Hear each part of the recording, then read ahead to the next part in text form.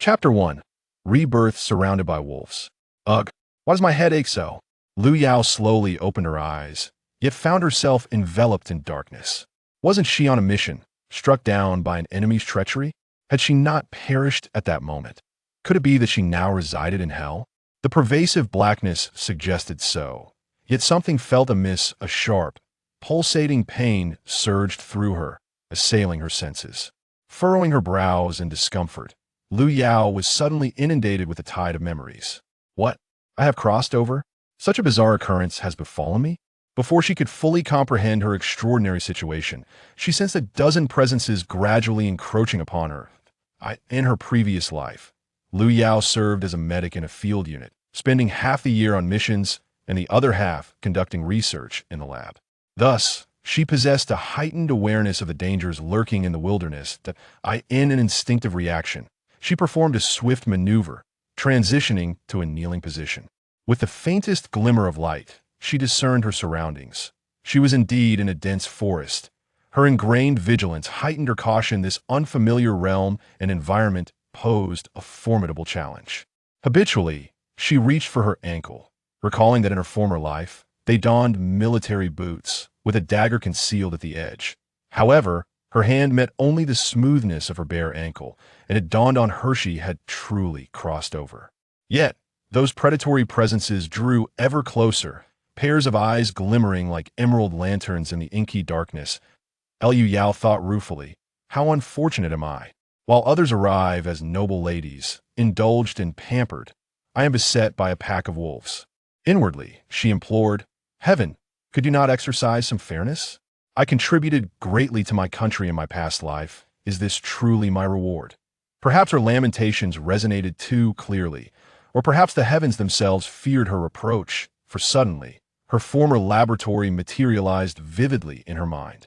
Believing herself to be hallucinating, she noticed the wolves drawing near, eyeing her as their evening feast, drool pooling at their jaws. Disregarding all else, she spotted a scalpel within her laboratory and instinctively reached for it, only to find the instrument manifesting in her grasp.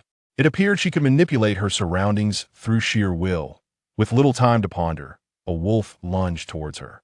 Adapting swiftly to the darkness, she rolled beneath the beast, the scalpel slicing through its belly, leaving a long gash.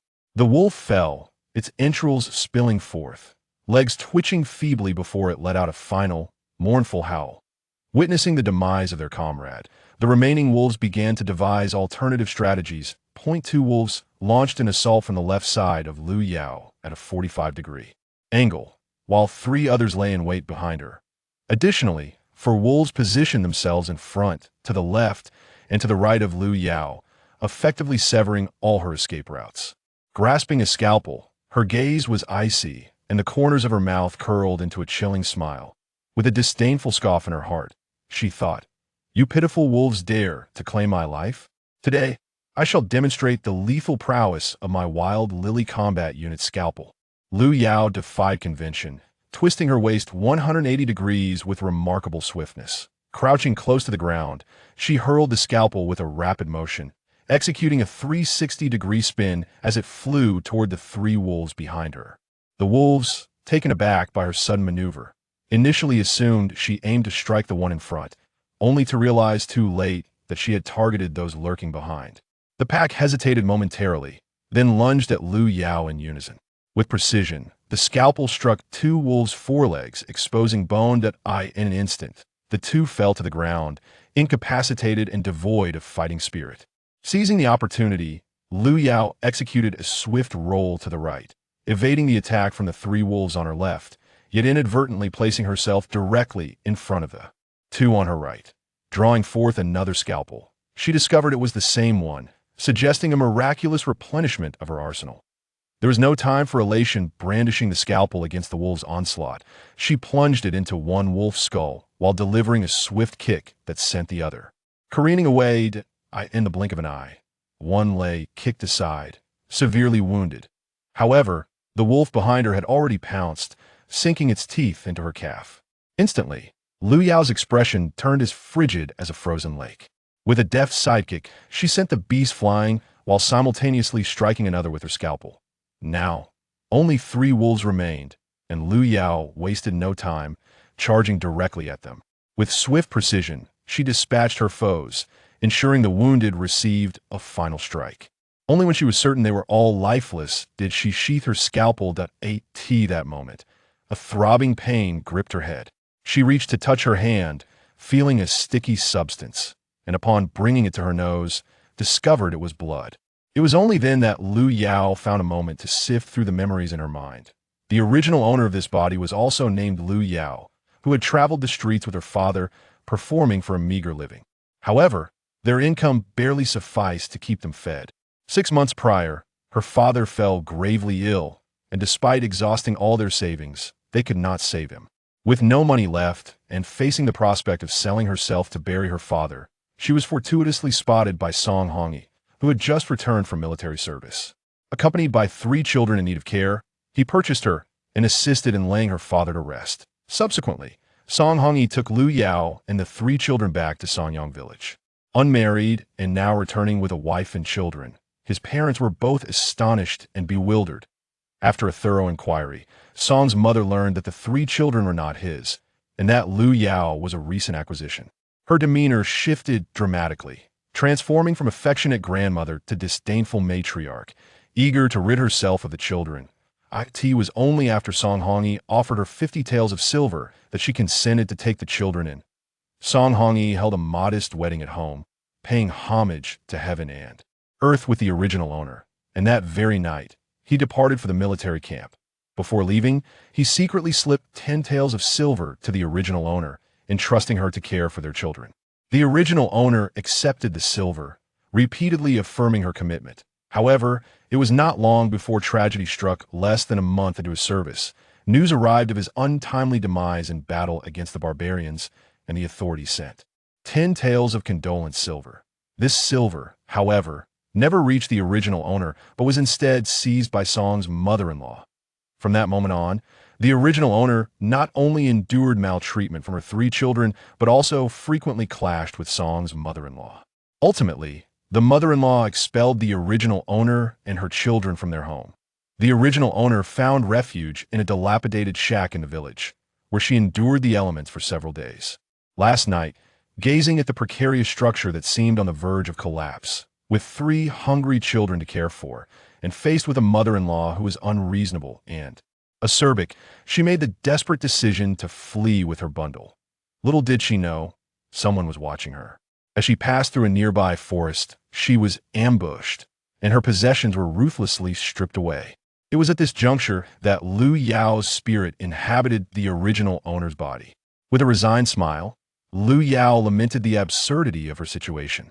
Delving into the original owner's memories, she sought information about the 3 children, discovering to her surprise that they were all adorable little ones. She wondered how they fared in the present circumstances. Given that Songyang village was situated on the border, it had suffered from famine in recent years and was frequently plagued by raids from northern tribes and occasional bandit incursions. Under such dire internal and external strife, the hardships faced by the villagers were indeed unimaginable. Lu Yao looked at the corpses of the dozen wolves she had slain and, with a mere thought, summoned them into her spatial realm. Chapter 2. The Oil Bottle. Worth only 2 taels of silver, Lu Yao staggered to her feet, eyes closed as she silently intoned the entry into her space.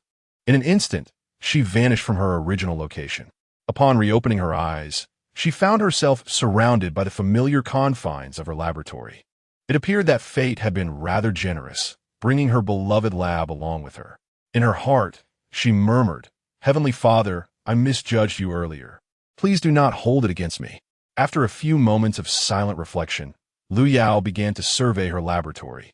In her previous life, she would often remain in the lab when not undertaking missions, as she was the sole daughter of a family renowned in the medical field. While her family had envisioned her as a doctor, she had aspired to enroll in a military medical academy.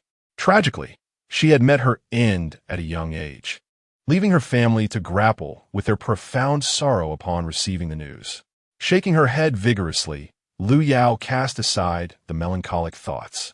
As she strolled around the lab, she noted that everything had been transported intact, igniting a sense of exhilaration within her. Having spent half of each year in the lab during her previous life, She had been granted a 3-story building for her exclusive use. The first floor served as her living quarters, the second as her laboratory, and the third as a storage area. Unfortunately, only the building had come along. Her modest courtyard had not, but it was devoid of any furnishings anyway. Typically, Lu Yao procured her supplies from the supermarket, and thus her first floor housed a colossal refrigerator stocked with an abundance of food and drink. Additionally, she had stored several bags of rice, flour, and various grains, not to mention an assortment of fruits and vegetables. After taking a satisfying tour of her space, Lu Yao settled onto the sofa and tended to her wounds, applying a simple bandage before exiting her sanctuary. She retrieved a flashlight from her supplies, one designed for military use. Known for its durability and long-lasting illumination, armed with the flashlight, she navigated her way back, retracing her thoughts about the era she found herself in. This dynasty was a fictional one known as the Eastern Xian Kingdom, under the reign of Yongqing, currently in its 3rd year. The new emperor faced a plethora of challenges, including relentless famine in the north and constant disturbances from barbarian tribes, creating a precarious situation fraught with internal and external strife. However, having experienced betrayal from her most trusted allies in her previous life, Lu Yao resolved never to place her trust in anyone again, vowing never to relinquish her safety to another. As for the state of the nation, she could only offer silent prayers, determined to live her life freely in this new existence. With this thought in mind, Lu Yao quickened her pace, soon arriving at the foot of the mountain. Sanyang village lay nestled beneath the towering peaks, and daylight was approaching. Following the direction etched in her memory, she sought out the makeshift hut where they had temporarily taken refuge. It was early winter, and while snow had yet to fall, the biting cold air penetrated her thin clothing. Tightening her light jacket, she hastened her steps. As she neared the hut, a heart-wrenching wail pierced the stillness, sending chills down her spine. "Do not sell my little brother and sister. They are so young and worthless. I implore you to spare them." A boy's hoarse voice reached Lu Yao's ears. Startled, Lu Yao quickly stowed away her flashlight and began to run. For the dim light of dusk now allowed her to discern the scene within 100 meters. In mere moments, she found herself at that distance. Before her stood an elderly woman clad in tattered gray garments, her attire patched in layers, wrestling with a frail little boy. The child lay on the ground, straining to pull away, his tiny hands clasped tightly around the woman's ankles. His small face, flushed crimson from his cries, bore a trickle of blood at the corners of his mouth. The elderly woman had her back turned to Lu Yao, relentlessly striking the child with one hand while cradling a little girl in the other. The girl, terrified, wailed in the woman's embrace, her wide, grape-like eyes filled with fear as she tugged at the woman's withered hair. In a moment of agony, the old woman turned her head towards the girl, a fleeting glimmer of malice in her gaze. Suddenly, she hoisted the girl above her head, preparing to throw her to the ground. Lu Yao, seized by panic, leapt forward just in time to catch the child in her arms, rolling upon landing to absorb the impact and rising steadily to her feet. The frail boy, previously engaged in a struggle with the woman, stood frozen in shock, his eyes wide as he witnessed his sister nearly being hurled to the ground, only to be saved by the swift intervention of Lu Yao.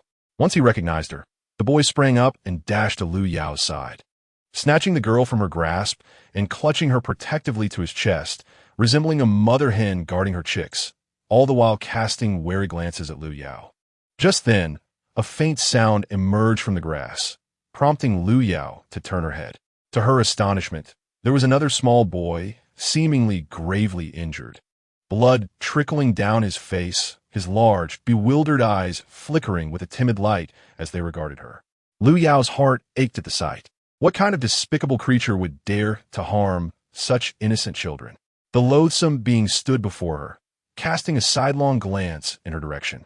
It was only then that Lu Yao scrutinized the elderly woman more closely and realized, much to her shock, that this was none other than Song Posey, the unreasonable stepmother of the original owner of her body. As Lu Yao assessed Song Posey, she noted the high cheekbones, sunken cheeks, a pointed chin, inverted triangular eyes, and thin lips, all contributing to a visage replete with a sharp, acrimonious demeanor. Song Posey, startled by Lu Yao's sudden appearance, had only intended to vent her frustration on the little girl in a moment of rage, regretting her actions the instant she let go. For such children were akin to treasure. However, upon witnessing Lu Yao save the girl, her heart surged with fury. With one hand on her hip and the other pointing accusatorily at Lu Yao, she began to berate, "You shameless wretch! Did you not run off with that wild man? How dare you return? Your husband's bones are yet to cool, and you are so eager to flee with another. I shall inform the village chief to have you thrown into the pond." Before Song Posey could finish her tirade, an excruciating pain shot through her finger, rendering it limp and immobile. There stood Lu Yao, languidly not far from her, a smile gracing her lips as she observed, "Are you still cursing? Why have you ceased? Have you not been taught, having grown up, that pointing fingers at others is impolite?" Upon realizing Lu Yao's actions, Granny Song let out a shriek, collapsing to the ground, clutching her fingers and wailing pitifully while hurling curses at Lu Yao. "A life has been lost. Someone come quickly. My daughter-in-law is murdering her own mother-in-law. A woman devoid of virtue, running off with another man while my son's bones are yet to cool. Now she seeks to silence me. Let everyone judge this matter." Lu Yao, finding the old hag insufferably noisy, dug a finger into her ear and, with resolve, removed her worn shoe, stuffing it into Granny Song's mouth. Just as Granny Song was bellowing, her cries were abruptly stifled, nearly choking her. Her face turned crimson as she grasped what Lu Yao had done, yanking the shoe from her mouth and gasping for air, only to be met with the foul stench that nearly overwhelmed her, forcing her to double over in retching. Seeing that she had finally quieted, Lu Yao slowly crouched down, gazing at her from above with a smile that belied the iciness in her eyes. "What brings you here? Shouldn't you be asleep at this hour? When did you become so diligent?" Granny Song, nearly sick with rage, raised her head, her waxen face etched with hatred, her eyes seething as she retorted, "If I hadn't come, how would I know you've run off with someone? You think that just because I've cast you out, you are no longer a daughter-in-law of the Song family? Let me tell you, now that you've returned, I shall sell you along with the rest." It dawned upon Lu Yao that the old woman intended to sell the children. A cold smile crept across her face. The old hag was quite the schemer. Turning to the three little ones huddled together, try to minimize their presence, her heart tightened. She offered them a gentle smile, but what she perceived as tenderness only deepened their fear. Returning her gaze to Granny Song, she feigned a virtuous demeanor. "Mother, should you choose to sell me, I have no words. After all, I was bought by your son. However, to sell your own grandchild, how can you reconcile that with your conscience? Are you not afraid of retribution?" Granny Song spat vehemently at Lu Yao. "Those brats are my grandchildren. They are mere burdens. And if I can sell them for 2 taels of silver, it would be a loss for me. The expenses our second son has incurred on them far exceed that. And you're no better. Now that you've returned, I'll bundle you all up and sell you together, saving on provisions." Lu Yao was splattered by Granny Song's spittle, and she disdainfully wiped her face with her sleeve, taken aback by the old woman's eloquence. No longer willing to endure her, Lu Yao retorted, "By what right do you presume to sell me? Am I merely an object of your family? Are the children mere commodities? You cannot simply declare their sale at will, disregarding the law." Song Posey may have felt diminished, sitting on the ground and being looked down upon, so she rose abruptly, her voice rising in indignation as she confronted Lu Yao. "You were purchased by my son. You are merely an object of our household, less valuable than even our belongings. At least our possessions serve a purpose, while you are useless and a drain on our resources." With a light smile gracing her lips, Lu Yao replied nonchalantly, "Reason does not reside in lofty words. Thus, why don't you present me with the deed of sale? Without it, I have no ties to your family, and there exists no marriage contract between your son and me." At once, Song Posey fell silent, realizing her oversight, yet with the situation having escalated so dramatically, she could only resort to unreasonable persistence. Chapter 3. The Barbarians Are Coming Run. Just as Song Posey was about to engage in further debate, a man hurriedly approached. Dressed in patched garments, he rushed toward them, exclaiming loudly, "Mother, this is bad. The barbarians are upon us. The village chief has ordered us to flee to safety. Why are you still here?" Recognizing her eldest son, Song Hongshua, her expression brightened despite her inability to comprehend his words fully. "Eldest, have kidnappers arrived? Hurry, bind these little rascals.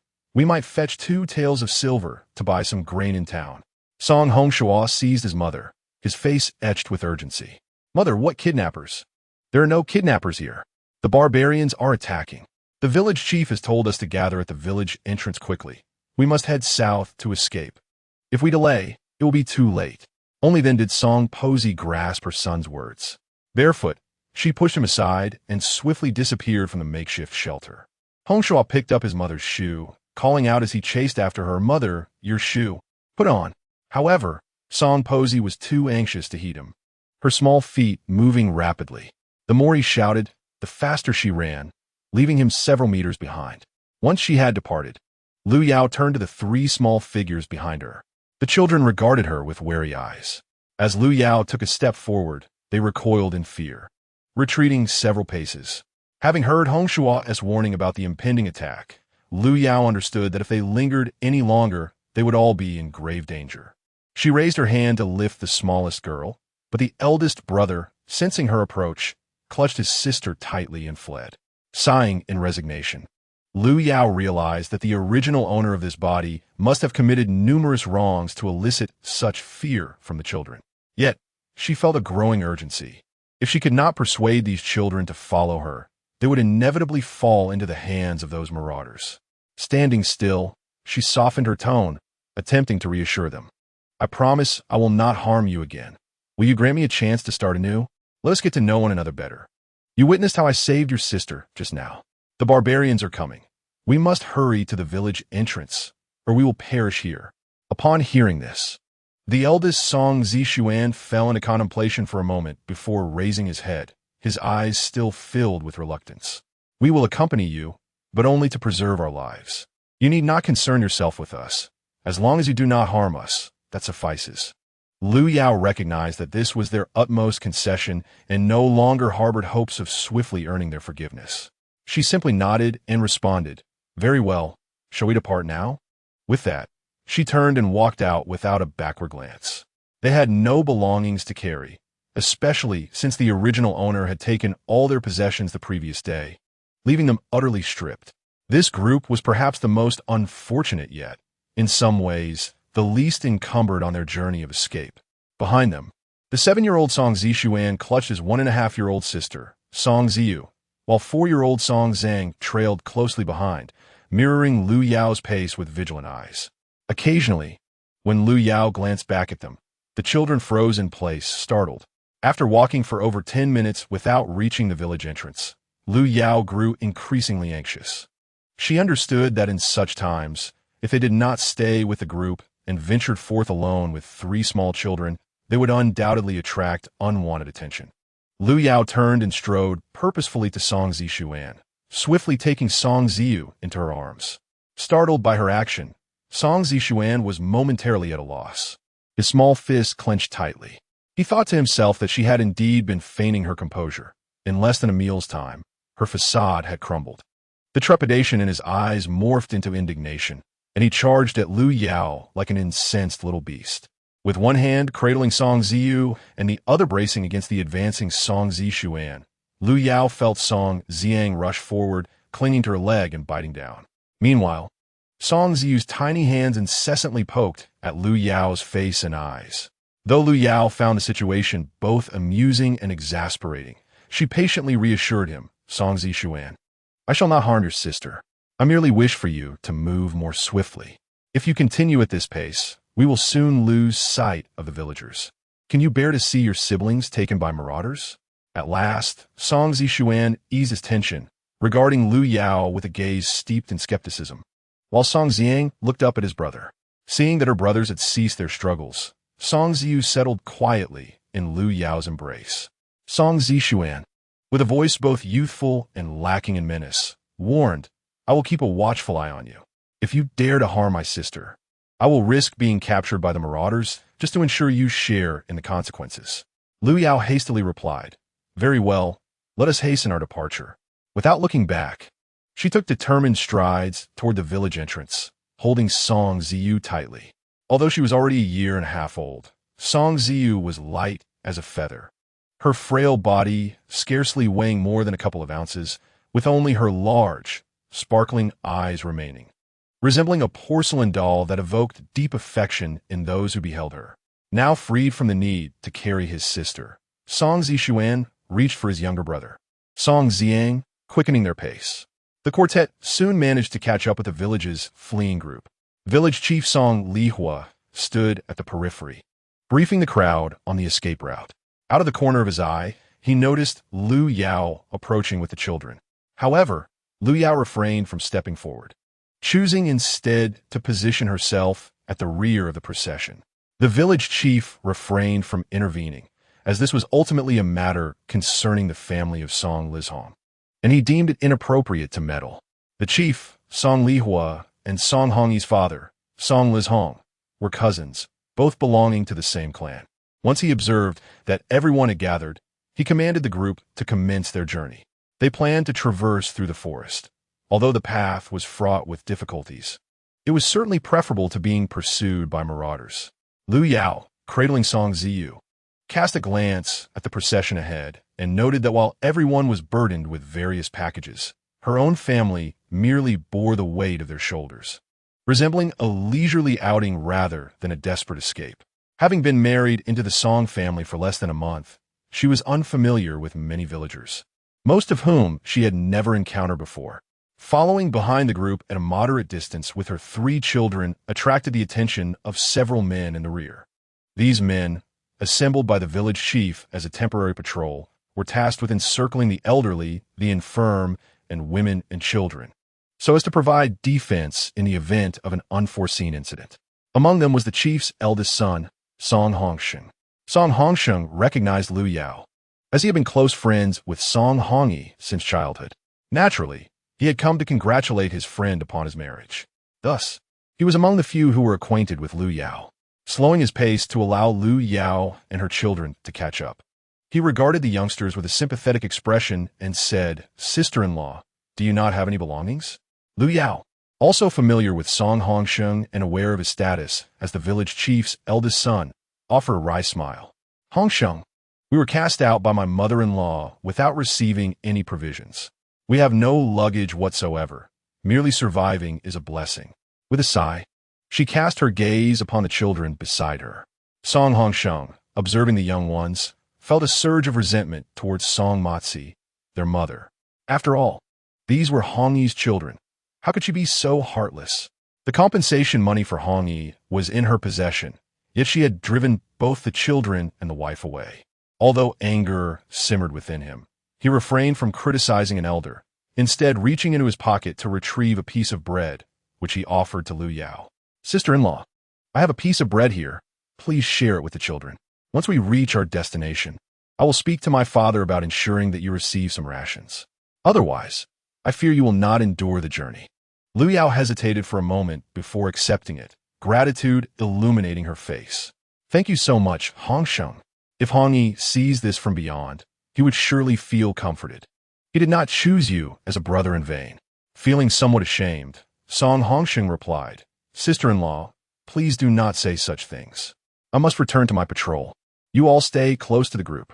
After expressing her gratitude once more, Lu Yao watched as he walked away before stowing the bread and replacing it with a steamed bun. Chapter 4. I will be very careful and not cause trouble for my stepmother. Lu Yao tore the bun in half, giving one portion to Song Zishuan and the other to Song Ziang, quietly instructing them, "Eat while walking behind me, and do not let anyone see." With that, she pressed the bun into their hands. Song Zishuan paused, staring at the white bun, a flicker of complex emotions passing across his face as he glanced up at his mother's slender silhouette, one hand gripping the bun while the other formed a fist. Young Song Zhang, still tender in years and somewhat naive in thought, grinned widely upon seeing food and exclaimed, "Brother, our stepmother has brought us something to eat. Has she changed for the better?" Excitement sparkled in his eyes as he gazed at his older brother. Song Zishuan remained silent, casting a glance at the steamed bun. his stomach growling incessantly as he battled within himself. Though Song Xiang received no answer from his brother, the burning sensation in his belly proved irresistible, and he opened his mouth wide, taking a generous bite. The soft bun, imbued with the fragrance of wheat, prompted him to close his eyes in sheer delight. Observing his younger brother savoring the bun, Song Zishuan finally succumbed to temptation, slowly raising his hand to tentatively take a bite. It was the most delectable morsel he had ever tasted. Initially, he nibbled modestly, but soon he could no longer contain himself, devouring it in large mouthfuls. Lu Yao turned her head and saw the two children standing there, joyfully consuming their buns with expressions of pure enjoyment, a tender smile gracing her lips. Once the two little ones finished their buns, they looked up and noticed Lu Yao watching them. Song Zishuan's face flushed crimson, feeling awkward and wishing for a place to hide, while Song Xiang, with a natural demeanor, scampered over to Lu Yao's side, beaming and revealing 2 rows of tiny teeth. Eagerly, he asked, "Stepmother, where did you find such delicious buns? Has my sister eaten yet?" Gently, Lu Yao patted Song Xiang's head, noting that his wound was still unbandaged. However, as they had yet to enter the forest, safety was paramount, and they needed to continue their journey, so she encouraged him to endure a little longer. Grasping Song Xiang's hand, Lu Yao quickened her pace, saying, "As long as you listen, I have plenty for us, but we must be discreet. We cannot let others know, or they will come to take it from us, understand?" With his guard completely lowered, Song Xiang tightly held onto Lu Yao's fingers, cautiously scanning their surroundings before declaring, "Stepmother, you can rest assured, I won't tell anyone. We'll eat in secret." Lu Yao smiled gently, praising him. "Our Xiang is truly clever," elated by Lu Yao's compliment. Song Xiang felt as though he could soar, perceiving her sudden warmth and sweetness in her smile and her soft voice. His limited vocabulary failed him in expressing his feelings, yet it did not hinder him from reshaping his perception of her. Earlier, Lu Yao had fed Song Ziyu half a box of milk, for the little girl was painfully thin, prompting Lu Yao's resolve to restore her health.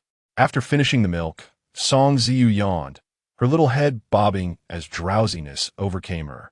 Lu Yao lifted her onto her back, retrieving a length of bandage from her supplies to secure Song Ziyu comfortably to herself, making it easier for both of them.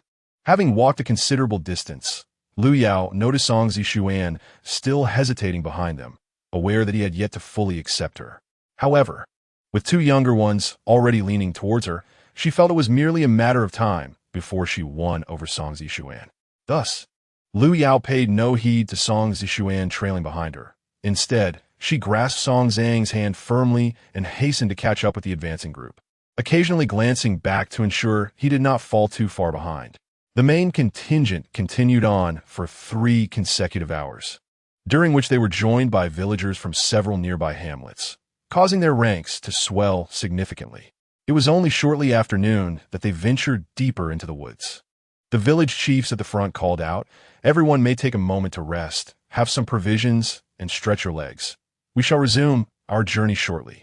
As soon as the procession halted, the weary travelers collapsed onto the ground, their voices rising in complaints, cursing the heavens for their blindness, lamenting the years of drought, and condemning the barbarians, who had left them without a harvest for years, leaving no grain for them to seize.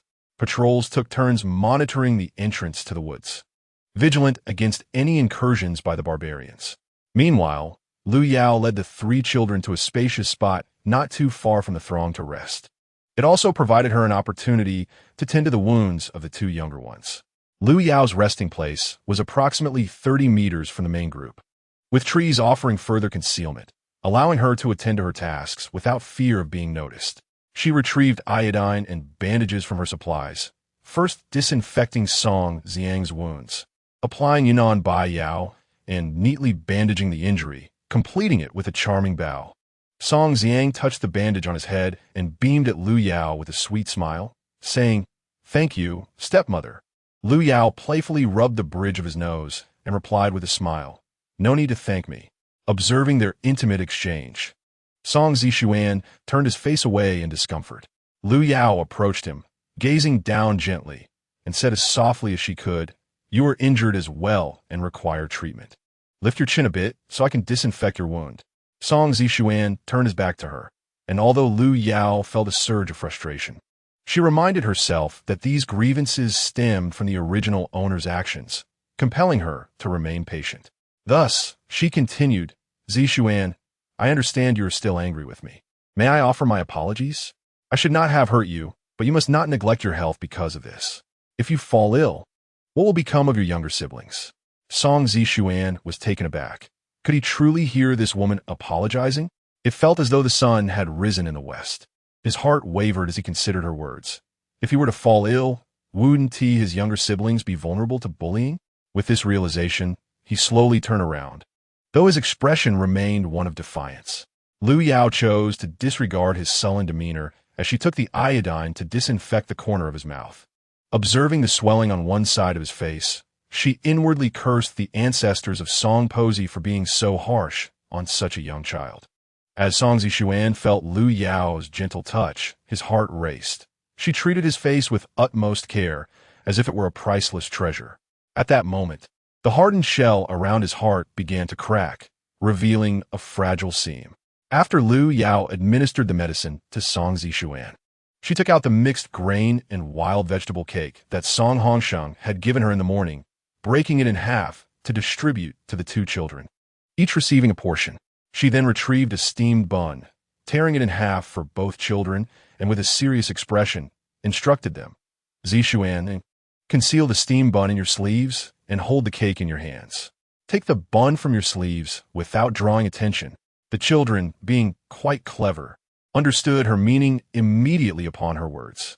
Following Lu Yao's instructions, Song Zishuan complied without uttering a word. Song Xiang, however, leaned closer to Lu Yao and whispered in her ear, Stepmother, are you worried that someone might take notice of us? Rest assured, I will be very careful and not cause you any trouble. Lu Yao felt a warm breeze tickling her ear, causing a slight itch, and she wanted to laugh. Yet, upon hearing Song Xiang's words, her heart felt a pang of sadness. The child still had not fully embraced her. Nevertheless, Lu Yao remained confident that she could earn the trust of all three children, demonstrating her genuine care for them. Chapter 5. Beware of divine retribution for disrespecting elders. The cozy scene with Lu Yao stood in stark contrast to the resting place of Songyang village. At this moment, the villagers were sharing their meager rations. Those without provisions scavenged for wild vegetables or stripped tree bark. Despite the winter season, the deeper forest still held some greenery. During the morning journey, Song Hongsheng had mentioned Lu Yao's situation to the village chief, who, seizing the opportunity during their break, approached Song Lizhong to discuss the matter. Brother, your second son has sacrificed himself for the nation, and his wife and children are, after all, your kin. Are you going to sit idly by while they starve? Upon hearing this, Song Lizhong spat disdainfully to the side. Elder brother, do others not know? How can you be unaware? Look at those children. Which of them resembles the Song family? And that Lu woman, she merely tied the knot with our second son as a virgin. Do you expect me to support these people with no blood ties to us? You know my family is large, and now you want me to take in even more mouths? I cannot afford it.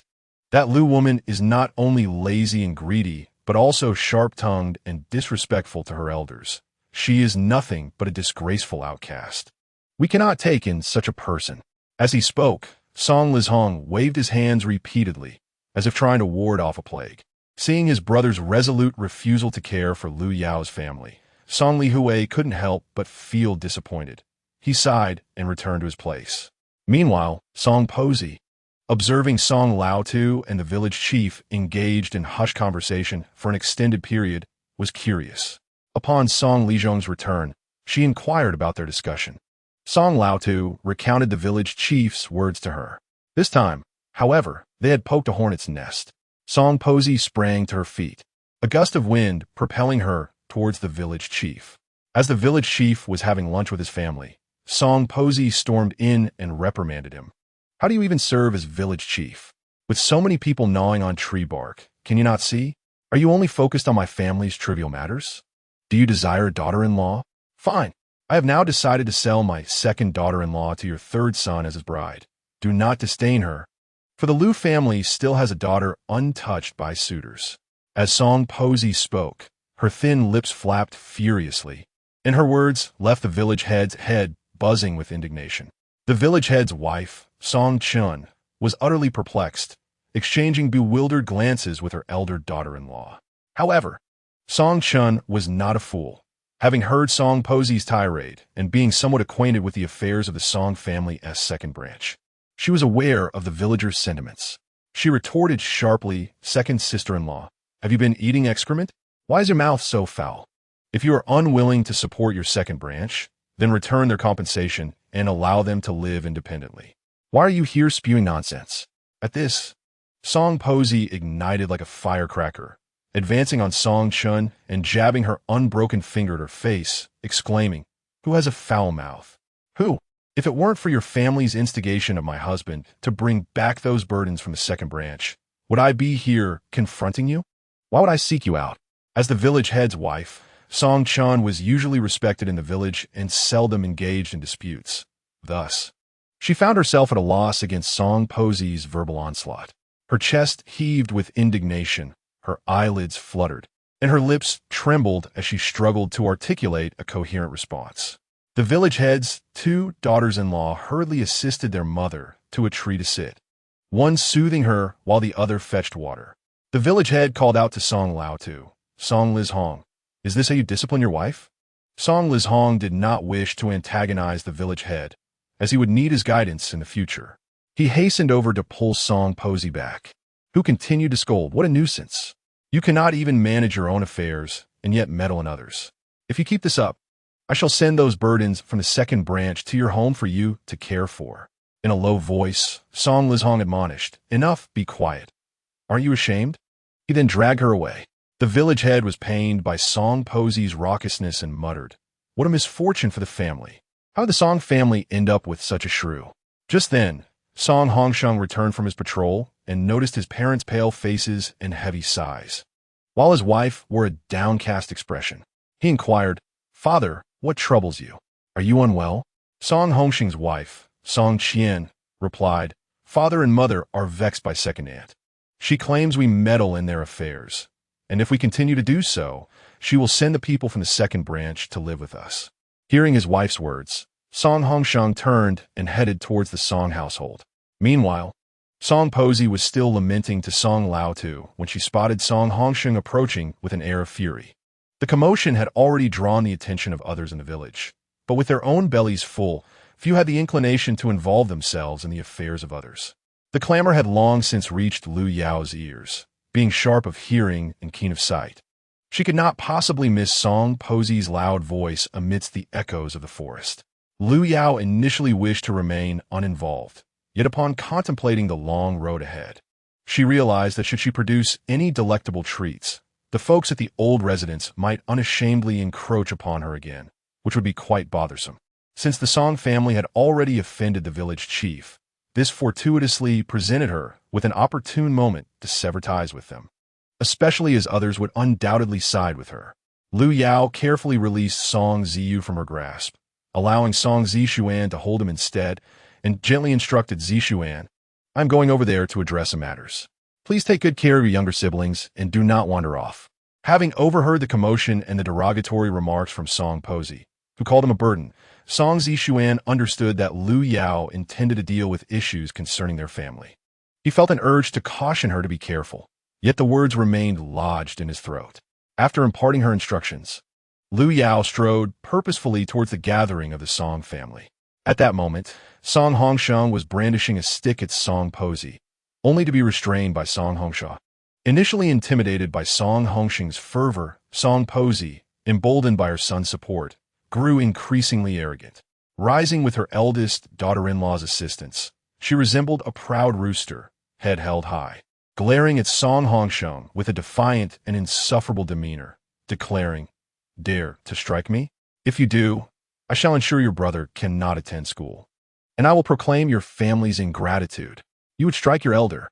Fuming, Song Hongsheng's hand trembled as he gradually lowered the stick.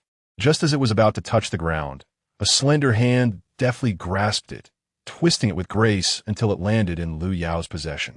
Witnessing Lu Yao wielding the stick, tapping it lightly in her other hand, a chilling smile graced her face. Song Posey felt a sharp pang of fear. Recoiling behind her eldest daughter-in-law, timidly inquiring, "What do you intend to do?" Lu Yao took a step forward, the stick tapping against the ground, her smile unwaveringly frosty. "I have come to see who is so audacious, so dismissive of others, that they would dare to label my child a burden." With a gulp, Song Posey anxiously called out to her eldest son, "Song Hongshua, are you a wooden post? Can you not see this wretch attempting to bully your mother? Are you blind? Why haven't you removed her?" Song Hongshua stepped forward, his expression dark as he addressed Lu Yao, "Sister-in-law, why do you frighten our mother so? She is, after all, an elder. You must show respect, lest you incur divine retribution." Lu Yao smirked, a glint of icy determination in her eyes. With a swift, fluid motion, she executed a 180-degree turn, balancing on one leg, bending gracefully, and forcefully sweeping the stick towards Song Hongshua's calf. Caught off guard, the onlookers were momentarily stunned as Song Hongshua spectacularly tumbled, landing face first in the mud, his mouth filled with dirt. Standing upright, Lu Yao retracted her suspended leg and dusted off her trousers, maintaining her signature smile, which prompted the Song family to instinctively retreat. Her decisive action had showcased her martial prowess, leaving no doubt that she would no longer be an easy target for their harassment. As soon as Song Posey regained her senses, she let out a cry and lunged towards Lu Yao. Lu Yao brandished the stick in her hand, silencing Song Posey, who remained with her mouth agape. Seeing that her ears were finally at peace, Lu Yao turned to Song Hongsheng and said, "Brother Hongsheng, I am truly grateful. I apologize for the trouble my affairs have caused your family. Today, let us resolve this matter before the entire village. I kindly ask you to summon the village head." Song Hongsheng was taken aback by Lu Yao's unexpected poise. She appeared to be a delicate young lady on the brink of adulthood, yet she harbored an unexpected depth. Filled with astonishment and pride, he nodded at Lu Yao and went off to find his father. Chapter 6. Severing Ties and Leaving with Nothing? While waiting for the village head's arrival, Lu Yao boldly took a seat and noticed that some cakes remained in the bundle on the ground belonging to the Song family. Without hesitation, she grabbed one and stuffed it in her mouth, then tucked the remaining ones into her embrace. At this moment, Song Posey could no longer contain her fury and charged at Lu Yao. Those cakes represented a day's sustenance for her family, and this little vixen had taken it all, leaving them in dire straits. Known for her sharp tongue and fierce demeanor, Song Posey felt as if Lu Yao had dealt her a fatal blow. Before she could reach Lu Yao, the latter's stick met her chest. Song Posey clawed desperately forward while her legs pushed backward against the ground, resembling a frog in a pond, coupled with her strikingly wide forehead and narrow chin. The sight was inexplicably comical, prompting Lu Yao to burst into unabashed laughter. Even the wives of the first and third households, stifling their laughter, turned beet red but dared not make sound. Yet, Lu Yao seemed determined to escalate the situation, laughing heartily while addressing Song Xia and Song Yang. "If you wish to laugh, just do it. Why endure such hardship? If you hold back and suffer internal injuries, your beloved mother-in-law won't pay for your treatment." By this time, Song Posey's face had turned a deep shade of purple, and she shouted, "You two unfortunate souls, why aren't you helping me up?" The two daughters-in-law, reprimanded, hastily approached to assist her. As soon as Song Posey stood, she vented her frustration on them, twisting one's arm and causing tears to spring to their eyes. At that moment, the village had arrived. Lu Yao stood up, dusted herself off, and greeted him, saying, "Uncle Village Head, I summoned you to be a witness. Today, I'm severing all ties with the Song family. From now on, our fates are separate, and I will have no further dealings with them." Just as the village head was about to interject, Song Posey interrupted, "That is splendid. You sever ties with us, leave with nothing, and we, the Song family, wholeheartedly approve." Lu Yao's eyes sparkled, a smile gracing her lips as she paused before adding, "However, I do have one condition." Immediately on guard, Song Posey inquired, "What condition? You think you can take our belongings?" "Not a chance. Not even a window." Lu Yao refrained from engaging in a debate with her, but addressed the village chief directly. Village chief, I shall not claim any possessions belonging to the Song family. However, the compensation for my husband must be handed over to me. Otherwise, I will be compelled to share in the burdens of the Song family. The village chief believed that the silver rightfully belonged to Lu Yao, and that Song Posy's clandestine appropriation was entirely unjust. Yet, he did not wish to confront Song Posy and, maintaining a stern demeanor, turned to Song Lao Tu and said, "Old Tu, as the head of your household, do you give your consent to this arrangement?" Song Lizhong remained silent, his gaze fixed intently on Song Posy. Just as she was about to erupt in anger, Lu Yao took out the flatbread she had acquired earlier and began nibbling on it delicately. Instantly, Song Posy's fury dissipated. After much contemplation, she resolved that she could not allow this woman to remain affiliated with her family. The silver was now worthless for purchasing grain, and with the daily sustenance needs of her family, it would be more prudent to relinquish the silver to her, ensuring their own peace of mind. However, the amount would be dictated solely by her. After reaching a conclusion, Song Posy stated, "I agree to give you the compensation, but I can only provide you with 5 taels of silver. This compensation is not solely for your family. We, the elderly couple, also require support, so we must split it." Lu Yao beamed with satisfaction, uttering 2 words, "Deal." Song Posy then rummaged through her bundle for a while, before finally producing 5 taels of silver, which she handed to the village chief. The village chief, in turn, presented the silver to Lu Yao, who did not accept it immediately, but instead said, "Village chief, I wish to draft a written agreement. Do you have any paper and ink?"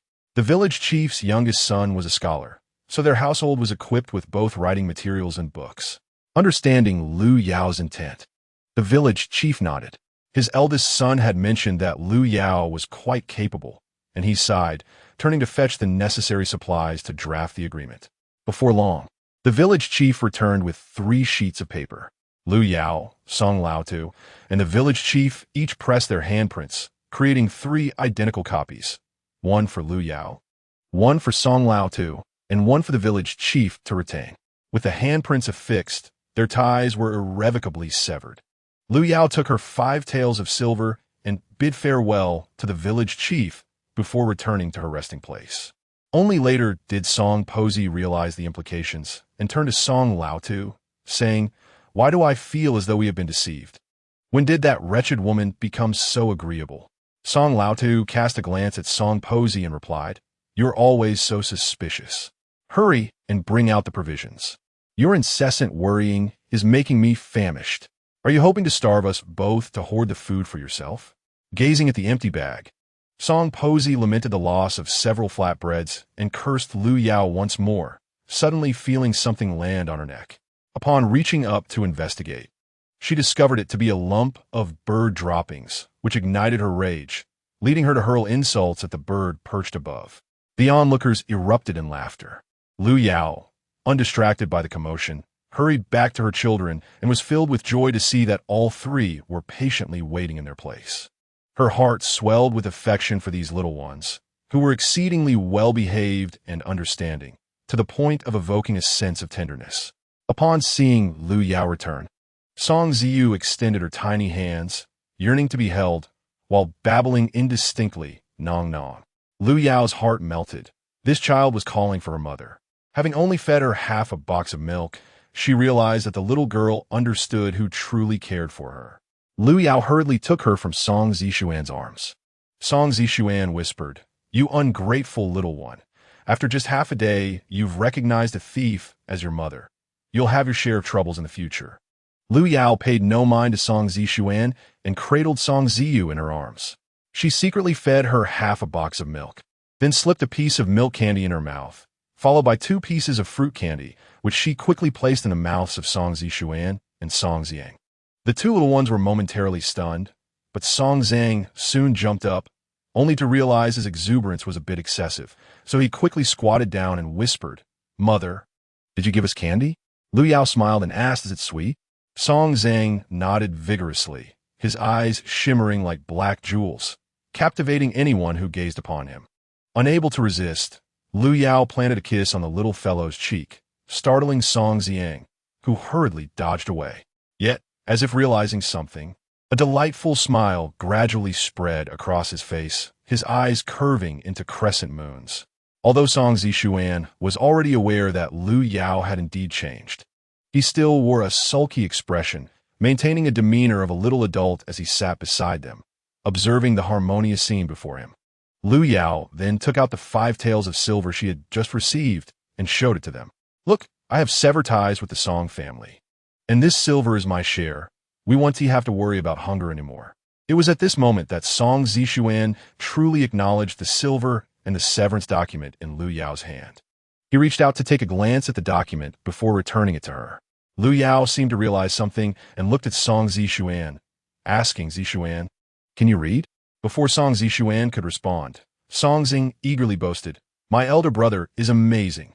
He could recite the 100 family surnames and the 3-character classic at 3 years old, and by 4, he could recite the Analects. Plus, he can write beautifully." Song Zishuan quickly interjected, "Song Ziang."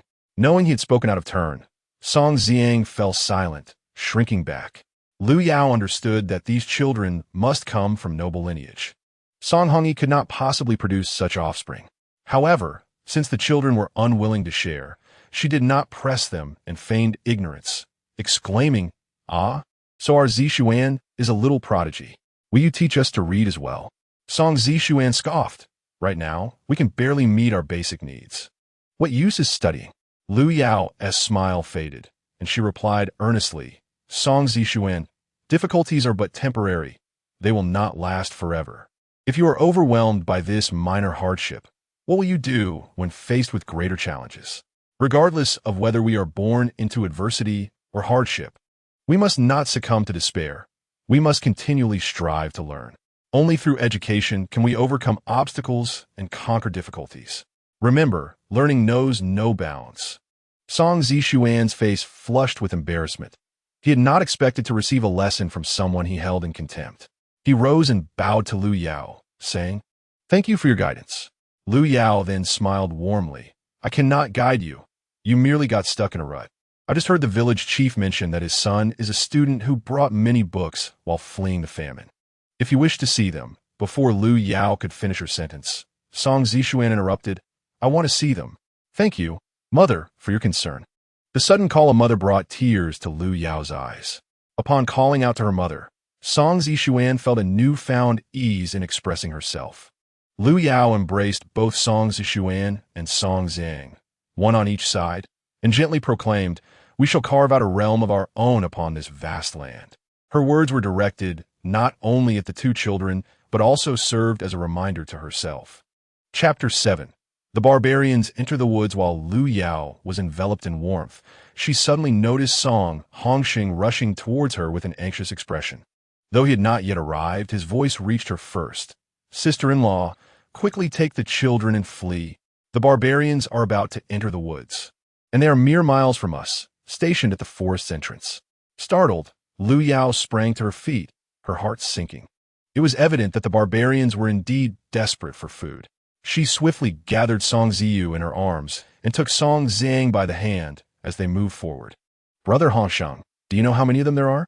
Song Hongsheng, seeing that Lu Yao hesitated to leave, urged her with urgency. "There are approximately 40 to 50 of them, each wielding a long knife. They are not on horseback, but they move swiftly. We must set off at once, or it will be too late. They are preparing to advance. You must hurry." Lu Yao observed the previously calm crowd now engulfed in chaos, filled with shouts from adults, cries from children, and the desperate wails of the elderly, accompanied by the calls of patrolling guards. Yet the pace of their actions was painfully slow. Nearby, 2 other villages faced a similar tumult, and at such a sluggish rate, they would undoubtedly be overtaken by the barbarians.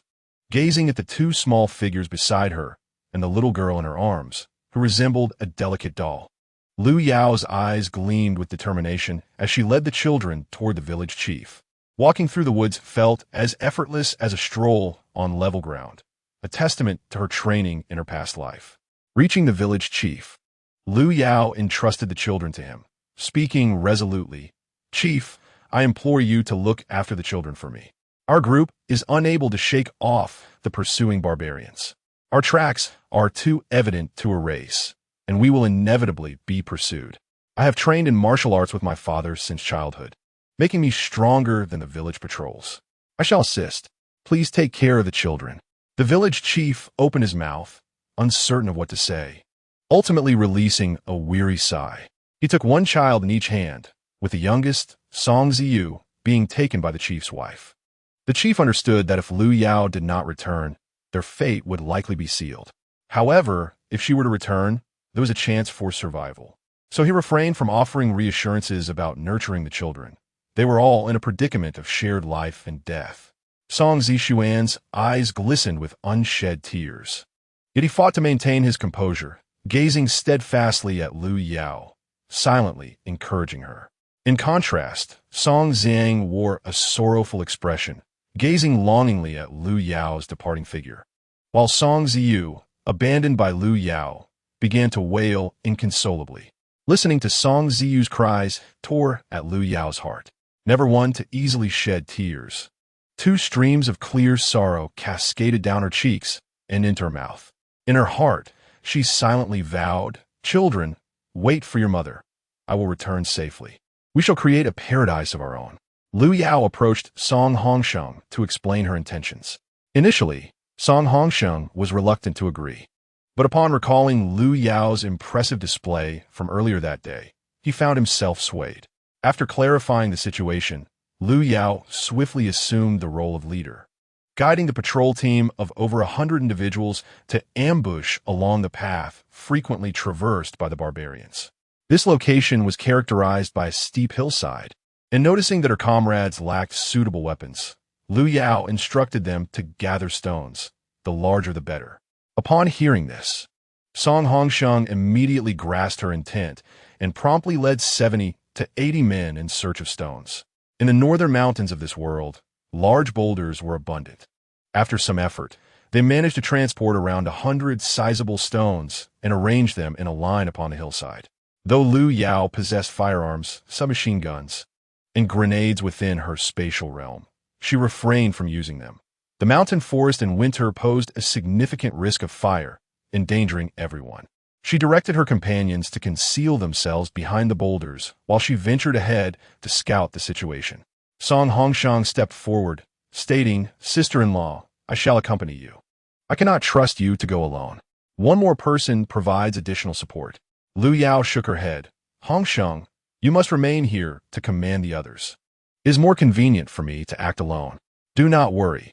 I shall return swiftly and will not draw near." Recognizing the resolute expression on Lu Yao's face, Song Hongsheng refrained from insisting, aware that his own lack of skill relied solely on brute strength, and accompanying her would only hinder her efforts. After persuading Song Hongsheng to stay behind, Lu Yao's petite figure swiftly vanished from the sight of the group. Villager Song Qingsong, witnessing Lu Yao's remarkable prowess, remarked to Song Hongsheng, "Brother Hongsheng, I had no idea that Hongyi's wife was such a formidable fighter. With her skills, she could easily take down a dozen of us." Song Hongsheng, equally surprised by Lu Yao's capabilities, recognized the opportunity to alert the others, ensuring they would not bully Lu Yao, a woman without support. He admonished seriously, "It's good you recognize this. When you return home, inform your wives not to provoke Lu Yao. It is best to cultivate a good relationship with her. In these times of hardship, we must band together rather than engage in internal strife." The group acknowledged Song Hongsheng's words as sagacious. On the treacherous path of survival, various unforeseen dangers lurked. Establishing a rapport with someone of such exceptional skill could only yield benefits. Unbeknownst to Lu Yao, her inadvertent display of ability had garnered goodwill from her peers. At that moment, she concealed herself atop a towering ancient tree, its branches lush and sprawling. From her spatial realm, she retrieved a military-grade binocular, capable of viewing distances up to 3 kilometers in the wild, although the dense foliage limited her visibility to about 1 kilometer. Holding the binoculars, Lu Yao meticulously surveyed the distant landscape until she spotted a group of individuals charging aggressively up the mountain, prompting her to stow the binoculars away. She examined her surroundings and noticed numerous vines. With her dagger, she swiftly severed several vines to fashion a rudimentary trap, sprinkling her specially concocted itching powder around the vicinity. Satisfied with her preparations, she clapped her hands and hastily returned to the ambush site to reunite with her comrades. As Lu Yao rejoined the crowd, the brutish marauders descended upon the very spot she had recently occupied. This group, robust and burly, with scruffy beards and thunderous voices, advanced without encountering a single soul. The leader, visibly irate, vented his frustration, exclaiming, "Damn it, how could these Han people have fled so swiftly? We have been traveling for ages without sighting anyone." The others, growing restless, shared his agitation. After all, they were driven by the prospect of seizing provisions to sustain themselves through the winter. Yet, they were taken aback to find every village they approached utterly deserted. However, witnessing their leader's fury, the subordinates dared not exacerbate his ire, lest he unleash his wrath upon them. They fawned. "Chief, observe the tracks on the ground. They must have entered the mountains from this direction. If our deductions are accurate, they cannot have strayed far. The traces are fresh. They might just be ahead." The leader, finding this reasoning compelling, brandished his sword and commanded his comrades, "The provisions lie ahead. Let us hasten our pace. If we catch up to them soon, we can seize more supplies before they consume it all." Instantly invigorated, the men surged up the mountain with fervor, their minds consumed by the thought of food. Chapter 8. The battle in the woods. With their hearts and minds fixated on the prospect of provisions, the group remained oblivious to the traps that awaited them. Thus, they unwittingly fell prey to the snares set by Lu Yao. The first dozen men, at the forefront, were ensnared by vines and hoisted upside down from the tree trunks. The following individuals, believing their speed would allow them to halt, found it too late to break, resulting in a cascade of bodies tumbling to the ground. The foremost fell face first into a powder Lu Yao had strewn about, a mischievous concoction that would erupt upon impact. Consequently, among the 50, a dozen dangled from the trees, while another 20 succumbed to the effects of the powder. Their combat effectiveness diminished significantly in an instant. Those at the rear, witnessing their comrades caught in the snares, hesitated to advance, halting in their tracks, anxiously scanning their surroundings.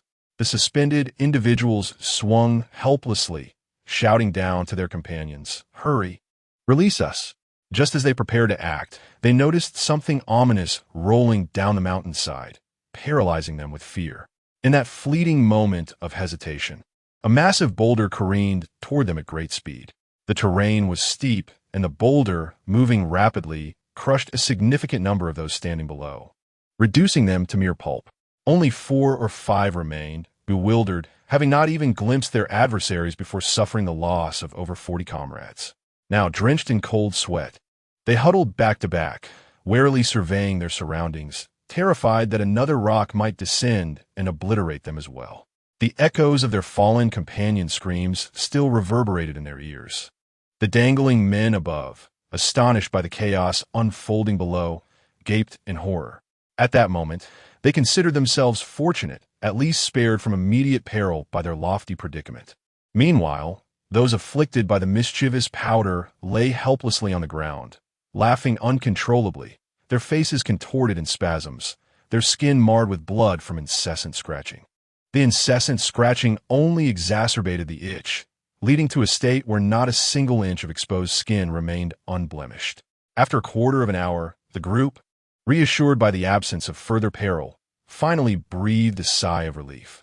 Suddenly, a throng of men surged down from the mountain, their shouts of violence echoing like a ferocious tiger descending from its lair, sending the previously terrified individuals into a state of utter disarray once more. The men brandished an assortment of tools. Some wielded rakes, others hoed, and a few brandished cleavers. In short, anything that could inflict harm had been brought forth. Among the meager 5 who still possessed the will to fight, the sight of the formidable band of 70 or 80 men encircling those who remained standing compelled them to discard their long blades and cower in submission. Lu Yao signaled to Song Hongsheng to step forward and collect the long knives from the defeated men. The group eagerly scavenged the weapons strewn across the ground, reveling in a battle fought without the loss of a single soldier, having brought down an opposing force of 50 with ease, while also acquiring spoils of war. Their gazes towards Lu Yao were filled not only with admiration, but also with respect. However, what Lu Yao did next shattered their preconceived notions of her entirely. She casually seized a long knife from one of the fallen and swiftly dispatched the nearest barbarian. Blood gushed forth from the severed artery, prompting the onlookers to recoil in shock. The pallor of their faces reflected their horror at this sudden turn of events. As Lu Yao stood closest, the blood sprayed directly onto her face, and with her icy demeanor, she appeared as a goddess of death. She cast a frigid gaze around the group and, in a similarly chilling tone, declared, "If you wish to survive, you must learn to slay your enemies. I understand that none of you have ever done such a thing, nor have I, but in these tumultuous times, it is either you or them.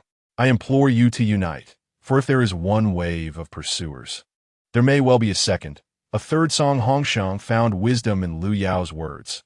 Thus he raised his long knife and plunged it into a barbarian's back. Though his hands and legs trembled, he felt an exhilarating rush within.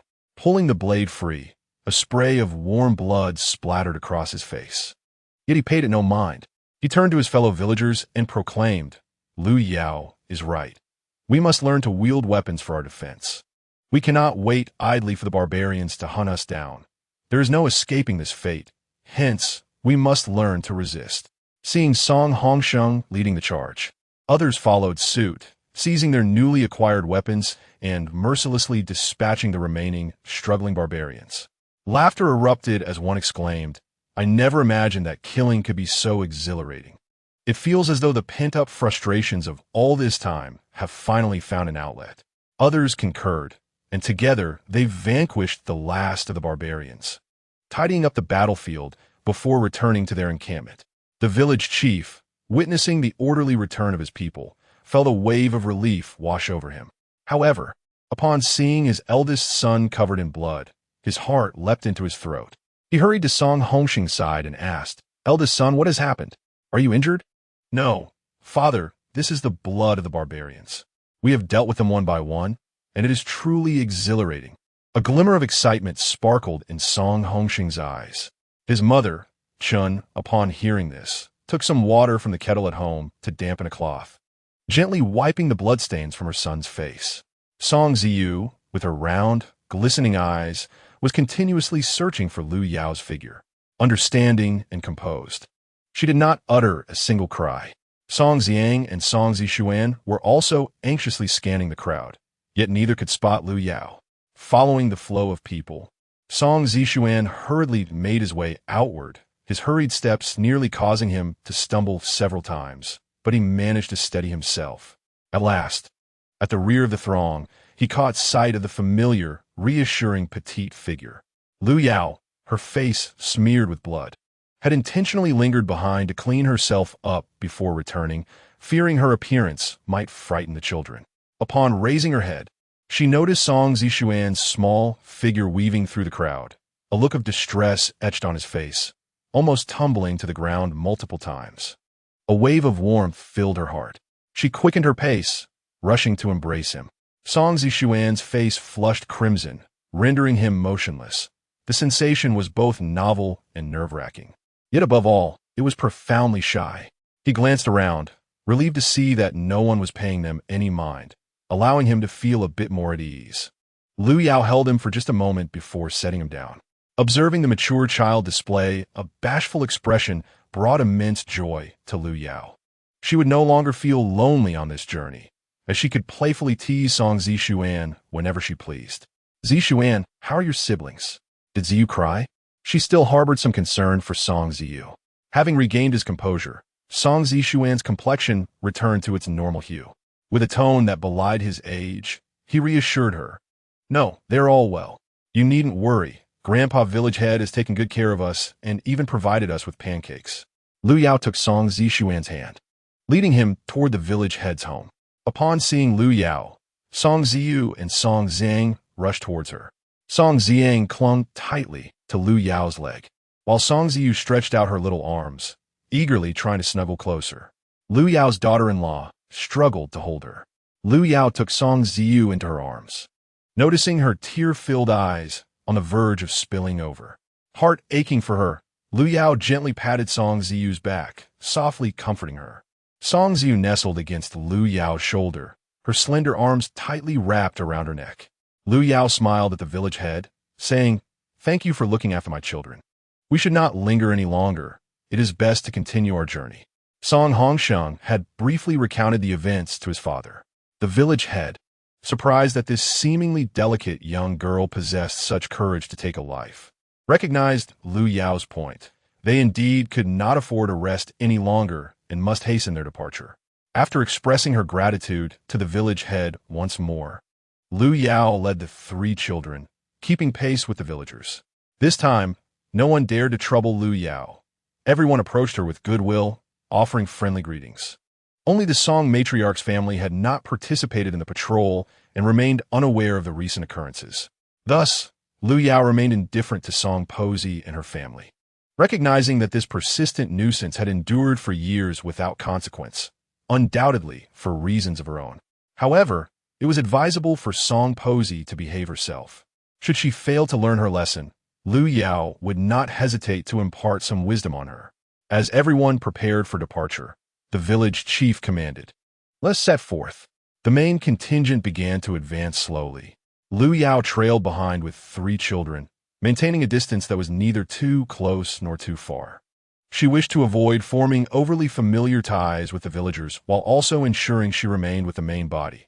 In such tumultuous times, straying from the group was tantamount to courting disaster. The patrol members took their positions, yet their relationship with Lu Yao had altered since their initial encounters. Not only were they unfamiliar with her, but their impressions had soured. After fighting alongside one another, the men of the village developed a sense of camaraderie towards Lu Yao, fostering a respect for this solitary woman, despite her tender age of merely 15. Accompanying Songyang village were 2 neighboring villages, Deyang village and Shaoyang village. The populations of these villages were comparable, each comprising over 300 residents, culminating in a combined force of over 1,000. During the recent skirmish against the marauders, only the inhabitants of Songyang village had actively participated, while the other 2 villages merely observed from a distance.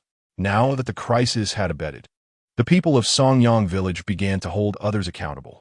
Although the patrol from Songyang village remained silent, the women expressed their discontent. Why should Songyang village bear the brunt of danger, acting as a shield for Deyang village and Shaoyang village? The first to voice her dissatisfaction was Song Qingsong's wife, Song Hu, nicknamed Little Chili. Approaching the village's edge, she began her loud soliloquy without naming names, yet unmistakably aimed at others. "Oh dear, some individuals possess a thick skin, thicker even than the walls of our capital. How can they sleep peacefully at night? Are they not afraid that the marauders might sneak in and take their heads?" When it came to resisting the marauders, they were as cowardly as a timid child. Yet now that the marauders have been vanquished by us, some dare not utter a word and still follow us. Truly, they have traded their dignity for mere survival. The leaders of the 2 neighboring villages, overhearing Song Hu's scathing remarks, felt their faces flush with embarrassment but remained silent. When the marauders had approached, they too had attempted to rally their villagers to resist, yet not a single soul volunteered. Everyone had watched Songyang village's patrol march to their potential demise, hiding in fear among the crowd. Thus, it was only fitting that they should endure a few scoldings now. However, the harshness of her words was striking, so artfully delivered that any attempt to retort would surely fall short. Not only was Song Hu displeased, but others from the patrol's families also felt similarly. As they listened to her words, they found great satisfaction and began to cheer her on. Little Chili well said, "These scoundrels deserve every bit of scorn they receive." The situation was dire, and the men had retreated to their own corners, engrossed in their games. Ching Song's family, take a break and have some water. Song Hushi, the wife of Song Ching Song, whom he married 2 years prior, was known for a fiery temperament. In the village, no one dared to provoke her. Yet, she was dutiful and maintained close ties with her mother-in-law and sisters-in-law. Following the birth of her son last year, her temper had become even more volatile, and villagers would often avoid her gaze, hastily retreating after exchanging a mere greeting, fearful of inciting her wrath.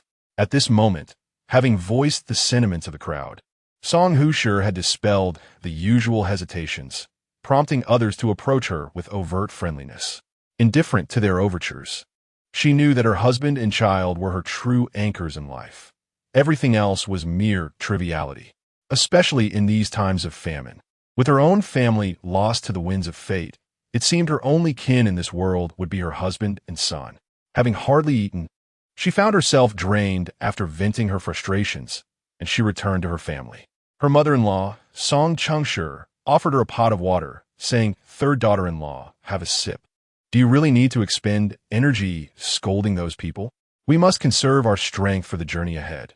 Engaging in fruitless endeavors is beneath us." Though her words seemed critical, the half-bun she held revealed her underlying concern. "Here, eat this quickly, and drink some water. The child will need a nurse soon," she urged, handing the bun to Song Hushur. "Thank you, mother. I always knew you were the best, not genuinely scolding me," Song Hushur said, beaming with flattery. Aware of her daughter-in-law's nature, Song Chungshur chose not to engage further, continuing to carry Song Hushur's child as they traveled. Her son, just over a year old and unable to walk, was at a particularly active age, making the journey quite exhausting for both the mother and grandmother. The rugged mountain paths demanded considerable strength, and as Song Hushur gazed at her mother-in-law's hunched form, a wave of warmth washed over her. With her own family absent, her mother-in-law had become like a second mother to her. Song Hushur silently vowed to honor and cherish her mother-in-law in the days to come. Looking at the bun and water bottle in her hands, she quickly swallowed the bun and took a sip of water to help it down. Without her scathing remarks to disrupt the atmosphere, the group fell into a relative quiet, save for the occasional cries of children and the rhythmic sound of footsteps on the path. Lu Yao, trailing behind with her 3 children, occasionally paused to gather herbs. Observing her bending to pluck plant from the ground, Song Zhang, driven by curiosity, tugged at her sleeve and asked, "Mother, what are you digging up? Is it edible?" Lu Yao handed him a freshly unearthed herb, explaining, "This is a medicinal plant called sanchi. It stops bleeding, reduces bruising, detoxifies, and alleviates swelling. An excellent remedy for injuries." Song Zhang examined the plant, still earthy and vibrant, before returning it to her, his face lighting up as he declared, "Mother, I'll remember this. I'll help you gather some when I see it again." Lu Yao initially believed that Song Zhang's interest was fleeting. However, to foster her child's enthusiasm, she encouraged him, saying, "That's wonderful, but have we truly memorized it so quickly? That's impressive." Song Zhang, basking in Lu Yao's praise, felt a delightful warmth within, while his elder brother, Song Zishuan, watched his younger sibling's naivety with a hint of disdain. Yet, as long as Song Zhang was happy, Song Zishuan refrained from dismantling Lu Yao's intentional embellishments. As they walked, Song Zhang kept his gaze fixed on the ground, while Lu Yao retrieved a box of milk from her supplies to feed Song Ziyu. Upon receiving the delicious drink from her mother, Song Ziyu eagerly embraced the milk carton, savoring each sip. The 250-milliliter box of milk was consumed in no time, leaving her satisfied with a contented burp. After quenching her thirst, Song Ziyu joyfully danced around, planting a big kiss on Lu Yao's cheek, which prompted Lu Yao to affectionately shower her little rice dumpling with kisses. Song Ziyu giggled, her laughter resonating among them, alleviating the journey's hardships and infusing warmth into their surroundings. Chapter 10. You know medicine too? Just as the mother and daughter were enveloped in their tender moment, they were interrupted by Song Zhang's excited voice. "Mother, look! Is this not the sanchi?" Lu Yao turned toward the sound and saw a sanchi plant standing proudly before Song Zhang. Securing Song Ziyu, Lu Yao strode over to her son, crouching down to examine the plant closely. "Indeed, you are quite astute, Zhang. Your luck is commendable to have found one so promptly. Such specimens are rare in this season." Song Zishuan jogged over, observing the green plant with 3 stems, each adorned with 7 leaves. After examining it, he inquired, "Mother, is it named sanchi because each plant possesses only 3 stems, each bearing 7 leaves?" Lu Yao cast an approving glance at Song Zishuan, recognizing his scholarly background and sharp intellect. Even before she could explain the name's origin, he had already deduced it. Lu Yao then turned to Song Zhang, saying, "Your brother is correct. This is indeed the origin of the name sanchi. It is a perennial herb, flowering from July to August and fruiting from October to November. with vibrant red blossoms. The plant before us is ripe for harvesting. As she spoke, Lu Yao found a sturdy stick nearby. One end pointed and began to dig. While excavating, she explained to her children, Sanqi, also known as pseudo-ginseng, derives its name from the resemblance of its root to that of ginseng. By the time Lu Yao had skillfully unearthed a complete Sanqi, Song Zhang held it triumphantly in his hands, elated by his discovery and his mother's commendation. Although Song Zishuan felt this was not a particularly noteworthy accomplishment, he chose not to dampen his brother's enthusiasm and offered a few half-hearted compliments. As they had spent considerable time foraging, they now saw only the tail end of the larger group.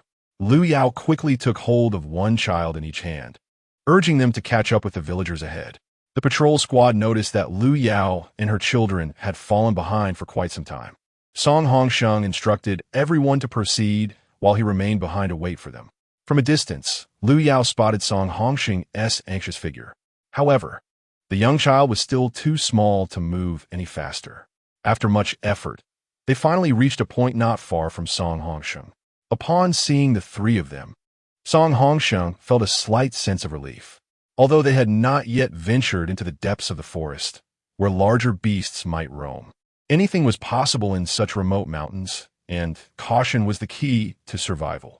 As soon as Lu Yao and her children arrived, Song Hongsheng, with a hint of urgency in his voice, asked sister-in-law, "Why are you so far behind? Is the child too tired to continue?" Song Zhang's small face glistened with beads of sweat, yet his eyes sparkled with excitement as he exclaimed, "Uncle Hongsheng, my mother is teaching us to gather herbs. Look, we just unearthed some Sanqi. This herb has the effects of promoting blood circulation, stopping bleeding, detoxifying, and reducing swelling." Song Zhang's words astonished both Song Hongsheng and Lu Yao. If Lu Yao had merely encouraged her child earlier, she was now filled with elation at Song Zhang's expression. This child is indeed a promising talent. It was remarkable that at just 4 years old, he could remember the medicinal properties after hearing them only once and articulate them so clearly. Such a feat could only be achieved by someone with a keen sensitivity to these matters. Song Zishuan, also a child, recognized his brother's impressive ability. Though he could recite the information too due to his years of reading, he acknowledged that his knowledge far surpassed that of Song Zhang.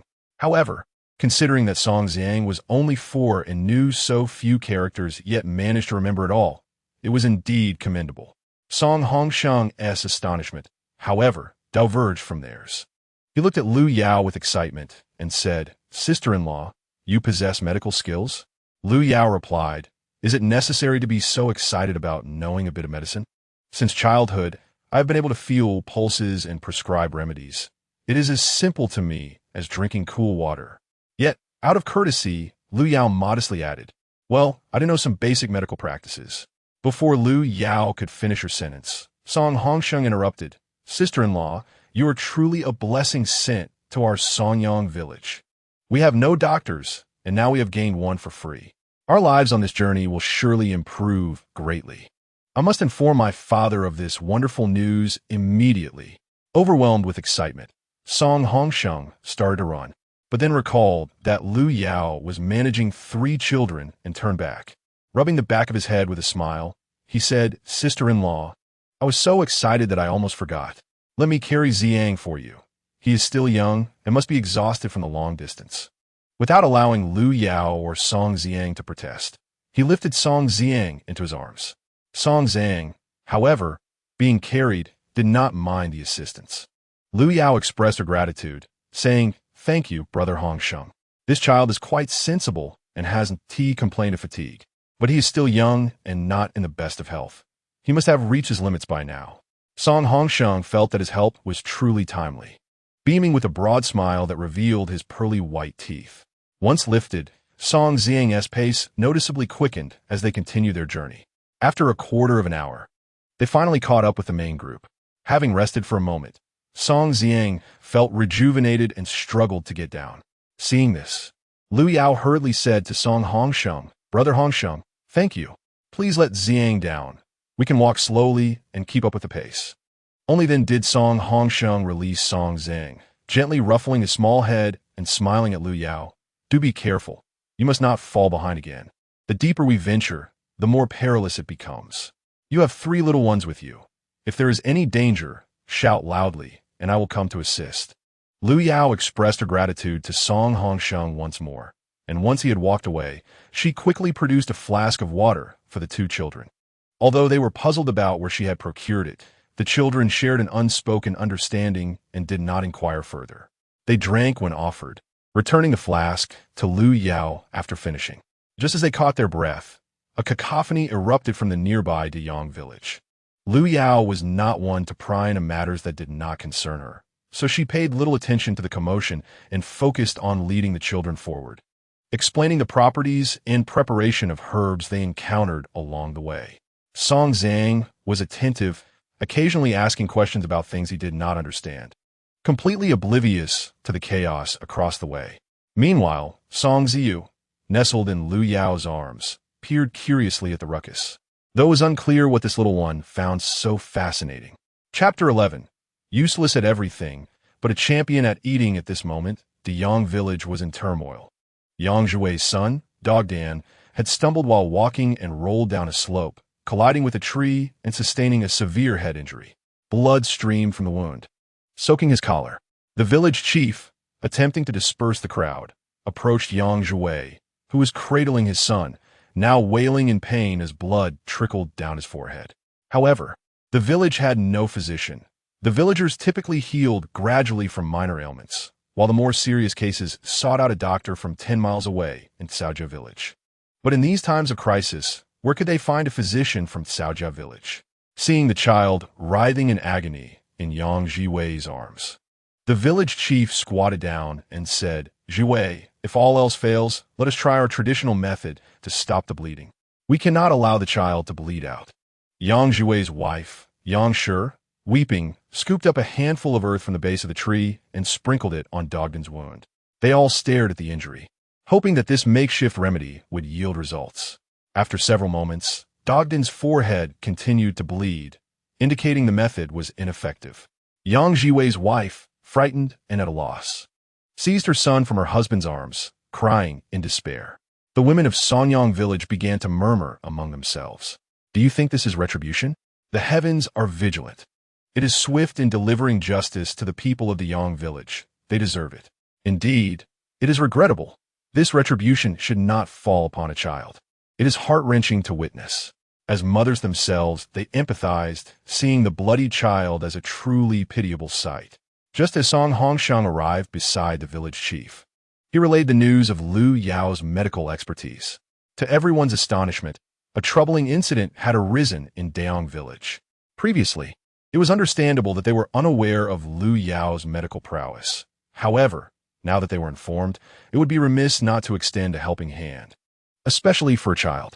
Song Hongsheng felt a pang of conscience. He turned to his father for guidance. "Father, do you think I should approach my sister-in-law?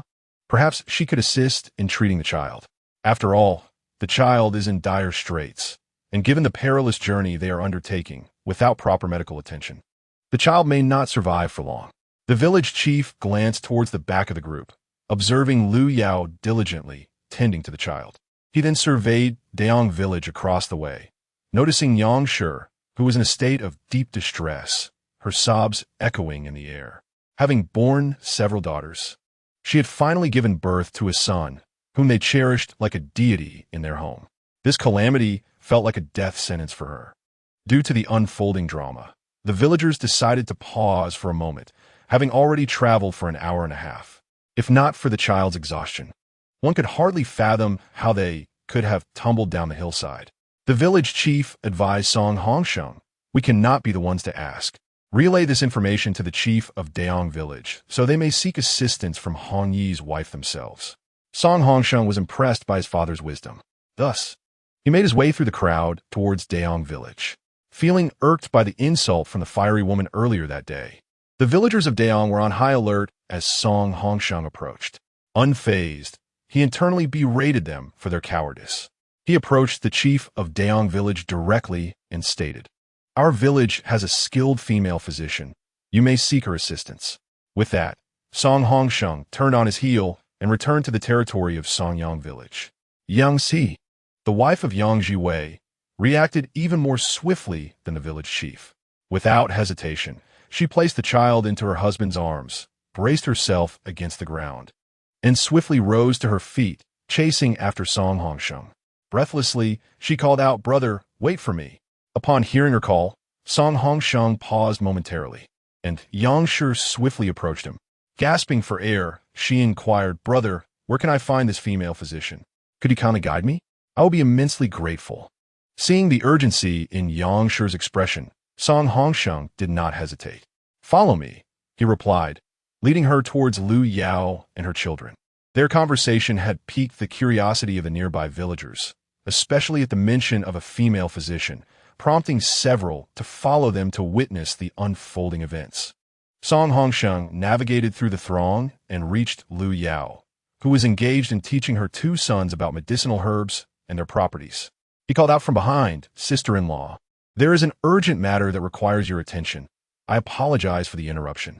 Lu Yao looked up to see Song Hongsheng approaching with a patchwork-clad woman, hurrying towards her. The crowd that had gathered to observe immediately erupted in whispers. "Isn't that Hong Yi's new wife? Could she really be the skilled physician that Hong Sheng mentioned? It appears that there are no other individuals around here. My goodness, this has turned into quite the commotion. Let us hasten back to inform our family about this matter." A few individuals, still bewildered by the situation, turned back to relay the news. Lu Yao, sharp of hearing and sight, was able to discern their conversation clearly, as they had not made any effort to lower their voices. Regarding Song Hongsheng's decision to bring a patient without her consent, Lu Yao felt no resentment. She believed that to establish authority among the throng of over 1,000 people, one must possess a skill that everyone requires. This small trial presented an excellent opportunity for Lu Yao to showcase her abilities. When Yang Shi saw Lu Yao, still quite young, a flicker of doubt crossed her mind. However, upon recalling her son's bloodied face, she knelt before Lu Yao without hesitation. She bowed her head fervently, leaving Lu Yao momentarily stunned, prompting her to exchange a glance with Song Ziyang. The perceptive young boy stepped forward to tug at the adult, saying, "Annie, you might frighten my mother like this. Please rise. If there is anything we can assist with, we will certainly help." Do not fault Lu Yao for having a child intervene. She suffered from social anxiety, preferring to take action rather than speak, though she adjusted her approach depending on the situation. Dealing with malicious individuals was a different matter altogether. Yang Si, looking down at Song Ziyang, who barely reached her thigh, awkwardly stood up, her gaze fixed on Lu Yao. Lu Yao spoke in a detached tone. "Please tell me about your child's condition. My son just tumbled down the hillside and collided with a tree, injuring his head and causing it to bleed. My rudimentary methods have yielded no results. I implore you, young healer, to save my child." Lu Yao glanced at the 3-7 they had unearthed earlier. Realizing it was just what she needed, she dusted off her hands and addressed the two boys beside her. "Zishuan, Zhang, I just explained the uses of 3-7 to you. But to become a doctor, understanding medicinal herbs is merely the first step. The true journey of a physician begins with the ability to heal patients. Would you like to accompany me to see the young boy at your aunt's home?" Song Zishuan displayed no visible emotion, merely responding with a subdued acknowledgement, while Song Ziyang exclaimed with enthusiasm, "Absolutely. Let us hurry, mother." He then took hold of Lu Yao's hand. Even Song Ziyu, bound to Lu Yao's chest, beamed with delight at her brother's excitement, revealing a charming smile filled with tiny teeth. Lu Yao kissed Song Ziyu's tender face and said, "Let us depart to attend to our lesson." Upon realizing she had inadvertently spoken her thoughts aloud, she quickly corrected herself. "Let us go to treat the patient." Song Zishuan and Song Zhang, along with Yang Shi, hurried towards the territory of Daong Village. To reach Daong Village, they needed to traverse through Sonyang Village. The individuals who had spread the word about Lu Yao's medical skills had already begun to circulate the news among the crowd. Initially, many were skeptical. Although Lu Yao was a newlywed, her reputation in the village was that of a slothful individual, as described by Granny Song. Inept in every task, yet a champion at eating. Such an image hardly aligns with that of a physician. However, when Lu Yao truly accompanied Yang Shi towards the Yang village, apprehension began to stir within the hearts of onlookers. Could it be that this daughter-in-law of Hong Yi possesses the skill to heal? Eager souls began to trail behind Lu Yao, heading to De Yong village. Upon seeing Yang Shi return with the female doctor, the villagers of De Yong quickly made way. Lu Yao held the hand of Song Xiang, with Song Zixuan trailing behind, while she cradled Song Ziyu in her arms. Their mere presence rendered those around them dim in comparison, for the family's beauty was undeniably striking. As they traveled, the journey proved arduous for everyone. Yet Lu Yao consistently kept the children spotless, their skin appearing fair and delicate. Upon reaching the side of Godan, she noted the child's complexion had turned pale, realizing that he must have lost a considerable amount of blood. Fortunately, the child had a robust constitution. Had he been typically frail, he might have already fainted. Yet, Godan remained whimpering, likely fatigued from the ordeal. Lu Yao observed the family gathered around Godan, and with her arrival, even more onlookers had gathered. Her voice rang out sharply, "Everyone disperse. Your crowding around is hindering the child's recovery." Despite the harshness of her words, the spectators hastily retreated, none daring to come closer, only watching from a distance. Once the air cleared, Lu Yao turned to Yang Jiwei and inquired, "Do you have any water?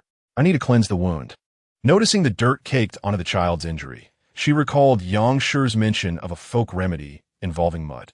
Although Lu Yao had heard of such methods, she knew not all types of earth were suitable for use, and employing such a remedy could heighten the risk of infection and fever. Yang Ziwi apiaret somohat dazed, failing to utter a word, until his wife, Yang Shi, rummaged through their tattered bundle and handed a water pouch to Lu Yao. Upon receiving the pouch, Lu Yao instructed Yang Jiwei to lay the child flat on the ground. She then retrieved a piece of white cloth from her bosom, deftly beginning to cleanse the wound. Godan cried out in pain, instinctively reaching for the injury. Lu Yao swiftly admonished him, "Do not move. Hold him still, please." Yang Zui responded promptly, securing Godan's hands above his head, while Yang Shi held down the child's legs. Lu Yao quickly finished cleaning the wound and produced freshly dug sanqi, which she carefully chewed before applying it to the injury. She then wrapped a clean gauze around the wound, relieved to see that the bleeding had ceased. The onlookers gasped in astonishment, realizing that the daughter-in-law of Hong indeed possessed medical skills, ensuring their journey would be much safer henceforth.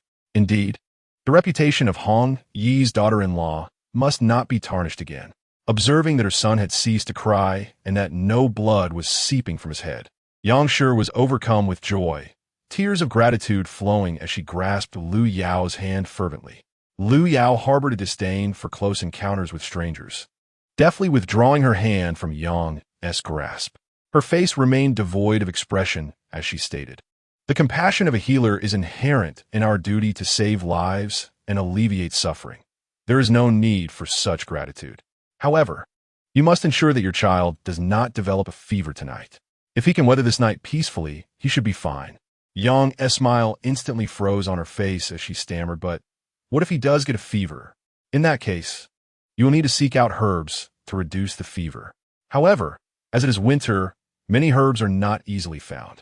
Therefore, you must frequently provide your child with warm water and ensure he does not catch a chill, while closely monitoring his condition." Yang nodded anxiously, momentarily forgetting her gratitude towards Lu Yao as she rushed to her son, cradling him tightly in her arms. Lu Yao cast a glance at Yang and suddenly comprehended the emotions of a mother. If it were her own sons, Zixian or Ziyang, who were unwell, she would undoubtedly be tormented with worry.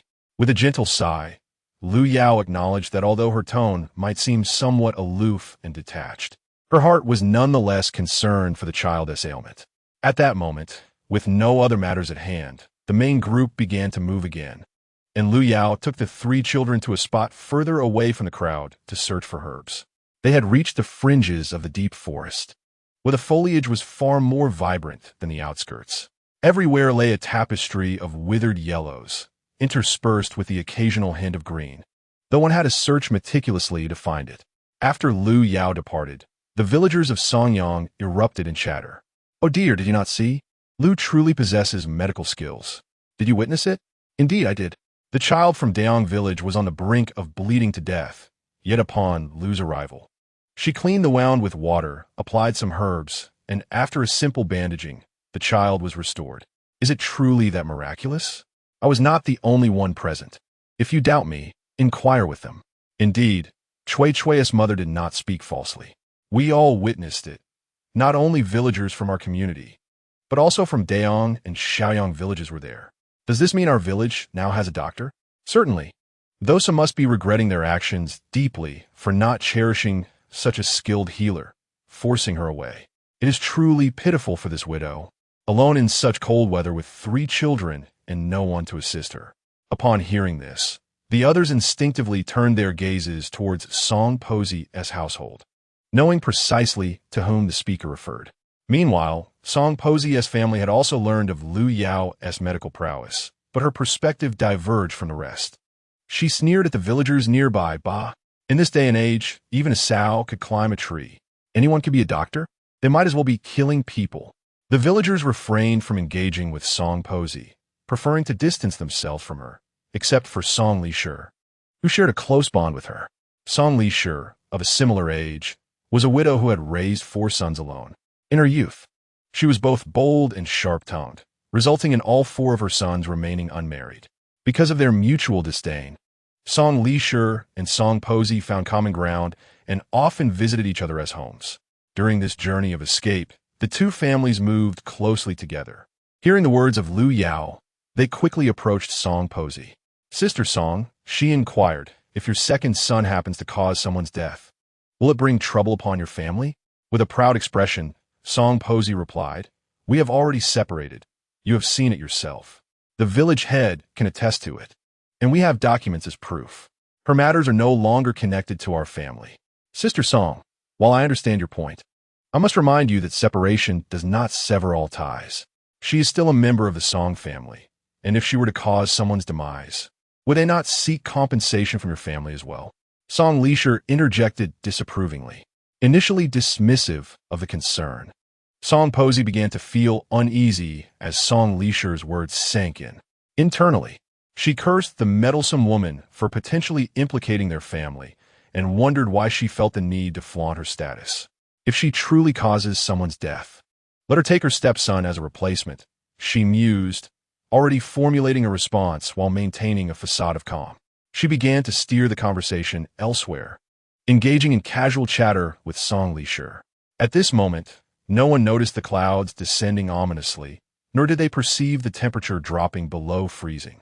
As dusk approached in the depth of winter, the onset of darkness obscured the changing weather. Chapter 13, Help. Lu Yao, accompanied by the children, sought out several commonly used herbs, diligently teaching them to identify each one. She patiently explained their properties, functions, and the symptoms they addressed. As they ventured deeper into the mountains, the trees grew taller and sturdier, while the light diminished. Recognizing the potential dangers of continuing their journey, the village head called out, let us camp here for the night. Find suitable spots to rest, but do not stray far. We have entered the depths of the mountains, where dangers abound beyond your imagination. Upon hearing the village head's announcement, everyone immediately plopped down on the ground, disregarding dirt and fatigue, gasping for breath. Some simply lay back on the thick carpet of fallen leaves. Lu Yao surveyed her surroundings. They were indeed deep in the mountains, with the soft ground littered with years of accumulated leaves and devoid of any signs of human activity. Observing the thick tree trunks entwined with vines, she found a relatively flat patch of ground. Gently, she set Song Ziyu down, laying out a cloth for her to sit on and play. She then addressed Song Zishuan and Song Xiang. You two keep an eye on your sister while I prepare a bed for you. Song Zishuan responded with a soft while Song Xiang proudly patted his chest, declaring, Mother, you can rest assured, I will watch over my sister well. Lu Yao playfully tugged at Song Xiang's adorable little face before striding toward the area with the vines. Watching her depart, Song Zishuan furrowed his brow slightly. He glanced at Song Ziyu, who was busily playing with leaves, and at the attentive Song Xiang, feeling assured that they would be safe in that spot. To Song Xiang, he said, Xiang, keep an eye on your sister while I assist our mother. Should any trouble arise, do not hesitate to call out. Your mother and I are nearby. Song Xiang, with a hint of impatience, waved his hand dismissively, and replied, "Go quickly. Look how well-behaved my sister is. Nothing will happen with so many people around." With a final glance at the villagers of Songyang village, who were not far from them, Song Ziang promptly followed in the footsteps of Lu Yao. The other villagers of Songyang village were also experiencing their first night outdoors and were unaware that the cold night could stealthily claim a life, especially in the frigid north. Consequently, many villagers took no precautions. Some merely had half a pancake and then collapsed in a slumber, believing that huddling together would provide warmth, thus neglecting to set up tents or any resting places. The inhabitants of Daong village and Shaoyang village also chose to halt for the night alongside Songyang village. After all, they had just endured a day of being pursued by marauders, and the people of Songyang village had acquired several long knives, should danger arise. They would have weapons to defend themselves. Therefore, the other two villages subtly looked to Songyang village for guidance, mirroring their actions in rest. Some families began to build fires for cooking. Even if they had little food, they felt compelled to boil some water to drink, as one cannot sleep on an empty stomach in such cold weather. Thus, while some villagers rested, others busied themselves with meal preparations. Only the sons of the Song family, led by Song Li, wandered about like ruffians, glancing at neighboring households. Wherever the four brothers roamed, the villagers remained on guard, fearful that their provisions might be snatched by this unruly quartet. The villagers' apprehension stemmed from the fact that these brothers were notorious troublemakers in Songyang village. While children their age elsewhere were already capable of contributing, these four remained lifelong bachelors, not solely due to the tarnished reputation of their mother, Song Li, which deterred matchmakers, but also because they were indolent and prone to brawling, often resorting to snatching food from the hands of village children. They were infamously known as the Four Bandits of Songyang village. At this moment, the eldest son, Song Qingyan, accompanied by his three younger brothers, aimlessly roamed the area. But the villagers shunned them, keeping their food closely guarded. Their family had scarcely any provisions, sharing a plight similar to that of Lu Yao's family, having set out with nothing but the clothes on their backs. While they could typically pilfer food from neighbors in the village, the open road offered little opportunity for thievery, and they had been hungry all day. Their mother had sent them out to scavenge for food. After their aimless wandering yielded no opportunities, they chanced upon the sight of Song Ziang and his sister not far from the crowd. The eldest, Song Qingyan, exchanged a knowing glance with his younger brothers, signaling them to look ahead. Upon receiving their brother's cue, they too noticed the two little ones, with hunger gnawing at him and his eyes reddened from deprivation. Song Qingyan felt as if he could devour an entire elephant. The second brother, Song Qinghe, was akin to a parasite residing within Qingyan's belly. He intuitively understood his elder brother's intentions. He nervously glanced around and whispered to Song Qingyan, "Brother, I have heard that the mother of these two children possesses both medical skills and martial prowess. If we were to lay hands on them, when that young woman returns, we would surely face dire consequences." Song Qingyan responded with a sharp rap on Song Qinghe's head, mocking him, "Are you foolish? Do you think we would be discovered? By the time they realize the children are missing, we would have already vanished. What could she possibly do to us? After all, they're not her biological children. What is there to fear?" Song Qinghe, the third brother, overhearing their conversation, interjected, "Second brother, that woman looks quite appealing. Given that the old Song family no longer cares for the well-being of her and her children, why not seize her and make her a wife? She is undoubtedly the most beautiful in the village." A lewd smile crept across Song Qingyan's face as he replied, "Third brother speaks wisely. I happen to be in need of a woman. Bringing her back for our enjoyment would not be a bad idea. The four of us can certainly ensure her comfort." Song Qinghe's stomach began to grumble, and he rubbed his belly, saying to Song Qingyan, "Brother, when shall we make our move? I'm so hungry that I can scarcely bear it. If this continues, we shall perish before even reaching the south." A fierce glint appeared in Song Qingyan's eyes as he instructed his brothers, "Second and fourth, you stay here to provide cover. Third, and I will approach to capture them. Let us meet in the woods over there." With that, Song Qingyan strode purposefully towards Song Ziang and Song Ziyu.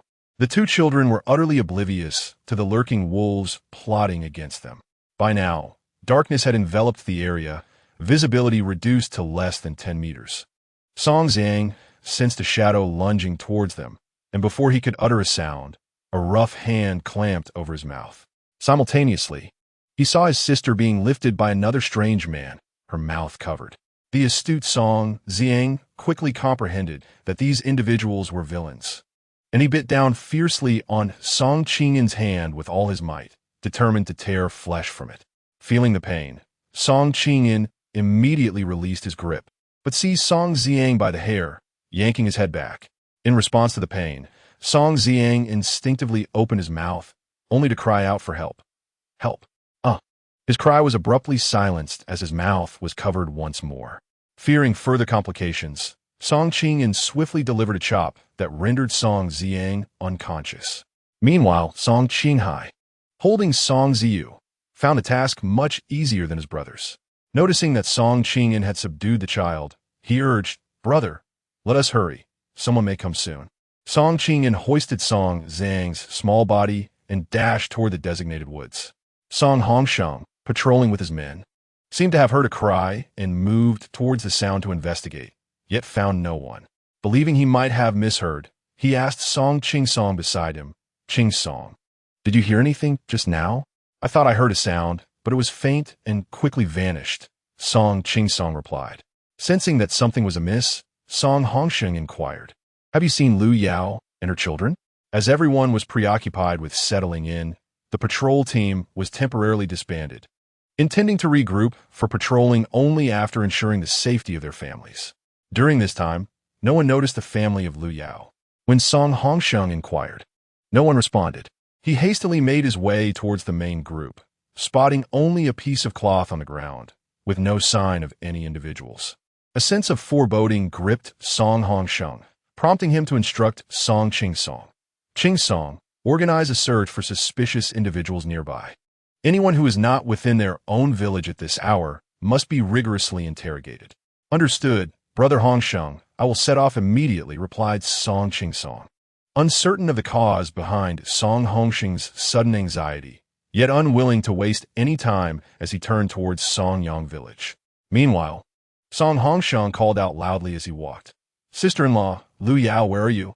Lu Yao had just finished cutting vines with Song Zishuan, and the two were laboriously dragging their load back. Upon hearing Song Hongsheng's voice, they quickened their pace. The darkness posed a challenge, causing Lu Yao to nearly stumble several times, yet she eventually caught sight of Song Hongsheng. "Brother Hongsheng, did you call for me? Is there something wrong?"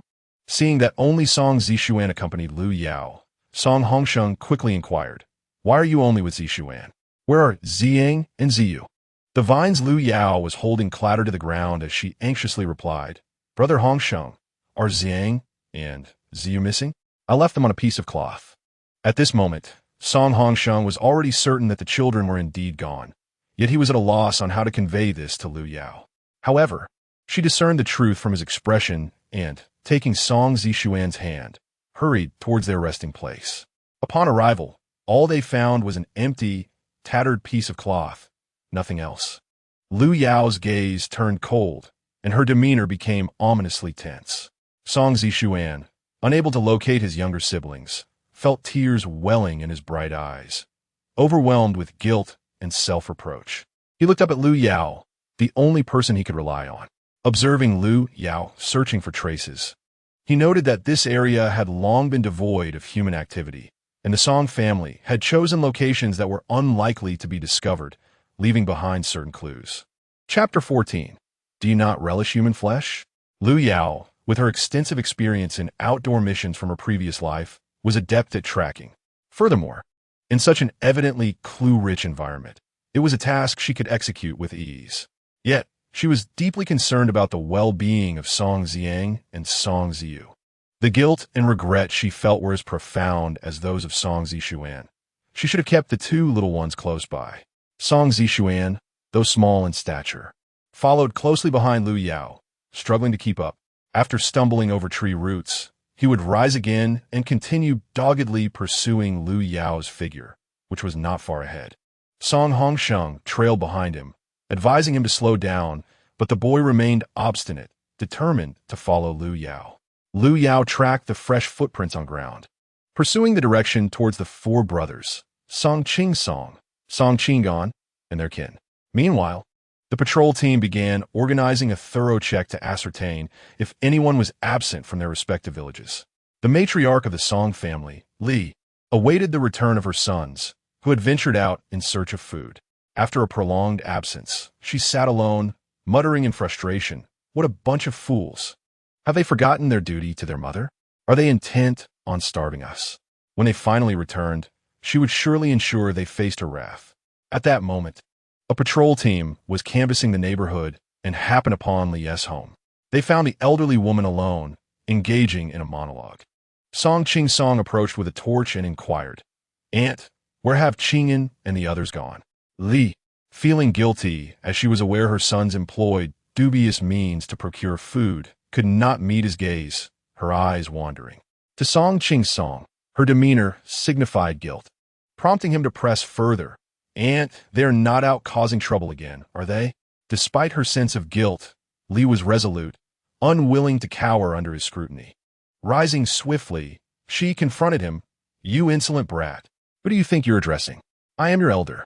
If you do not apologize to me today, I shall bring this matter before the village chief." Onlookers could no longer tolerate her antics and advised Song Ching-song, "Ignore that woman. We just saw her sons heading towards the back, and it didn't seem like they were up to any good." After thanking the villagers, Song Ching-song set off to pursue this lead, disregarding Li's futile protests, which only incensed her further, directing her fury towards those who had provided the information. As Song Ching-song continued onward, he could hear the escalating dispute behind him, yet remained undeterred until he reached the outskirts of Songyang village, where he finally acquired some valuable intel. A villager remarked, "Are you referring to those troublemakers? We saw them lurking nearby just a quarter of an hour ago, but they eventually slinked off in that direction." With clear guidance, Song Ching-song took off in pursuit. Meanwhile, the quartet from the Song family had found a semblance of safety. They set two small children down on the ground, with the eldest directing the second and fourth brothers to gather firewood. Meanwhile, Song Qing'an and Song Qinghai remained to watch over the little ones. Song Xiang was still unconscious, while Song Ziyu, frightened by Song Qinghai, could only whimper softly. Though Song Ziyu appeared pitiable and helpless, it did little to soften the hearts of the two older brothers. Song Qinghai asked, "Elder brother, which should we eat first?" Without hesitation, Song Qing'an replied, "Let us begin with the smaller one. Its meat is tender and cooks quickly.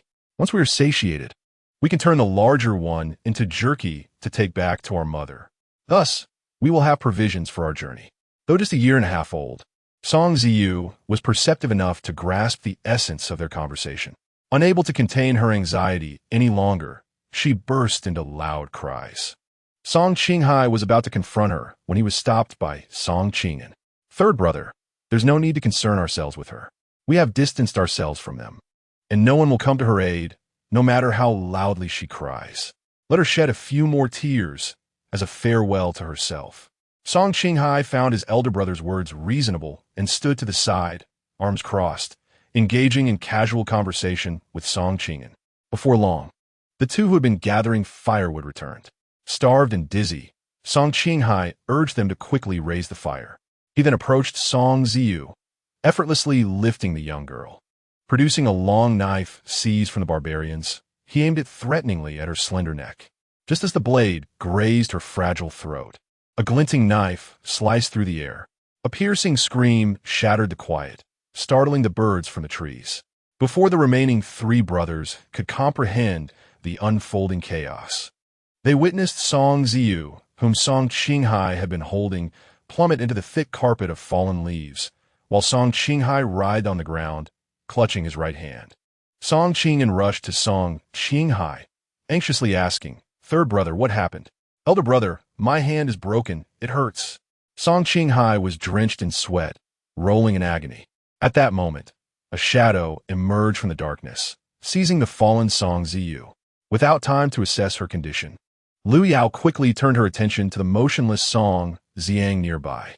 Bending over to check his pulse, she discovered he had merely fainted, his racing heart finally calming. She then felt for Song Ziyu's pulse, realizing the little girl had only been frightened. Lu Yao held her tightly in her embrace, her gaze sharp as a blade directed at the four brothers. The flickering flames reflected in her eyes, burning like two fierce fires. Yet an icy chill radiated from her that surpassed the cold of winter. Song Qingyan shielded Song Qinghai, retreating steadily while stammering, "What do you intend to do? I must warn you, do not act recklessly." With one arm cradling Song Ziyu and the other wielding scalpel, Lu Yao moved with such swiftness that before Song Qingyan could fully comprehend her actions, he felt a sudden chill in his groin, followed by a sharp pain and the unmistakable scent of blood. Clutching himself, his cries were even more pitiful than Song Qinghai's. Lu Yao continued her relentless assault, her feet gliding swiftly, echoing with the anguished screams of Song Qinghe and Song Qingyang. In the firelight, it became evident that one had lost his left ear while the other had lost his right. Lu Yao skewered the severed ears on a stick and held them over the flames. Her voice betrayed no emotion. It had sent shivers down the spines of all who heard it. You all fancy human flesh, do you not? Today, let us see if your own meat is to your liking. However, my culinary skills may be lacking. If my roasting fails, you four still have 6 ears left. That should suffice for me to practice my craft. She paused, her eyes scanning over the group, making them feel as though they were pricked by 1,000 needles. From head to toe, in that moment, they truly understood the meaning of being on edge. Continuing, Lu Yao remarked, "However, if you cannot consume your meal, I shall have no choice but to sever your tongues." Upon finishing her statement, she brandished the scalpel in her hand, which glimmered ominously in the flickering light. Song Qingyan promptly fainted, while the remaining 3 huddled together in terror, perceiving Lu Yao as a vengeful spirit from the netherworld, their eyes wide with fear and bodies trembling uncontrollably. Song Ziyu clung tightly to Lu Yao's neck, refusing to let go for even a moment, her small frame quaking, which stirred a profound sense of compassion within Lu Yao, prompting her to contemplate the fate of the 4 individuals before her. At that moment, Song Zishuan and Song Hongxing finally caught up. Upon witnessing the scene, they were momentarily taken aback. Lu Yao instructed Song Zishuan, carry Zhang, we must depart. The scent of blood permeates the air, and we cannot predict what creatures it may attract. It is prudent to leave as soon as possible. Song Hongsheng intercepted Song Zishuan, and bending down, he lifted Song Ziyang. He cast a glance at the fallen Song Qingyan and his brothers, but chose to remain silent as he followed Lu Yao. Shortly after their departure, several pairs of green eyes emerged from the depths of the forest. Chapter 15. Are those wolves? On their return journey, Lu Yao and her companions fortuitously encountered Song Qingsong, who had been searching for them. Upon seeing Lu Yao cradling Song Ziyu, with Song Zishuan at her side and Song Hongsheng carrying Song Zhang, Song Qingsong finally felt a sense of relief. Initially, when he had heard of the predicament involving the 4 brothers of the Song family, he feared the worst, knowing their reckless tendencies could lead to dire consequences. Thankfully, the 2 children were unharmed. Otherwise, the wife of Hong Yi would have surely exacted vengeance upon those responsible.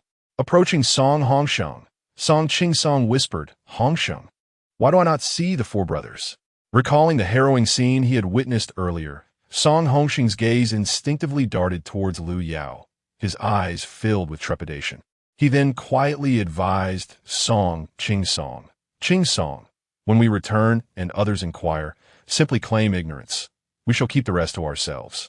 Before Song Hongsheng could finish his sentence, a chilling howl emanated from the direction they had just departed.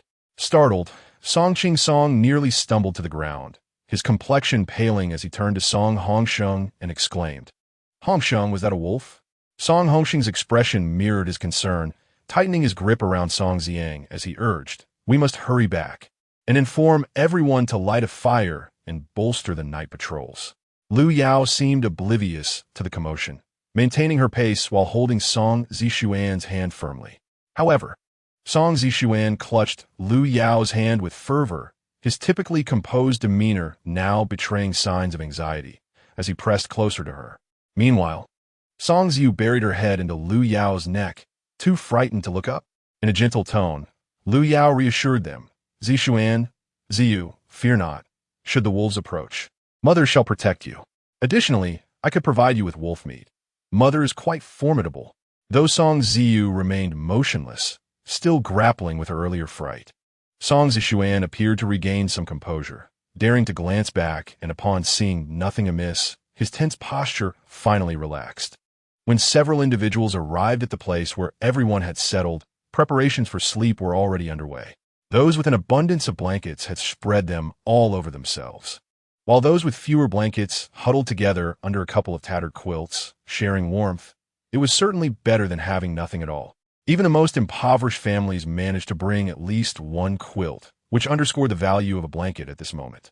Song Hongsheng escorted Lu Yao to the spot chosen by her and the others, laying Song Zhang on the cloth spread upon the ground. Standing upright, he addressed Lu Yao. "Sister-in-law, this is not a viable solution. You are well aware of how frigid the nights are up north. How can this child endure such conditions? You do not even possess a single blanket tonight." Interrupting him, Lu Yao said, "Hongsheng, could you please inquire if anyone is willing to sell their blanket? I am prepared to trade a wolf for one. Please help me spread this message among the crowd." Song Hongsheng widened his eyes in disbelief and asked, "Sister-in-law, are you suggesting?" He gestured toward the direction from which they had just come. Lu Yao, with a detached gaze, nodded as if this matter was as straightforward as eating or drinking. In a hoarse voice, Song Hongsheng cautioned, "Sister-in-law, you must reconsider. What if something were to happen to you? What will happen to these 3 children?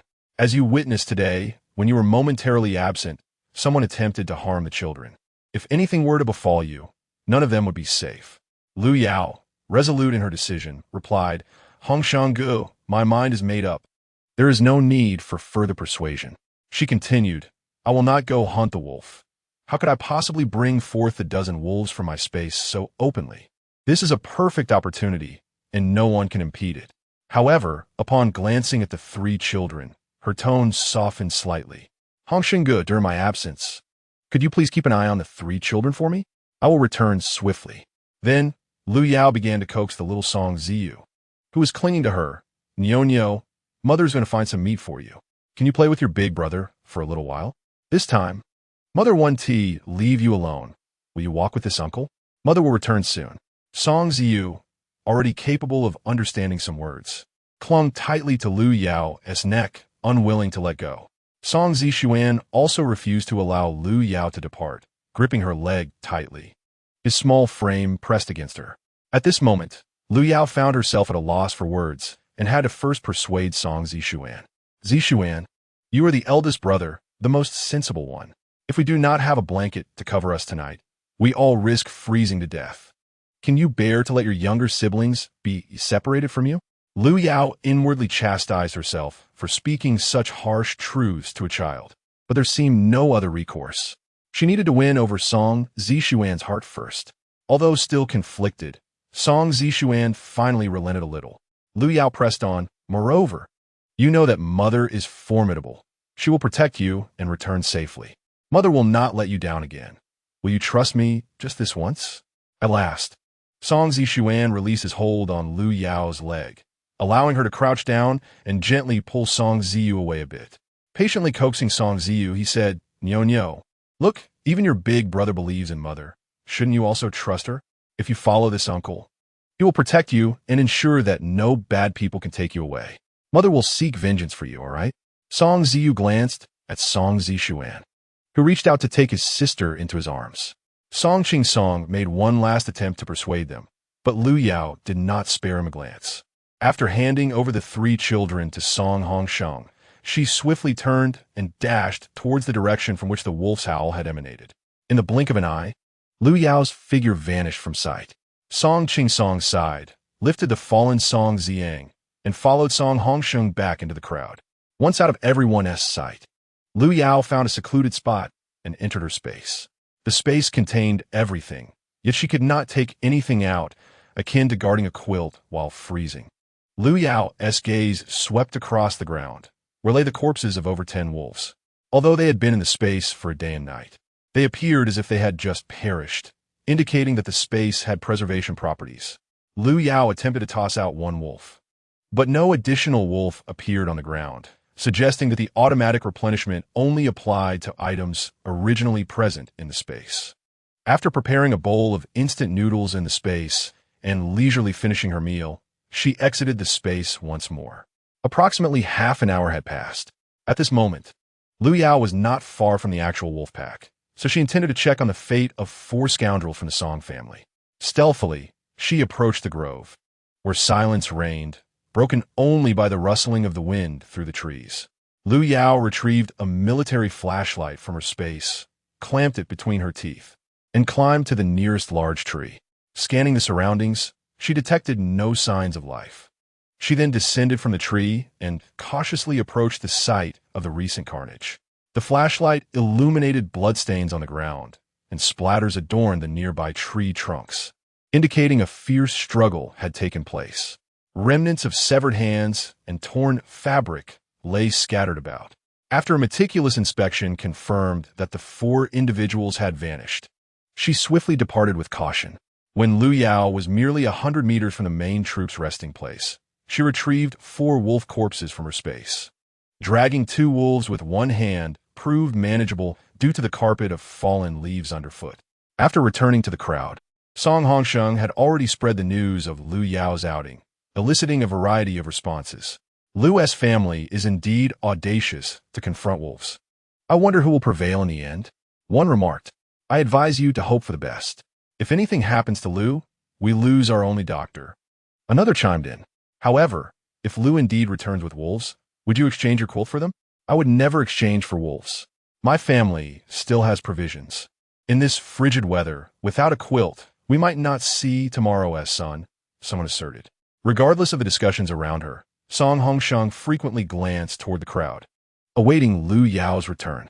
On his 30th glance, he finally spotted a frail figure dragging heavy objects toward them. Chapter 16. Grandfather Sanqing. What else could that be if not wolves? Song Hongsheng hurried a few steps and whispered, Sister-in-law, is that you? Lu Yao's cold voice drifted back. Hongsheng, it is I. As Lu Yao approached, Song Hongsheng could discern the prey she was dragging. He stood frozen, momentarily shocked. Noticing his silence, Lu Yao called again, Hongsheng, what is the matter with you? Nothing much, sister-in-law. Did you kill all these yourself? Song Hongsheng finally regained his voice. Is there anyone else here? Lu Yao responded, puzzled by the question. Have you seen the 4 brothers of Song Qingen? Song Hongsheng hesitated, unsure how to proceed, but his mind was filled with apprehension. When I went there, I saw no one. Only these wolves lurking about, and the ground was stained with blood. They must all be dead, Lu Yao replied matter-of-factly. A chill coursed through Song Hongsheng. His face turned pale, and cold sweat beaded on his back. Although those 4 had been a scourge to the village, reviled like vermin, no one had wished for their demise. Now, having met such a fate, he was troubled by how he would explain this to the Song family. Taking the 2 wolves from Lu Yao, he assisted in dragging them toward the crowd. Many villagers were still awake, waiting for Lu Yao's return after the news from Song Hongsheng.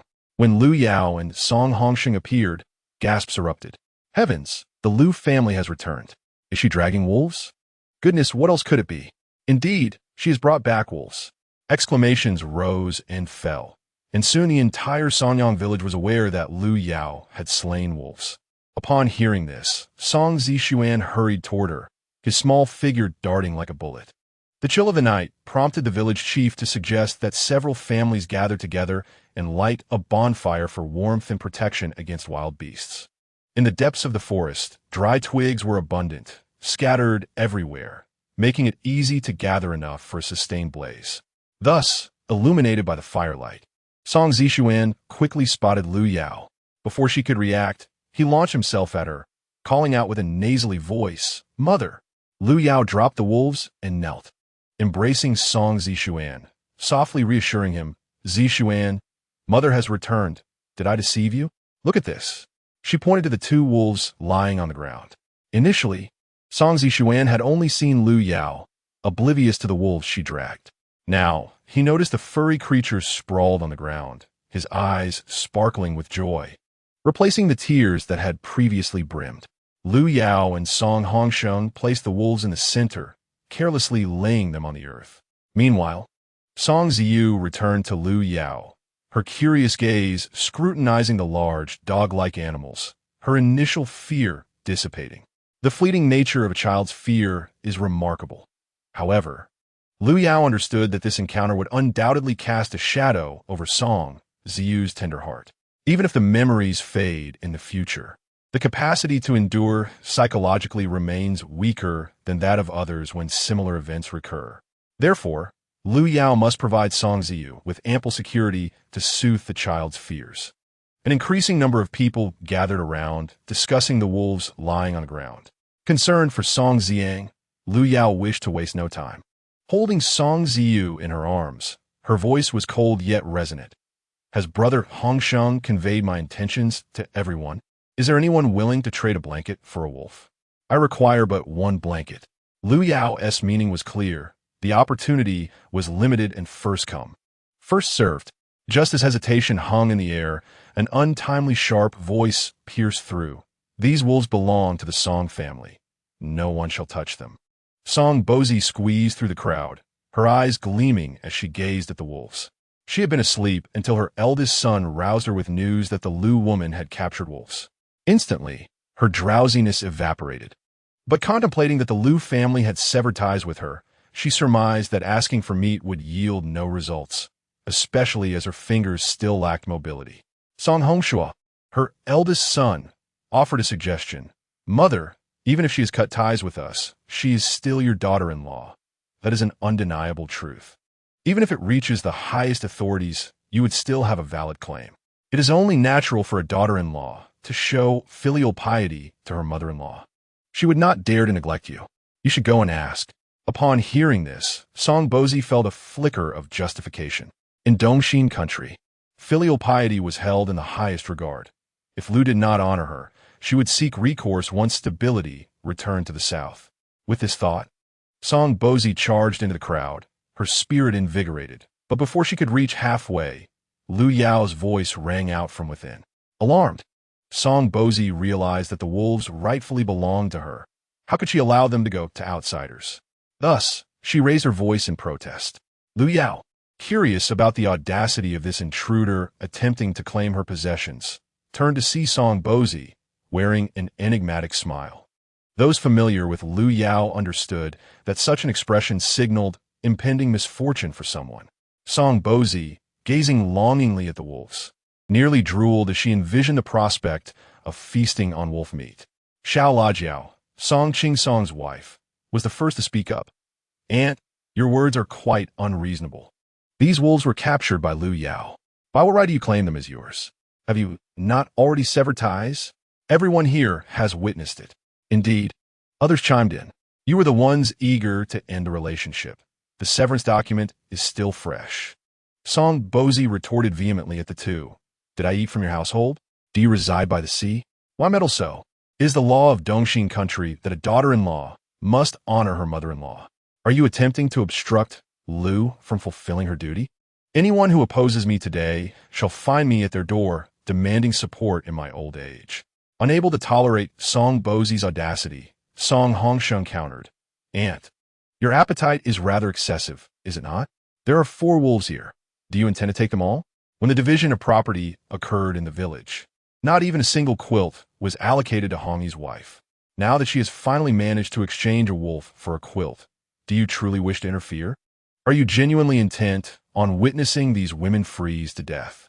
The laws of Dongxin Nation stipulate not only the obligation of filial piety towards elders, but also the expectation for elders to cherish their juniors. If the elders fail in their affection, they cannot accuse the juniors of being unfilial.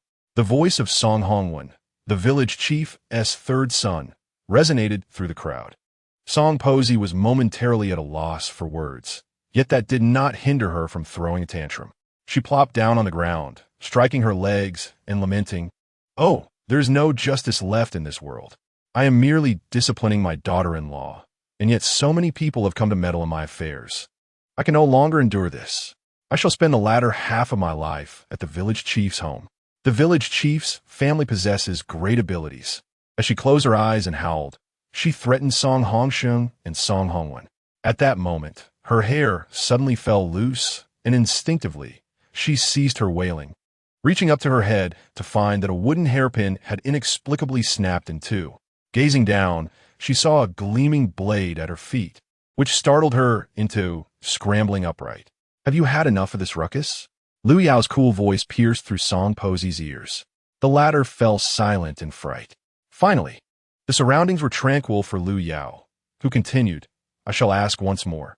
Is there anyone in Songyang village willing to exchange?" Lu Yao's patience had been entirely depleted by Song Posey, and it became evident to all that if no one was willing to trade, she would proceed to barter with individuals from other villages. At that juncture, the village chief's second son stepped forward, declaring, "I am willing to exchange. My wife possesses plenty of quilts, and we are ready to trade." Lu Yao cast a glance at Song Hongli and, with a swift motion, kicked a wolf's head, which landed neatly at Song Hongli's feet. "Take the wolf back, and ensure the quilt is delivered promptly." Lu Yao efficiently completed the transaction. She then addressed the remaining wolves, stating, "I have 3 more wolves here. I will offer one in exchange for some daily necessities. If anyone has surplus items, feel free to bring them for trade."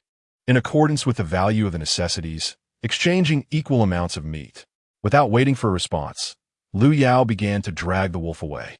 Observing her departure, Song Posey rushed forward, clutching a wolf's leg, and exclaimed, "Lu, if you do not grant me a wolf today, I shall report you once things settle down, ensuring your children will be unable to pursue their education." This threat instilled a flicker of concern in Lu Yao. While she remained unconcerned for herself, she felt compelled to consider the implications for the children as futures. Turning to Song Posey, she replied, "Very well. Do you not desire wolf meat? I can offer you half of a wolf. Should you agree, come to collect it later. If you continue your nonsense, you shall not see a single hair from a wolf." Seeing the opportunity diminish, Song Posey quickly released her grip, oblivious to the cold smile that crept onto Lu Yao's lips. Chapter 17. Who are you, and what brings you to our Songyang village? Lu Yao, dragging the remaining wolves, led the children to her chosen location. She was in no rush to skin the wolves. Her priority was to construct a bed for the children. The tattered cloth she had previously laid on the ground remained, and Lu Yao placed Song Ziyu upon it.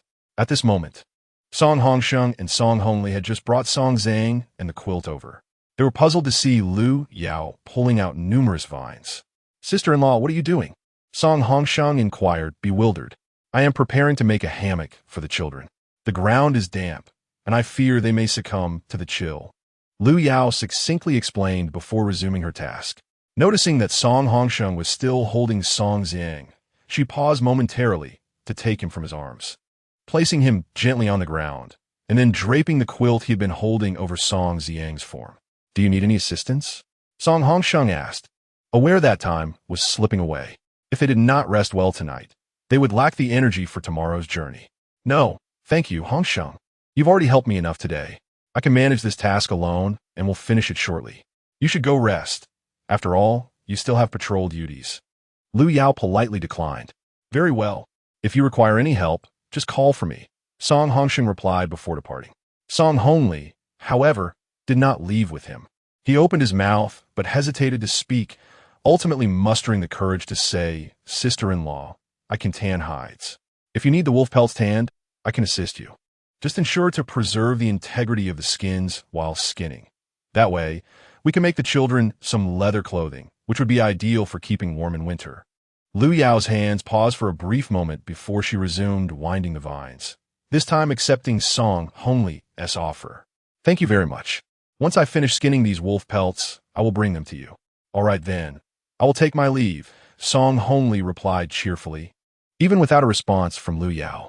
After considerable effort, Lu Yao finally fashioned a net-like hammock suspended in midair, allowing the 4 children to sleep together. She casually pulled several vines above the hammock and retrieved a military tent fabric from her space, laying it over the vines and securing the edges to the tree trunks, thus completing the basic setup. Lu Yao spread the quilt she had exchanged on the netted vines, and then fetched a down comforter from her space.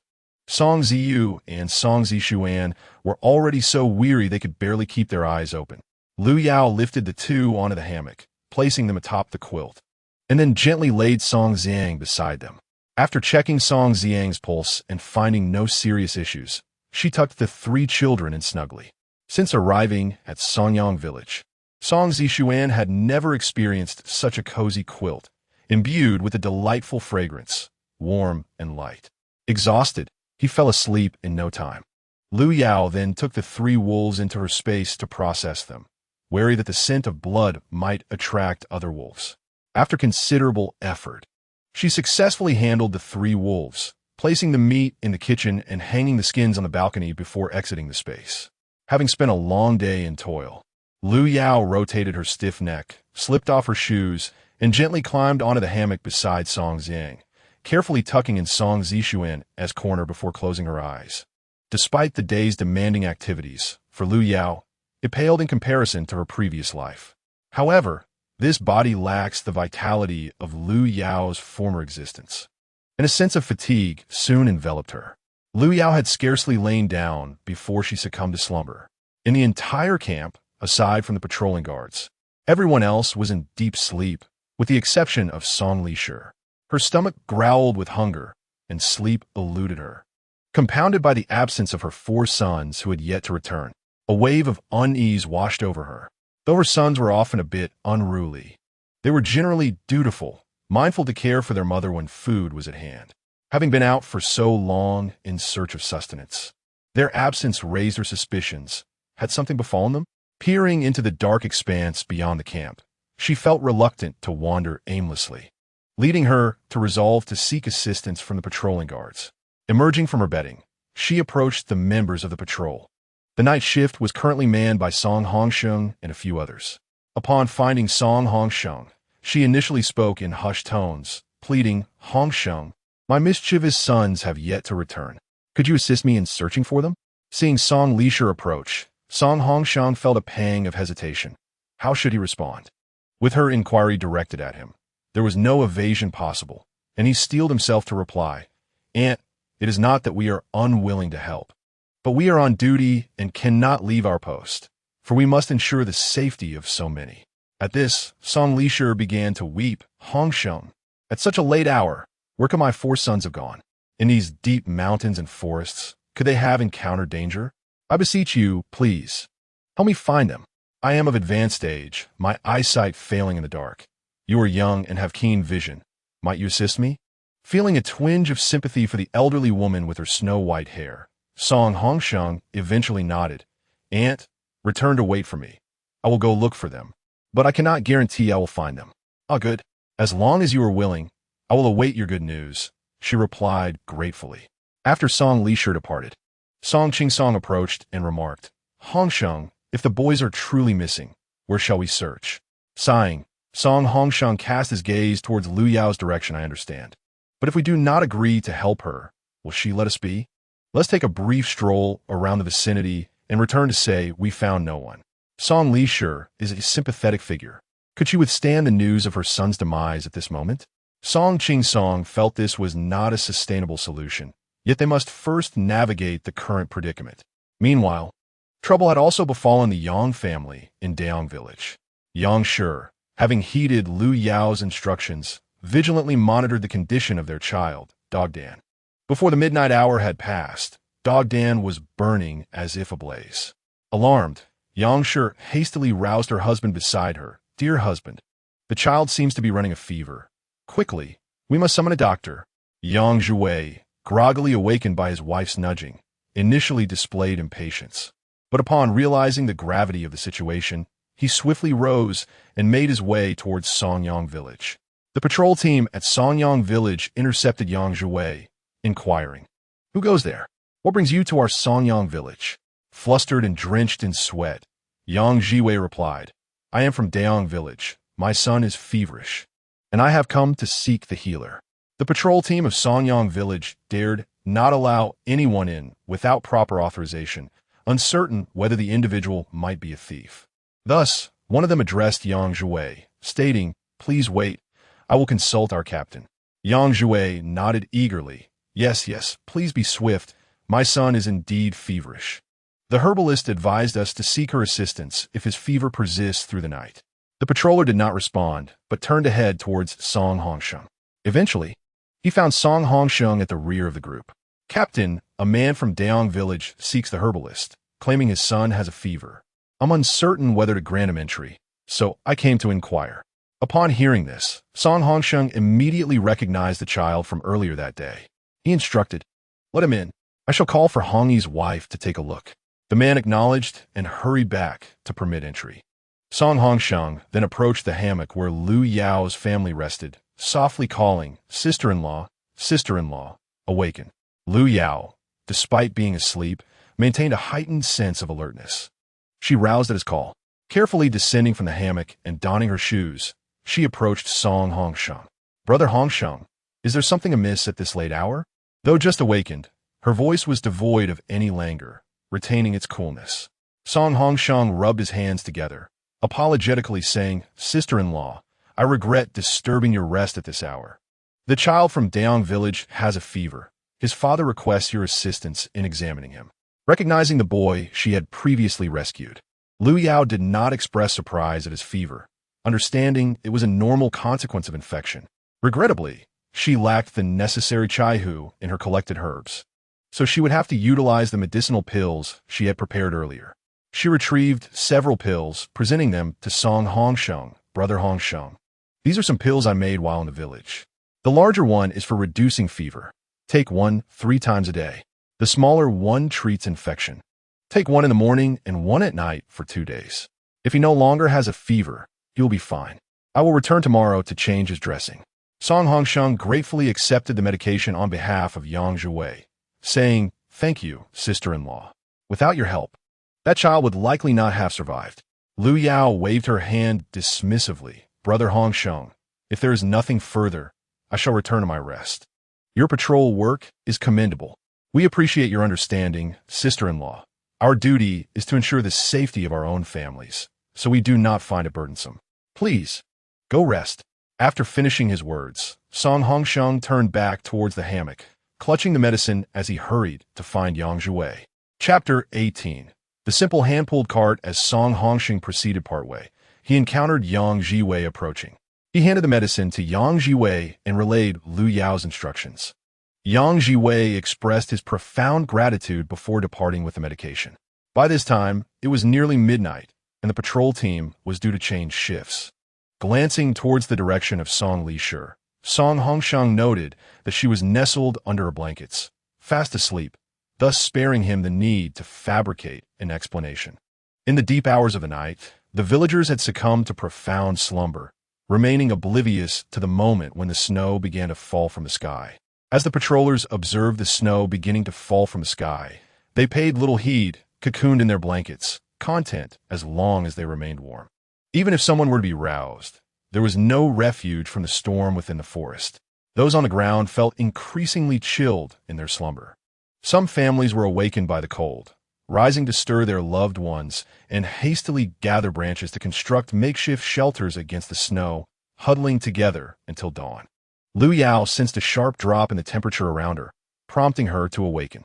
Upon opening her eyes, she beheld the snow beginning to blanket the world outside. Fortunately, a tarpaulin sheltered them from the falling flakes. However, concerned that the children might succumb to the cold, Lu Yao retrieved an additional quilt from her space to lay atop the existing one. The previously furrowed brow of Song Ziyu relaxed as she felt the warmth enveloping her. After ensuring the children were snugly covered, Lu Yao descended from her hammock, donned her shoes, and surveyed the surroundings, finding no anomalies before turning her gaze towards the camp. The snowfall was substantial. Within a mere half hour, it had already accumulated to cover their ankles, transforming the forest into a vast expanse of white, the light brightening considerably. Noticing that the campfire had extinguished and only a third of the families had constructed shelters, Lu Yao sensed impending trouble. Though she had intended to remain uninvolved, she could not quell the gnawing concern in her heart. After all, her years of education had instilled in her a sense of duty towards her country and its people. The thought of witnessing innocent souls perish from the cold filled her with guilt. Thus, she resolutely approached the patrol team. The members of the patrol were shivering, their cotton clothing soaked with snow melt, a sure recipe for illness. Lu Yao sought out the duty captain, a robust young man from her village whom she did not know. Named Yang Dajin, the eldest son of the Yang family from Sonyang village. Lu Yao addressed him with urgency. Captain, with this heavy snowfall, should you not awaken those still in slumber? Adults may endure, but the children are far more vulnerable. They could easily succumb to the cold. Young Dajin, already aware of the rumors surrounding Lu Yao and having witnessed her capabilities firsthand, felt a deep respect for her. Her warning heightened his concern, and he quickly organized a patrol to rouse those still lying in the snow. This commotion stirred the entire camp. Although they felt the chill, the weight of sleep was overwhelming. Many, with heavy eyelids, drifted back into slumber even upon realizing it was snowing, their drowsiness overshadowing any worries. Now awakened, they began to grumble. I was sleeping so soundly. Why wake me? It's not the first snowfall. Must we fuss so much? After a night of unrest, they had just begun to rest, and now they were being summoned again, with a journey awaiting them at dawn. You were assigned to patrol, not to monitor us. Why meddle? As these complaints echoed, Yang Dajin felt a surge of anger rising within him. Just as he prepared to express his frustration, a piercing cry shattered the air. Shirtu, wake up! Shirtu, look at your mother. Open your eyes and see your mother. Shirtu, ah! My stone, everyone's attention was diverted by a sudden cry, and even those who had been grumbling turned to the source of the sound. Yang Dajin, the captain of the patrol team, hurried forward to assess the situation. Andy, what has happened to Shirtu? Yang Dajin inquired anxiously. The piercing wail had come from Li Ho-Hot, Yang Dajin's aunt, who was referring to her youngest son, Shirtu, the child of her old age, whom she cherished dearly. Upon seeing her elder nephew, she seemed to have found a glimmer of hope, scrambling up from the ground and grasping Yang Dajin's arm in desperation. Nephew, please check on your brother Shirtu. He is unresponsive, and his body is cold as ice. Yang Dajin's expression tightened as he crouched down to feel Shirtu's pulse, which revealed no sign of life, and his body was as rigid as stone. Yang Dajin's face paled. Auntie, Shirtu, he has passed away. Yang Dajin could not continue. He turned away, his face etched with guilt. If only he had awakened everyone sooner. Shirtu would not have succumbed to the cold. Li Ho-Hot, in a frenzy, clutched Shirtu's lifeless body, repeatedly calling his name. Witnessing this, others rushed to awaken their children. But upon inspection, several elderly individuals and children had also succumbed to the frost, along with a few women. Chaos erupted. Those who had been complaining moments ago turned pale, relieved that their own families had escaped harm. The grievances subsided, and everyone rose from the ground to construct makeshift shelters against the biting wind and snow. Although Lu Yao felt a twinge of sorrow for the innocent lives lost, the harsh reality of their environment left her helpless. The camp was filled with cries of despair as Lu Yao turned to prepare for the following day. With temperatures so low, the snow from the previous night would surely be knee-deep by morning. To traverse such treacherous conditions, she needed to equip herself adequately, especially since she was alone with 3 children. Even though 7-year-old Song Zishuan could walk on his own, 4-year-old Song Ziang would undoubtedly need to be carried. Juggling both their belongings and the children without proper tools would render her nearly immobile. The snowfall obscured the passage of time, creating a scene of white desolation. Lu Yao wove the remaining vines from yesterday into a square mesh, measuring 1 meter in width and length. She then cut down several branches, about the thickness of a small arm, from nearby trees. Using a long knife seized from the barbarians, she fashioned the branches into smooth wooden sticks. From her supplies, she retrieved a roll of hemp rope and tightly bound the sticks together to form a rudimentary raft base. Next, she secured the woven vines atop this base. Lu Yao then fashioned thicker wooden sticks as supports, anchoring them around the newly constructed base, and diagonally tied 2 additional sticks across the top, thereby completing a simple framework. From her supplies, she produced a tarp to shield against wind and rain, cutting a piece to drape over the framework. With this, a basic hand-pulled cart was assembled. All that remained was to lay down a waterproof sheet inside, cover it with a quilt, and place the children inside to be towed along. Lu Yao completed the assembly of a simple handcart, and the sky gradually began to brighten. Snow continued to fall gently from above, and the residents of Sonyang village remained awake, their eyes wide open until dawn, fearful that their loved ones might perish in their slumber. Chapter 19. You are about to die, and there is no one to collect your remains. This agonizing and protracted first night of fleeing finally drew to a close with the arrival of dawn. The fallen snow blanketed the dry twigs on the ground, making it impossible for many to start a fire for cooking in the morning. Some resorted to eating snow directly. Lu Yao stowed the tarpaulin into her space and retrieved the wolf meat she had skinned the previous night, tossing it onto the snow before calling for the three children. Song Zishuan was the first to awaken. Upon seeing the vast expanse of white around him, he felt a moment of joy before hastily rousing his younger siblings. Seizing the opportunity, Lu Yao tucked away the top blanket into her space. One by one, the children awoke. Song Zhang, having been knocked unconscious the previous night, exclaimed in alarm, "Help!" Lu Yao gently embraced Song Ziyang from behind, soothingly saying, "Ziyang, dear, you are safe now. The bad people have been dealt with. No one will ever bully you again." Turning his head, Song Zhang recognized Lu Yao and buried himself in her embrace, voice tinged with grievance. "Mother, Zhang is not afraid, but he fears he might never see you again." Lu Yao softly patted his back until the little one calmed down. At that moment, Song Ziyu crawled over and wrapped her arms around Lu Yao's neck, her cherubic face nuzzling against Lu Yao's cheek. Lu Yao kissed Song Ziyu's smooth little face and smiled. "Quickly get up. I have made you a little cart. Today, you three can rest in the cart without having to walk." Upon hearing about the precious item, Song Ziyang sprang up like a coiled spring, but the vines beneath him were unstable, causing him to tumble back onto the soft quilt. Song Ziyu, finding it amusing, imitated her brother's jumps, though her small stature prevented her from gaining any height. Nevertheless, she laughed joyfully as she played with Song Ziyang.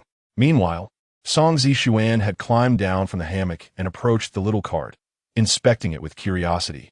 After a while, Song Ziyang, having had enough of the playful antics, decided to join him, but the thick snow on the ground caused him to sink in upon landing, prompting him to cry out in alarm. With a firm pull, Lu Yao lifted him from the snow as if uprooting a radish, placing him back in a hammock. Next, she retrieved the quilt she had exchanged with Song Hongli and laid it inside the cart. She then placed Song Ziyang and Song Ziyu into the cart, followed by Song Zishuan, and draped the down comforter over them, leaving only their little heads visible. Originally shivering from the cold due to their thin clothing, the children's faces began to regain some color. Lu Yao glanced towards the main camp and noticed everyone busily packing their belongings, oblivious to their presence. Lu Yao hurriedly took out several steamed buns and stuffed them into Song Zishuan and Song Zhang's hands, swiftly adding a handful of dried fish into the buns. She cautioned them, "You must eat secretly under the blanket. Do not let anyone discover you." The two children nodded in delight, the aroma of the dried fish tantalizing their senses. Song Ziyang could hardly contain his eagerness to take a bite, while Song Zishuan, though equally hungry, maintained his composed demeanor. The two hid beneath a blanket in the small cart, rendering them invisible to those outside.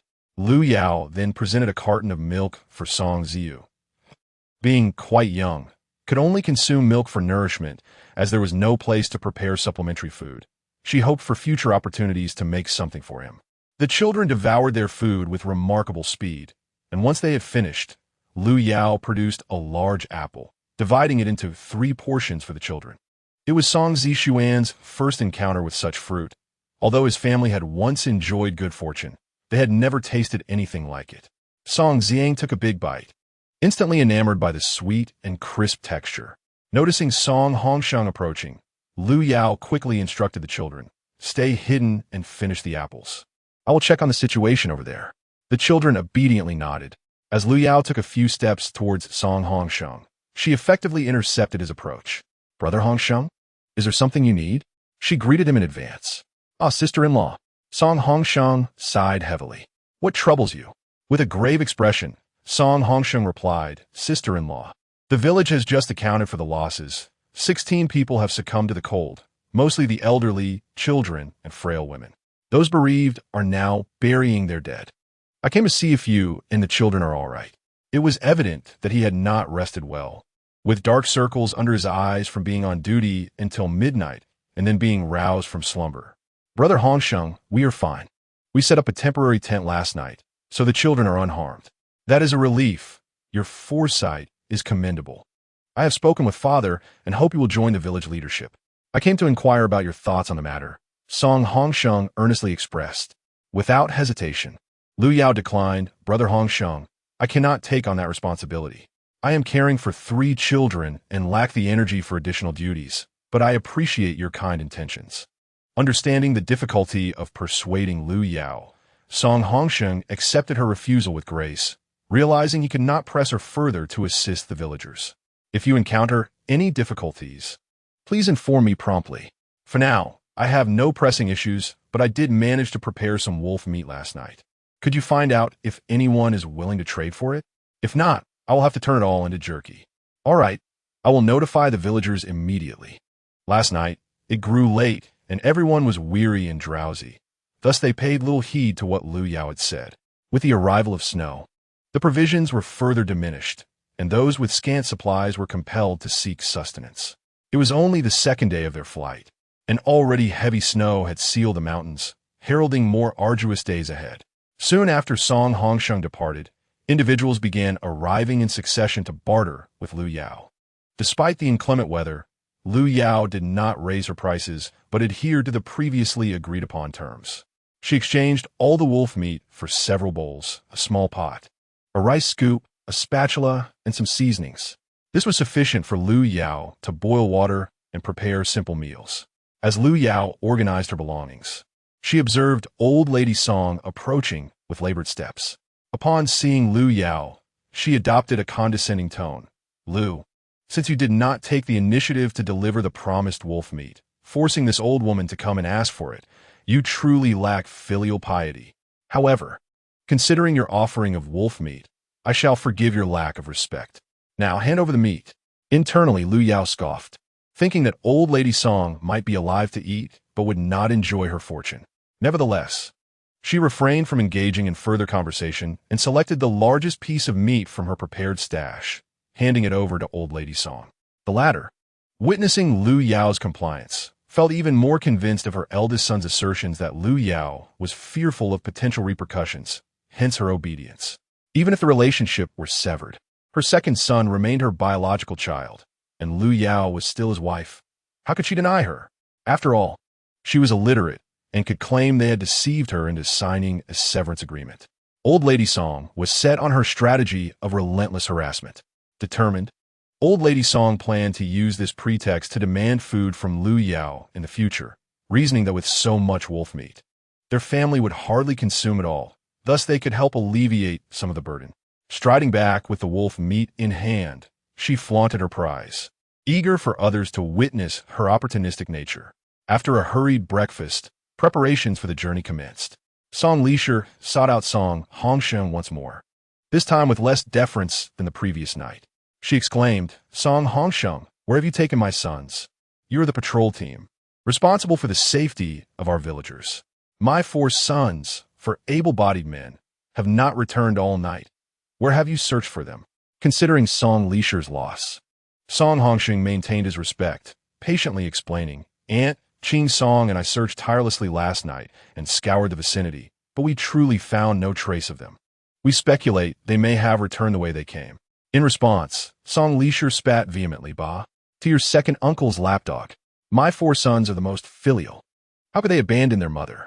If you do not provide me with an explanation today, I shall throw myself at your feet and become a vengeful spirit, ensuring your family lives in torment.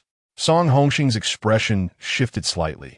As a man, he found it difficult to engage in a fruitless argument with an elderly woman. While Song Lisher could afford to throw a tantrum and be obstinate, he could not. Thus, he simply uttered, We've done our utmost. Believe it or not, if you perish, there won't even be anyone to collect your remains. With that, he turned his back and walked away. Song Lisher, infuriated, fell back in exasperation, pointing at his retreating figure and hurling curses. Chapter 20. Heroes do not question origins. Rogues do not regard age regardless of Song Lisher's antics. The main group commenced their departure. Lu Yao, pulling a small cart, trailed behind the crowd, remaining inconspicuous. A few children sat in the cart, finding the situation quite amusing. especially the siblings Song Ziyu and Song Ziang. Their laughter would occasionally ring out, with Song Ziyu carefully sandwiched between her two older brothers, her cheeks flushed and oblivious to the cold. Song Zishuan regarded Lu Yao's silhouette and inquired, "Mother, are you weary? Perhaps I should walk instead. I'm not that delicate." Without turning her head, Lu Yao replied, "If you walk, it will slow our pace. It is not that I consider you fragile. It is simply a more efficient means of travel. I know you are all sensible children, and this slight burden does not tire me at all. Just keep a watchful eye on your younger siblings." Song Zishuan found himself at a loss for words, recognizing the wisdom in Lu Yao's statement. His shorter legs would indeed hinder their speed, and he refrained from suggesting he walk. In fact, Lu Yao's ability to manage 3 children was not only efficient, but even accelerated their progress. Conversely, the people of Songyang village and the other 2 villages were far less optimistic. The inhabitants of Songyang had already struggled with a restless night, compounded by the loss of over 10 individuals to the cold, leaving everyone's spirits in a state of despair. With a heavy snowfall blocking their path, travel became increasingly arduous, and the children, unable to keep up, cried incessantly, pushing the adults to the brink of despair. The challenge of travel was merely a matter of time. The more pressing concern looming ahead was the impending food shortage. Before the snow fell, the villagers could forage for wild vegetables to stave off hunger. But the recent snowfall had buried all sustenance, severing their last thread of hope. In previous years, when famine had not struck, the snow in the northwest would last for months, with everyone hunkering down to endure winter in their homes. Although this year's snowfall arrived late, it was no less severe, leaving the villagers anxious about when they might escape the mountains. Many harbored dark thoughts, fearing they might perish in this desolate place. A sense of bleakness swiftly permeated the crowd. Someone voiced a chilling question. "Are we going to die here? We might as well have perished at home." This sentiment, echoing the fears of many, ignited a wave of quiet sobbing among the group. The sound of weeping spread like wildfire, as if a switch had been flipped. Suddenly, Song Lisher collapsed into the snow, wailing, "Heavenly Lord, open your eyes and behold our plight. My life has been fraught with hardship. I became a widow at a tender age, and after great toil, I raised 4 sons. Now in my old age, they have all abandoned me. How is a poor old woman to survive? Oh, heaven, just take my life." Although Song Li's family is often despised at this moment, they have garnered the sympathy of many. Old Lady Song, leaning on her cane, laboriously approached Song Li, offering her a pitch-black handkerchief, and said sorrowfully, "Sister, you must rise quickly. Sitting in the snow like this can lead to illness. With so many people in our village, how could they stand by and watch you starve? Your sons may be gone, but do you not have nephews?" As she spoke, Old Lady Song cast a glance towards Song Ching Song. At Old Lady Song's prompting, Song Li's mind suddenly cleared.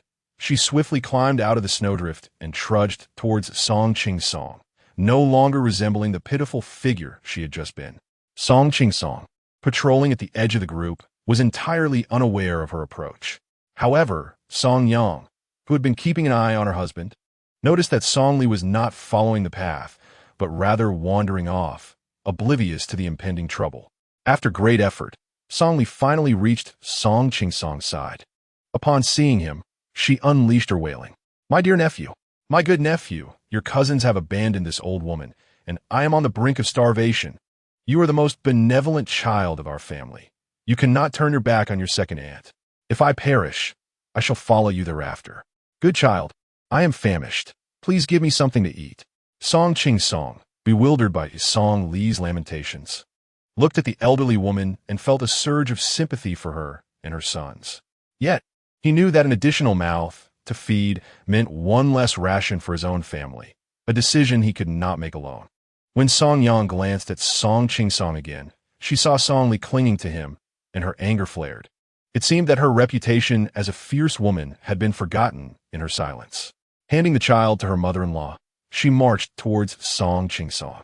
As she approached, she overheard Song Li proclaiming her intention to live with his family. With her fiery temper, Song Yang raised her voice. This is truly a case of the heroic disregarding origins and the rogue ignoring age. Tell me, why has heaven bestowed upon you such an unfortunate visage? Is it merely to repulse us? Your sons never contributed even a needle or thread while they were alive. Now that they are gone, they are saving food and accumulating virtue for the village. The entire village should be celebrating, not weeping with you. Why do you come to lament to my husband? Song Li, taken aback by Song Yang's tirade, felt her face flush with embarrassment. Though she was typically quite formidable, she found herself intimidated by Song Yang. However, if she let this opportunity slip away, she would truly be left to fend for herself, facing starvation. They had fled the famine without provisions, let alone any surplus. She had already gone 2 meals without food, and her head was spinning from hunger, leaving her too weak to argue with Song Yang. As Song Lishi's eyes darted, she abruptly fell towards Song Qingsong. Quick-witted Song Yangshi seized her, realizing that Song Lishi had resolutely decided to impose herself on their household. Determined not to allow her scheme to succeed, Song Yangshi released her grip, causing Song Lishi to collapse directly onto the snowy ground. The snow immediately formed a hollow in the shape of a body, the icy flakes splattering onto her face, nearly provoking her to spring up and curse. Yet, for the sake of her future, she restrained herself. Surprised, Song Yangshi exclaimed, "Oh dear second aunt, I truly apologize. My hand slipped, and I failed to catch you. Are you all right? Have you fainted?" While speaking, she pinched Song Lishi's philtrum vigorously, but Song Lishi refused to open her eyes. Despite Song Yangshi's relentless pinching, leaving marks of blood, her opponent remained unresponsive. Song Yangshi declared loudly, "This is dreadful. My second aunt has starved to death. Now that she has no son, only my Qingsong can assist in burying her. A nameless grave shall suffice to honor her." With that, she placed Song Lishi on the ground and began piling snow over her. Feeling that her niece-in-law genuinely intended to bury her alive, Song Lishi quickly pretended to awaken, raising her hands and feebly calling out, "Oh, my dear nephew Qingsong, did I just faint from hunger? Are you all attempting to bury me alive?" Song Qingsong. With a look of derision, Song Yangshi feigned surprise, saying, "Ah, aunt, you are not dead. I thought you had perished, as I pinched your philtrum until it bled, and you did not awaken. So, I was preparing to bury you. We cannot allow your body to be left exposed in the wild, for that would weigh heavily on our consciences." She then addressed Song Qingsong. "Your father, Hong Sheng, was looking for you to discuss something. You should go see him. I believe Anne is fine now and requires no further attention." After offering her assistance in lifting Song Lishi from the snow, she turned away, having gone 2 meals without food and feeling drained from Song Yangshi's antics. Song Lishi mustered her strength to rise with the aid of Song Yangshi's hand. Noticing that Song Lishi had given up her antics, Song Yangshi simply remarked, "I must go check on the children. Take care, aunt," and departed without a backward glance. After all her efforts yielded nothing but fatigue, Song Lishi felt increasingly discontent.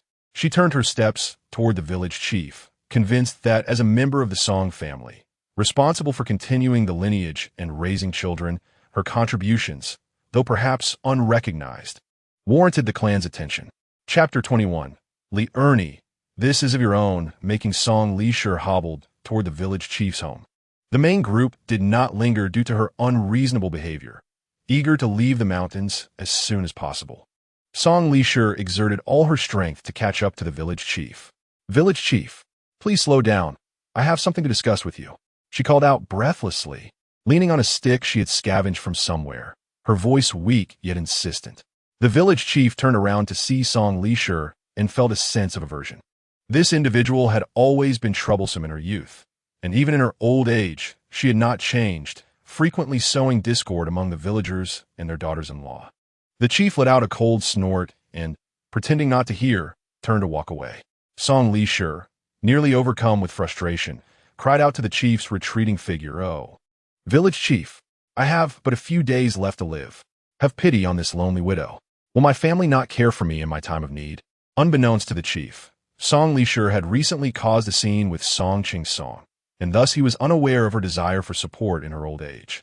However, upon hearing her words, he was puzzled but, upon reflection, deduced that her concerns likely revolved around her son. Last night, Song Hongsheng had informed the chief of the troubling affairs concerning Song Lishi's son and Lu Yao. The chief was taken aback by the depravity of Song Lishi's son, who had resorted to cannibalism, and therefore chose to ignore her. Oblivious to her son's grim fate, Song Lishi assumed he had merely abandoned her, cursing her unfilial sons in her heart without contemplating other possibilities. She hastened her steps and finally caught up with the chief's family. Before the chief, she launched into a tearful lament, her sobs nearly drowning the onlookers as she voiced her plight. "Village chief, I am now a solitary elder. I implore you to advocate for me and ensure my family cares for me in my old age. I have devoted my life to the Song family, bearing children and enduring hardships. Shouldn't my family provide for me now that my sons are no longer by my side? You must uphold justice." Accompanying the chief was Song Chingsong's family, and upon hearing this, Song Chingsong's mother interjected, "Li Ernie, the predicament you find yourself in is of your own making." Song Lishi's birth name was indeed Song Ernie, a fact known to her contemporaries but not to her children.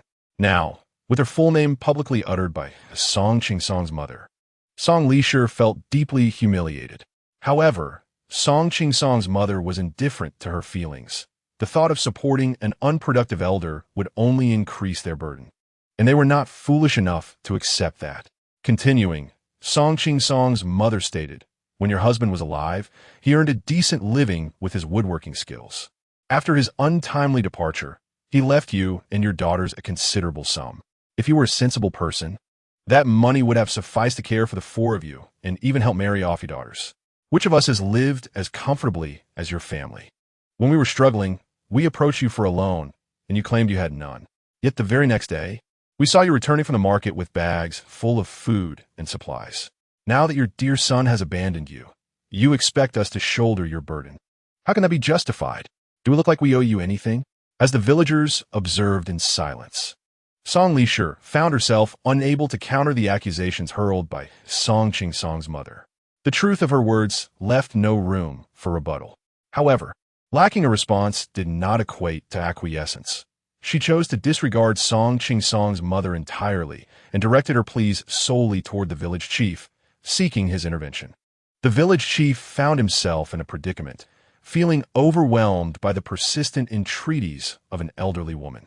Although he empathized with her plight, he understood that any resolution would require consultation with others. Such matters were beyond his sole discretion as the village chief. Presently, the villagers had enough grain to sustain them for a while, yet the harsh weather rendered travel perilous, leaving everyone uncertain as to when they might emerge from the mountains. Consequently, they were compelled to conserve their food supplies. Reluctantly, the village chief addressed Song Lishi, saying, "Please return for now. I shall discuss this with the others and inform you later."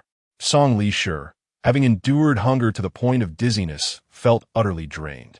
She implored the village chief, "Might you spare me some food? I have gone without 2 meals and cannot walk any longer. I still have to carry my belongings." Observing her dire condition, the village chief sighed and instructed his wife, "Could you give her one of our flatbreads?" With reluctance, his wife retrieved a flatbread made of mixed grains and wild vegetables, handing it to Song Lishi. Through her sheer audacity, Song Lishi finally secured a meal. She seized the flatbread and began devouring it voraciously. The bread was exceptionally tough, causing her to nearly choke, yet she was unwilling to discard it, struggling to swallow. Lowering her head, she scooped up a handful of snow to aid in swallowing the dry morsel. The village chief chose not to engage further with Song Lishi and proceeded onward with his family. Lu Yao, trailing behind, remained oblivious to Song Lishi's dramatic display and audacity. Even if she were aware, she would have regarded it with disdain. By this time, the group had trudged through the snow for an hour, and many children had reached their physical limits. The dangers of the snow-laden forest had increased significantly. Unseen pits posed a threat, necessitating someone to scout ahead. Song Hongsheng, leading the patrol team, signaled for everyone to rest momentarily. Upon hearing the announcement, the villagers settled directly onto the snow, some even clearing a patch for their families to sit comfortably. Song Hongsheng made his way to the rear of the group in search of Lu Yao. He was concerned that marauders might be pursuing them. The inclement weather offered no advantages, and there was no shelter to be found amidst the vast expanse of white. When Lu Yao noticed the halt, she too paused to rest. The children in the cart had unknowingly drifted into slumber, and she chose not to awaken them, allowing them to enjoy a restorative nap. She proceeded to wrap a strip of cotton around the vine to prevent it from chafing her hands. When Song Hongsheng approached, he saw Lu Yao busy fastening the strap. "Sister-in-law, how's the cart serving you? Is it practical?" Lu Yao handed him the secured vine, saying, "Brother Hongsheng, you will know once you give it a try." He accepted the strap and, eager to test its strength, pulled forward with considerable force, expecting that even with 3 children seated inside, it would bear some weight. To his surprise, he found it glided effortlessly ahead, nearly waking the slumbering children within. Song Hongsheng quickly halted, exclaiming with delight, "Sister-in-law, this method of yours is remarkably effective. Could you teach everyone how to sit this way? It would certainly expedite our progress. And even without carrying children, we could stow our luggage, alleviating the burden on ourselves." For Lu Yao, this posed no challenge, and she nodded gracefully, of course. "However, I'll only instruct a select few. Those who wish to learn can follow their lead. Naturally, I understand your preference for solitude. I shall summon a few members of the patrol team shortly," Song Hongsheng replied. After the initial excitement subsided, he recalled his purpose for being there and, not wishing to depart hastily, inquired, "Sister-in-law, do you think the barbarians will pursue us? In this snowy weather, we have no place to evade our enemies." Lu Yao responded calmly, "Brother Hongsheng, you need not worry about the pursuers. The snow has fallen perfectly, concealing our movements. Even if they enter the woods searching for us, they will likely abandon their pursuit due to disorientation. This snowfall has indeed aided us in obstructing our pursuers. However, may I inquire about our destination for this escape? Could you enlighten me on the specific route we shall take?" Upon hearing that there were no pursuing soldiers, a weight lifted from Song Hongsheng's heart, allowing him to relax somewhat. At least, the patrols would be less burdensome in the future. Regarding Lu Yao's question, he answered in detail. "Our destination is Wanning Prefecture in the southeast. It is said to be abundant in resources, a land of fish and rice where the populace lives prosperously. However, we must pass through Romping Prefecture and cross the Ningping River to reach Wanning. This route is rather lengthy, spanning over 1,000 kilometers from Liangxi Prefecture to Wanning. Traveling such a distance with families in tow could take months, raising concerns not only for our endurance but also for our provisions." Nevertheless, Lu Yao refrained from voicing her concerns, for she had her own supplies. It was prudent to avoid unnecessary involvement, especially since her understanding of others was limited to Song Hongsheng. In this uncertain situation, she would not take the initiative to assume responsibilities. As they conversed, a commotion arose from Shaoyang Village. Chapter 22. My willingness. Shaoyang Village had not established a patrol team. Villagers traveled in groups with familiar faces, leading to the emergence of various factions.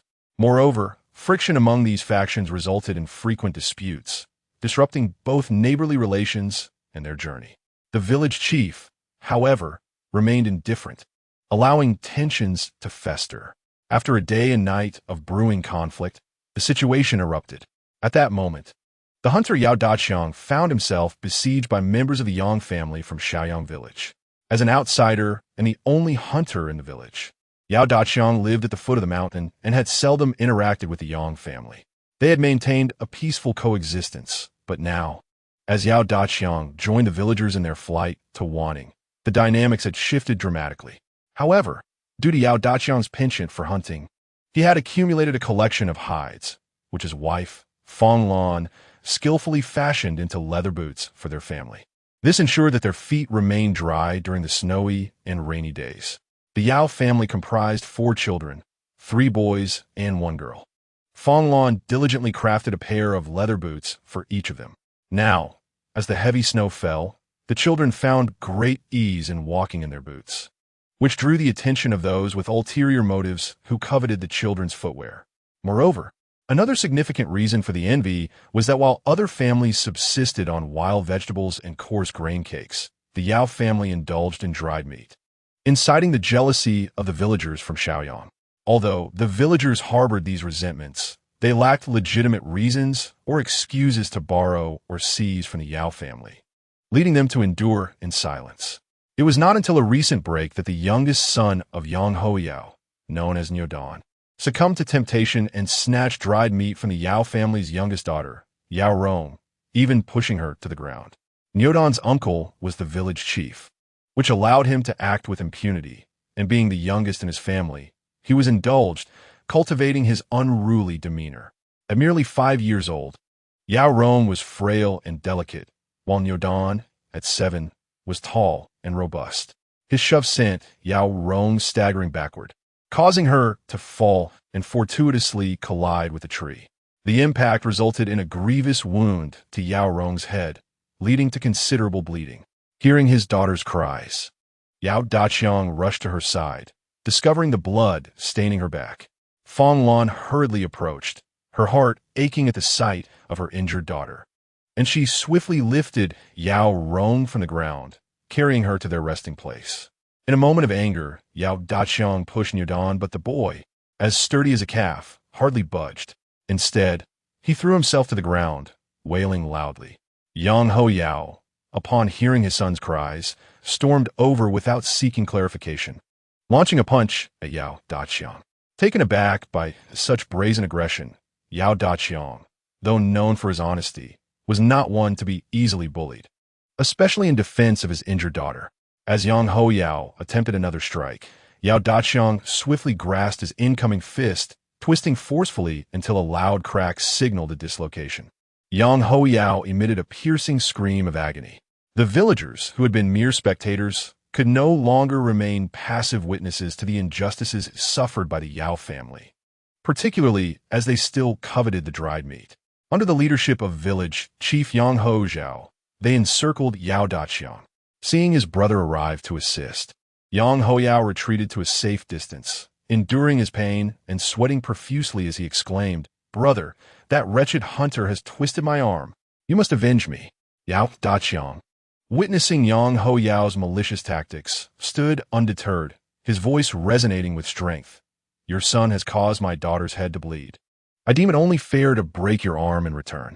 Yang Hoyao, baring his teeth, retorted, "If your daughter has injured my son, then let her do so again, and I shall not utter a word. But why should I endure the breaking of my arm?" The Yang family members echoed in agreement. "Indeed, this is an affront to our dignity. Let us demand compensation from him. Yes, we should seize his family's dried meat and skins as recompense for Hoyao's arm. Hurry back and bring forth the items, or we shall drive your family away." Yao Daqiang felt a surge of anger, his blood boiling, his eyes reddening. At that moment, his 3 sons pushed through the crowd to shield him. The eldest son, Yao Shun, addressed the village head, Yang Hozhao. "Village head, will you allow your family to bully us outsiders? What are your responsibilities? Even a child understands the need to fulfill their duties. Are you less capable than a child?" Yang Hozhao, confronted by a child pointing accusingly at him, could not maintain his composure.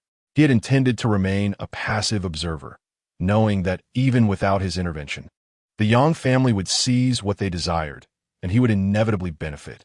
Yet being publicly humiliated by a child was intolerable. With a stern voice, Yang Hozhao declared, "A son is a reflection of his father. An unreasonable father begets an unruly son. Your family brings shame upon our village. What are you waiting for? Teach them the rules of our village today." As his words fell, the villagers, previously hesitant, received the village head's signal and began to take action. The men of Shaoyang village, numbering around 30, collectively assaulted Yao Daqiang and his sons. Yao Shun, as the eldest, clung tightly to his father, using his own body to shield Yao Daqiang from the onslaught. In desperation, Yao Daqiang unleashed a heart-wrenching scream towards the heavens. "Ah, is there no justice left in this world?" His anguished cry echoed through the mountains and forests, lingering in the air. It was then that the distant villagers of Songyang noticed the commotion. By this point, Yao Daqiang's eldest son had suffered 2 broken ribs, his youngest son's leg was fractured, and his second son bore bruises all over his face. Realizing that if the beating continued, his sons might lose their lives, Yao Daqiang, unwilling to relent, exclaimed, "We shall surrender our goods. Cease the violence. If you do not stop, I will distribute everything to the villagers of Songyang, leaving you with nothing." Yang Hoyao, who had refrained from joining the fray, was listening intently to the commotion. Upon hearing Yao Daqiang's plea, he shouted, "Stop! Do not strike any longer." The assailants, caught off guard by this sudden command, momentarily paused. "Yao Daqiang has agreed to share his family's meat with us. Let's not continue. Otherwise, he may indeed distribute it to the villagers of Songyang." Yang Hoyao hurriedly explained. "Did he actually say that? We were so close, yet we did not hear it." "How did you?" the village head questioned skeptically. Yang Hoyao exclaimed anxiously, "If you do not believe me, ask Yao Daqiang whether he uttered those words just now." Yao Daqiang gazed at his 3 sons lying on the ground, nearly lifeless, and his heart ached as he crouched down. Though his own injuries were severe, they paled in comparison to the anguish he felt. The village chief, Yang Hozhao, coldly regarded Yao Daqiang and asked, "Are you willing to compensate?" "I am willing." Yao Daqiang gritted through clenched teeth, tears cascading down his cheeks. He then attempted to lift his fallen children, but they had already lost consciousness from pain. Yang Hoyao quickly led his group toward the resting place of Yao Daqiang's family, yet he found no trace of Fong Lan. Only 2 blankets lay on the ground, along with scattered bowls and utensils. The food packages had vanished. Chapter 23. Are you the physician, madam? It turned out that Fong Lan, upon returning to the resting place with Yao Rong in her arms, discovered that her youngest daughter had fainted. Alarmed, she hurriedly carried her towards Songyang village. She had heard about a physician in Songyang village the previous day and intended to offer her family's cured meat as payment to seek help for her daughter. Thus, Fong Lan took all the food with her when she departed. Yang Hoyao, having found no food, was seething with anger as he inquired among the locals about Fong Lan's whereabouts. "Have any of you seen where the Fong family went? Wasn't her daughter injured? Is she not resting here, but instead fleeing with her daughter?" A nearby household, situated closer to the Yao family, pointed him in the direction. "We saw Fong carrying her daughter towards Songyang village, taking all the food with her. She is likely seeking the physician there to treat her daughter, and the food is presumably for the consultation fee." Upon hearing this, the Yao family was alarmed. That food had already been promised to them as payment. It was rightfully theirs, and they could not allow it to be given away. Yang Hoyao urged his elder brother, Yang Hozhao, "Brother, Yao Daqiang has already promised that food to me as medical expenses. How can we allow his wife to give it to someone else? That would be utterly unreasonable. We must retrieve our belongings at once." Yang Hozhao, upon recalling the substantial bundle of food, especially the meat, felt a twinge of desire, yet he also feared Lu Yao. Hesitating, he replied, "Second brother, should we not wait for Fong to return before acting? We cannot afford to offend the physician from Songyang village." Seeing his brother falter, Yang Hoyao felt an overwhelming urgency. With his arm broken, if they failed to retrieve the food, it would be a double loss. He could not accept such a fate. Thus, he pressed on, "What if Fong gives everything to that physician? I have heard she has no food at all, as it was all taken by her mother-in-law. And now is the time when she desperately needs sustenance." Upon hearing this, Yang Hozhao found the logic compelling. He glanced around, noticing the eager expressions of the others, and realizing their standing depended on the Yao family's influence. He resolutely declared, "Very well, we shall make a trip to Songyang village. But everything must adhere to my guidance. We must not act recklessly or offend the physician." With the village chief's consent, the group of 20 to 30 individuals set forth towards Songyang village.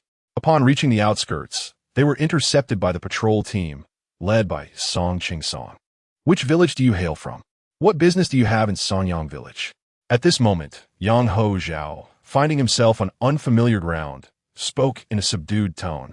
"We are from Shaoyang village. I am the village chief. We have come to seek the Fong family." Song Ching Song recalled a woman earlier carrying a girl with a head injury, claiming she needed to see a healer. Feeling sympathy for the mother and child, he had allowed them entry. However, it was surprising to see a group of men now searching for them, while he was unaware of the specifics. He had heard of a brawl occurring in Shaoyang village during his patrol. Observing that only one among the group had sustained an arm injury, it became apparent that they were the aggressors, filling him with disdain. "You cannot enter. If you're searching for someone, you may wait here." The men behind Yang Hozhao were immediately displeased. The village chief had merely cautioned against offending the healer, but had not mentioned any restrictions regarding the residents of Songyang village. A few attempted to force their way forward. With a smirk of derision, Song Ching-song unsheathed a long knife. The patrol team, already alerted to the disturbance, approached with their gleaming blades. Upon seeing the cold glint of the knife, the men from Shaoyang village quailed like quails and retreated in dismay, returning to their territory in defeat. Meanwhile, Fong Lan, accompanied by her daughter Yao Rong, frantically inquired about Lu Yao's whereabouts, hurrying towards her location with a worried expression.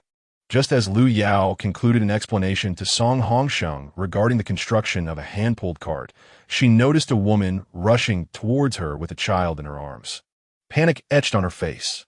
The deep snow impeded the woman's progress, causing her to stumble repeatedly. Lu Yao's keen sense detected a faint metallic scent of blood in the air. She set down the vine she had been holding and swiftly approached the woman. Having been a doctor in her previous life, tending to the injured was now an instinctive response. While others struggled through the snow, Lu Yao navigated it with ease, quickly reaching to Fong Lan. With a composed demeanor, she glanced at the child in Fong Lan's arms. Fong Lan, observing the youth of this woman, did not initially recognize her as the healer everyone spoke of. However, having come this far without encountering anyone else, it seemed the young woman before her was indeed the one they sought. Hesitantly, Fong Lan inquired, "Are you the healer?" Lu Yao coolly replied, "I am Lu Yao." With that, she took Yao Rong from Fong Lan's arms, sensing the child's unstable condition and understanding the urgency for examination. Fong Lan was left momentarily empty-handed, puzzled by Lu Yao's words. At that moment, Song Hongsheng interjected to clarify. What she means is that her name is Lu Yao, and she is the healer of Songyang village. You have not mistaken her. A sigh of relief escaped Fong Lan as she hurried to follow Lu Yao onward. The three children in the small vehicle had awoken and were curiously gazing outside. Upon noticing Lu Yao cradling a girl, Song Zishuan hastily climbed out of the car, his short legs struggling to carry him to Lu Yao's side. "Mother, do you need assistance?" he inquired, observing that Lu Yao was unable to free her hands. Lu Yao, maintaining a swift yet composed tone, replied, "I need hot water and a piece of cloth to lay on the ground. Can you manage that?" For Song Zishuan, boiling water might pose a challenge, as there were no dry twigs available to start a fire. However, laying down a cloth was a simple task. He nodded and returned to his little vehicle, pulling out the tattered cloth. Song Zhang, seeing this, attempted to join him, but was halted by Song Zishuan's admonition. "Zhang, stay inside with your sister. I can assist, mother. You can help later. For now, watching over your sister is a contribution as well." Though Song Ziyang pouted, he complied and remained in the vehicle. When Song Zishuan returned with the rag, Song Hongsheng had already cleared a small space.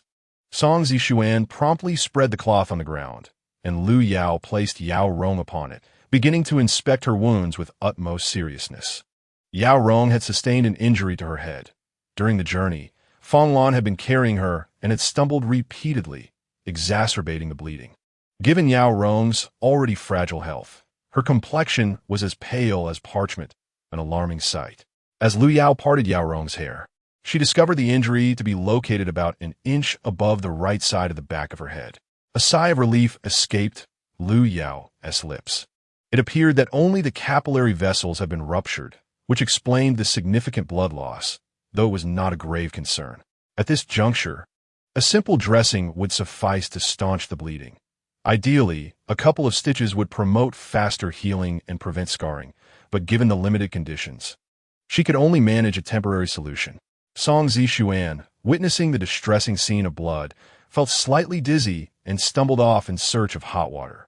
Observing that a child unfamiliar with the villagers might struggle to find anyone willing to provide hot water, Song Hongsheng followed closely behind him, hoping to discover a household that had prepared some.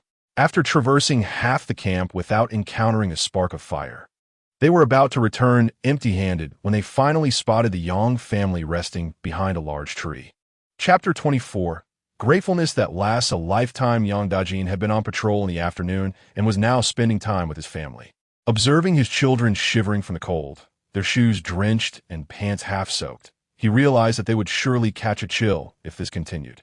Therefore, Yang Dajin took a machete from his home and collected some dry branches from nearby dead trees, laboring for quite some time before successfully igniting a small fire. He retrieved a pot from his home, fashioned a support for it with branches, and filled it with snow to melt. Just as Song Hongsheng and Song Zishuan arrived, they witnessed the Yang family sharing hot water. Song Hongsheng explained his purpose to Yang Dajin. Brother Dajin, Dr. Lu has taken a patient, a little girl who has suffered severe injuries. She urgently needs hot water. Could you assist us? As he spoke, he glanced at the steaming pot. Yang Dajin, known for his generous nature, responded without hesitation, "Oh, this is no trouble at all. I shall fetch you a bowl of hot water immediately." He then crouched down to fill a bowl and handed it to Song Hongsheng. As Song Hongsheng began to express his gratitude, Yang Dajin interrupted him. "Hurry and take it. Saving lives is paramount. Just return the bowl to me later." With a smile, Song Hongsheng accepted the bowl and departed. Meanwhile, Song Zishuan bowed respectfully to Yang Dajin, prompting Yang Dajin to quickly pull him up. "You, child, we do not adhere to such formalities in our village. Do not bow so deeply in the future." Song Zishuan, with a serious expression, replied, "As the ancient saying goes, a kindness received should be remembered for a lifetime. Even for a grain of rice, one should acknowledge the benefactor's grace. I extend my sincere thanks to Uncle Dajin once more." Although Song Zishuan was unfamiliar with Yang Dajin, he deduced from Song Hongsheng's address that this was indeed the gentleman's name. Yang Dajin waved his hand dismissively. "No need for such courtesy. Return to your mother now, all right?" Steadily, Song Zishuan made his way over to Lu Yao. After his departure, Yang Dajin remarked to his wife, "This child of Dr. Lu's is truly remarkable. Even his expressions of gratitude are eloquent. It seems we should cultivate a closer relationship with Dr. Lu's family. Look how quickly she has imparted such manners to her children." Yang Dajin's wife nodded in silent agreement.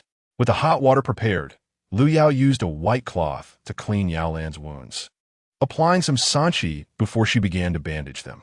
Fong Lan observed Lu Yao's adept bandaging technique with utmost admiration. She had seen other doctors dress wounds, but none could match Lu Yao's efficiency. Lu Yao finished with a beautiful bow, resembling a white butterfly adorning a headpiece. However, dressing the external wounds was merely the first step. Lu Yao then placed her hand on Yao Rong's pulse, sensing that the girl must be afflicted with other ailments. Otherwise, after losing such a small amount of blood, her complexion would not be so poor.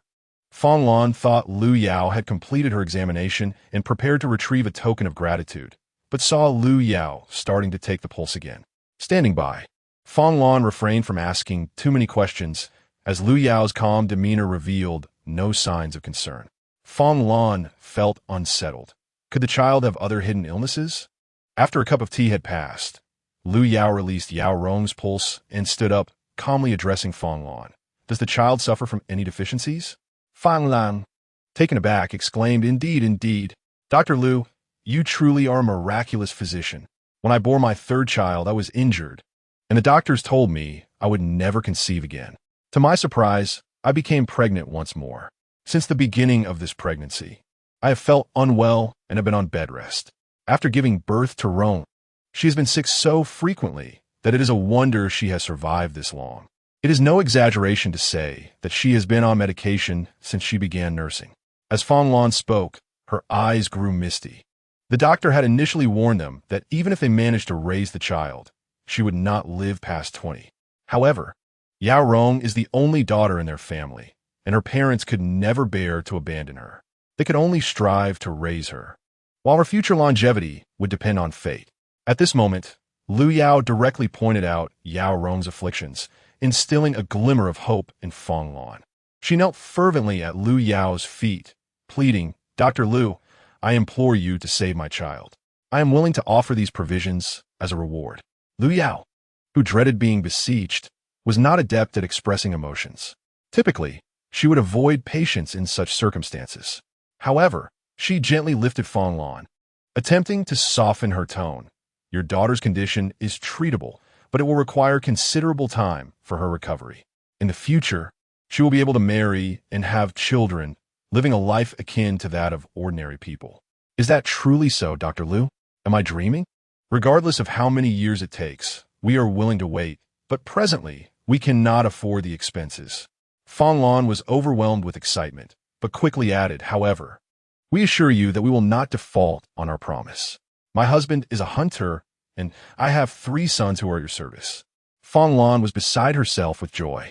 Lu Yao chose not to mention the issue of compensation, fully aware of the hardships faced by many families during this peculiar time. If she prioritized remuneration, countless individuals would be unable to afford treatment, yet refusing compensation would portray her as overly benevolent. Over time, others might come to expect her assistance as a matter of course.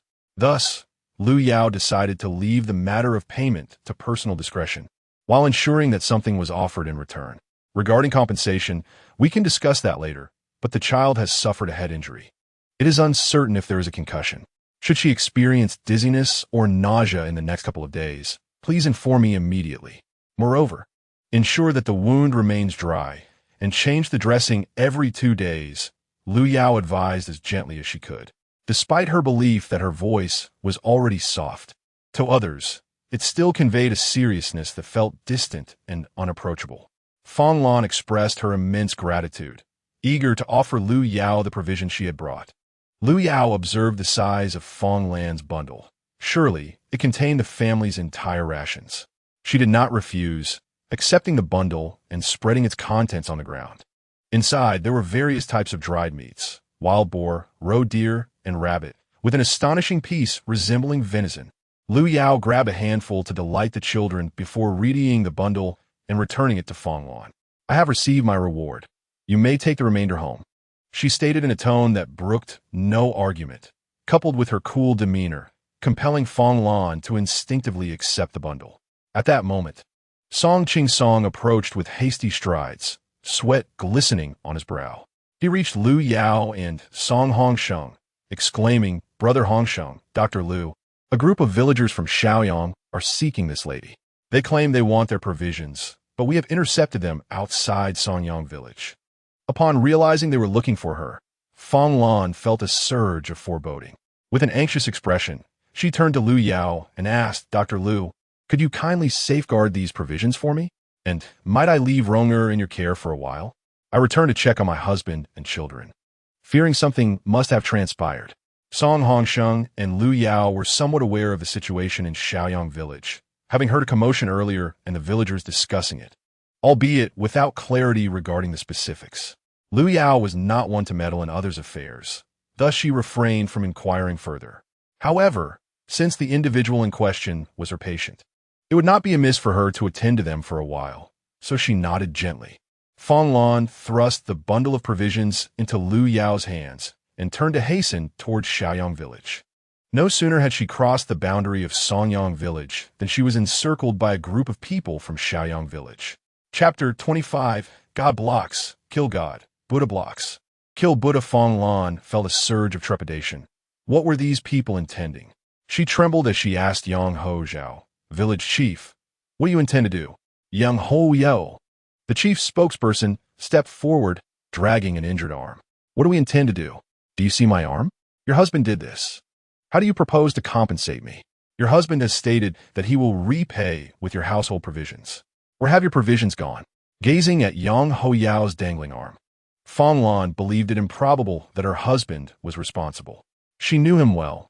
Although he possessed some skills, he was not reckless. There must be more to this matter than she understood. With her thoughts in disarray, Fong Lan pushed her way through the crowd, desperate to discover what had truly occurred. Yet, those who sought the provisions were unwilling to let her pass. Yang Ho Yao's grotesque visage loomed before her as he barked. Unless you present the provisions to compensate me today, you shall not leave. Fong Lan's eyes blazed with fury, a torrent of anger swirling within her. Yet she found no outlet for her frustration. She felt utterly powerless, surrounded by onlookers who merely watched the spectacle unfold. Why should I trust your words? Fong Lan Zito Angvili. I must see my husband first. How do I know that your arm is not a result of your own clumsiness? Would she now lay at my family's feet? Though she was infuriated, her mind remained clear. In fact, she felt more lucid than ever. Yang Ho Yao shoved her with his good arm, declaring, very well, If you do not believe me, let us seek your husband for a confrontation. But do not attempt to deny it later." The village chief shook his head, bemused by his brother's folly. He had unwittingly walked into a trap. The chief interjected at an opportune moment. "Fong, where are your provisions? Unless you clarify the whereabouts of your household provisions today, we will not allow you to leave."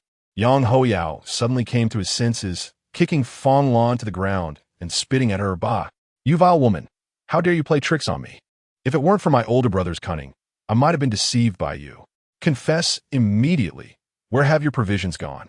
Fong Lan was in a state of desperate anxiety. Having been forcefully knocked down, her body was surely bruised and battered. Yet, she found herself at a loss, as this group was resolute in their pursuit of the provisions. Fong Lan lowered her head, a glimmer of hatred flashing in her eyes. With deep animosity, she declared, "The food has already been offered as compensation to Dr. Liu. My daughter is injured, and without silver, I can only settle my debts with provisions." Gradually lifting her head, a surge of satisfaction welled up within her, and a fierce smile graced her lips. "Thus, you shall not procure even a morsel for my household. Even if I were to throw all that food to the dogs, I would not part with a single grain for you. If you dare, come and kill me." As she reached the climax of her outburst, her voice erupted from her depths, releasing the pent-up frustration within her, a near-manic catharsis. This frenzy left those around her utterly stunned. Young Ho Yo, retreating while pointing at Fong Lan, exclaimed, "This woman has gone mad, truly mad." At that moment, Fong Lan, having resolved to fight back, charged into the crowd, ready to bite anyone who dared to obstruct her. For a time, the crowd found themselves powerless against her. As the old adage goes, the coward fears the reckless, and the reckless fear the desperate. Ultimately, Fong Lan broke through. Meanwhile, Liu Yao had dispatched someone through Song Hongsheng to investigate the events occurring in Shaoyang village. Though she typically remained indifferent to others' affairs, this matter had drawn her into its web, compelling her to ascertain the details and prepare accordingly. Since Fong Lan had surrendered their food to her, albeit unwillingly, she could not disassociate herself from the situation. Song Hongsheng, equally curious about the happenings in Shaoyang village, sent a member of the patrol team to gather information. After a quarter of an hour, the informant returned, recounting the events that had transpired in full detail to Liu Yao and Song Hongsheng. Liu Yao had encountered shamelessness before, but she had never witnessed such despicable behavior. Casting a glance at the prostrate Yao Rong, a pang of compassion surged within her. "Poor child," she thought, "because of you, your family has suffered grave injuries. I wonder if your tender heart can bear such knowledge." However, this conflict belonged to Shaoyang village, and she had no authority to intervene, unless Liu Yao's mind raced to devise a plan to rescue this unfortunate family. The 4 members of the Yao family were gravely injured and urgently required medical attention. Their hopes now rested upon the Fong family. If the Fong family sought her aid, she would be justified in bringing them to the safety of Songyang village, thus providing temporary refuge for this family.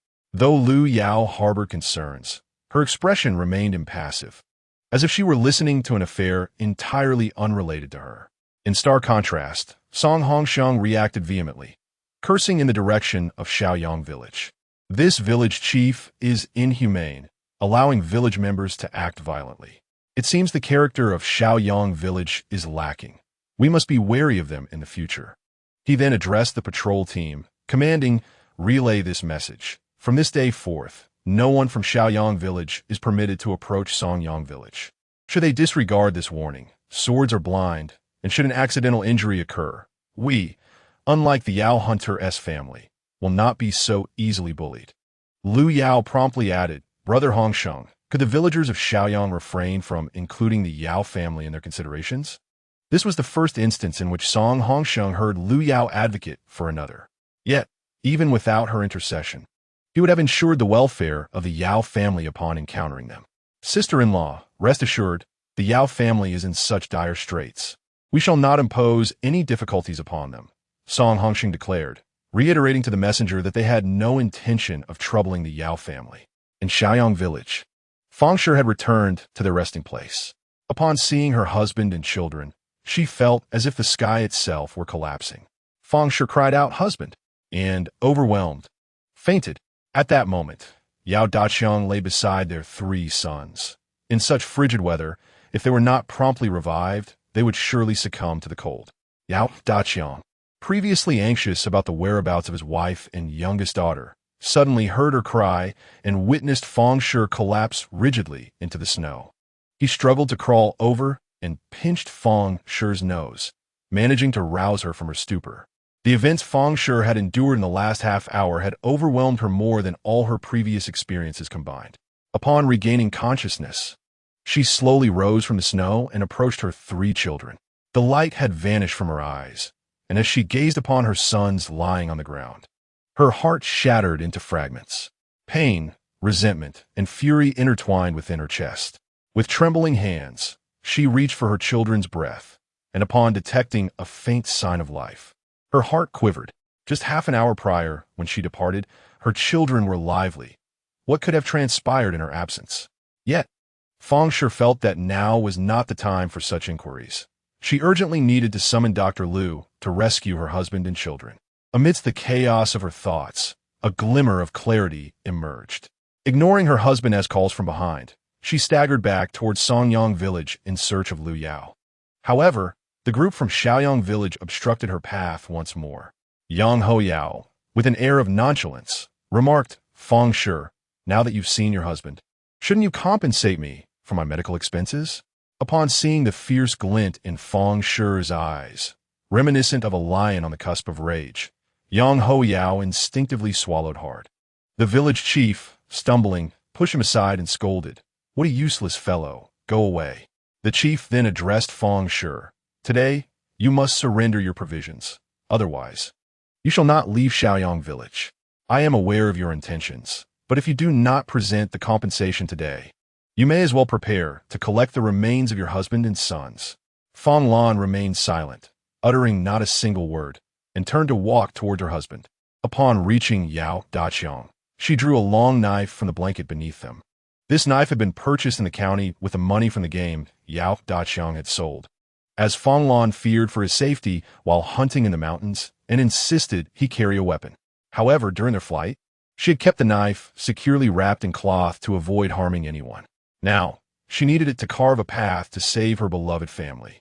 Feng Lan unsheathed her long knife, her expression impassive as she strode towards Sonyang village, exuding an aura that seemed to declare her readiness to slay any divine being that dared to obstruct her path. Chapter 26. A meddlesome dog chasing a mouse with a long knife firmly grasped in her hand. Feng stood tall, her demeanor cold and detached. The blade glided through the snow, carving a long scar upon its surface, the icy crust causing it to emit a hissing sound that compelled the approaching village chief and his entourage to halt in their tracks, instinctively taken aback. Undeterred, Feng Lan continued forward, leaving a trail of footprints, as the villagers of Shaoyang dispersed in her wake, clearing a path for her. "Yang Ho Yo, pointing at Feng Lan," shouted Feng, "have you lost your mind? Are you truly prepared to kill us all over a mere morsel of food? Brothers, do not be afraid. This woman dares not harm us. She is simply brandishing a worthless knife to intimidate." His words rekindled the courage of the crowd, emboldening them to believe that a group of strong men could easily confront a solitary woman. They positioned themselves close to Feng Lan, obstructing her advance. Feng tightened her grip on the knife, transitioning it from resting on the ground to a defensive position across her chest, yet her pace remained unbroken. As she neared the throng, she suddenly feigned madness, wildly swinging her long knife in an erratic manner. Though this tactic drained her energy, it succeeded in scattering the village chief and his followers. Seizing the opportunity, Feng Lan broke free from the encirclement and sprinted towards the territory of Sonyang village, disappearing from view before the villagers could react. Yang Ho Yao attempted to reason with the patrol team of Sonyang village, but was met with intimidation from their knives, forcing him to retreat. Feng Lan stumbled her way to Liu Yao, collapsing before her in supplication. Her voice was hoarse, lips cracked, tears streaming down her face as she repeatedly bowed, pleading, "Dr. Liu, I implore you, have mercy, save my son and husband. I would serve you as a beast in this life, and the next, please, I beg you, save them. They are near death." Lu Yao reached out to help Fong Lan to her feet, but was unable to lift her. She calmly stated, "If you continue to kneel, your son will truly be beyond saving." Upon hearing Lu Yao's voice, Fong Lan sprang to her feet, hastily wiping her face.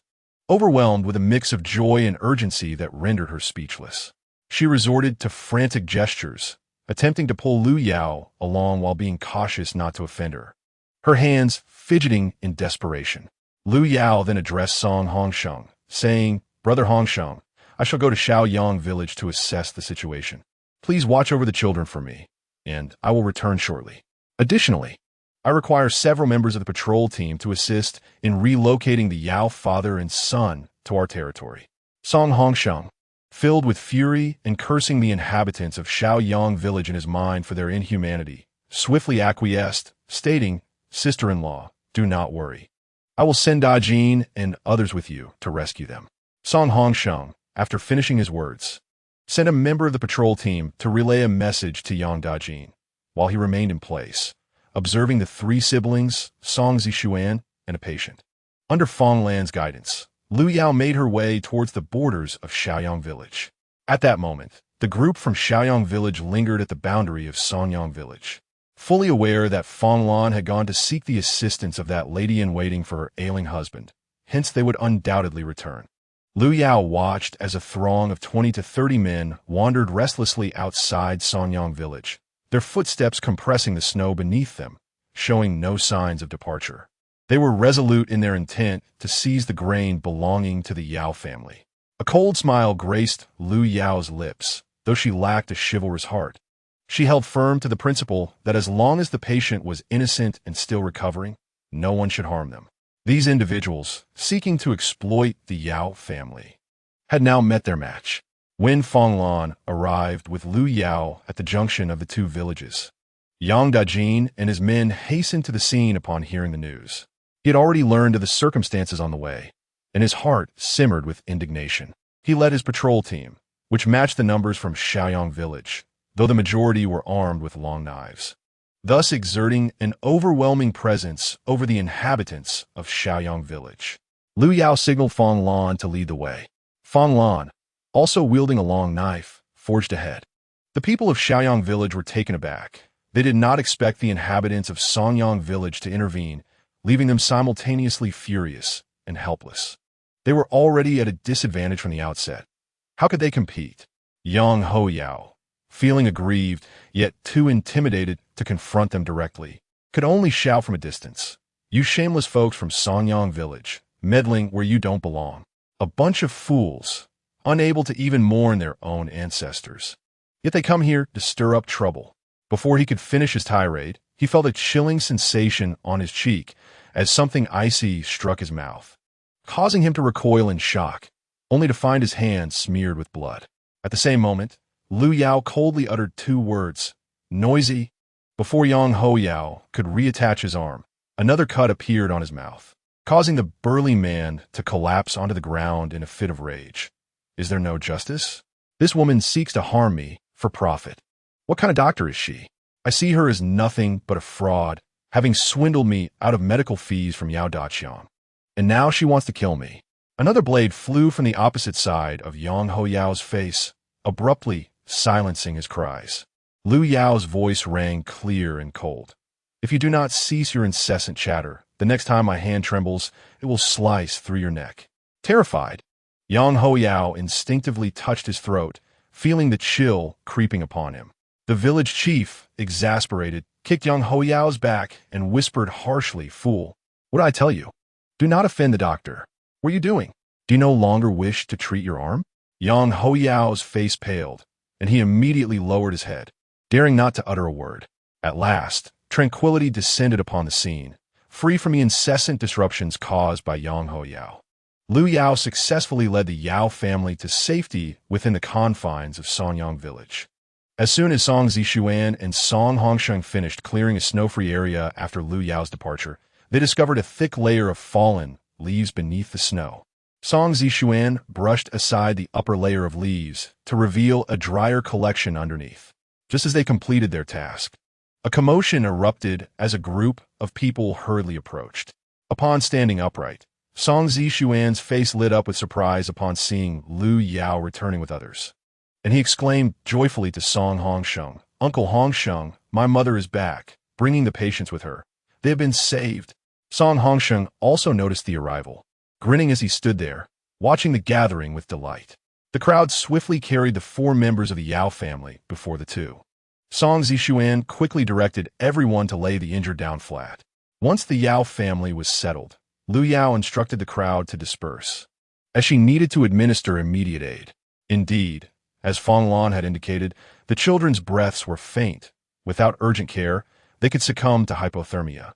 Glancing at Fong Lan, who was burdened with their family's belongings, a frail figure covered in items save for her head, Lu Yao calmly instructed, "Sister, cover them with all your quilts to warm their body temperatures. I will take their pulses." Her composed demeanor served as a calming influence for Fong Lan. Fong Lan hurriedly unloaded her belongings and rushed to Lu Yao with the cotton quilts. Song Zishuan assisted by helping to cover them with blankets.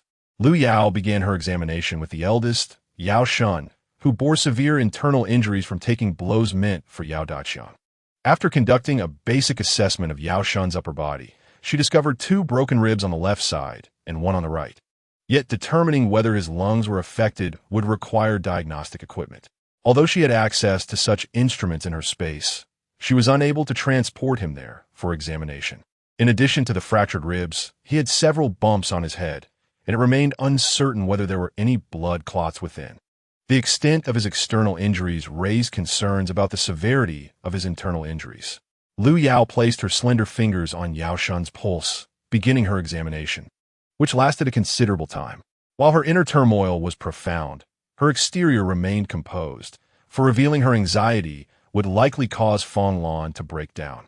Presently, Fong Lan was the only member of the Yao family still standing, necessitating that Lu Yao stabilize her emotions.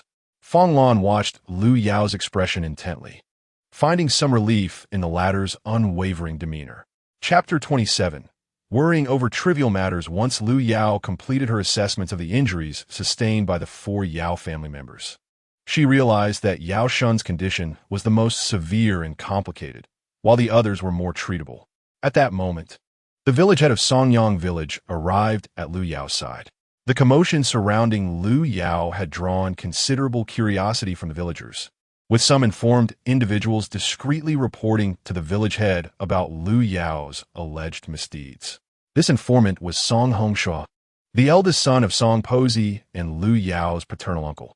News of the events from the Shaoyang village had already spread to Songyang village, reaching the ears of Song Pozi's family. Upon hearing that the matter involved Lu Yao, Song Hongshua quickly approached the village chief to stir the pot. He wasted no time in beating around the bush, directly stating, "Chief, you cannot allow our Songyang village and Shaoyang village to become adversaries over one person's actions." Lu Yao, in her desire to showcase her medical skills, took our village's patrol team to Shaoyang village to abduct individuals. If her treatments succeed, all is well, but if they fail, the people of Shaoyang village will claim that our Songyang village doctor caused fatalities and demand compensation.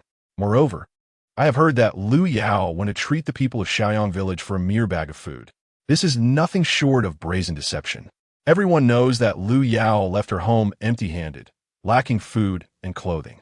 She must be scheming to acquire something for herself. Since everyone in our village is aware of her background, she cannot deceive anyone here, which is why she resorts to trickery in a neighboring village. Now, she has finally found a gullible target in the people of Shaoyang village. "Chief, you cannot allow her to bring trouble upon us." The village chief listened silently, remaining motionless in his seat. Despite Song Hongshua's lengthy tirade, it failed to stir any response. Feeling a sense of unease, Song Hongshua prepared to continue sowing discord, but was met with the chief's indifferent retort. "You know that Dr. Lu is a victim of misfortune, having lost everything in her family. During the time of famine, your family showed no compassion, dividing what little food you had among her 4 daughters. How can you now shamelessly speak of such things? I wish you a journey free of illness and calamity as you travel to Wanning Prefecture." Song Hongshua felt a flush of embarrassment at the chief's words, stammering, "Wasn't that my mother's doing? Besides, you were a witness, chief. What does that have to do with me?" There is no need for you to disparage me here. The village chief abruptly stood up, brandishing a tree branch, and pointed at Song Hongshua, exclaiming in anger, "Get out. Do not come before me to gossip. Dr. Lu has severed ties with your family. What connection do her failures have with you? Truly, you are meddling in affairs that do not concern you." Frightened by the chief's demeanor, Song Hongshua turned and fled, muttering as he ran, "How foolish to mistake kindness for malice.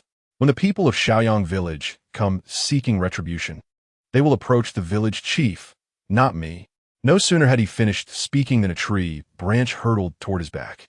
Feeling a gust of wind, he turned to see the wooden stick from the chief's hand. In an attempt to evade the strike, he stumbled and fell into the snow, tasting the cold flakes. Rising from the ground, he left an imprint of his figure in the snow.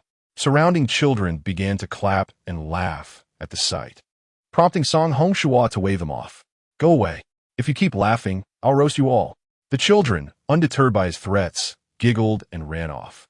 Meanwhile, Lu Yao had just finished bandaging the wounds of Yao Daqiang and his 3 sons, and she retrieved her homemade medicinal pills from her supplies, administering them to the injured. However, Yao Shun's injuries were severe, necessitating a transfer to her space for thorough examination. At present, we can only chop some branches to create splints, securing the fractured bones and binding them with makeshift bandages. In the absence of proper bandages, Fang Lan resorted to tearing her own bed sheets for Lu Yao's use. After this rudimentary treatment, the patrol team dispersed, and everyone gained a deeper appreciation for Lu Yao's medical skills. As they walked, several individuals engaged in conversation. "This doctor, Lu, appears far more capable than the doctors we previously summoned from other villages," one remarked.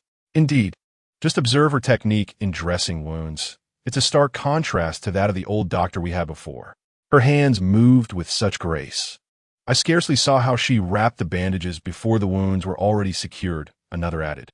"And the medicines she provided to Hunter Yao and the others. Did you notice? They were all in pill form. Moreover, Hunter Yao's complexion has visibly improved since he was carried in. Both of his young sons have regained consciousness," someone noted. "It seems Dr. Lu's medical prowess surpasses even that of Dr. Kong in town," they concluded. Unbeknownst to them, their perception of Lu Yao had subtly shifted, with her title evolving from merely the daughter of the Hongyi family or the Lu family to that of Dr. Lu. Discussions about her now carried a tone of respect, a transformation they had not consciously recognized. Once the crowd dispersed, Fang Lan again knelt before Lu Yao in gratitude.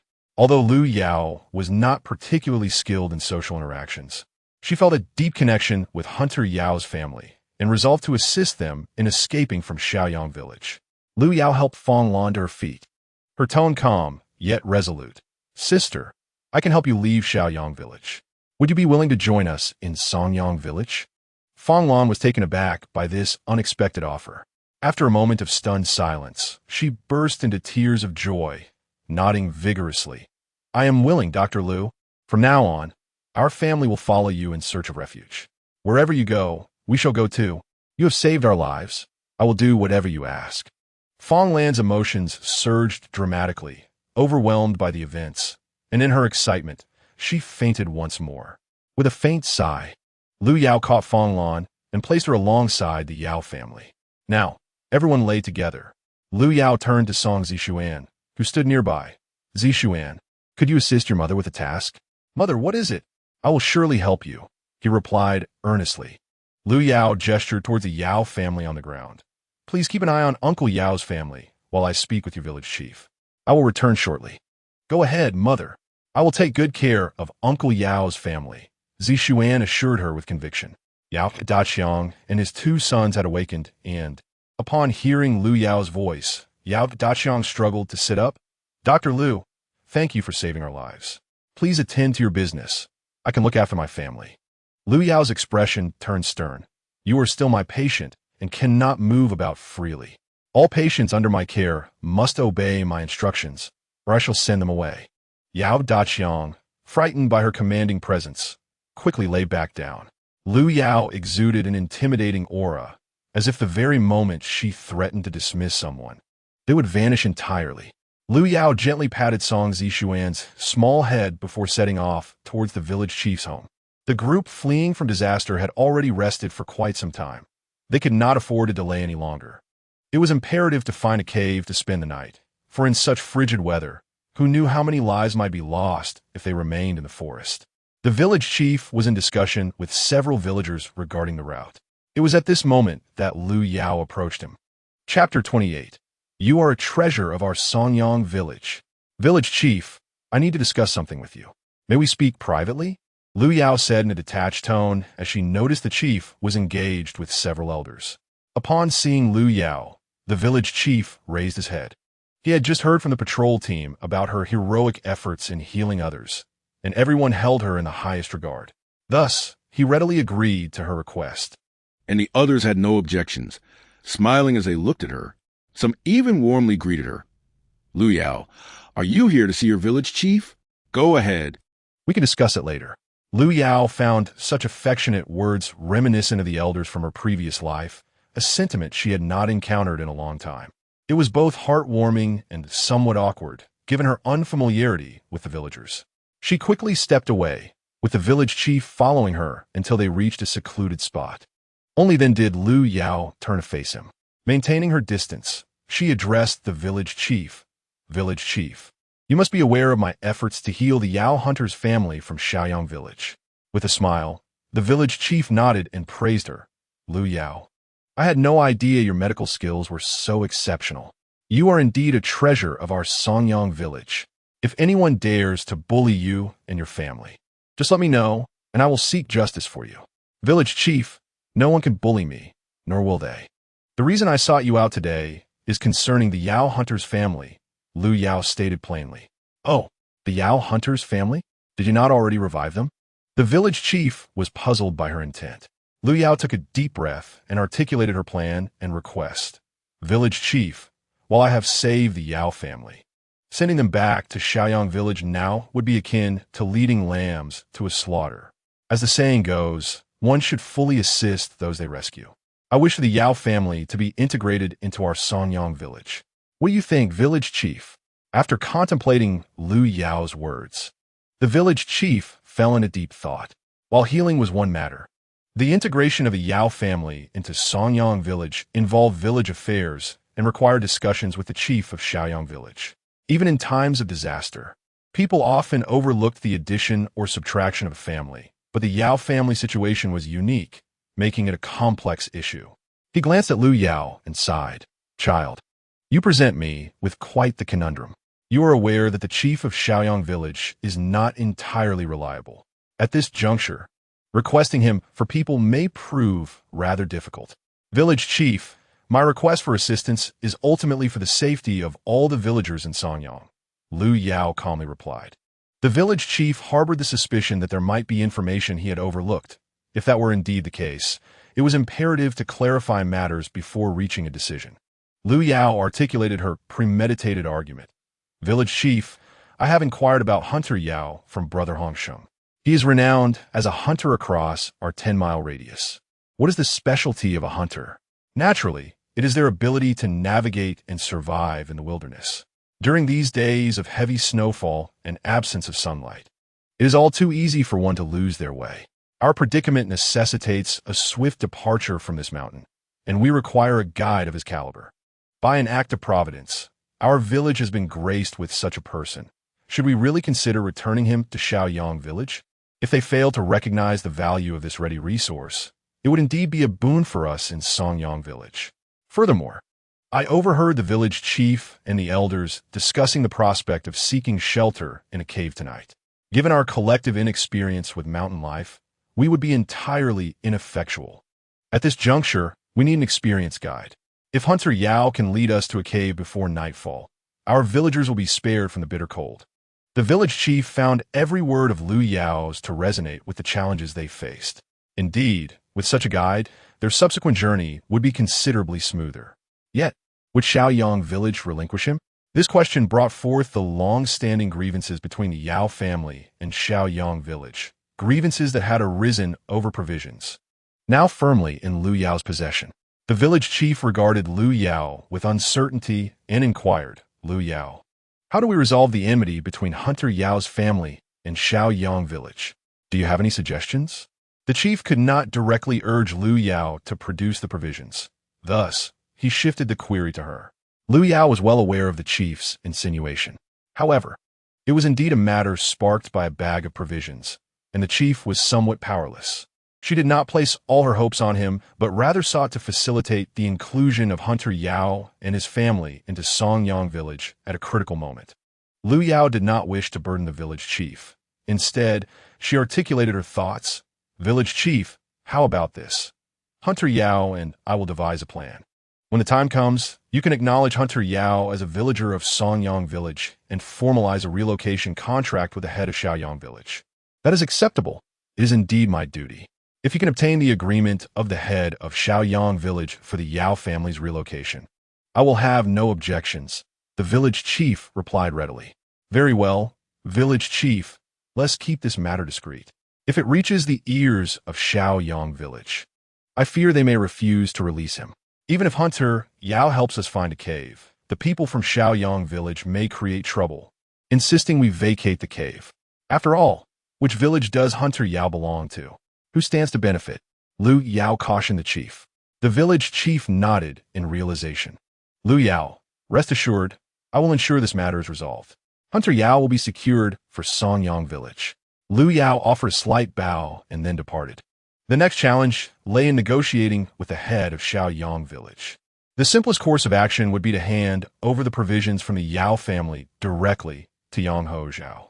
They would undoubtedly cease to care about which village the Yao family hailed from. After all, a destitute individual cannot venture far on this harsh, wintry road of hardship. However, that would mean Lu Yao would cease to be Lu Yao. She would never condone such a bullying tactic. It was no different from the behavior of bandits. Upon returning to her territory, Lu Yao saw Song Zishuan standing earnestly beside the Yao family, his small face fixed in serious concentration. Lu Yao perceived an air of an old scholar about Song Zishuan. Despite his youth, his meticulous demeanor was somewhat exasperating. She longed for him to behave like a typical child, engaging in playful antics instead of resembling a little elder devoid of mirth. Zishuan, are you cold standing here? You could sit in the cart, she suggested gently. If uncle and aunt exhibit any distress, you can come out to check, but why remain in the snow? It would break your mother's heart if you were to catch a chill. Lu Yao stepped closer, wrapping him in her embrace, with a flush on his cheeks. Song Zishuan lowered his gaze. A faint scent emanating from Lu Yao eased his heart. Mother, I'm not cold, he murmured. Lu Yao touched his hand, icy as a block of ice, and quickly lifted him into the cart for warmth. This child, already dressed too lightly, had endured the biting wind for far too long, leaving Lu Yao at a loss for words. Zishuan, stay cozy here. Your mother no longer needs your help. Just keep an eye on your younger siblings, all right? Lu Yao said tenderly. Song Zhang had not sought attention from Lu Yao for quite some time, but now he saw her moving her arms as if to embrace him. Mother, Zhang hasn't seen you in ages. I can help too, he cooed petulantly. Song Ziyu, meanwhile, was blowing bubbles and calling for mother, though his pronunciation was far from clear, eliciting both laughter and tears from Lu Yao. After soothing her three little ones and offering each a piece of fruit candy, she finally took her leave. Chapter 29. The cooked duck flies away. Yao Daqiang was huddled under the covers, unable to face Lu Yao. As Lu Yao approached him, her expression softened slightly. Brother Yao, I'm going to negotiate with the village chief in your small Yang village, and I need you to accompany me. Can you manage that? Upon hearing Lu Yao's intention to negotiate in the small Yang village, Yao Daqiang sprang from his bed, perhaps too abruptly, causing a sharp intake of breath as he inadvertently strained his injury. Lu Yao's expression immediately hardened. Have you forgotten that you are an injured man? I just bandaged your wounds, and you're already tearing them open again. Can you not control your emotions? If you cannot, I will not take you with me. I can. Dr. Lu, please trust me once more. I promise to behave. Whatever you ask of me, I shall comply. Is that acceptable? Yao Daqiang pleaded urgently. Lu Yao stood up, dismissively stating, then follow me, and strode purposefully toward the small Yang village. Yao Daqiang limped behind her. Upon reaching the outskirts of Songyang village, Song Qingsong, spotting Lu Yao, greeted her warmly. Dr. Lu, where are you headed? Lu Yao nodded lightly as a form of greeting.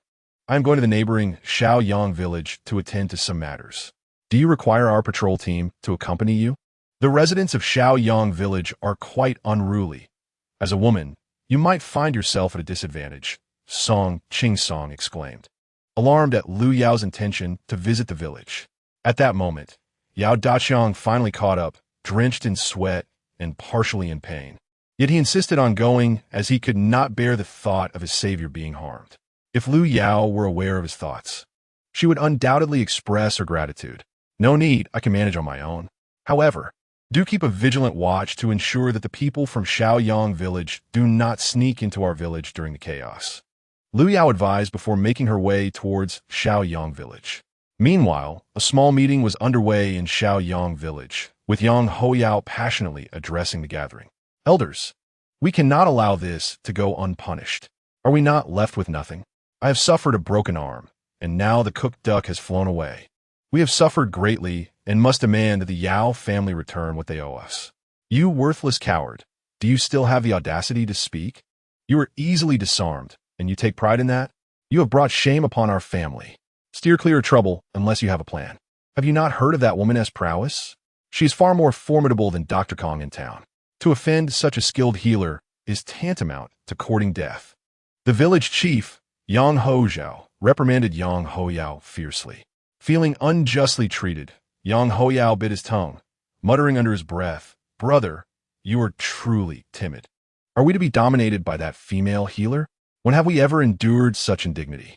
No sooner had Yang Hoyao spoken than he received a sharp rap on the head. He then heard his elder brother Yang Hozhao seething. I'm looking out for your well-being, and you dare to insult me? Are you planning to go to Wanning Prefecture with that injured arm? If you do not seek treatment soon, you may become disabled.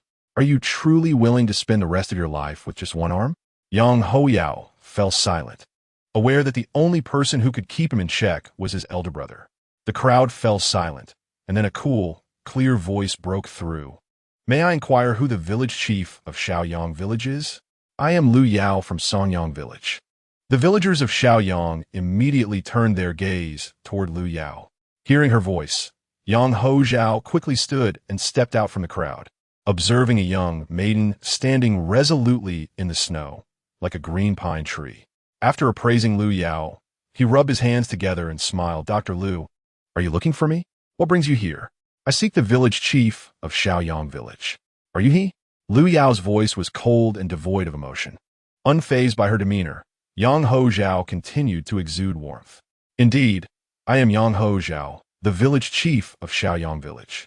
At that moment, Yao Daqiang also arrived, and upon seeing him, Yang Hozhao's smile vanished entirely. He called out to Yao Daqiang, Hunter Yao, has Dr. Lu healed you?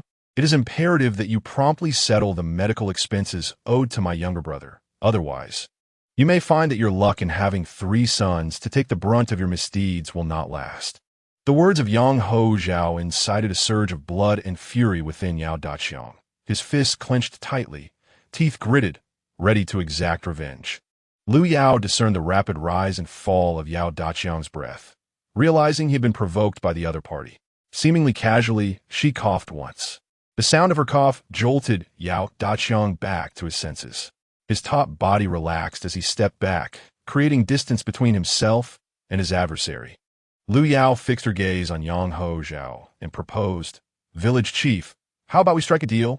Yang Hozhao, taken aback, regarded Lu Yao with curiosity, unable to fathom what transaction could possibly be of mutual benefit. Yet, recognizing the potential for gain, he greeted her with a cordial smile. What does Dr. Lu have in mind? I will treat your brother's injuries, and in return, you shall forego the compensation for his medical expenses from the Yao family. What do you say? Lu Yao glanced over the crowd to the figure of Yang Hoyao, who, upon hearing her proposition, exhibited a spark of excitement. If Lu Yao was willing to assist him in healing, he could forego the food. With so many people, there would be little to share anyway. However, the pain in his arm was both debilitating and excruciating. Yang Hoyao assumed that his elder brother would immediately acquiesce, but to his surprise, Yang Hozhao countered, Dr. Lu, this deal seems rather inequitable. My brother's arm can be treated by a physician once we descend the mountain. However, Food is a necessity that cannot wait. Hastily, Yang Hoyao pushed forward from the back, grasping his brother's good arm, pleading, "Elder brother, you did not say that earlier. You claimed that my arm needed immediate attention." "Silence. This is not your place to speak. Take him away." Yang Hozhou interrupted sharply. Yang Hoyao was forcibly pulled away by their kin, his mouth silenced. Frustration welled within Yang Hozhou. This fool was only causing trouble. Yet, he turned back to Lu Yao with a benevolent smile. "Dr. Lu, my younger brother is simply flustered and speaking out of turn. Please do not take offense. However, we must respectfully decline your proposal." A cold smile crept across Lu Yao's lips. "It is only just that compensation be made for those who are harmed. I wholeheartedly agree with this principle. Even the laws of the court stipulate it. Unfortunately, we find ourselves in a dire situation on the run, with no venue for redress. Once we have traversed this mountain and reached the next county, I believe we shall find a place to argue our case. Would you not concur, village chief?" Yang Hozhou, wearing a forced smile, replied, "Dr. Lu, you jest. Those of us fleeing calamity cannot simply enter the county. Any issues are resolved by the village chief himself. And what if the village chief's resolutions are unjust? The entire Yao family has been assaulted by your villagers. Who will be responsible for their medical expenses?" Lu Yao would not allow Yang Hozhou to dismiss her concerns lightly. The smile on Yang Hozhou's face faltered, and his expression grew stern. "Dr. Lu, I have treated you with respect. However, you are overstepping your bounds. While we shall not interfere with your treatment of patients, resolving disputes within the village falls squarely within the purview of the village chief, and it is not the place of a mere girl to dictate terms. Given this, from now on, I shall refuse to treat anyone from Shaoyang village who falls ill. They must simply resign themselves to fate. This is the intention of your village chief." Lu Yao deliberately raised her voice so that everyone in Shaoyang village could hear her. The village chief's face darkened with anger. Although Shaoyang village had long been under the control of the Yang family, time had led to the emergence of various factions within the village. As long as their own interests were not harmed, the villagers tended to turn a blind eye to Yang Hozhou's methods. However, if their own interests were jeopardized, they would raise a commotion sufficient to give Yang Hozhou a hard time. Thus, upon hearing Lu Yao's words, the other villagers began to criticize Yang Hozhou for his extreme and unfair handling of matters.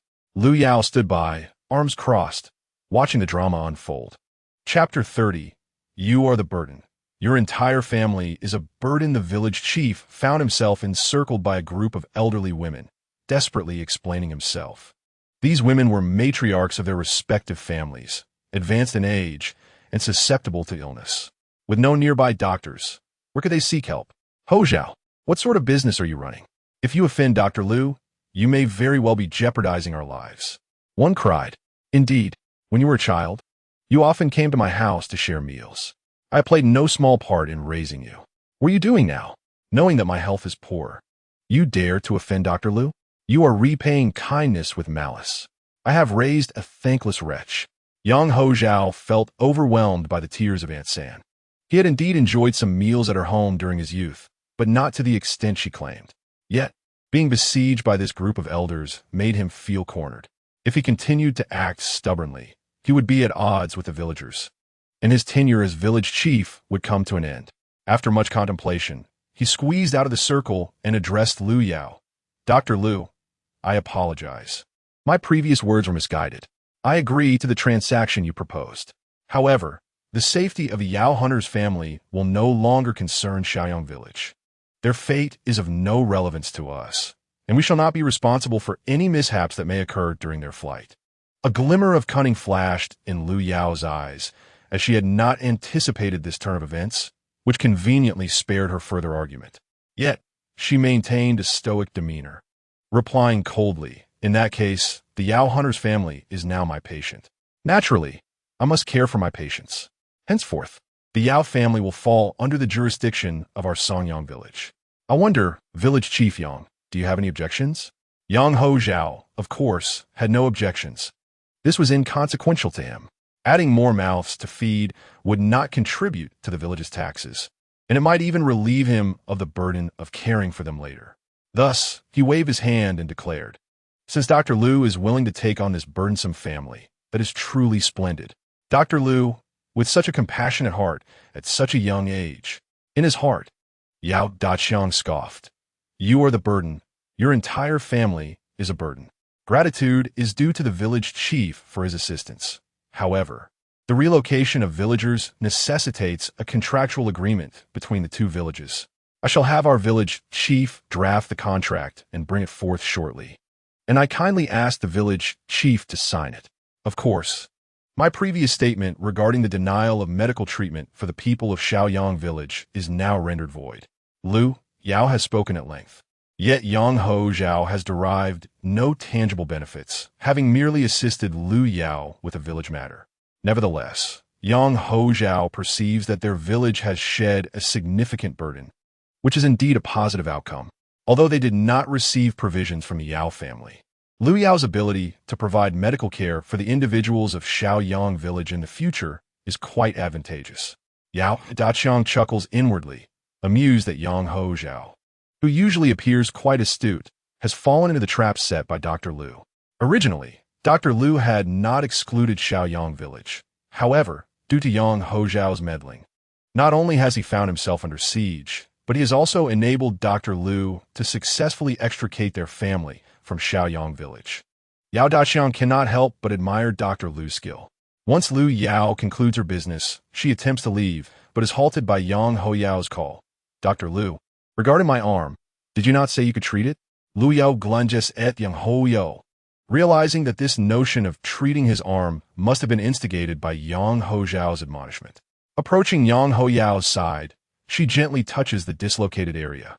The moment her hand makes contact, a heart-wrenching scream escapes Yang Ho Yao's lips. Silence. If you are in so much pain, why did you wait until now? You've been dragging that injured arm around all this time without a peep, Liu Yao retorts with a hint of sarcasm. As Yang Ho Yao prepares to respond, Liu Yao swiftly elevates his dislocated arm, adeptly manipulating and kneading it until the bone is realigned. Before Yang Ho Yao can utter a word, a piercing pain surges through him, followed by Liu Yao's reassuring voice. All done. You may move it now.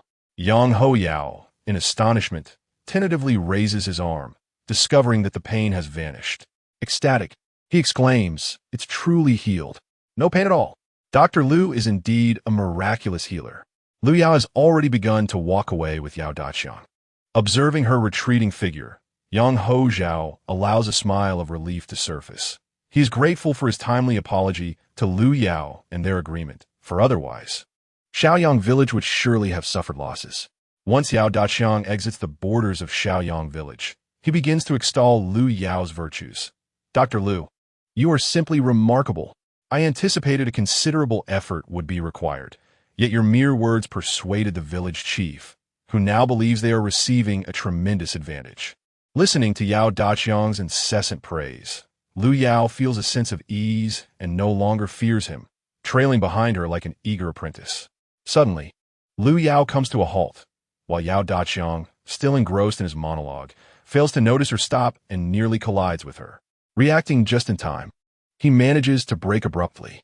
Finally silenced, he watches as Liu Yao declares, "Return on your own. I must find the village chief before departing."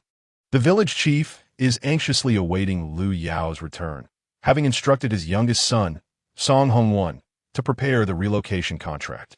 After an agonizing wait, he finally catches sight of Liu Yao's figure approaching. The village chief sought to discern the success of the negotiations through Liu Yao's expression, but to his dismay, her countenance remained an unyielding mask of ice, revealing nothing. Village chief, I must inform you that you may proceed to sign the contract. However, to avoid any unforeseen complications, please refrain from uttering a word. Return promptly after the signing. Liu Yao's voice was as frosty as ever. Yet, the village chief felt a warmth within, for this was indeed good news. He hurriedly tucked the prepared contract into his bosom and set off toward Shaoyang village. Halfway there, he suddenly recalled that Yao Daqiang's signature and seal were also required. Thus, he called out to Liu Yao, "Have Hunter Yao sign as well, or it will not take effect." Poor Yao Daqiang, limping, made yet another trip to Shaoyang village. Nonetheless, the signing of the contract proceeded smoothly, and the villagers of Shaoyang were blissfully unaware of the significant losses this contract would incur. Yao Daqiang returned, elated, with his own copy of the agreement in hand. Lu Yao was already busy cutting branches to construct a stretcher, as Yao Shun's condition necessitated that he be carried. The main group could not afford to delay their journey for them to recuperate. Thus, thorough preparations had to be made prior to their departure. Having taken Yao Daqiang's family under her wing, Lu Yao willingly accepted her responsibilities. Yao Daqiang's second son, Yao Hong, and his third son, Yao Qingdu, were now able to walk, albeit with the aid of crutches. Even so, they were in better condition than Yao Shun, who remained in a coma. Upon his return, Yao Daqiang saw Lu Yao had already cut several branches the thickness of his wrist and was in the process of assembling them. Unbeknownst to him, this was for his eldest son, Yao Shun, yet he approached Lu Yao and inquired, "Dr. Lu, do you require assistance?" Casting a sidelong glance at Yao Daqiang's limping figure, Lu Yao continued her task, responding, "No need. I am merely constructing a simple stretcher. You should rest." With no means to assist, Yao Daqiang sheepishly returned to his wife, who had awoken and was tending to the younger children. He presented the document concealed in his clothing to Fong Lan, though she could not read. Having heard that it was a household relocation contract, she eagerly examined it, even holding the paper upside down in her excitement. Meanwhile, Lu Yao's stretcher was still under construction as the patrol team urged the villagers to prepare for departure. Chapter 31. Cold Face. Warm Heart Song Hongsheng, aware of Lu Yao's situation, made a special visit to check on her.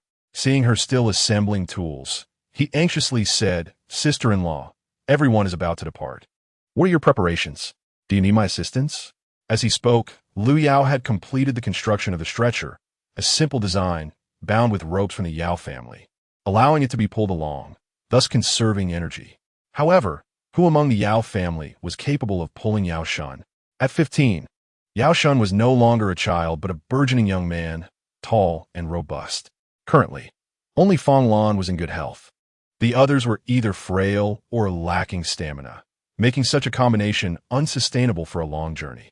It was imperative to seek external assistance. Coincidentally, Song Hongsheng had arrived just in time, proving that fortune favors those who arrive opportunely. Lu Yao was not one to be overly polite in such weather. It was imperative not to be separated from the main group. One could never tell when the next snowfall might occur, covering their tracks and rendering them invisible. "Brother Hongsheng, we genuinely require assistance. The Yao family has now joined our Sonyang village, and they are in dire need of our help.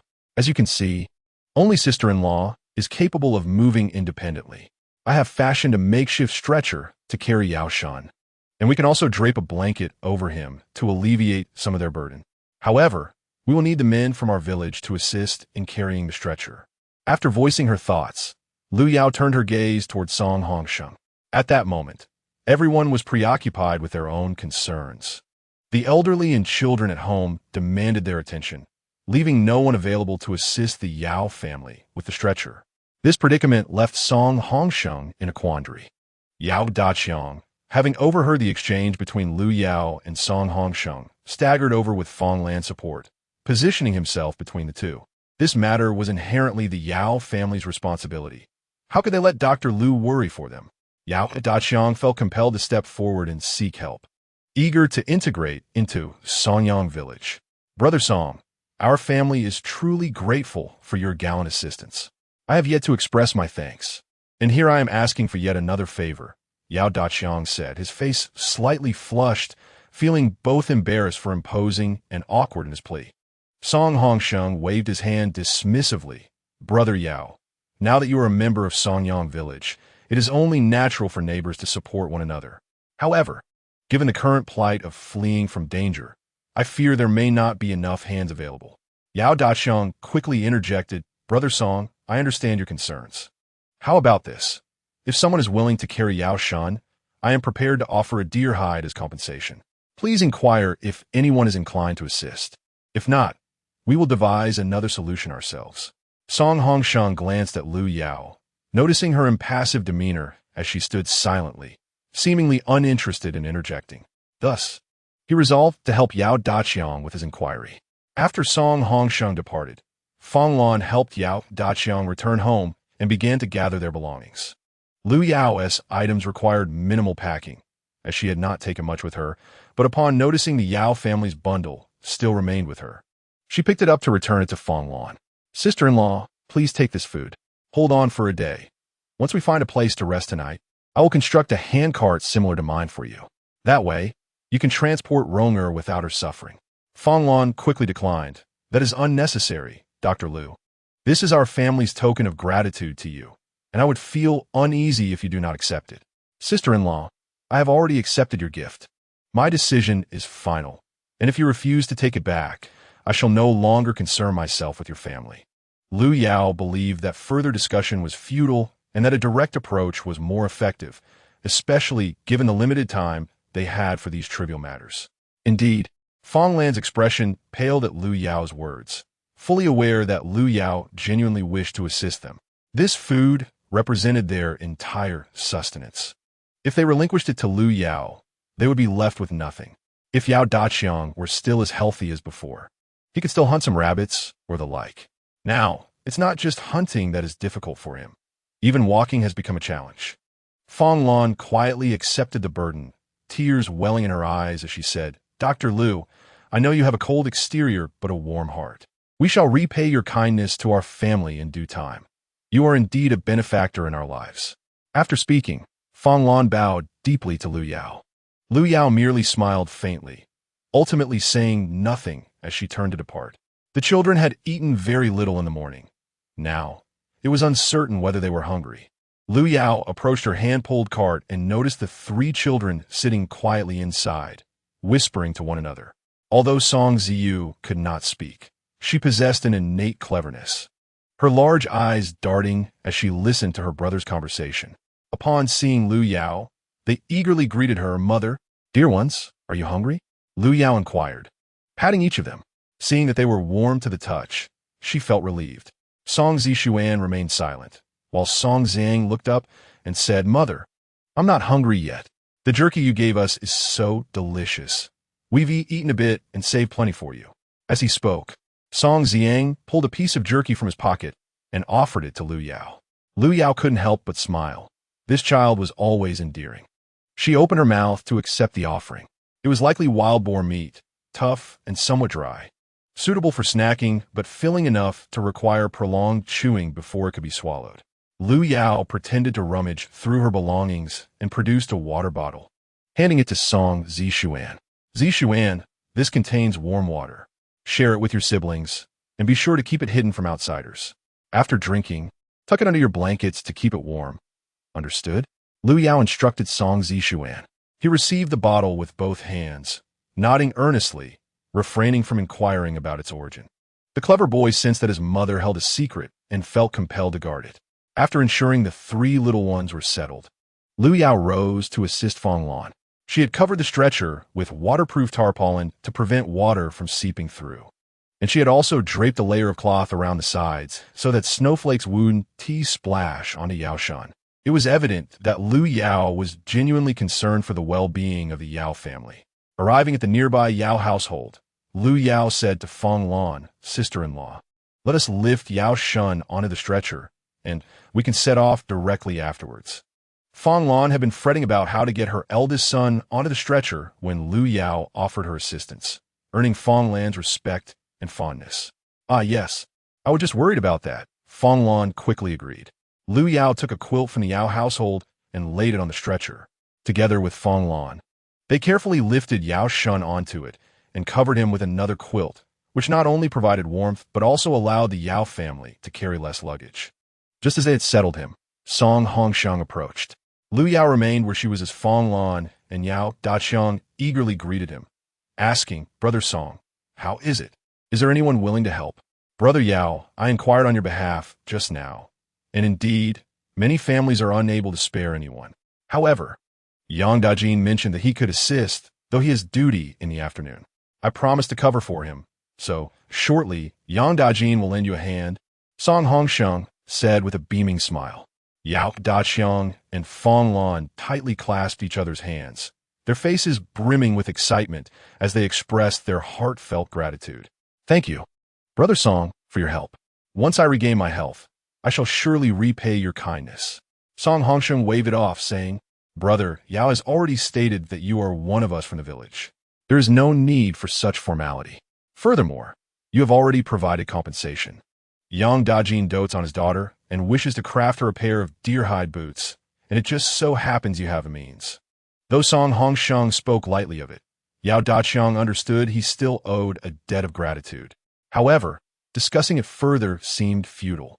He resolved to offer assistance to others in the future. After arranging for his family, Yang Dajin hurried to find Yao Daqiang.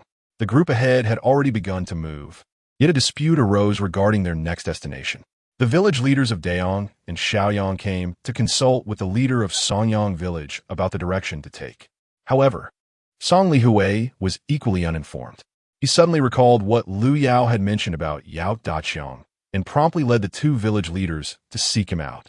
The leaders of the two villages were puzzled. Was there truly someone in Songyang village skilled in navigation? Chapter 32. A bat with chicken feathers. What are you? When the group found Yao Daqiang, the leader of Shaoyang village was visibly stunned. He pointed incredulously at Yao Daqiang and exclaimed to Song Lihui, village leader Song, "The person you mentioned wouldn't be Yao Daqiang, would he?" Song Lihui smiled and nodded. "Indeed, Hunter Yao is renowned for his hunting skills throughout the 10 miles and 8 villages. He certainly knows how to discern direction in the forest and find suitable resting spots." Yao Daqiang was somewhat taken aback to see the leaders from 3 villages seeking him out, uncertain of their intentions. However, upon hearing Yang Hozhao's words, he began to form a suspicion, which was confirmed by Song Lihui's remarks. He cast a subtle glance at Yang Hozhao and directly addressed Song Lihui, village leader. "Are you seeking me to guide you?" Song Lihui, aware of the enmity between Yao Daqiang and Yang Hozhao, intentionally sought to support Yao Daqiang by asking, "Hunter Yao, would you be willing to guide us? With the heavy snow sealing the mountains, we are utterly lost and fear we may wander deeper into the woods, ultimately starving to death." Though Song Lihui aimed to bolster Yao Daqiang's reputation, his words were grounded in truth. Yao Daqiang patted his chest and asserted, "Village leader, when it comes to farming, I am no match for you. However, in navigating the mountains and forests, you certainly cannot surpass me. I am willing to attempt to guide the villagers of Songyang."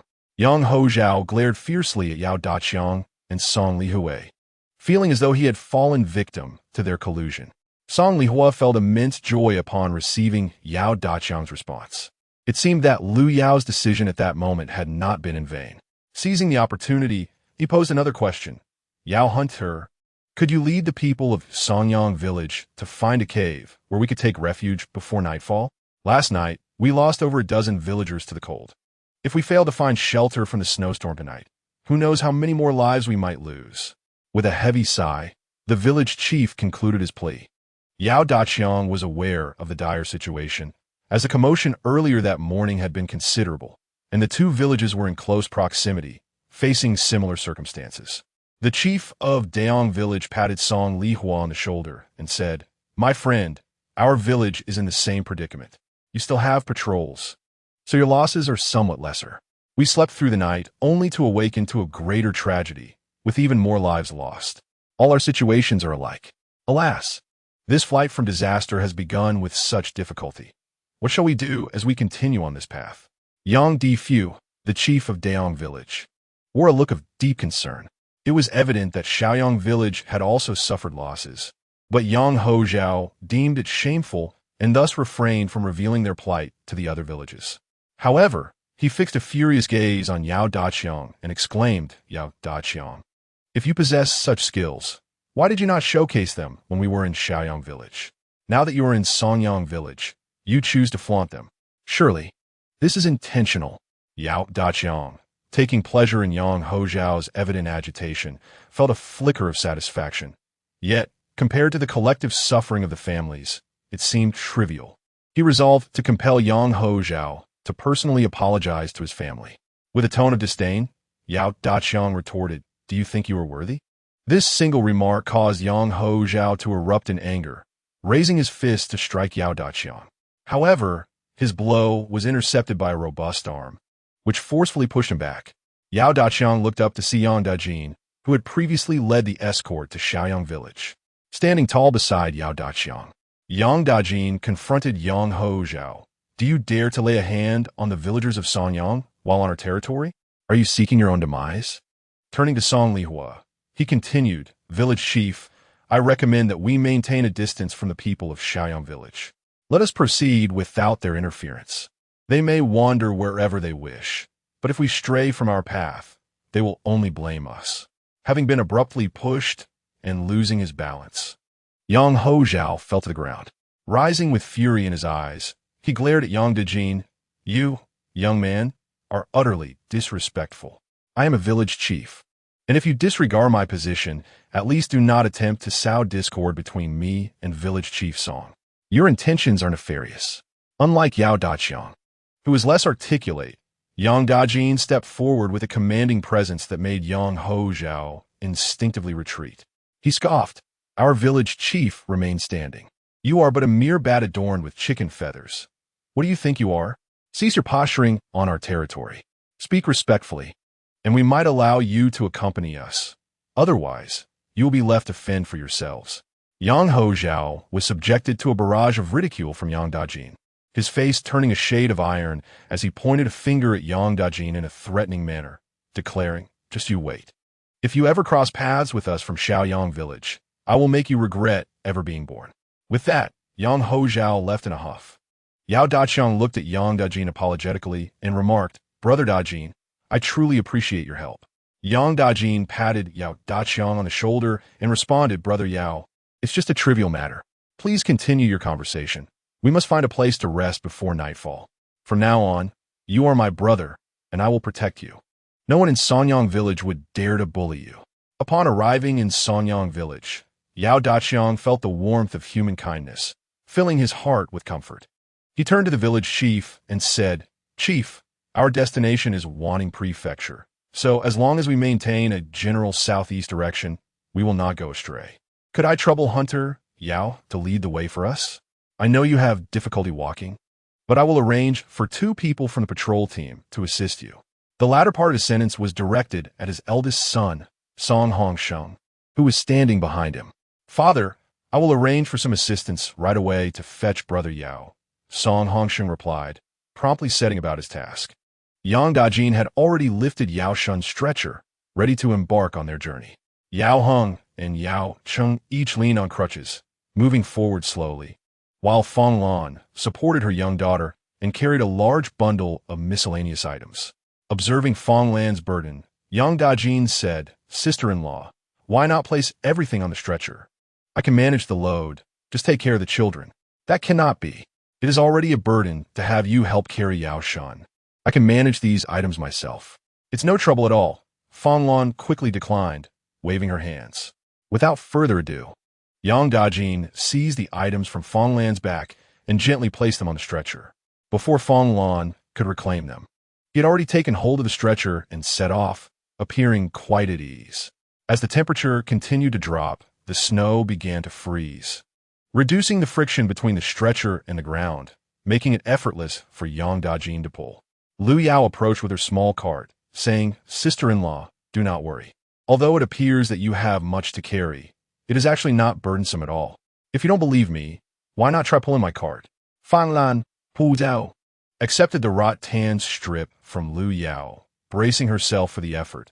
But to her surprise, not only did she manage to pull it, but it felt remarkably light. Astonished by the peculiar cart, she exclaimed, Dr. Lu, this is truly a wonderful invention. When we find a place to rest tonight, could you teach me how to make one for my children? Of course. I have already taught the villagers of Sanyang village. And now everyone is finding the journey much easier, Lu Yao replied cheerfully. As the two conversed, the villagers began to set off. Yao Daqiang was assisted to the front of the line, where he led the way for everyone. Upon returning, the village chief of Xiaoyang village was surrounded by villagers eager to inquire about the discussions.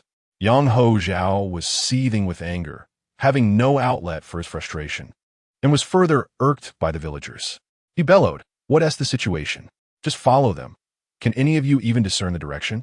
The villagers, taken aback by Yang Hozhao's furious outburst, were left bewildered. Why was he in such a foul mood? Yang Hoyao sensed that his elder brother was undoubtedly provoked, and his trust in Yang Hozhao began to wane. Stealthily, he ventured to Sanyang village to gather information.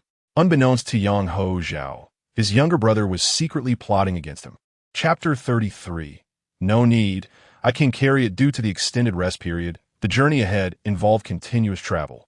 Many households in Sanyang village had fashioned hand-pulled carts akin to Lu Yao's, though the quality varied due to limited resources. Nevertheless, it alleviated the burden on their hands. Even without hauling children, placing luggage atop the carts made the journey significantly easier. Consequently, as they continued onward, Sanyang village swiftly distanced itself from both Daong village and Shaoyang village. Shaoyang village had initially intended to keep pace with Sanyang village, but now they could scarcely catch a glimpse of their backs. Meanwhile, murmurs of discontent towards the village chief, Yang Hozhao, began to circulate within the village. Have you heard? The Yao family, who were expelled by the chief, have become quite the sensation in Sanyang village. Heard what? What happened? It's said that Yao Daqiang possesses the ability to navigate and has even found rest in caves. He is revered like treasure in Sanyang village. The village chief there not only sent someone to assist his family, but even arranged for 2 individuals to care for him. Is that true? Yao Daqiang is so capable. How come our chief is unaware? Our chief must be blind. He only covets their wealth, completely disregarding the future of our village. Should we not elect a new chief? If we allow him to remain blind and ignorant, we will be the ones suffering. Indeed, but now we are lagging far behind Sanyang village. There is no time to elect a new chief. Let him bask in his power for another day, and when night falls, we shall unite the village to vote him out. Yes, that is a good plan. We should elect someone who can foster good relations with Sanyang village. The one with the best connections to Sanyang village is the Yao Hunter's family. Are we really considering bringing them back? That is not impossible. The whole village could elect him as chief, and he might be willing to return. Let us consult Yao Daqiang's opinion first. Meanwhile, Shaoyang village had completely fallen behind Sanyang village, trailing far behind and only able to follow the traces they left behind. In the midst of Sanyang village, the Song family was concocting devious plans. Song Hongshu animatedly recounted to his mother the benefits Lu Yao had received from the Yao family. Mother, did you not see? Yao Daqiang's wife, Fong, prepared a large parcel of food as payment for the treatment given to heir Daimei. I heard it's filled with jerky. At this, Song Posey's eyes gleamed with greed as she began to scheme on how to acquire Lu Yao's jerky. Their family has yet to touch the wolf meat they shamelessly obtained from Lu Yao, planning to simmer a bit for soup once they can light a fire, ensuring sustenance for a considerable time. Now, that wretched Lu Yao has acquired so many delectable treats, yet she fails to offer a token of respect to her mother-in-law. Observing that his mother seems somewhat swayed, Song Hongshua continues his impassioned plea. Mother, consider that heir D May only has herself to care for 3 children. How much can they possibly consume? Furthermore, she had previously retained an entire wolf. Now, with all this jerky, can she truly finish it? She is still quite young. Do not let her be deceived. She requires your assistance to safeguard her provisions. Does she not? Song Posey finds her eldest son's arguments compelling. Yet the memory of her own struggles while collecting wolf meat stirs a twinge of anxiety within her. Despite having gained benefits, the trials she faced were not insignificant, and retrieving the goods is not something she can accomplish alone. With this in mind, her gaze shifts toward her elder daughter-in-law, who is burdened with heavy packages.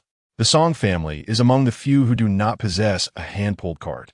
While others are busy constructing them, they merely observe with disdain. However, Song Posey remains indifferent to the children and refrains from carrying any luggage herself, entrusting everything to her 2 daughters-in-law, while she bears only a small bundle containing food and silver. Thus, she cannot truly empathize with others' hardships, nor does she encourage her sons to use a cart. Currently, the family is managing to keep pace with others, entirely supported by the efforts of the 2 daughters-in-law and her sons. Nonetheless, as Song Posey contemplates utilizing her elder daughter-in-law to procure food from Lu Yao. She remarks to Song Hongshua, "Eldest, do you not care for your wife? She, a lone woman, carries children and luggage without your assistance." Caught off guard by his mother's abrupt change in topic, while he was engrossed in discussing how to acquire Lu Yao's food, Song Hongshua appears momentarily stunned. Song Posey nudges him with her foot, reproaching, "Did you not hear me? Go fetch your wife's luggage. You shall carry it." Though Song Xia is somewhat dull-witted, she is not foolish. Sensing her mother-in-law's sudden concern may signal ulterior motives, she timidly responds, "Mother, it's unnecessary. I can manage." With that, she hastily lowers her head and quickens her pace, creating some distance between herself and Song Posey. Uncertain of his mother's intentions, Song Hongshua feels a twinge of delight at his wife's consideration in sparing him from hardship. Observing her son's lack of insight, Song Posey pinches him. Causing him to grimace while suppressing a cry of pain, he inquires, "Mother, what is it you wish? Please just say so. I cannot fathom your intentions and do not wish to provoke your ire." Seeing her son's filial piety, Song Posey relents. And as she notices her elder daughter-in-law carrying the child has already distanced herself, she turns to Song Hongshua and declares, "You merely instigate me to demand food. You heartless one, watching me be bullied by that Lu family must bring you great amusement, does it not? You heartless creature, merely sitting at home waiting for misfortune. This time, let your wife go. You must tell her to ensure that the Lu family presents food to honor me and your father. If they fail to do so, she should not return." It was then that Song Hongshua realized his mother had such intentions. As long as he was not the one to go, it mattered not who was sent, for he dreaded the Lu family, akin to a living nightmare. With a grin exposing his large, yellowed teeth, Song Hongshua remarked, "Mother, you should have made your intentions clear sooner, rather than letting me endure a kick. I shall go at once." Upon saying this, he hurried to his wife, Song Xia, relaying his mother's words while seizing her belongings. When Song Xia learned she was to seek provisions from Lu Yao, her brow furrowed. Was this something a person should do? Yet, she dared not defy her mother-in-law's wishes, lest she risk being cast out. Reluctantly, Song Xia took hesitant steps toward Lu Yao, glancing back 3 times. Meanwhile, Song Hongshua wore a smug smile. If his wife were to procure food, it would undoubtedly be credited to their household, allowing him to petition his mother for a larger share of provisions. Surely, that was not too much to ask? He couldn't help but indulge in fanciful dreams. Chapter 34. The unashamed are invincible despite her reluctance. Song Xia soon found herself alongside Lu Yao. Lu Yao and Fong Lan walked side by side, with Fong Lan occasionally assisting Lu Yao with a small cart, while Lu Yao offered support to Yao Rong. The two of them helping each other and keeping pace with the main group. From a distance, Lu Yao spotted Song Xia approaching and surmised she must be looking for her, though she was unaware of the purpose of the visit. As Song Xia approached Lu Yao and noted her frigid demeanor, an innate sense of alienation washed over her, making it even more difficult to voice her mother-in-law's request. She merely managed to utter "second sister-in-law" as a greeting. The original owner was not well acquainted with the Song family, and Lu Yao, having crossed over, felt an even greater sense of unfamiliarity. Lu Yao responded with a faint acknowledgement, choosing not to refer to her as sister-in-law. In her heart, Lu Yao felt entirely detached from the Song family. If a title were necessary, she would prefer to call Song Xia sister rather than don the label of a Song family member. Standing awkwardly to the side, Song Xia was at a loss for words, her hands tightly clutching her garments, lips pressed together as she gazed down at the snow beneath her. Observing Song Xia's few words followed by silence, Fong Lan discerned her identity from the address used. Feeling a sense of frustration, Fong Lan addressed Song Xia, "Sister, do you need to speak with Dr. Lu? If not, please do not block the path. We must continue our journey." Quickly, Song Xia stepped aside to clear the way, trailing behind Lu Yao as they moved forward. Seeing Lu Yao pulling the cart, an impulsive thought crossed her mind, and she snatched the vine from Lu Yao's hands. Startled, Lu Yao looked at Song Xia with some irritation and said, "What exactly is your business? If you have something to say, say it. If not, please return home and do not impede our journey." Having spoken, she attempted to reclaim the vines from Song Xiashi. However, Song Xiashi deftly sidestepped, awkwardly and helplessly exclaiming, "Sister-in-law, allow me to assist you. You should take a rest." With that, she grasped the cart and lowered her head, moving forward. Lu Yao observed the retreating figure of Song Xiashi, a flicker of contemplation crossing her eyes. Lu Yao hastened to catch up with Song Xiashi, directly yanking the vines from her grasp, and coldly retorted, "Your assistance is unnecessary. One should not accept rewards without merit. Please return home at once." Left with empty hands, Song Xiashi felt a surge of anxiety. She opened her mouth, but hesitated to voice the instructions given by old Madame Song, fearing that Lu Yao might cast her aside entirely. Song Xiashi awkwardly insisted, "Sister-in-law, as sisters-in-law, is only natural for us to help one another. Do not stand on ceremony with your sister-in-law. It is quite challenging for you to care for 3 children alone. Why did you not come for help sooner? Your sudden eagerness appears insincere." Standing nearby, Fang Lan had already discerned that Song Xiashi harbored ill intentions. Aware of Lu Yao's youth and modest demeanor, Fang Lan felt emboldened to confront Song Xiashi without fear, declaring that no one should bully her savior. Song Xiashi, taken aback by Fang Lan's words, felt her face flush with embarrassment and anger, wishing for a place to hide. Yet, the thought of failing to complete the task assigned by her mother-in-law loomed ominously. She feared she would face a cold night in the snow. Resolutely, she clenched her teeth and, shutting her eyes, blurted out, "Sister-in-law, Mother instructed me to retrieve food from you. She believes your youth makes you susceptible to deceit, and she wishes to safeguard the compensation given to you by Hunter Yao." Having hastily delivered her message, she dared not meet Lu Yao's gaze, keeping her head bowed. Upon hearing this, Lu Yao's lips curled into a frosty smirk, internally scoffing at Song Xiaxi's audacity. It appears old Madame Song has indeed grown bold, even daring to send her daughter-in-law as a pawn. How shameless! The Song family must possess a remarkable lack of self-awareness. Fang Lan, incensed, responded with righteous indignation, having never encountered such blatant shamelessness in her lifetime. Song Xiashi, naturally dull-witted and lacking eloquence, stood no chance against Fang Lan's verbal onslaught. Her face reddened with humiliation, and she fled, covering her face in shame. Lu Yao cast an appreciative glance at Fang Lan, a faint smile gracing her lips. "Sister-in-law, you are truly formidable. Your words flow effortlessly." Fang Lan, witnessing Lu Yao smile for the first time, beamed, "Dr. Lu, you ought to smile more often. You are still young. Why maintain such a distant demeanor? Your smile is truly enchanting." Lu Yao touched her face, pondering if she had indeed smiled moments ago. Yet, she heard Fang Lan continue, "Dr. Lu, worry not. With me around, the Song family shall not dare to take advantage of you. Sister-in-law, I can handle my own affairs. Do not let the Song family harbor resentment towards you because of me. They are capable of anything. Remember, they once tried to sell my 3 children for money when we were in need." Lu Yao offered a mild word of caution. Yet whether Fang Lan heeded, it was entirely her own affair. Alas, is that old hag truly so malevolent? How could she bear to sell these 3 adorable children? Why does fate not strike her down?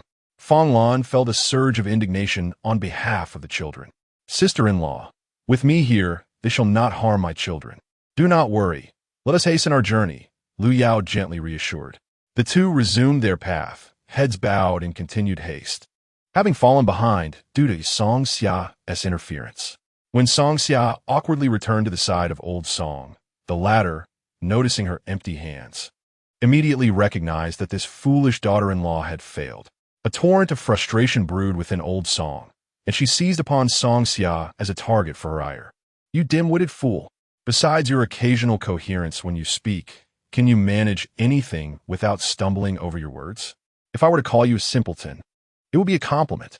Having just endured humiliation from Fang Lan, Song Xia returned to face the wrath of her mother-in-law. Even a figure made of clay would possess some resilience. Her eyes reddened as she began to weep softly. Old Song, seeing this, grew even angrier, pointing an accusing finger at her daughter-in-law. "You still have the audacity to cry? Have you not looked in the mirror to assess your own character? Do you believe you resemble a proper wife? You cannot even manage your assigned tasks, yet you stand before me weeping? If you must cry, do so far away. I would not want others to think our family mistreats you. What kind of display is this? You weep as though you've lost your dear parents. Old Song's words cut like a knife, piercing through Song Xia's heart like icicles hanging from a tree. Song Hongshua quickly stepped forward, pulling Song Xia aside and muttering in a hushed tone, "Get moving. Are you trying to provoke her further? Why continue standing here to incite her anger? Take your belongings and let us be on our way." With that, he set his own burdens down and approached Old Song with a conciliatory demeanor. Chapter 35. Discovering signs of wolf activity leading the way, Yao Daqiang was in search of a cave where the group might take shelter for the night. Suddenly, he noticed numerous disordered footprints on the ground, prompting him to halt the procession. He bent down with effort to scrutinize the tracks more closely. The more he examined, the more alarmed he became. These tracks appeared to belong to a pack of wolves, and it seemed there were not merely a dozen, but rather 3 to 4 dozen of them. Accompanying Yao Daqiang were 2 young men from Songyang village, cousins named Song Qinghu and Song Qingxiang. Upon observing Yao Daqiang's grave demeanor, they sensed the severity of the situation. They too had spotted the footprints, yet the chaos rendered it difficult for them to determine the type of animal. Unlike Yao Daqiang, who had years of hunting experience and a keen understanding of animal traits, they were at a loss. "Uncle Yao, is there a problem?" Song Qinghu inquired anxiously. Yao Daqiang looked up to see that the tracks led northeast, while their intended direction was southeast. Although the 2 paths diverged, Yao Daqiang's instincts indicated that they had encroached upon the wolves' territory. Wolves are social creatures and do not hibernate. They fiercely defend their domain against any perceived intruders. Yao Daqiang addressed Song Qinghu, urging him to swiftly inform the village chief that they had encroached upon the territory of a wolf pack, and that everyone must hasten through this area without delay. Upon hearing this, Song Qinghu turned pale, instinctively swallowed hard, and felt goosebumps rise on his skin. Without uttering a word, he hurriedly raced towards the village chief's location. At that moment, the village chief was being pestered by Song Lishur. Having consumed a hearty breakfast, she now found herself ravenous once more, unable to locate any food. She had drunkenly filled her stomach with snow melt, yet it did little to stave off her hunger and only served to send her to the restroom frequently. "Village chief, I am so famished I can barely move. You cannot turn a blind eye to my plight. We have lived in the same village for many years, growing old together, and have had countless dealings. You cannot simply disregard me." Despite her lengthy entreaties, the village chief remained unmoved, prompting Song Lishur to play upon their shared history. The entire village was aware that the village chief's second son, Song Hongli, had exchanged a quilt for a wolf the previous day, leading Song Lishur to stubbornly linger at the village chief's home. Observing his father's growing frustration with Song Lishur, Song Hongli turned to his wife, Chen Wenhui, and suggested, "Perhaps we should share some of our provisions with her to encourage her to distance herself from us. Look at how distressed father has become. Whenever there is an issue in the village, they all turn to him. I truly fear for his well-being. Maybe you should consider stepping down from the role of village chief." Chen Wenhui, being a cousin by marriage and already having a close bond with her aunt, was not inclined to let her father-in-law suffer. She nodded in agreement, saying, "I have no objections, but this is not a sustainable solution. Once is bound to lead to another time. It would be best if father could establish a clear guideline, whether to expel her from the village or to collectively support her. Clarity is essential." While Song Hongli acknowledged the wisdom in his wife's words, he felt now was not the opportune moment to deliberate on such matters. He resolved to raise the issue when they found a suitable resting place, allowing the villagers to decide together. The provisions at the village chief's home were not solely managed by his wife, Song Chun, but rather distributed between the 2 households, with her only retaining the food meant for herself, her husband, and their youngest son. Consequently, Chen Wenhui also had some provisions at her disposal. Additionally, she had a wolf acquired through her dowry, which her mother-in-law had allowed them to keep. However, Chen Wenhui was not one to hoard food. Due to the inconvenience of handling it, she skinned the wolf and froze the meat into solid blocks, which Song Hongli carried with him.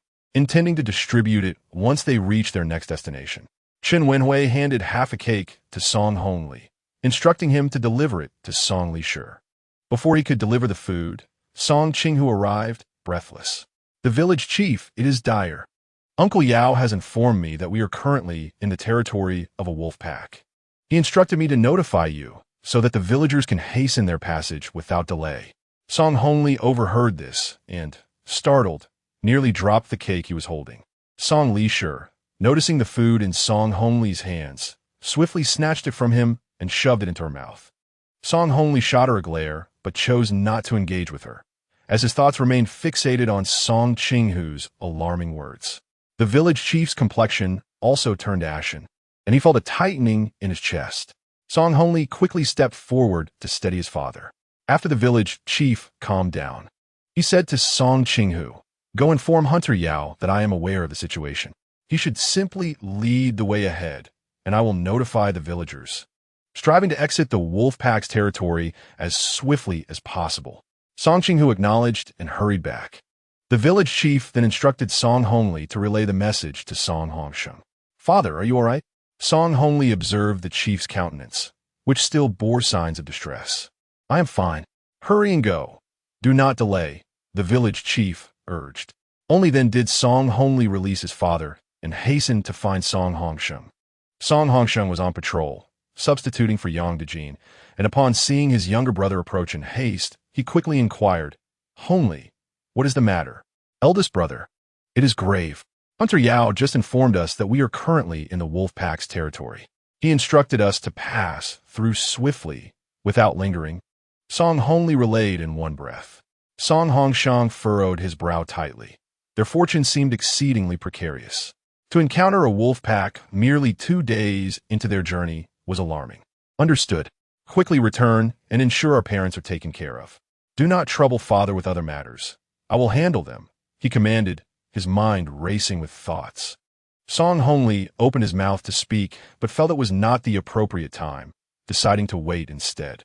He believed his elder brother was entirely capable of assuming their father's position as village chief. As Song Hongsheng instructed the patrol team to remain vigilant, he disseminated Hunter Yao's message, advising everyone to carry their belongings and secure the children in the carts, thus enabling a quicker escape. A momentary panic surged through the crowd, but Song Hongsheng swiftly quelled their fears. "Remain calm, everyone. Our patrol team is armed with blades. Even if wolves approach, we possess the means to defend ourselves. However, to avoid confrontation, it is paramount we pass through quickly. Engaging the wolves will result in casualties. Thus, refrain from making noise to prevent attracting them. Let us hasten our journey." The villagers, already weary, felt a surge of anxiety, pushing their physical limits to the utmost. Those with hand-drawn carts placed their smallest children inside, ensuring they could also carry their belongings, and pressed forward in silence. The only sound were the crunching of snow beneath their feet and the occasional whimper of a child. Lu Yao received the news as well and forcibly secured Yao Rong in the hand-drawn cart, where the 4 children were packed tightly with no room to move. Yet, they remained quiet and obedient, understanding the urgency of the moment. Lu Yao distributed a piece of candy to each child, who then nibbled on it like little hamsters. Fang Lan approached to assist Lu Yao with the cart, but Lu Yao waved her off, saying, "Sister-in-law, please keep an eye on Yao Heng and Yao Cheng. Though their injuries are not as severe as Yao Shen's, they are still significant. The children have endured without complaining of pain or fatigue throughout this journey, but they are likely nearing their limits now." Upon hearing this, Fang Lan refrained from competing with Lu Yao and quickly pursued her 2 sons, finding them with ashen faces, sweat trickling down their cheeks, yet they continued forward in silence. Fang Lan's heart ached, and tears streamed down her face. However, at this moment, she was unable to conjure a hand-drawn cart. Otherwise, she could have placed the 2 brothers inside and had them pull it along. The pace of the procession accelerated significantly, and the 2 villages trailing behind had vanished from sight. Lu Yao glanced back with a flicker of concern in her eyes, for those were the lives of hundreds of vibrant souls. Chapter 36. The lazy ones who wouldn't lift a finger even if the oil bottle falls. The distant villages of Shaoyang and Daong had essentially merged into one. Lacking hand-drawn carts, The villagers' speeds were relatively uniform, compounded by their exhaustion from the prolonged journey. With no patrol teams, the boundaries between the two villages were not distinctly marked. As members from Daeong village fell behind, they were overtaken by those from Shaoyang village and thus integrated into their ranks. From afar, they appeared as a long line of refugees. The village leaders convened to discuss their predicament. Yang Difu, the leader of Daeong village, inquired, "We have fallen so far behind. What shall we do tonight?" Yang Hojiao shrugged. "What can we do? We must press on through the night. We cannot sleep in the snow. Or who knows how many lives would be lost to the cold. I see that the elderly and children in our village are utterly exhausted. I doubt they can endure much longer. Your village has its share of the frail as well. Do you not care for their well-being?" Yang Difu observed the weary faces of Shaoyang villagers, who were visibly fatigued, pausing frequently to rest. Yang Hojiao furrowed his brow. "It is better than freezing to death. Walking may be tiring, but it will not kill us. If we stop, we will surely perish. For the sake of survival, we cannot halt." Yang Difu raised his gaze to the darkening sky. They had departed around noon and had now traveled for 3 hours. Although the light was dim due to the snow cover, navigation remained feasible. "What if we take a half-hour break? We must continue our journey through the night. But we cannot truly risk lives due to exhaustion," he suggested after some contemplation. Yang Hojiao noticed that the stragglers from Shaoyang village had disappeared from sight. Given the already dim light and their location in the woods, it was imperative to keep close together to avoid falling behind. Encountering a pack of wolves would leave them with no escape. "Very well, let us merge our two villages and form a patrol team akin to Sanyang village. This way, our nighttime travels will be safer," he replied. This proposal resonated with Yang Difu's thoughts. Having been presented by the leader of Shaoyang village, he readily agreed. "That sounds feasible. I shall return and select members for the patrol team. Our village will provide 50, and yours will contribute 50, forming a 100-member patrol that can alternate duties." Yang Hojiao nodded, his expression darkened by regret over having forced the Yao family to leave. Otherwise, they would not be so far behind now. The villages of Daeong and Shaoyang took a moment to regroup, while at that very moment, Sanyang village had bravely traversed the area where the wolves congregated. Fortunately, Yao Daqiang had finally lived up to expectations by discovering a mountainside, which contained several caves of varying sizes. As Song Qingxiang spotted the caves and was eager to rush in, he was halted by Yao Daqiang's firm grip. "Do not act impulsively. The cave nestled within these mountains may harbor bears. You should remain here while I venture forth to scout the area." Song Qingxiang and Song Qinghu gazed with a mixture of excitement and trepidation at Yao Daqiang, who slowly made his way towards the cave's entrance. Without the support of the two brothers, Yao Daqiang found walking laborious, taking a quarter of an hour to reach the mouth of the cave. He headed directly for the largest opening, which measured around 20 to 30 meters in width and 3 to 4 meters in height. Based on his experience, Yao Daqiang estimated that this cave could accommodate at least 100 individuals, though its depth remained uncertain. Upon entering the cave, he was met with utter darkness, the only illumination emanating from the cave mouth due to the reflection of the white snow. Yao Daqiang produced a fire starter, and with a gentle breath, he revealed a meter of visibility ahead.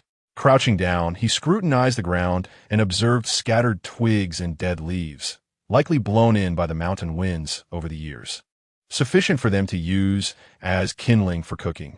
The absence of any footprints indicated that this cave was devoid of large animals.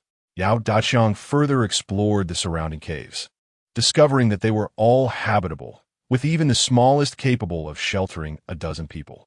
After confirming the absence of danger, he began his return journey. Song Qinghu, with keen eyesight, spotted a dark figure moving towards them and hurriedly closed the distance. The agile young man quickly caught up with Yao Daqiang. "Uncle, how is it? Can we stay there?" Song Qinghu inquired anxiously as he supported Yao Daqiang. Yao Daqiang's face lit up with joy. "Yes, indeed. There are plenty of dry branches inside. We can prepare dinner and rest well." "That's splendid. I shall inform Grandpa, the village chief." "Uncle, you need not proceed further. I will bring everyone here. I will have Qingxiang assist you into the cave to rest." Song Qinghu exclaimed with great enthusiasm. Yao Daqiang waved his hand dismissively. Do not worry about me. Hurry and relay this news to the village chief. With that, Song Qinghu dashed off and soon encountered Song Qingxiang. He quickly instructed, "You must help Uncle. I will lead the villagers here to rest." Understanding the cave's safety, Song Qingxiang responded with palpable excitement. Meanwhile, Song Qinghu sprinted towards the crowd. The snow in the forest was thick, and even at full speed, he could not move very swiftly, but it did not dampen his spirits. After a quarter of an hour, Song Qinghu finally spotted the villagers of Songyang village. He eagerly waved at the foremost individuals, calling out, "Everyone, exert yourselves. There's a cave up ahead where we can take shelter." His enthusiastic voice resonated through the forest, reaching the ears of the villagers. "Did you hear that? Tiger said he found a cave. I think I heard it too. Let us hurry. If we do not find it soon, I shall be unable to continue. Push forward. Everyone, a cave has been discovered ahead. We shall soon find respite." Such exclamations echoed through the crowd, and within moments, the uplifting news spread, invigorating everyone. The once weary individuals were suddenly invigorated, as if administered a potent stimulant, mustering their last ounce of strength to hasten their pace and join the throng. Meanwhile, the families of Lu Yao and Fong Lan, who had initially lagged behind, had now reached the center of the village, while the Song family, who had occupied that central position, found themselves at the rear of the procession. By the time the Song family received word of the situation, those at the front of the line had already arrived at the location of the cave, where Song Qinghu and his companions at first discovered refuge. At this moment, the matriarch of the Song family began to chastise her two sons. "You two idle layabouts. You wouldn't even help when the oil jar tips over. Now, in this time of flight, you remain just as lazy. Why don't you learn from others and make a cart? Do you have any idea how hard I've worked? You will labor through the night to make 2 carts for me. Tomorrow, you will pull me along." Song Hongxiao and Song Hongchang, having been scolded by their mother, dared not retort and kept their heads down as they trudged along. It was the third daughter-in-law who cheekily interjected, "Mother, even if we were to craft carts to carry you, we must first reach the destination, don't you think? If we don't hurry, we'll end up with the worst positions, stuck on the outskirts of the cave, merely shielding others from the wind. You ungrateful sloth. Now you're aware of priorities? Where were you earlier? If your husband had made those carts, would we have fallen to the back of the line? Would we have let the Liu family pass us?" The matriarch was now like a rabid dog, snapping at anyone within reach. Unable to endure the scene any longer, Old Song interjected sternly, "Enough. Do you not see the urgency of the hour? What's all this fuss about? The third daughter-in-law is correct. Eldest and third sons. You two hurry ahead and secure us a good spot." Chastised by her husband, the matriarch fell silent, her countenance dark as she walked sullenly beside them. Without delay, Song Hongxiao and Song Hongchang complied, eager to escape their mother-esque scolding. Upon arriving at the cave, Lu Yao and Fong Lan found that Yao Daqiang had already selected a small cave near the center. He presumed that Lu Yao would prefer not to share accommodations with the others, so he had chosen a space suitable for the two families. "Dr. Lu, let us occupy this cave," Yao Daqiang respectfully suggested. "It's small, just right for our two families, and it spares us from mingling with others, allowing you to rest properly." Lu Yao inspected the cave and, finding it quite suitable, nodded with a gentle expression, saying, "Thank you, Brother Yao. This cave is excellent. Yao Shun and the others truly need to rest well for their wounds to heal." Fong Lan pulled the cart to the cave entrance, and the children began to emerge one by one. Song Zhang stretched lazily and declared with the airs of a young adult, "At last, I am liberated. Thank you, Mother and Aunt Lan." Fong Lan playfully pinched Song Zhang as little nose and laughed. "Aunt Lan is not the one who has endured hardship. You are the ones who have worked hard. Were you squished by your sister Rome?" No, Aunt Lan, please don't overthink it. The 4 of us were bundled together, and it was quite warm. You can ask my brother." Song Ziang quickly clarified. Song Zishuan cast a dispassionate glance at his younger brother, silently scoffing. "Who told you to chatter so much? Not so impressive now, are you? And now I have to clean up your mess."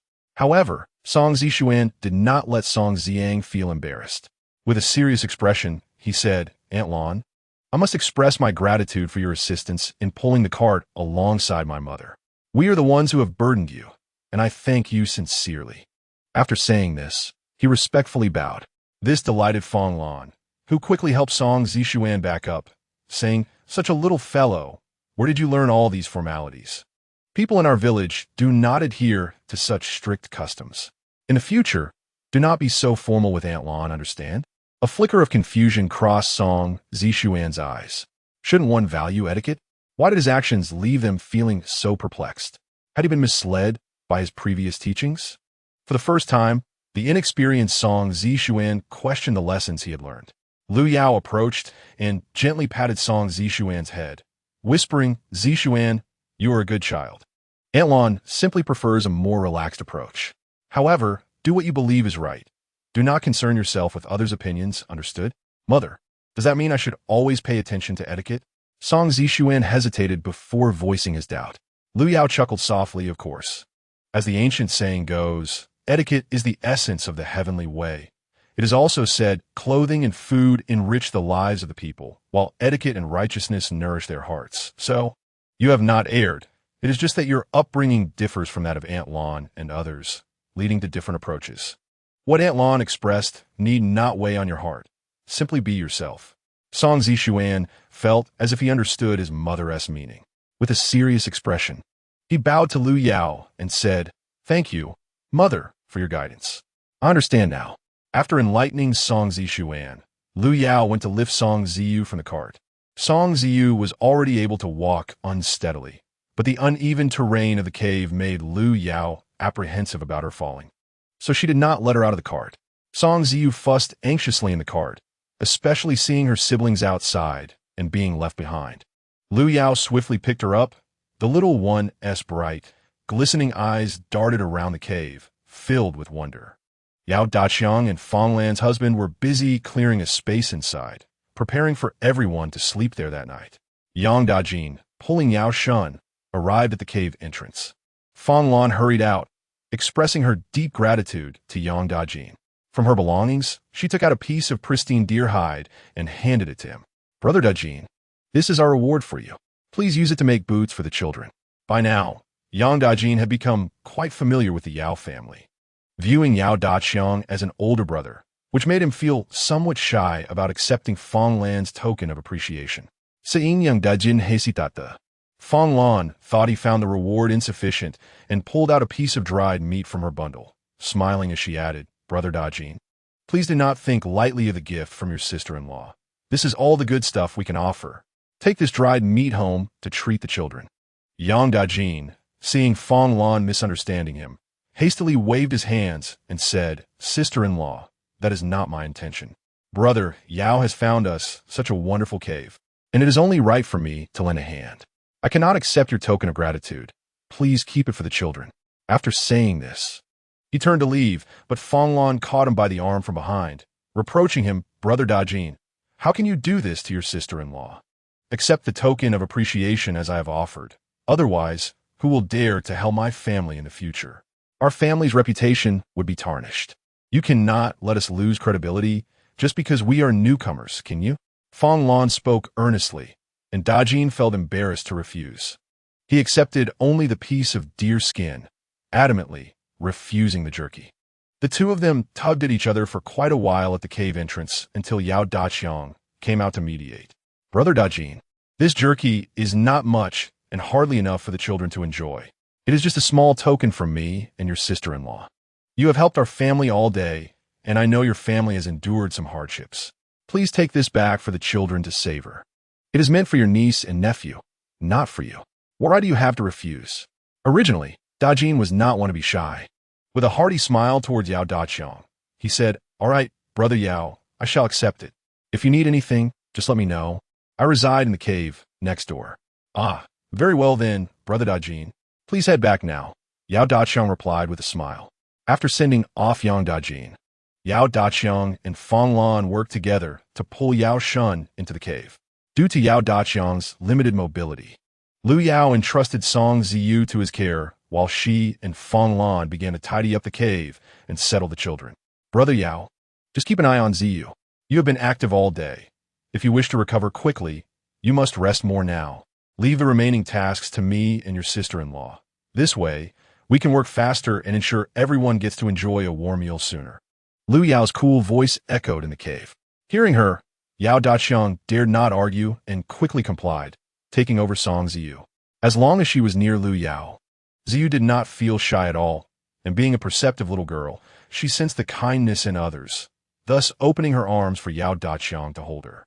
Yao Daqiang, cradling the soft and sweet little girl, felt his heart nearly melt with joy. It was then that Lu Yao and Fong Lan hurriedly began to arrange the cave. Meanwhile, after half an hour of rest, the larger Yang village was back on the road. Upon their arrival at the cave, they also reached the territory of the wolf pack. Without experienced hunters to lead the way, they remained oblivious to the impending danger that was gradually approaching. Chapter 38. Lu Yao's acupuncture in the innermost part of the cave. Lu Yao and Fong Lan laid out 2 sheets on a relatively even surface and spread quilts over them, thus creating a large communal sleeping area where the children could also remove their shoes and play. Yao Rong's complexion had improved significantly. Lu Yao took out some herbs and handed them to Fong Lan, saying, "Sister-in-law, these are some herbs I prepared before the disaster. Based on Ronger's symptoms, I have formulated a prescription. Please have her brew and take it, and we shall see how effective it is." Fong Lan hastily wiped her hands on her clothing, carefully accepting the package of medicine from Lu Yao, expressing her heartfelt gratitude. "Dr. Lu, I cannot thank you enough. No one else could treat Ronger's illness as well as you do. You are truly her benefactor. Sister-in-law, please do not speak so highly of me. I merely happen to have some medicine on hand, just enough to prepare a dose. Here, we have 3 tails of peeled cinnamon twigs, 2 tails of roasted licorice, 12 pieces of jujube, 6 tails of peony root, 3 tails of sliced ginger, and 1 shung of maltose. However, the quantity of maltose is limited, so will only suffice for 1 dose, and given that Ronger requires 3 doses a day, she should take this now. Once we arrive at our destination, I will ensure she receives proper care. In any case, it is better than nothing." As Lu Yao spoke of the prescription, she seemed to revert to her former self, tending to patients in her past life. Though Fong Lan did not fully comprehend the details, her gratitude towards Lu Yao remained undiminished. Under such challenging circumstances, simply acquiring the medicinal herbs was a remarkable feat, let alone assembling a complete prescription. "Dr. Lu, I understand your intentions fully. It is difficult to find even basic sustenance, let alone medicine. We are deeply appreciative of your thoughtfulness towards Ronger." Tears shimmered in Fong Lan's eyes, touched by the kindness shown. "Sister-in-law, you often mention Zixuan's adherence to propriety and etiquette. You are no different. If we continue this way, it will be dawn before we finish." Lu Yao promptly intervened. Fong Lan ceased her expressions of gratitude and set about preparing the medicine for Yao Rong. Lu Yao then approached Yao Shun, gently feeling his pulse, which was weak and feeble. A frown formed on her brow. This condition was untenable. He must be roused to consume some nourishment. Lu Yao was certain that there were blood clots obstructing Yao Shun's mind. Otherwise, he would not have remained unconscious for so long.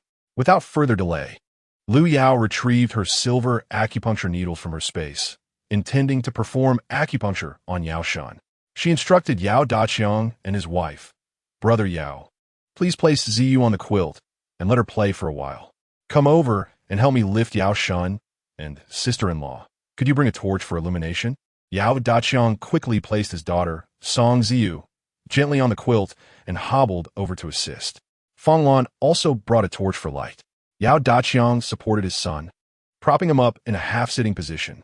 As Lu Yao prepared to insert the needles, Fong Lan anxiously inquired, "Dr. Lu, is my son beyond saving?" Tears began to flow from her eyes. "Sister-in-law, rest assured, I will not allow anything to happen to him." Although Lu Yao's tone was cool, it greatly soothed the couple's anxious hearts. Yao Daqiang gently reassured his wife, "My dear, you must trust Dr. Lu. Let us not disturb her while she performs the acupuncture." Fong Lan quickly halted her tears, her gaze fixed nervously on Lu Yao as she began her work. With swift and precise movements, Lu Yao inserted needles into several acupoints on Yao Shun's head, including Fengqi, Baihe, Tu Wei, Shuaigu, Taiyang, and Jiuh on the back of his hand. Given her uncertainty about the size of the blood clots in Yao Shun's head, she could only proceed with caution. After a quarter of an hour, Lu Yao carefully removed each needle. Once completed, she addressed Yao Daqiang. "Brother Yao, you may lay him flat now." Seeing the needles withdrawn, yet her son still unconscious, Fong Lan's heart was once again heavy with worry. She turned to Lu Yao and asked, "Dr. Lu, when will Shun awaken?" Yao Shun is currently likely suffering from a blood clot pressing on his brain, which has resulted in his prolonged unconsciousness. My recent acupuncture was intended to disperse the clot within his mind. Should it be alleviated, he will soon awaken, Lu Yao stated calmly. In such circumstances, she refrained from causing anxiety for Fong Lan, and thus chose not to elaborate further. Yao Daqiang reassured Fong Lan, saying, "Do not worry, we must trust Dr. Lu's medical skills. You should quickly prepare medicine for Ronger." It was only then that Fong Lan recalled she had yet to brew the medicine for Yao Rong and hurried off. Lu Yao then addressed Yao Daqiang, saying, "Brother Yao, please stay here and watch over Yao Shun. If he awakens, call for me." "Ah, very well, Dr. Lu. You go about your business. I shall keep watch here," Yao Daqiang replied gratefully. Lu Yao then set about preparing the evening meal. In her previous life, she had a profound love for culinary delights and was quite skilled in cooking, possessing a variety of spices at home. Since arriving in this world, she had yet to enjoy a proper meal, having subsisted on plain steamed buns, which had left her palate yearning for flavor. Lu Yao kindled a fire not far from the cave entrance, and, having set a pot atop it, was preparing to venture out for snow to boil water. The area was untainted by pollution, rendering the melted snow suitable for direct culinary use. As she approached the cave's mouth, she could hear a commotion emanating from outside. Though she typically refrained from meddling in others' affairs, her keen ears caught the shrill cries of Granny Song. Having never witnessed Granny Song suffer at the hands of others, Lu Yao felt a surge of curiosity and found her feet moving towards the source of the ruckus. Positioning herself beneath a large tree, she peered into the cave. Numerous fires flickered within, allowing her to clearly discern the unfolding events. It appeared that Granny Song's family resided at the cave's entrance. Lu Yao, arms crossed, observed with amusement as Granny Song threw a tantrum. "Oh heavens, why don't you strike down this wretched crowd with a bolt of lightning? They are far too brazen. They have forced my family to the mouth of the cave. Does it appear to be a suitable dwelling for anyone? You shameless people bully us because we lack a card, seizing all the prime spots. Are you intent on leaving my family to freeze to death at night?" Granny Song wailed, her voice rising as she pounded her thighs and blew her nose. The village head emerged from within, his head throbbing, and chided Song Liz Hong. "How old is your wife? Does she not feel any shame? Instead of blaming others for your lack of a card, why not seek refuge in one of the smaller caves nearby if you do not wish to stay at the entrance? I fear the first bolt of lightning from the heavens will strike you, you unreasonable shrew." The village head, thoroughly exasperated, had spent the entire day either entangled with Song Li or enduring Granny Song's outbursts, leaving him utterly fatigued. Seeing the village head's ire, Song Liz Hong hastily attempted to pull Granny Song up to seek shelter in a smaller cave, but she stubbornly resisted. Gripping her arm tightly, she retorted, "Just because the village head suggests we move to a smaller cave, must we comply? If wolves come at night, wouldn't we become their midnight snack? What a cunning plan you have, village head. Are you wishing for our demise?" Faced with the relentless nagging of Old Lady Song, the village chief was left with a pallid complexion, utterly powerless. In mere moments, he found himself positioned as a suspect of premeditated murder. As Song Hongsheng emerged from within, he grasped the village chief and pulled him away, deliberately raising his voice. "Father, why concern yourself with them? This foolish family is destined for calamity. Let them perish in the cold if they so wish. We are not in the village anymore. We are fleeing disaster, and it suffices that we look after our own lives. If they refuse to seek refuge in a cave, they may as well sleep in the snow." With that, he ushered the village chief inside. Chapter 39. Blindly competing for honors and bringing shame upon oneself upon realizing the village chief had vanished from sight. Old Lady Song was momentarily stunned, her mouth agape, uncertain whether to continue her lamentations. At that moment, the third daughter-in-law of the Song family addressed the elder Song. "Father, If we do not hasten to choose a cave, when the folks from Daong village and Xiaoyang village arrive, we will find ourselves without any shelter and will have to sleep in the snow. Song Lizhong acknowledged the sense in his daughter-in-law's words. He kicked old lady Song, who was seated on the ground, and scolded her. "You blind fool. It's embarrassing to compete for honors while blind. Get up and move." Following this reprimand, old lady Song complied, turning to her eldest son, Song Hongshua, and berating him. "You blind and heartless wretch. Why don't you help your mother up?" Despite being unjustly caught in the crossfire, Song Hongshua dared not retort and quickly bent down to assist her. Meanwhile, Song Hongchang had already set out in search of a cave, feeling utterly exhausted by his mother's incessant complaints. He thought it foolish to be picky at such a time when they needed to find a place to rest. As he traversed the path, he discovered each cave was filled to capacity, save for one at the farthest edge, which remained unoccupied. Without hesitation, he seized this opportunity, knowing that all he needed was a place to eat and rest. He tossed his belongings to the ground and hurried back to fetch the elder Song and old lady Song. Approaching old lady Song with a fawning demeanor, he declared, "Mother, I have found a spacious cave that is just right for our family. It is warm and has dry firewood for burning." Old lady Song, however, remained impassive, merely snorting in response, and retorted to Song Hongchang, "None of the Song family can stand on their own. You are easily satisfied with any cave. I refuse to compete for mere bread, but will not shy away from confronting the village chief. You lot are content to cower in your corners." Understanding his mother's veiled insults directed at his father, Song Hongchang respectfully replied, "You speak the truth, mother. Let's proceed swiftly and kindle a fire to prepare something to eat." Old lady Song shot a cold glare at him, but chose to say nothing further.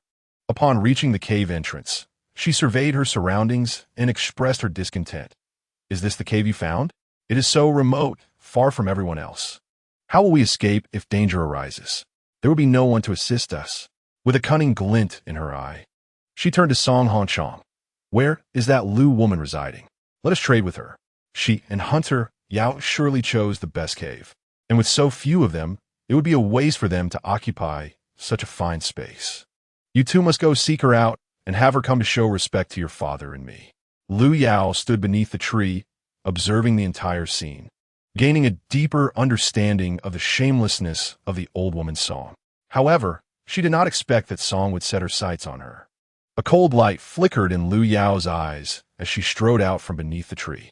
Although Song Hongchang was reluctant to provoke the formidable Lu Yao, he dared not defy his mother's wishes and was forced to search for Lu Yao's dwelling with a heavy heart. Regret gnawed at him. Had he known better, he would not have tried to curry favor before his mother. Staying in the cave would have been far more prudent. The more he thought about it, the angrier he became. He lightly slapped his own face and muttered to himself, "This is what you get for being so foolish and sycophantic. Now, look where it has led you, offending that Lu woman, alas." Reluctantly, Song Hongchang resolved to carry out his task, thinking that whether he extended his neck for the blade or retracted it, it would be the same fate. It was better to expedite the matter with resolve. Thus, he hurriedly traversed each cave in search. These caves were irregularly scattered, some jutting out while others were recessed, not aligned on a single plane, and distanced variably, some over 100 meters apart, while the closest were merely 30 or 40 meters away. Hence, Song's concerns were not unfounded. Should an incident occur at night, timely rescue would indeed be a challenge.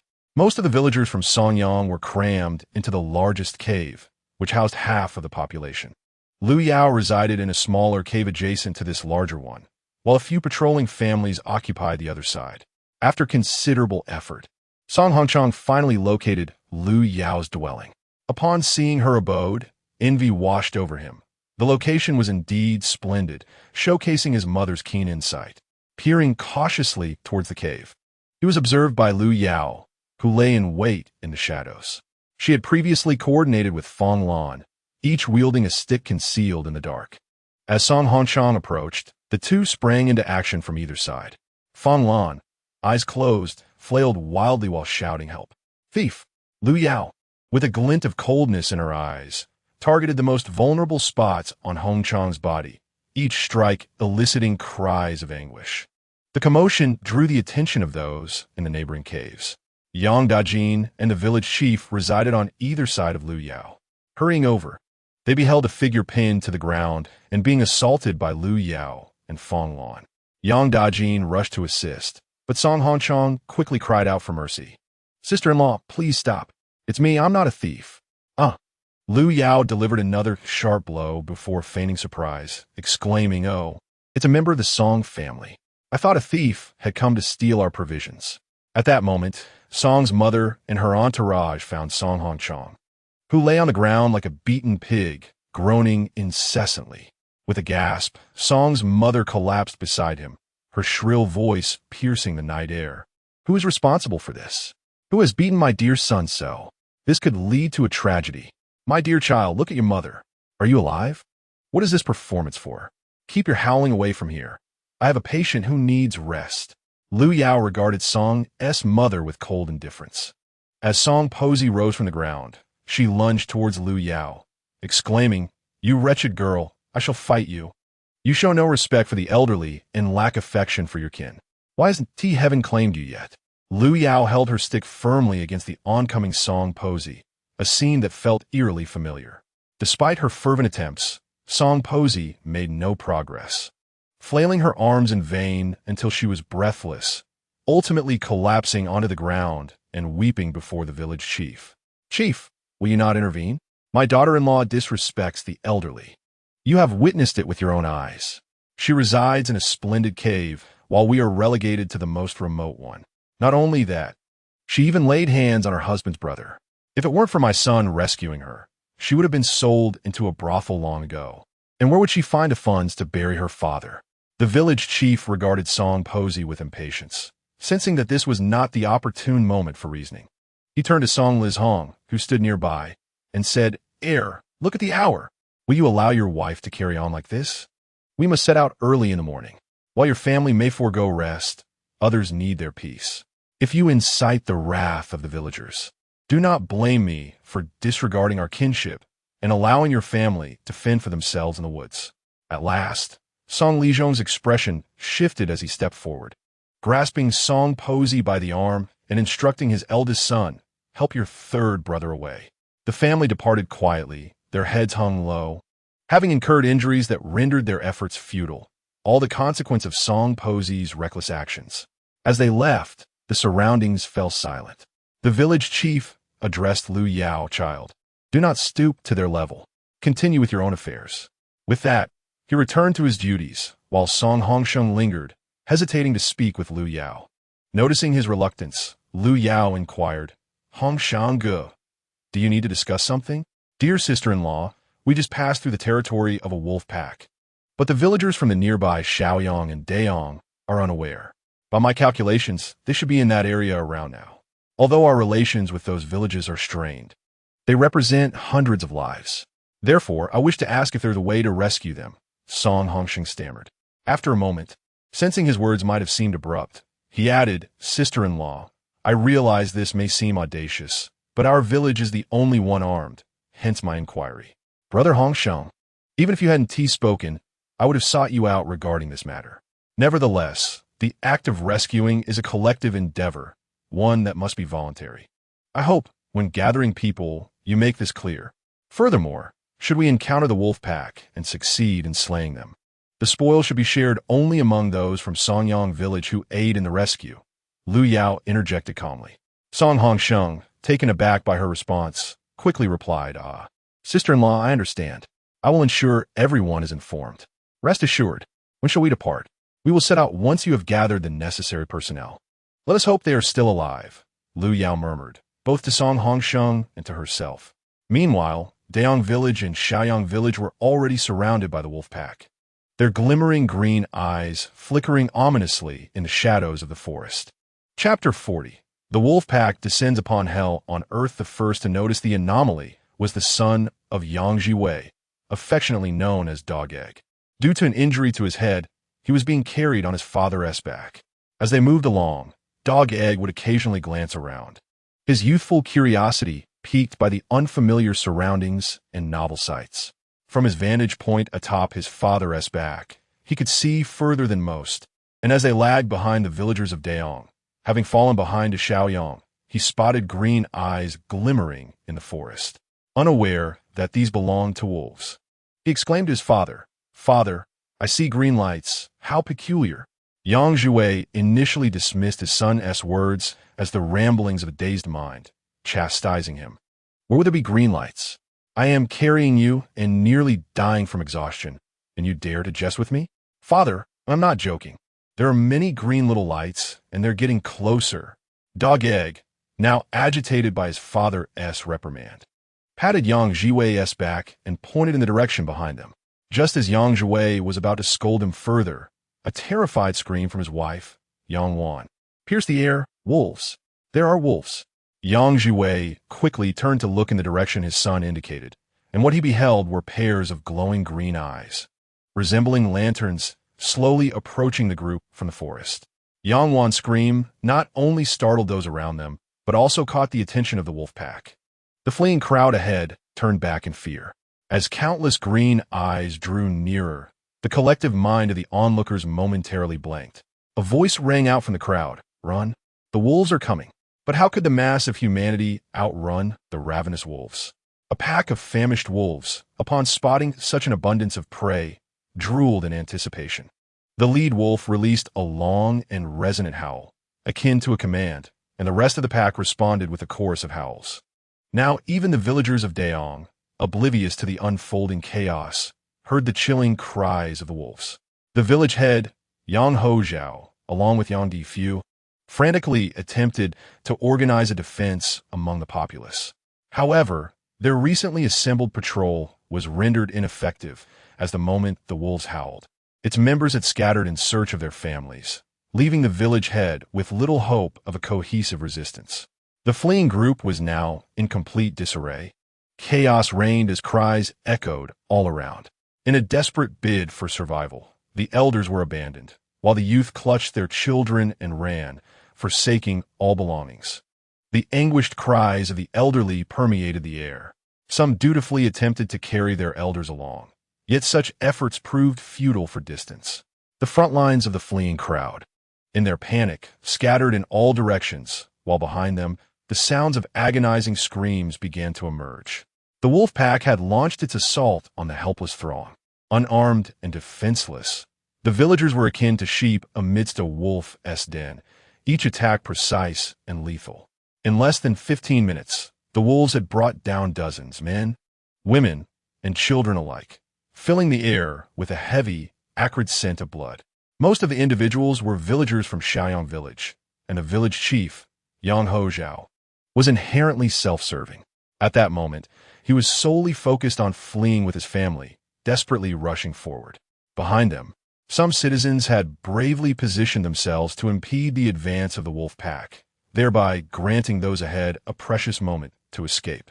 The first to spot the wolves was the Yang Jiwei family, who, having noticed the threat early, managed to blend into the crowd before the others fully grasped the danger, thus avoiding an immediate attack from the wolves. Yang Jiwei, carrying his son on his back, ran with fervor as if fueled by an adrenaline surge. However, his wife, Yang Wan, found her legs weak and was unable to keep pace, trailing several meters behind her family. As she glanced back, the wolf pack drew perilously close, and the air was filled with cries of terror and pleas for help. Yet, in the chaos of their escape, no one paused to consider a united stand against the wolves. The villagers of Daong, positioned at the forefront, were even less inclined to halt for confrontation, believing their chances of survival were greater. Some harbored the misguided notion that once the wolves had satiated their hunger on the inhabitants of Xiaoyang village, they would cease their pursuit of Dayang citizens. At that moment, not a mile from Xiaoyang and Daong villages, Lu Yao, accompanied by Song Hongsheng and a patrol team of several dozen, was hastening towards the scene. Only half an hour into their journey, they heard the unmistakable sound of the wolves' howls, causing their hearts to sink. Lu Yao turned to Song Hongsheng. "Brother Hongsheng, this is dire news. They must have encountered the wolves. Dear sister, we must quicken our pace. This cacophony does not resemble the commotion that mere 30 or 40 wolves could create." Song Hongsheng replied, gripping his long knife tightly, his expression tense. Lu Yao nodded calmly. Indeed, Their numbers are at least doubled. She then addressed the patrol team. Gentlemen, we are here to assist. Once we engage with the wolves, we may face injury or even death. In this instance, it is our courage that will count. You must be fiercer and more relentless than the wolves to gain the upper hand. When we enter battle, pair off back to back, ensuring that your rear is not exposed to the cunning wolves, who are adept at exploiting weaknesses. Understood. The unified voices of over 50 men echoed through the woods. The distance of a mile was covered swiftly, and Lu Yao was the first to encounter the villagers of Daong rushing towards them in sheer panic. The villagers recognized Lu Yao, and upon seeing her, it was as though they had encountered a celestial being. They halted in their tracks. "Dr. Lu, what brings you here?" "There are wolves behind us. You must flee," a villager from Daong shouted. "Fellow villagers, we are here to rescue you. We are from the Songyang Patrol. If you continue to scatter in fear, none will escape. Adult men, halt. Let the elderly, the weak, and the women go first," Song Hongsheng commanded, taken aback by the scene before him. It was disheartening to see that not a single village chief stepped forward to organize a defense against the wolves, despite the fact that they had nearly 800 people, allowing the beasts to wreak havoc unchecked. Just as Song Hongsheng was issuing orders, the wolf pack had already infiltrated the heart of Shaoyang village, and several wolves lunged directly at Yang Hozhao's family. Yang Hozhao seized the kitchen knife in his hand and aimed to strike at the head of a wolf. However, due to an unfavorable angle, he merely grazed the creature's fur, inadvertently inciting its wrath. The wolf swiftly altered its trajectory, lunging at Yang with ferocious speed and sinking its teeth into his face, creating a gaping wound that elicited a heart-wrenching scream echoing through the night. When Lu Yao arrived at Shaoyang village with the patrol team and the villagers of the Yang village, the scene that unfolded before them resembled a hellish nightmare. The ground was strewn with the remains of the fallen, and the pungent scent of blood lingered heavily in the air. A fierce glint of murderous intent flickered in Lu Yao's eyes, her icy demeanor more frigid than the night itself. Without uttering a word, she dashed into the throng of wolves. Her long knife moved with uncanny precision, felling wolves with each swing. It was only then that the frenzied pack recognized the imminent danger. Gradually, they encircled Lu Yao, who stood her ground, gripping her long knife tightly as crimson droplets of blood cascaded down the blade, staining the already blood-soaked snow beneath her. Chapter 41. Capture the leader first. The other members of the patrol quickly joined the fray, dispersing the encircling wolves. Lu Yao, holding her long knife in one hand and a scalpel in the other, faced the pack. Suddenly, she seized the initiative, executing a swift left roll while simultaneously launching the scalpel at a wolf on her right, striking it dead on the forehead. Her long knife was equally active, delivering a devastating horizontal slash to a nearby wolf. The wolves, not lacking in intelligence, quickly realized they were being ambushed and charged at her en masse. At that moment, Song Hongsheng emerged from behind, dispatching 2 wolves and drawing the attention of several more, thereby alleviating some of the pressure on Lu Yao. Together, they fought valiantly, and within the span of a tea break, they managed to subdue the pack. However, Song Hongsheng sustained an injury. A wolf had torn a piece of flesh from his leg. Yet, gritting his teeth in pain, he continued to battle, remembering Lu Yao's words. One must be fiercer and more ruthless than the wolves themselves. Fueled by an inner resolve, he maneuvered amongst the beasts. The other patrol members also achieved notable success, each long knife stained with the blood of their adversaries. After a quarter of an hour, Lu Yao and her team had slain half of the wolves, while the remaining ones were drawn towards the group, gradually tightening their encirclement in an attempt to overpower them, yet hesitant due to the weapons in hand. At that moment, a piercing howl resonated through the night, prompting Lu Yao to fixate on its source, where she spotted a pair of glowing green eyes lurking within the shadows of the forest. Narrowing her gaze, she discerned that this must be the lead wolf. As the saying goes, to capture a thief, one must first seize the king. She turned to Song Hongsheng and declared, "Hongsheng, I leave this to you. I must take down the lead wolf. Without its command, the pack will lose its cohesion. Be careful, Lu Yao. We will hold our ground here," Song Hongsheng urged. Concern etched across his face.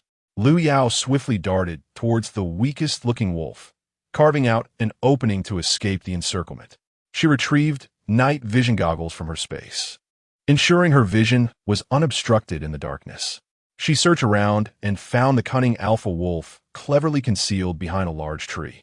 Silently, Lu Yao circled to the back of the alpha wolf, retrieving a silenced gun from her spatial storage.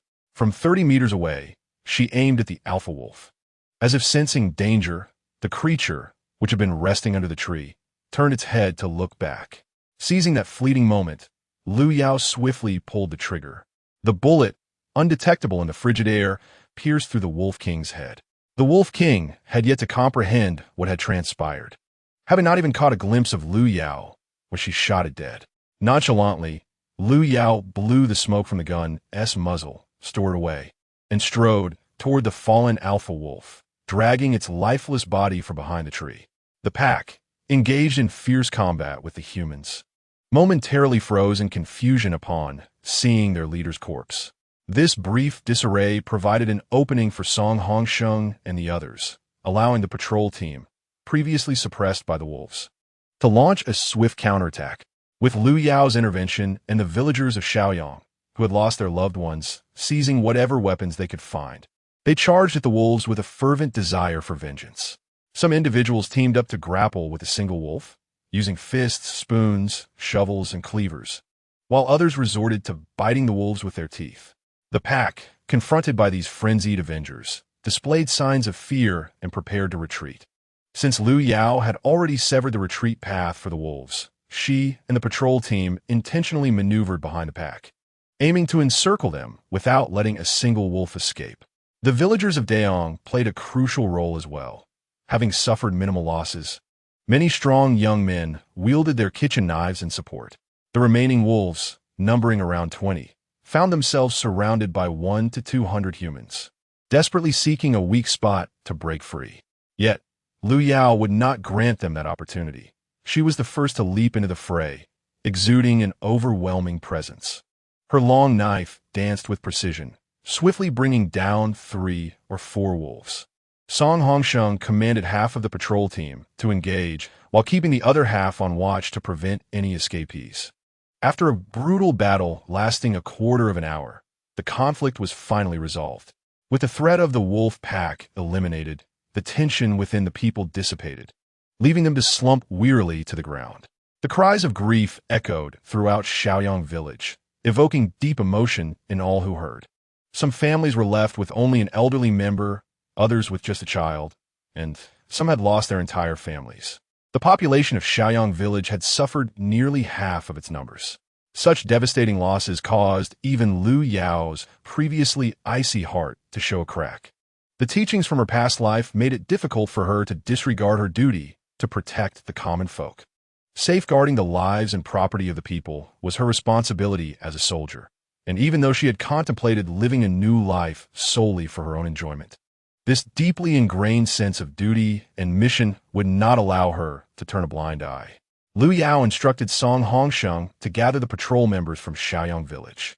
"Brother Hongsheng, please assemble our patrol team and check for any casualties."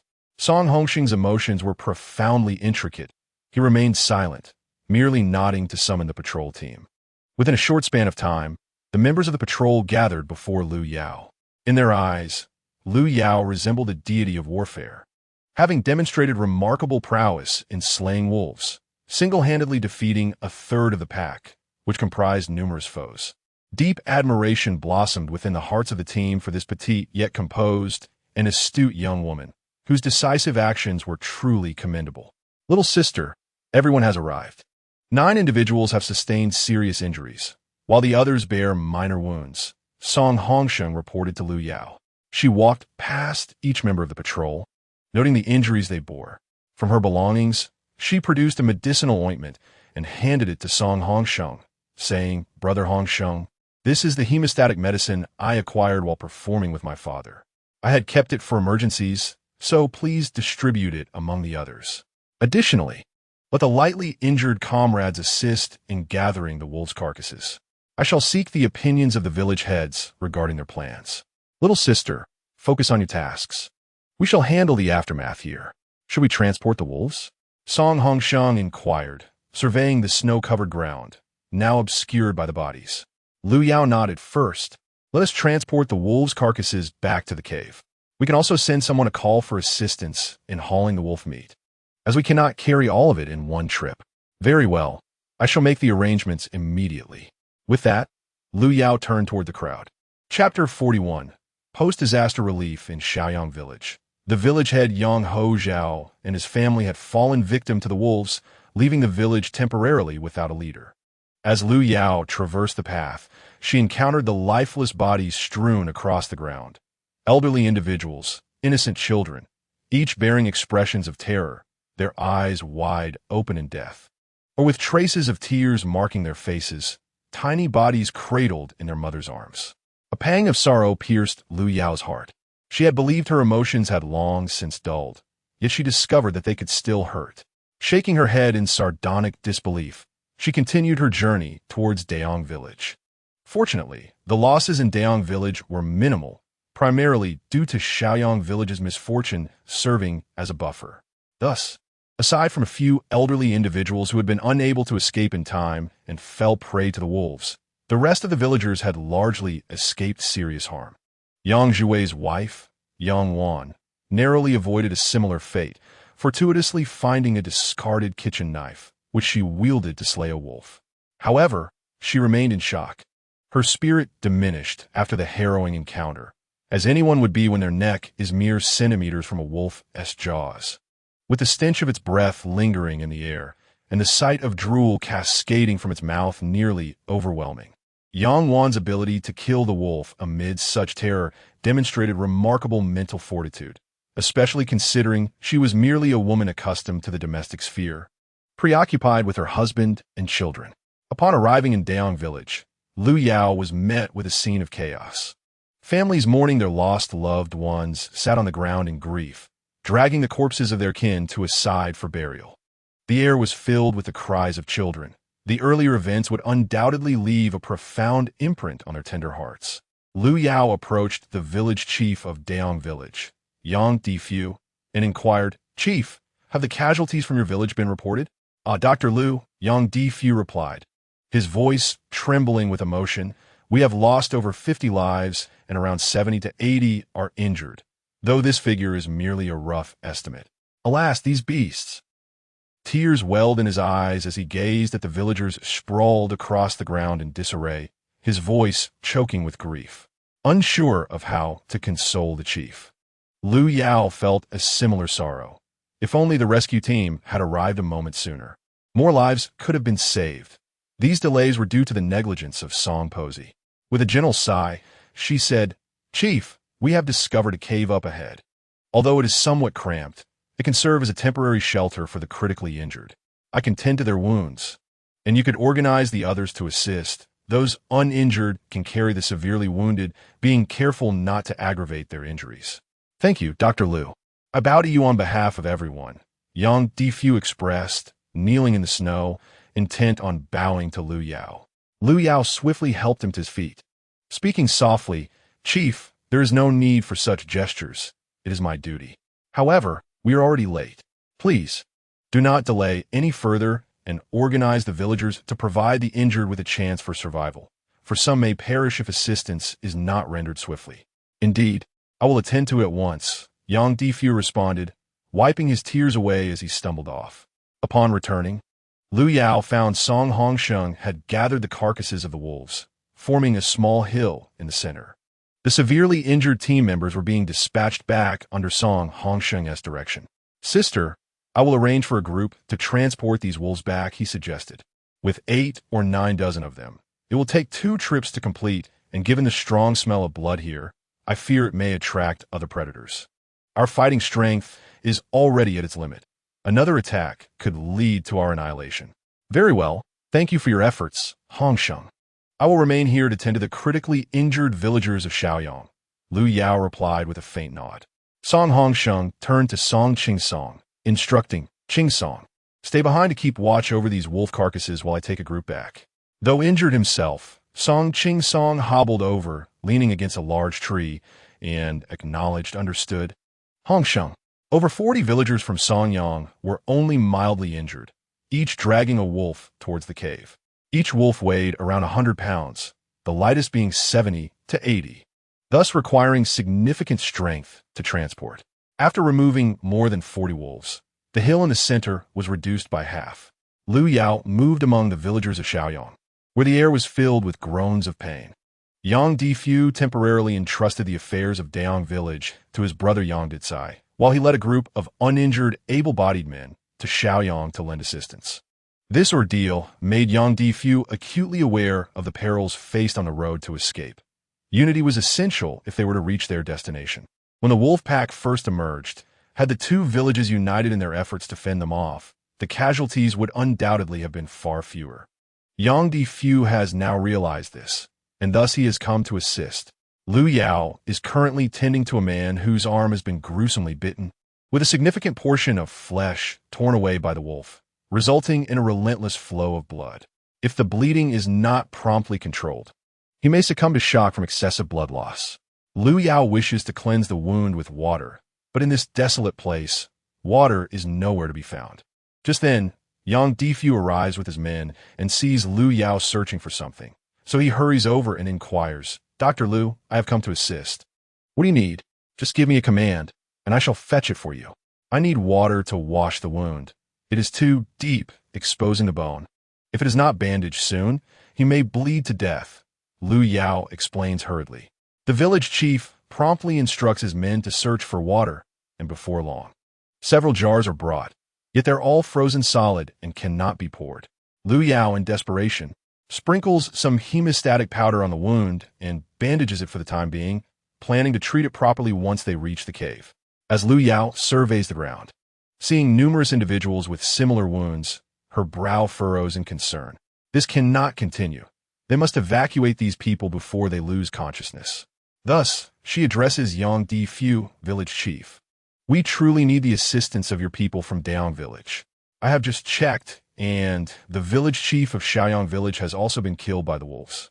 There is no one left to organize them. They are scattered and disoriented. I must trouble your men to help move the severely injured to the cave, as the conditions here are too limited. If we delay any longer, these people will perish." "Understood, Dr. Lu. What shall we do?" "We will follow your instructions." Yang Difu responds promptly. After a brief survey of the surroundings, Lu Yao pulls out a handkerchief from her pocket and finds some additional handkerchiefs from the deceased. After sorting them by color, she tears them into strips and says to Yang Difu, village chief, "See these colored strips? The gray ones signify those who need immediate transfer, while the white ones indicate those who can wait a little longer. I will tie these strips on their left wrists, and then you can distinguish the injured needing transfer by the color of the strips. Is that acceptable?" Upon understanding, Yang Difu addresses his fellow villagers. "Listen, everyone from Daong village. From this moment, we are one entity, regardless of the size of our villages. The path ahead is fraught with peril. It is time for us to unite against the common threat." Did you all hear what Dr. Lu just said? We heard. A resounding chorus breaks through the oppressive atmosphere. Lu Yao turns back to tie the strips, and with each one she ties, the villagers of Daong assist in carrying away the patients. The transfer proceeds systematically on this side, while reinforcements from Sonyang village arrive. This time, not only men but women have come as well. A total of over 100 individuals appear, and the sight of them brings a wave of warmth and excitement, as though reuniting with long-lost friends after calamity. Chapter 42. Lu Yao's heart grows cold. The arrival of the people from Sonyang village significantly alleviates the pressure on Daong village. Some of the villagers set about dragging away the wolf carcasses, while others come seeking Lu Yao. Leading the charge is none other than Fong Lan. She found Lu Yao and nervously asked, "Dr. Lu, are you all right?" Lu Yao looked up to see Fong Lan and stood up from the ground, saying, "Sister-in-law, what brings you here?" "I'm fine. We heard Hong Sheng mention that the wolves in this area have been exterminated, and he also spoke of the situation in Shaoyang village. We felt compelled to take action, so everyone came voluntarily. Please let us know how we can assist you." "Do not hesitate to direct us," Fong Lan responded, her demeanor as cheerful as ever. Lu Yao glanced behind her and said, "Sister-in-law, since that is the case, I shall not be polite. Those individuals behind me wearing gray cloth strips are in need of further relocation. Additionally, many injured women and men are unable to move conveniently. Your arrival is timely. Please assist in transferring these female patients to the cave. Of course, rest assured, we will ensure they are transported safely. You focus on your tasks, and we will handle the rest, Fong Lan assured, confidently patting her chest. Lu Yao nodded and resumed tying cloth strips, promptly tending to the lighter wounds as she went. Fong Lan led individuals behind her to search for those adorned with gray cloth strips, and together they helped the injured to relocate to the cave. After 2 hours, just as dawn was breaking, all patients had been successfully moved. Lu Yao was among the last to arrive at the cave. As she approached, she heard a commotion within. Village chief, Lu Yao has brought so many people into our cave. Where we stay. This cave was only sufficient for our village. And now with the addition of 2 more villages, how can it accommodate everyone? As Lu Yao drew closer, she did not recognize the woman who was raising the outcry. She had no recollection of her. At that moment, others had noticed Lu Yao's return, and those disgruntled individuals quickly surrounded her, unleashing a torrent of accusations. Lu Yao, in your quest to be a good person and do good deeds, do not implicate us from Songyang village. You have crammed those blood-stained individuals into our cave. Where are we supposed to rest? Indeed, this cave was meant solely for the people of Songyang village. Now, thanks to you, it has been overtaken by the injured. It was agreed that the first to arrive would claim the space.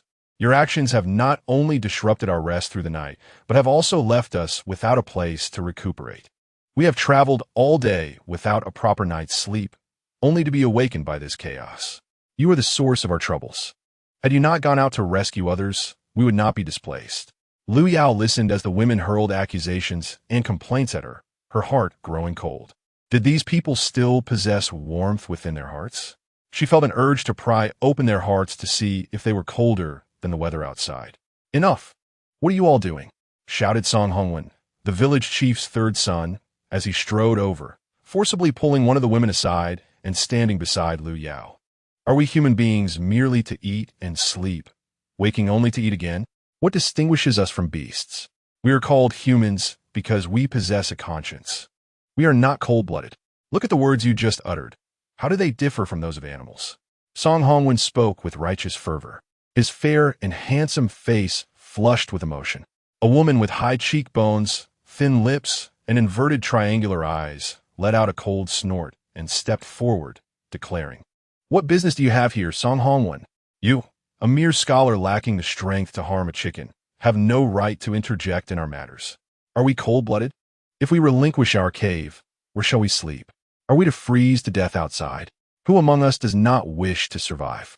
Do you not desire life? Then why don't you offer your spacious cave to us? It is easy to speak when one is not in the fray. Step aside." Song Hongwen stood there, stifled, unable to utter a single word, his neck flushed with embarrassment. "What business is it of yours? We are here to confront Lu Yao. You should leave immediately," he stammered. As he spoke, several women seized his arms, dragging him away from Lu Yao. Nearly stumbling to the ground, he stood behind the group of women, anxiously observing the petite figure encircled by them. Lu Yao, her face icy, coldly uttered 2 words, "Get lost."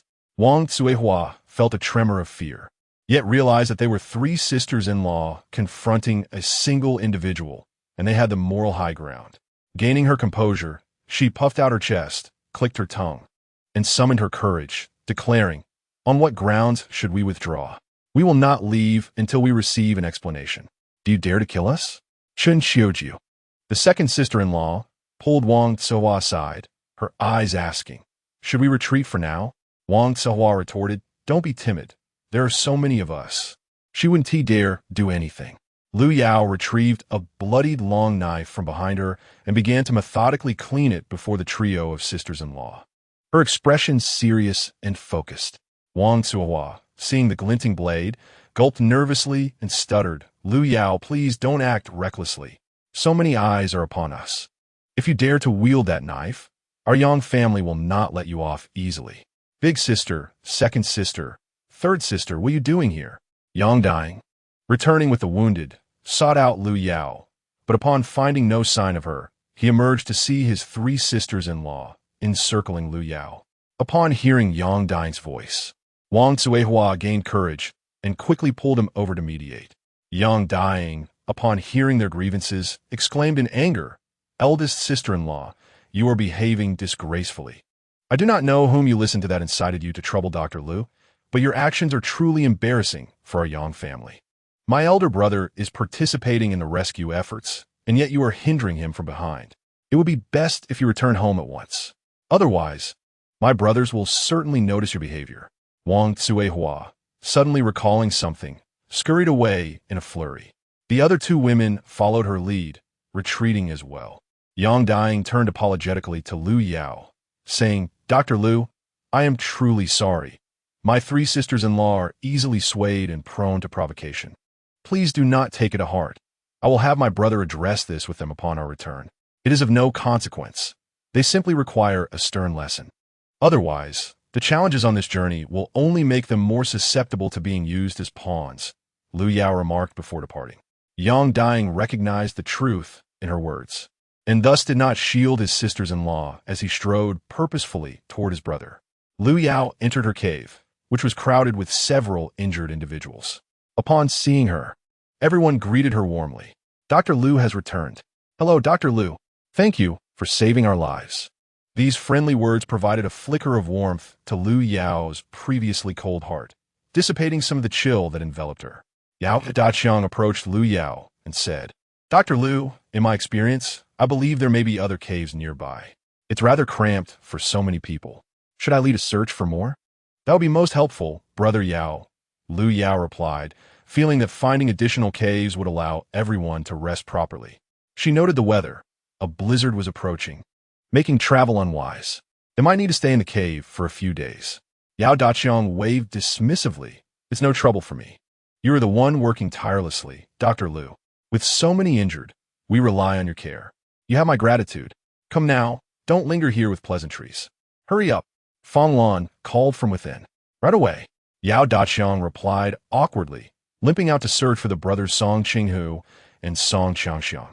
Fang Lan was inside, tending to the children. Soon after Lu Yao stepped out, Yao Shun awakened. Fang Lan prepared some food for him before he drifted back to sleep. At least now there was some relief. Suddenly, a voice rang out from outside. "A fight has broken out. Quick, come and break it up." Chapter 43. Chaos. Lu Yao tiredly glanced outside the cave, while Fang Lan, hearing the shouting, stood up to exit.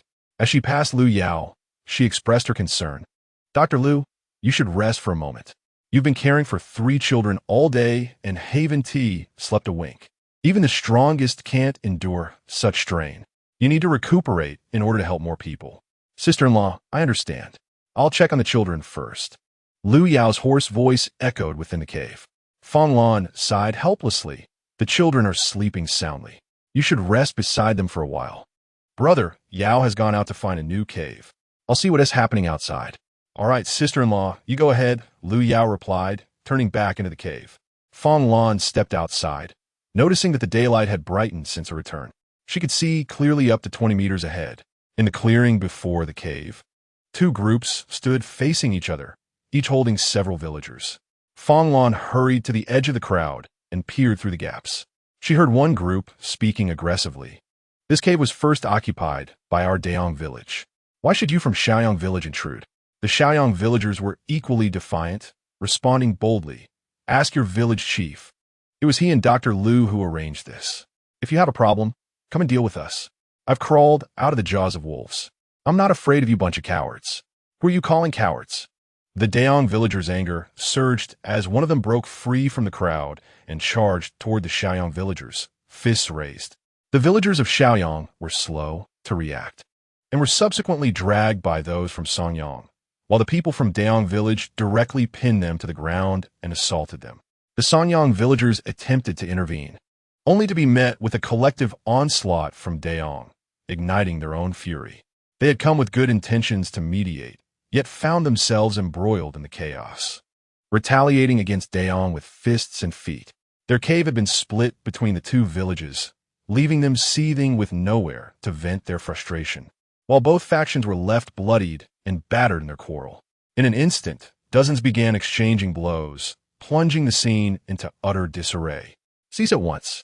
A commanding voice echoed from the entrance of the great cave. Yet, this proclamation fell upon the tumult like a raindrop upon a lake, creating not even a ripple. The village chief of Sonyang, Song Lihua, approached with a countenance darkened by anger. He halted 5 meters from the fray and bellowed, "If you do not stop immediately, I shall expel each and every one of you from the cave and banish you from the village." The raging crowd finally parted, revealing a tableau of bruised and battered individuals. The chief of Daong also emerged, standing alongside Song Lihua amidst the turmoil, their shared frustration palpable as they surveyed the defiant faces surrounding them. Look at yourselves. Do you honor the patrol team from Sonyang that came to your aid? Do you respect the lives painstakingly saved by Dr. Liu? If you believe that fighting will resolve your issues, then let me make this clear. Continue your brawl, and I will personally collect the bodies when you kill each other, until you discover a solution to your problems. Upon finishing his statement, Song Lihua stepped aside, observing as the crowd lowered their heads and halted their movements. Why have you ceased? Continue fighting. This time, I assure you, no one will intervene, and you will bury yourselves in our homeland. He gestured angrily at the assemblage. At that moment, young Difu seized the opportunity to speak. Listen well, people of Daong. It was my decision to allow the Shaoyang villagers shelter in the cave. Shaoyang now lacks a chief, and we 3 villages have suffered the most. If we do not assist one another, the arduous journey ahead will be fraught with peril. We cannot remain as scattered as grains of sand. We must unite to overcome these challenges. Indeed, the village chief speaks wisely, Song Lihua echoed.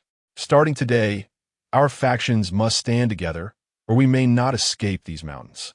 The combatants, filled with shame, bowed their heads, and a soft sob broke from the crowd, quickly spreading like wildfire, filling the air with sorrowful cries. The 2 village chiefs sighed heavily. Suddenly, the people of Shaoyang knelt before the 2 leaders and implored, "Chiefs, our numbers are dwindling, and we have lost our leader. What shall we do moving forward?" Song Lihua wiped away a tear and approached the Shaoyang villagers, placing a reassuring hand on their shoulders, saying, "Fear not, dear children. We have pledged not to abandon you. Gather amongst yourselves to decide whether to integrate with our villages or to elect a new chief. We shall not interfere. The choice is yours to make." The village chief remarked that the caves were insufficient, and the people of Songyang village began to voice their grievances. If the situation were not addressed promptly, conflicts were bound to arise. The villagers of Songyang expressed their concerns aloud. Song Lihua gazed into the distance, unable to discern much. Yet he had faith in Yao Daqiang. Thus, he reassured those present, saying, "Rest assured, Hunter Yao has taken a group to search for new caves. Once found, our accommodation issues will be resolved. For now, let us prioritize the care of the severely injured individuals from Shaoyang village. I extend my heartfelt gratitude to all of you." Upon finishing, Song Lihua bowed to the crowd. The people of Shaoyang village were moved by Song Lihua's words and actions, and they offered their apologies to the residents of Daong village and Sonyang village. "It is we of Shaoyang village who have caused you trouble. We sincerely apologize. We should not have acted so impulsively. Many of us have lost family members, and our emotions have spiraled out of control. We hope for your understanding." The residents of Daong village remained silent, turning away without re-entering the cave, instead seeking a sheltered spot to clear an area. Thus, a farce unfolded hastily and ended just as swiftly. Fong Lan, noticing the dispersal of the crowd, hurried back. Upon returning to the cave, she found Liu Yao tending to the injured. Fong Lan rushed to assist, saying, "Dr. Liu, is there anything I can do to help? Please instruct me." Observing Liu Yao's pale complexion, she expressed her concern. Liu Yao finished bandaging the last wound and replied, "Sister-in-law, these individuals have been tended to. Please watch over the children here while I check on the other caves." With that, Liu Yao picked up a makeshift bundle crafted from tattered cloth and stepped outside. At that moment, Song Hongshen was outside, distributing wolf meat among the people of Sonyang village. A total of 92 wolves had been slain, with 53 individuals participating in the hunt. According to their prior agreement, the meat was to be divided equally. Each person would receive slightly more than one share. But since Lu Yao had been the most prolific in the hunt, Song Hongsheng proposed that she receive 3 shares, to which everyone consented. Witnessing the distribution, the residents of Daong village grew envious. They too had participated in the wolf hunt. Why were they excluded from spoils? Thus, a group of over a dozen, led by Yang Jiqiang, stood nearby, casting sardonic remarks. Can you truly feel secure dividing that meat among yourselves? What concern is it of Daong village how we divide the wolf meat? Step aside, retorted Song Ching Song, glaring at them. Young Ziwei scoffed. When you needed us to hunt the wolves, why were we not allowed to participate? Now that it's time to divide the meat, you want us to step aside? What a naive expectation. What do you wish to propose? Song Ching Song asked, eyeing Yang Jiwei with caution. Nothing much. We also want a share of the wolf meat. Although we lack weapons and did not kill as many as you, we fought valiantly as well. So we believe we are entitled to our share of the meat. Yang Jiwei declared, his arms crossed. Song Ching Song's expression darkened as he turned to Song Hongsheng, asking, Brother Hongsheng, what do you suggest we do? These wolves were slain through the efforts of Songyang village. Had we not arrived in time, neither of your villages would have escaped the wolves. You fought for your survival. We fought to save you. These two situations cannot be equated. Song Hongsheng spoke with a calm demeanor to the group from Daong village. Young Ziwei, wearing an expression that suggested he was brazenly ready to confront them, retorted, We are indifferent.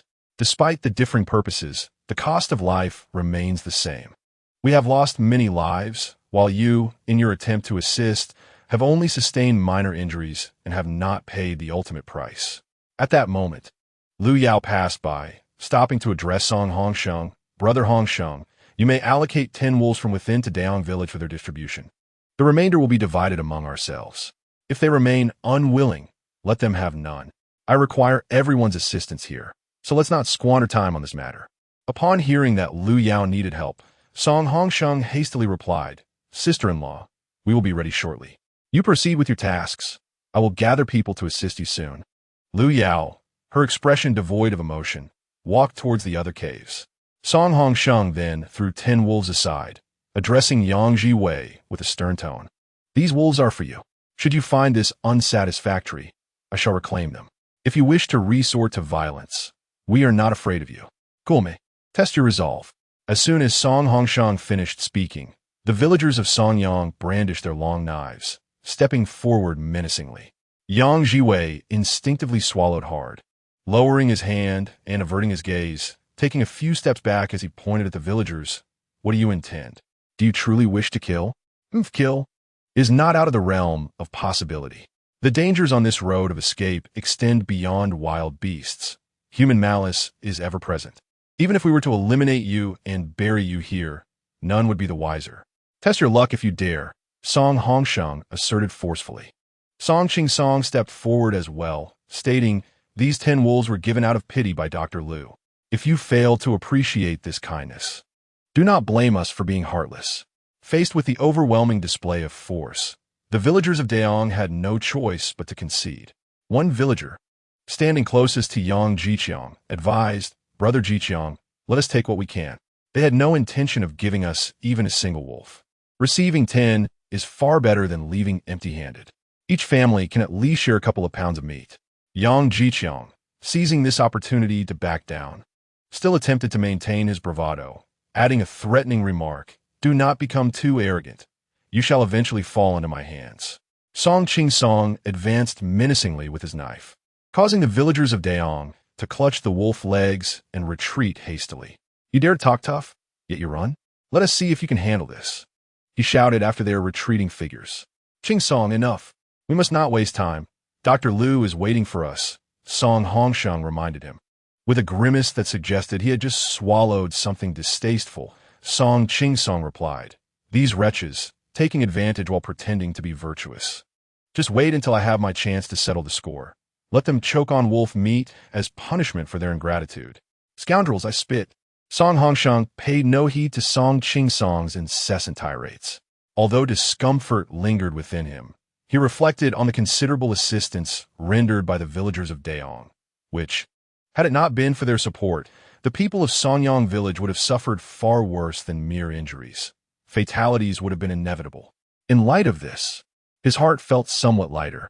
With 82 wolves remaining, and after setting aside 3 for Lu Yao, 79 wolves were left. There were 53 patrollers.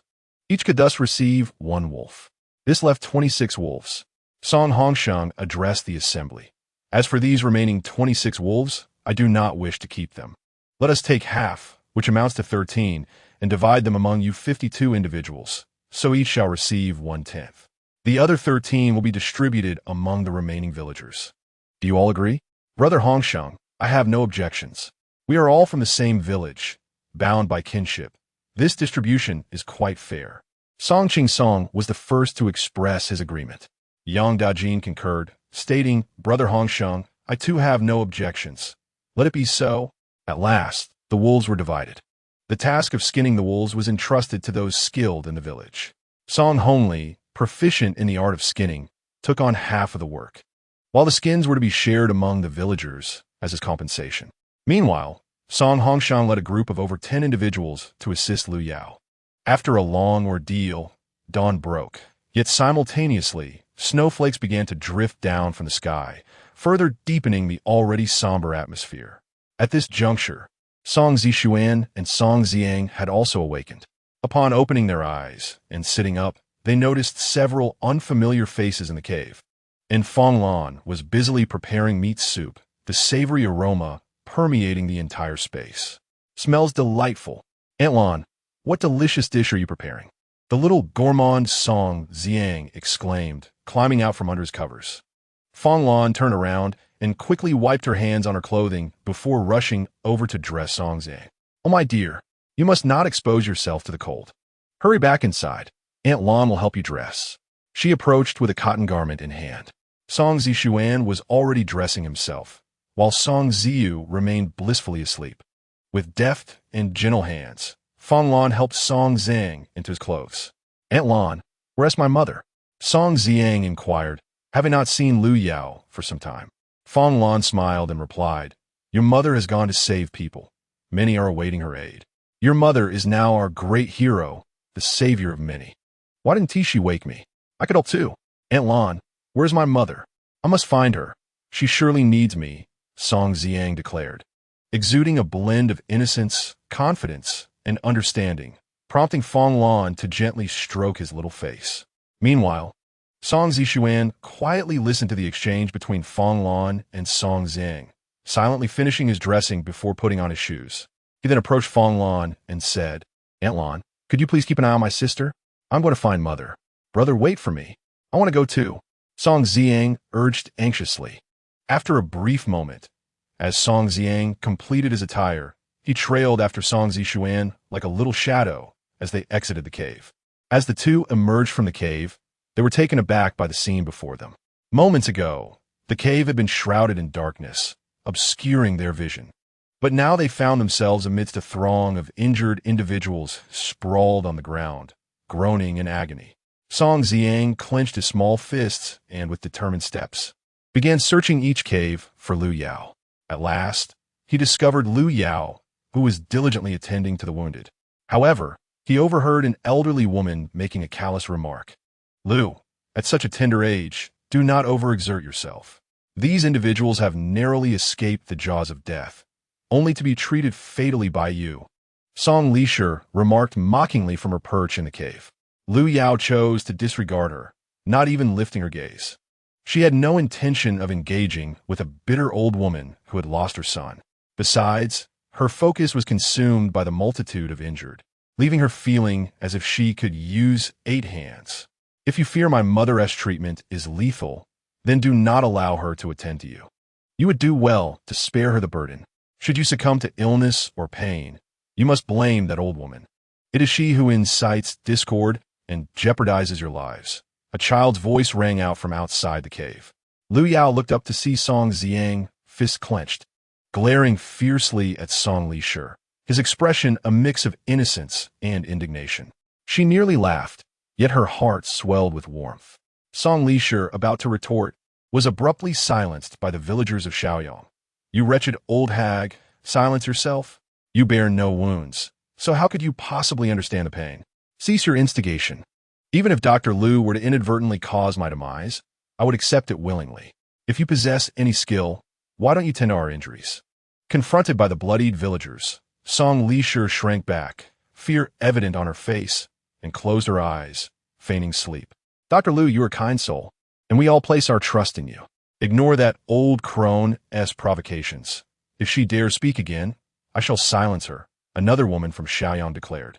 Feeling the sting of their words, the old woman covered her mouth, retreating into silence. Thank you for your trust. I shall ensure your safety. Lu Yao replied with a calm demeanor, though her heart was touched by their support. Turning her attention back to Song Ziang and Song Zishuan, she said, Zhang, Zishuan, what brings you here? It's cold outside. Hurry back and let Aunt Lon prepare some breakfast for you. However, instead of leaving, they ventured further inside. Mother, I have come to assist you. If you become exhausted, who will care for my brother and sister? Song Zhang exclaimed, tears brimming in his eyes. Lu Yao longed to embrace her little ones, but with bloodied hands, she could only sigh. Very well, you may help me with the dressings. However, we have limited supplies, so we must prioritize those most gravely injured. Can you assist me in identifying them? Mother, what constitutes a grave injury? Song Ziang asked, puzzled. Look, this tear on Yang is over 5 centimeters long. That qualifies as severe. Some wounds, even exposed bone, necessitating immediate attention. Will you and your brother undertake this task? Lu Yao patiently explained to the children. Just as her words finished, a thud echoed, and Song Zishuan collapsed stiffly. Zishuan, Lu Yao's heart tightened. How could the child faint so suddenly? Could it be an ailment? Ignoring the bloodstains on her hands, she hurriedly picked up Song Zishuan and rushed out of the cave.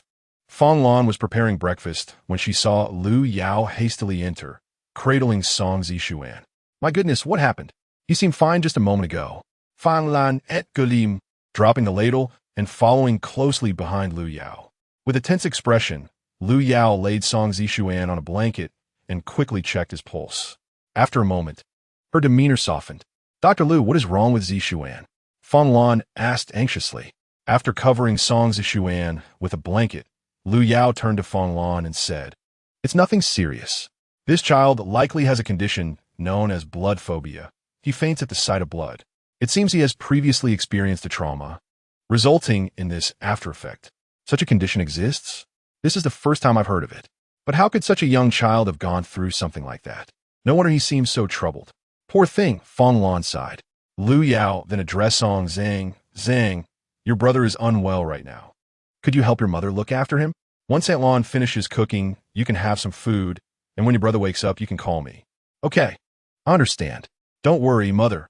I'm very good at taking care of people. Song Zhang nodded dutifully. Lu Yao gently brushed her fingers against Song Zishuan's face, then glanced at Song Ziyu, who was still blowing bubbles, before returning to attend to the injured. With Song Hongsheng leading the group, they now had hot water available, making it much easier to clean wounds and bandage injuries, significantly increasing their efficiency. Meanwhile, Yao Daqiang, accompanied by Song Qinghu and Song Qingxiang, encountered some troubles while searching for the cave. As they had walked a couple of miles, they faintly spotted a stone wall ahead. Who's there's a stone wall up ahead. It should lead to a cave. It appears to be taller than the mountains around us, so the cave might be sizable. Let's go take a look, Yao Daqiang said excitedly. Song Qinghu was pleasantly surprised to find the cave so quickly. Uncle Yao, you truly are remarkable. You said there would be a cave nearby, and here it is. Incredible. Uncle Yao is indeed an experienced hunter. Your knowledge could benefit us greatly, Song Qingxiang chimed in. Flattered by the praise from the two young men, Yao Daqiang felt a sense of pride, walking with a newfound spring in his step. You two should pay close attention. The dangers in these woods are many, especially in the deep mountains, where the recent snowfall can easily conceal pits, making it easy to step into them, Yao Daqiang cautioned. Song Qinghu and Song Qingxiang took Yao Daqiang's words to heart, becoming even more cautious as they walked. After traveling a bit further, they could see the cliffside of the mountain. Yao Daqiang suggested a break. I'm tired. Let us rest for a moment. My legs are starting to ache. Song Qinghu supported Yao Daqiang as he sat down on a fallen tree trunk to rest. Song Qingxiang addressed the two men. Uncle Yao, brother Hu, please wait here while I scout ahead. The distance does not seem too far. I will check for any caves. If there are none, you need not proceed further. However, if I find one, we can return along the same path to inform others. Indeed, Qingxiang's mind is quite astute. Very well, my brother and I shall remain here. Exercise caution, and under no circumstances should you linger. Return promptly, Uncle Yao cautioned with concern. Song Qingxiang nodded. I understand, Uncle Yao. I shall be on my way. Uncle Yao watched as Song Qingxiang's figure gradually faded into the distance. Meanwhile, Song Qinghu sought advice from Uncle Yao regarding wilderness survival, and they conversed for nearly half an hour. Yet still, there was no sign of Song Qingxiang. A sense of foreboding crept into Uncle Yao's heart. Hurry, Huzi. Your brother may be in trouble. We must leave at once. Uncle Yao urged desperately. Uncle Yao, I will assist you. Song Qinghu's heart raced as he helped Uncle Yao hasten toward the direction Song Qingxiang had departed. The two hurried forward, panting heavily. Just a few hundred meters away, they heard cries for help. Help! Is anyone there? Huzi, did you hear that cry for help? Uncle Yao suddenly stopped. Song Qinghu listened intently, and the cry echoed once more. I heard it. It sounds like Qingxiang's voice, Uncle Yao. He is in trouble.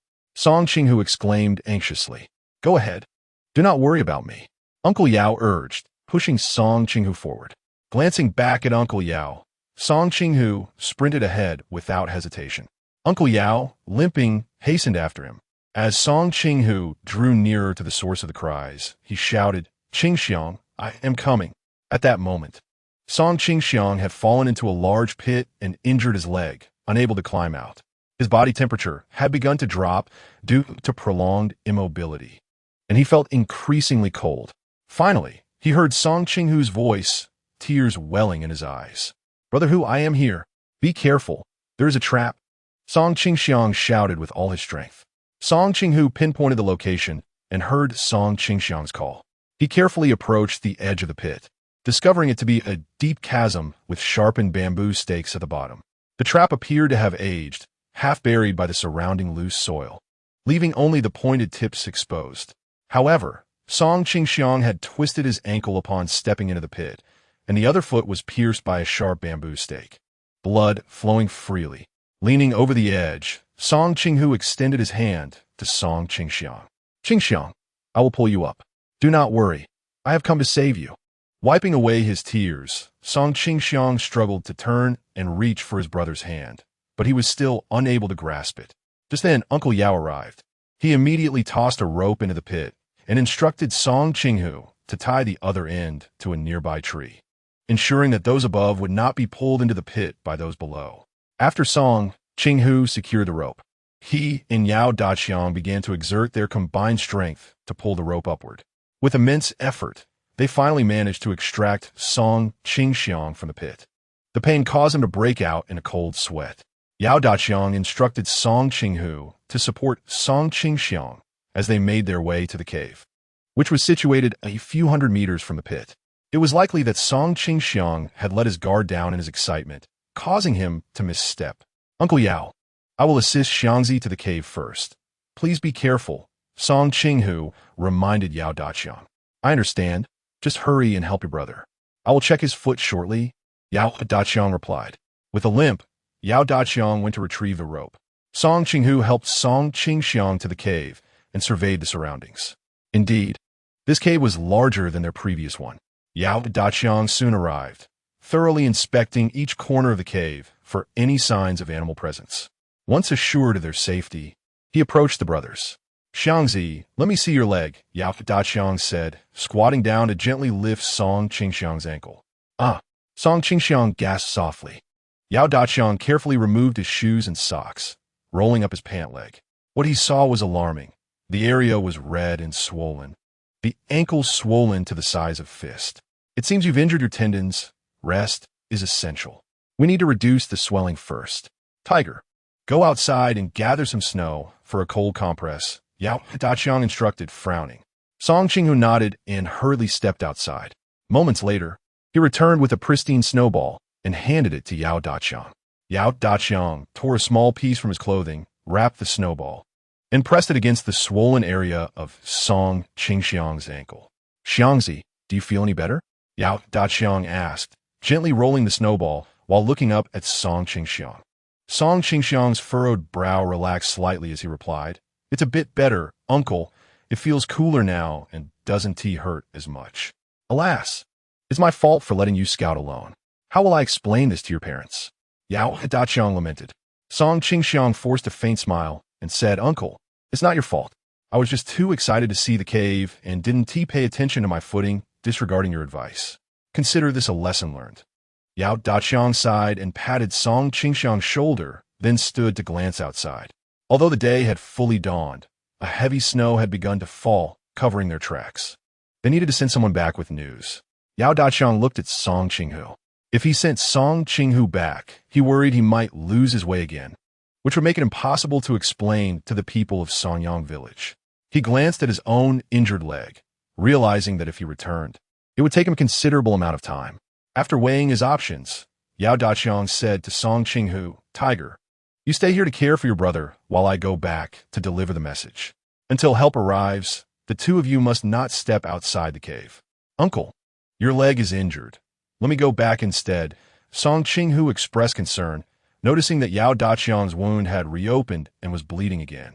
It is not that uncle does not trust you. Look at this weather. The snow has begun to fall again, erasing all traces of our footsteps. In such conditions, it is easy to lose one's way in the woods. If you were to wander off again, how could I face your parents? Be obedient. Keep a close watch on your younger brother, and remember my words. No one is coming. You must not leave the cave. Yao Daqiang expressed his concerns, persuading Song Qinghu. Song Qinghu looked down and saw that their footprints had indeed been completely covered by the snow, as if no one had ever walked there. He felt disheartened and could only reply to Yao Daqiang. Then, Uncle Yao, please be careful. I will wait here with Xiangzi and we leave the cave. Yao Daqiang nodded, limping a few steps further inside.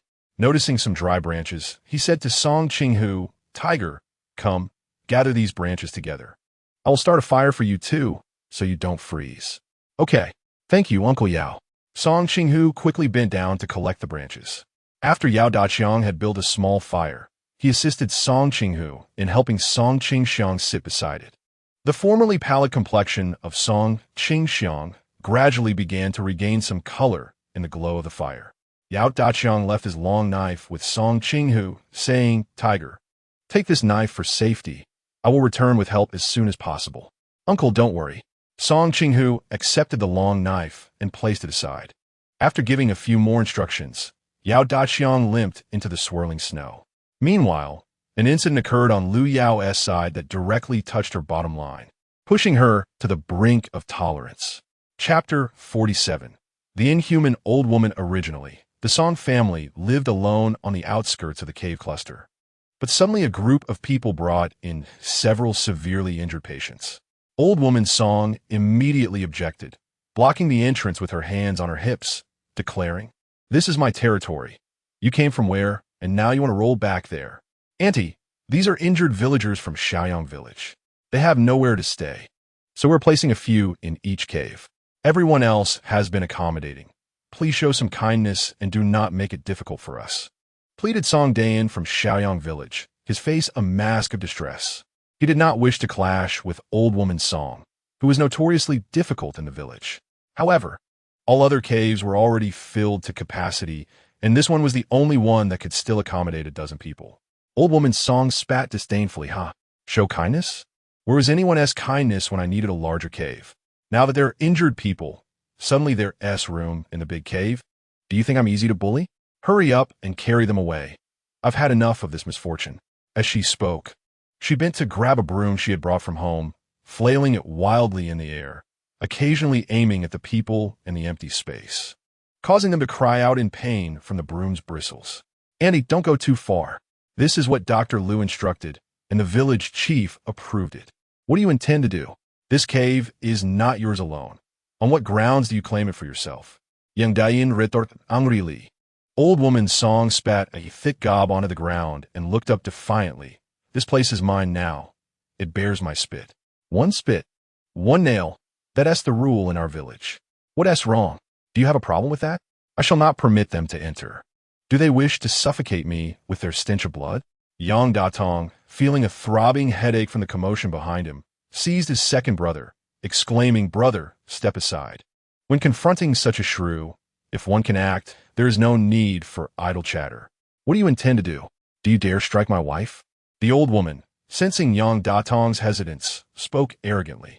With a cold snort, Yang Datong grasped the collar of the old woman and dragged her from the cave, unceremoniously tossing her into the snow outside. He was not a junior of the Song family and had no familial ties to her, thus disregarding the customary hierarchy. The old woman, face first in the snow, struggled to rise. "Brother, has this not resolved the issue?" Yang Datong remarked, brushing off non-existent dust from his hands. The others silently applauded Yang Datong's decisive action. "All right, everyone, let us swiftly carry the injured inside. Dr. Liu will arrive shortly to provide treatment," instructed Yang Dayin to the group. The other members of the Song family, witnessing such unprincipled behavior, were taken aback, realizing that the Yang family did not adhere to the cowardly demeanor of their own younger generation, who only dared to speak but not act. Thus, Song Lao-tu and his two sons and daughters-in-law dared not utter a sound, shrinking into the depths of the cave as they watched Yang Dayin and the others arrange the injured neatly against the stone wall. It was only when Yang Dayin and his group emerged from the cave that the old woman finally managed to rise from the snowdrift.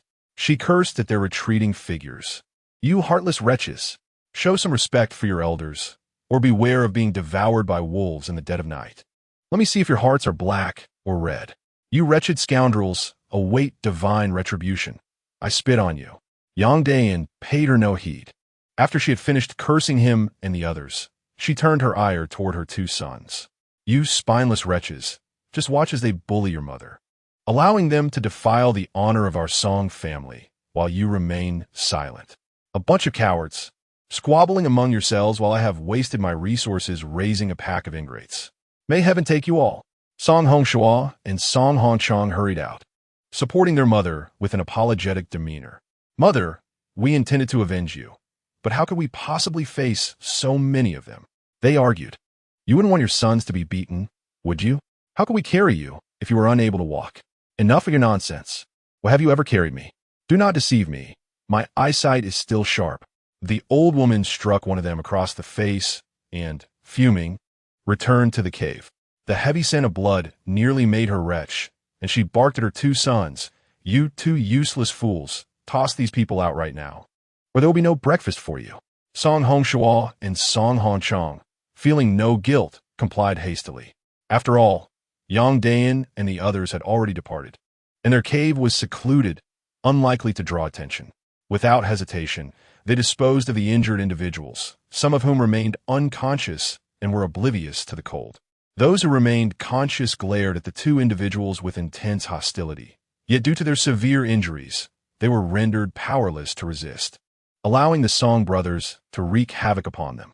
By the time Lu Yao finally arrived at the entrance of the cave, where Granny Song resided, an entire hour had elapsed. She beheld a disarray of bodies strewn about the cave's mouth, several already stiff with death. Hurriedly, Lu Yao approached, checking each individual in turn, only to discover that a significant number had ceased to breathe, while 3 or 4 exhibited faint signs of life. Song Hongsheng, who had accompanied her, was equally taken aback. He knelt to examine the bodies and confirmed Lu Yao's grim assessment. Who could be responsible for this? Lu Yao's voice sent chills down the spines of those present. Although they had spent the night together and knew her to be a person of integrity, aloof yet warm-hearted, such a dire situation was unprecedented. The newcomers instinctively took a step back.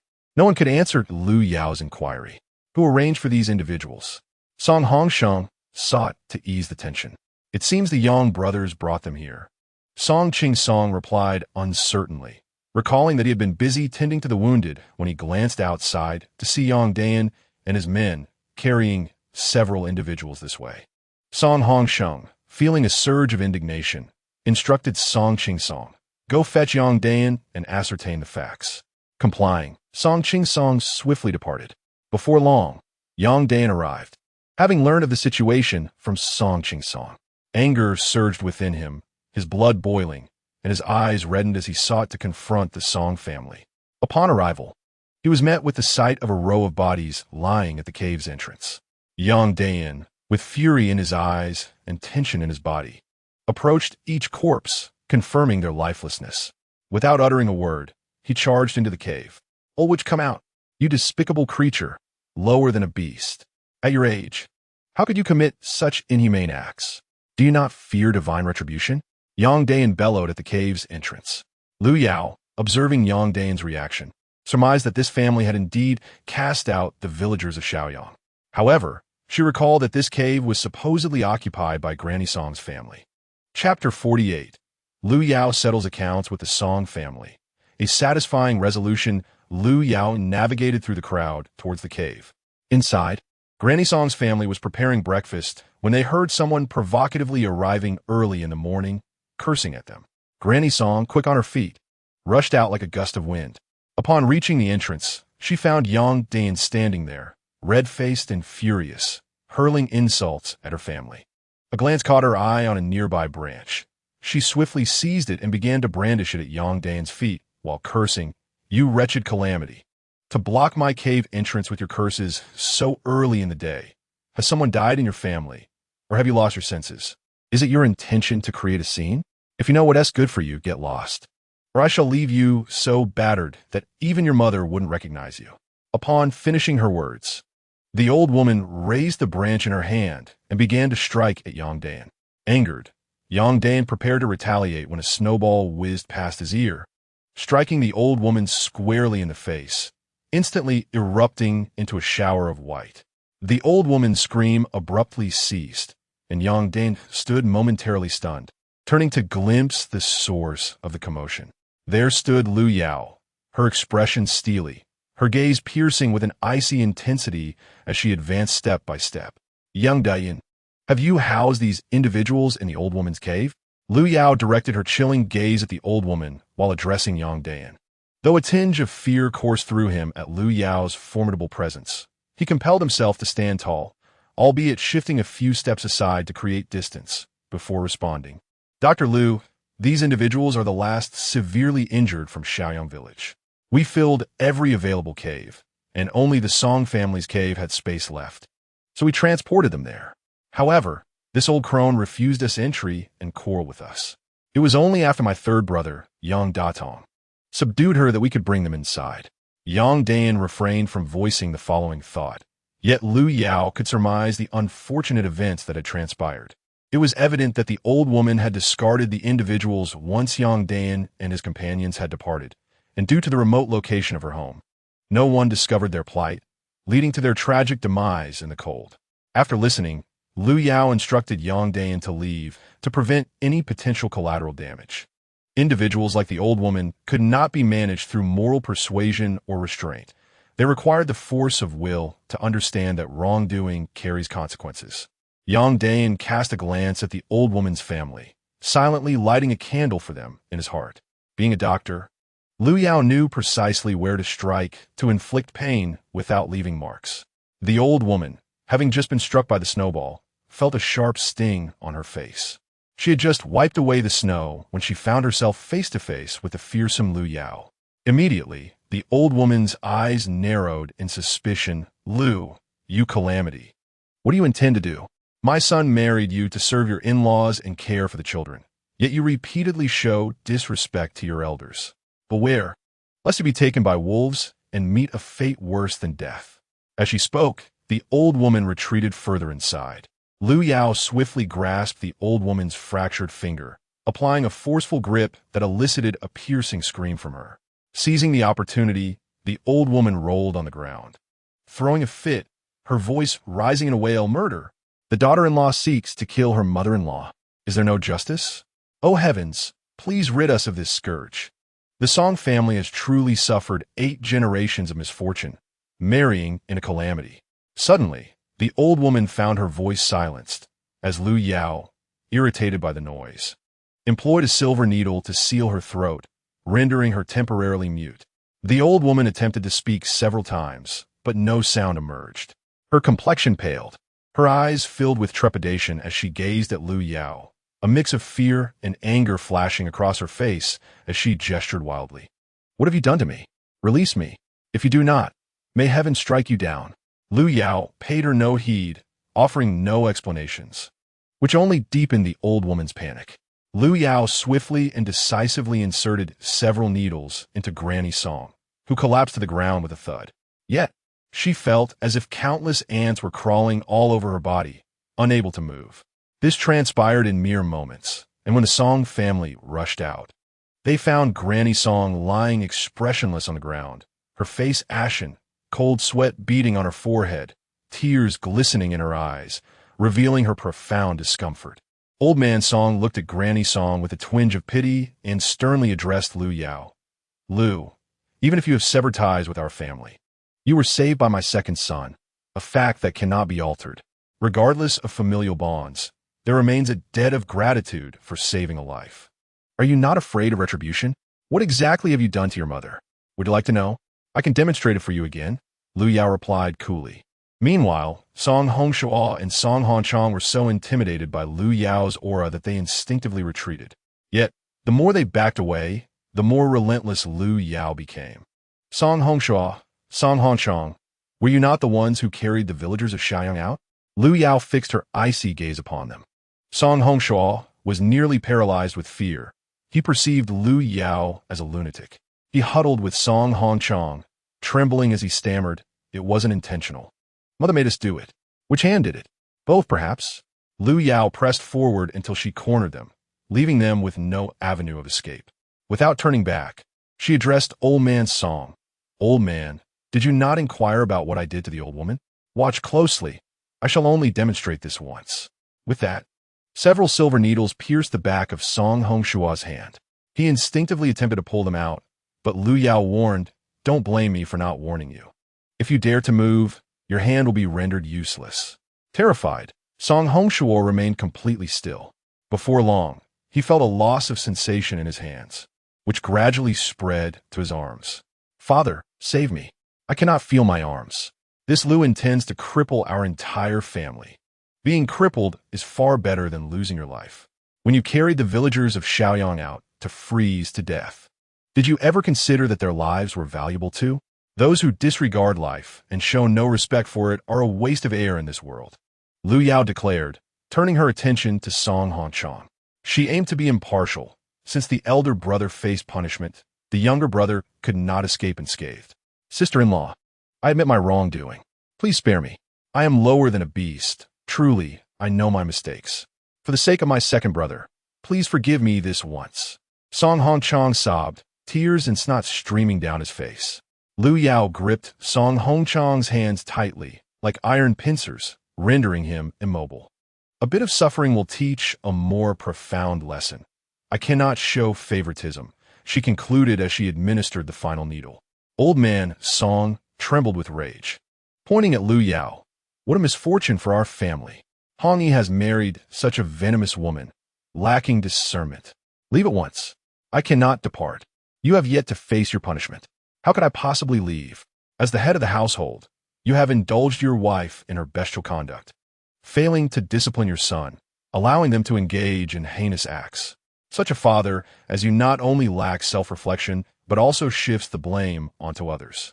You bear the responsibility of poor guidance. Today, I shall instruct you on how to discipline your son and reprimand your wife." With that, Lu Yao swiftly inserted several silver needles into the legs and neck of the old man's Song. Instantly, he lost both his ability to speak and to move. Satisfied, Lu Yao clapped her hands, sitting calmly to the side, disregarding the presence of two women and a group of children in the cave. The looks they cast upon Lu Yao resembled those of souls who had encountered the King of Hell. The group dared not breathe, fearful that provoking Lu Yao might render them similarly incapacitated. Lu Yao's actions brought a sense of vindication to the other villagers of Songyang, as the pent-up frustration within them found release. Meanwhile, within the cave, Song Qinghu and Song Qingxiang heard strange noises from outside, rendering them both too frightened to make a sound. Chapter 49. A fortuitous encounter with a sick deer. Song Qingxiang edged closer to his brother Song Qinghu, whispering, "Brother Hu, do you hear that noise?" Do not fear, Xiangdi. Uncle Yao has left us a long knife. Stay here in the cave. I shall venture out to investigate. You must remain silent, Song Qinghu instructed his younger cousin, gripping the long knife as he prepared to leave. Song Qingxiang grasped his pant leg, saying, Brother Hu, Uncle Yao instructed us to remain in the cave and not to venture out. We should wait for his return. Song Qinghu glanced at his cousin, a flicker of conflict evident in his eyes. Rest assured, Xiangdi, I shall not stray far. I will merely peek outside the cave and return immediately. Convinced he should check for any potential danger, Song Qinghu felt it prudent to be prepared. Song Qingxiang released his grip, murmuring, Brother Hu, do take care. Nodding, Song Qinghu tightened his hold on the long knife, swallowing nervously as he cautiously approached the cave entrance, carefully avoiding the dry twigs underfoot. By the time he reached the cave entrance from the fire pit, cold sweat had formed on his back. Leaning against the cave stone wall, he took a deep, nervous breath before discreetly turning his head towards the outside, most of his body still within the cave. Song Qinghu scanned the clearing outside the cave. Aside from the disarray of trees, he saw nothing amiss, prompting him to quickly retract his head, with a pat on his chest to steady his courage. He extended his head once more, this time venturing out half of his body, expanding his field of view. Outside, aside from the sound of snowflakes gently falling, all was eerily quiet. Summoning his courage, Song Qinghu stepped out of the cave. At the entrance lay dry grass, half his height. He circumvented it and took a few steps further, yet still detected nothing unusual. Just as he began to doubt his earlier perception, a rustling emerged from the nearby patch of dry grass.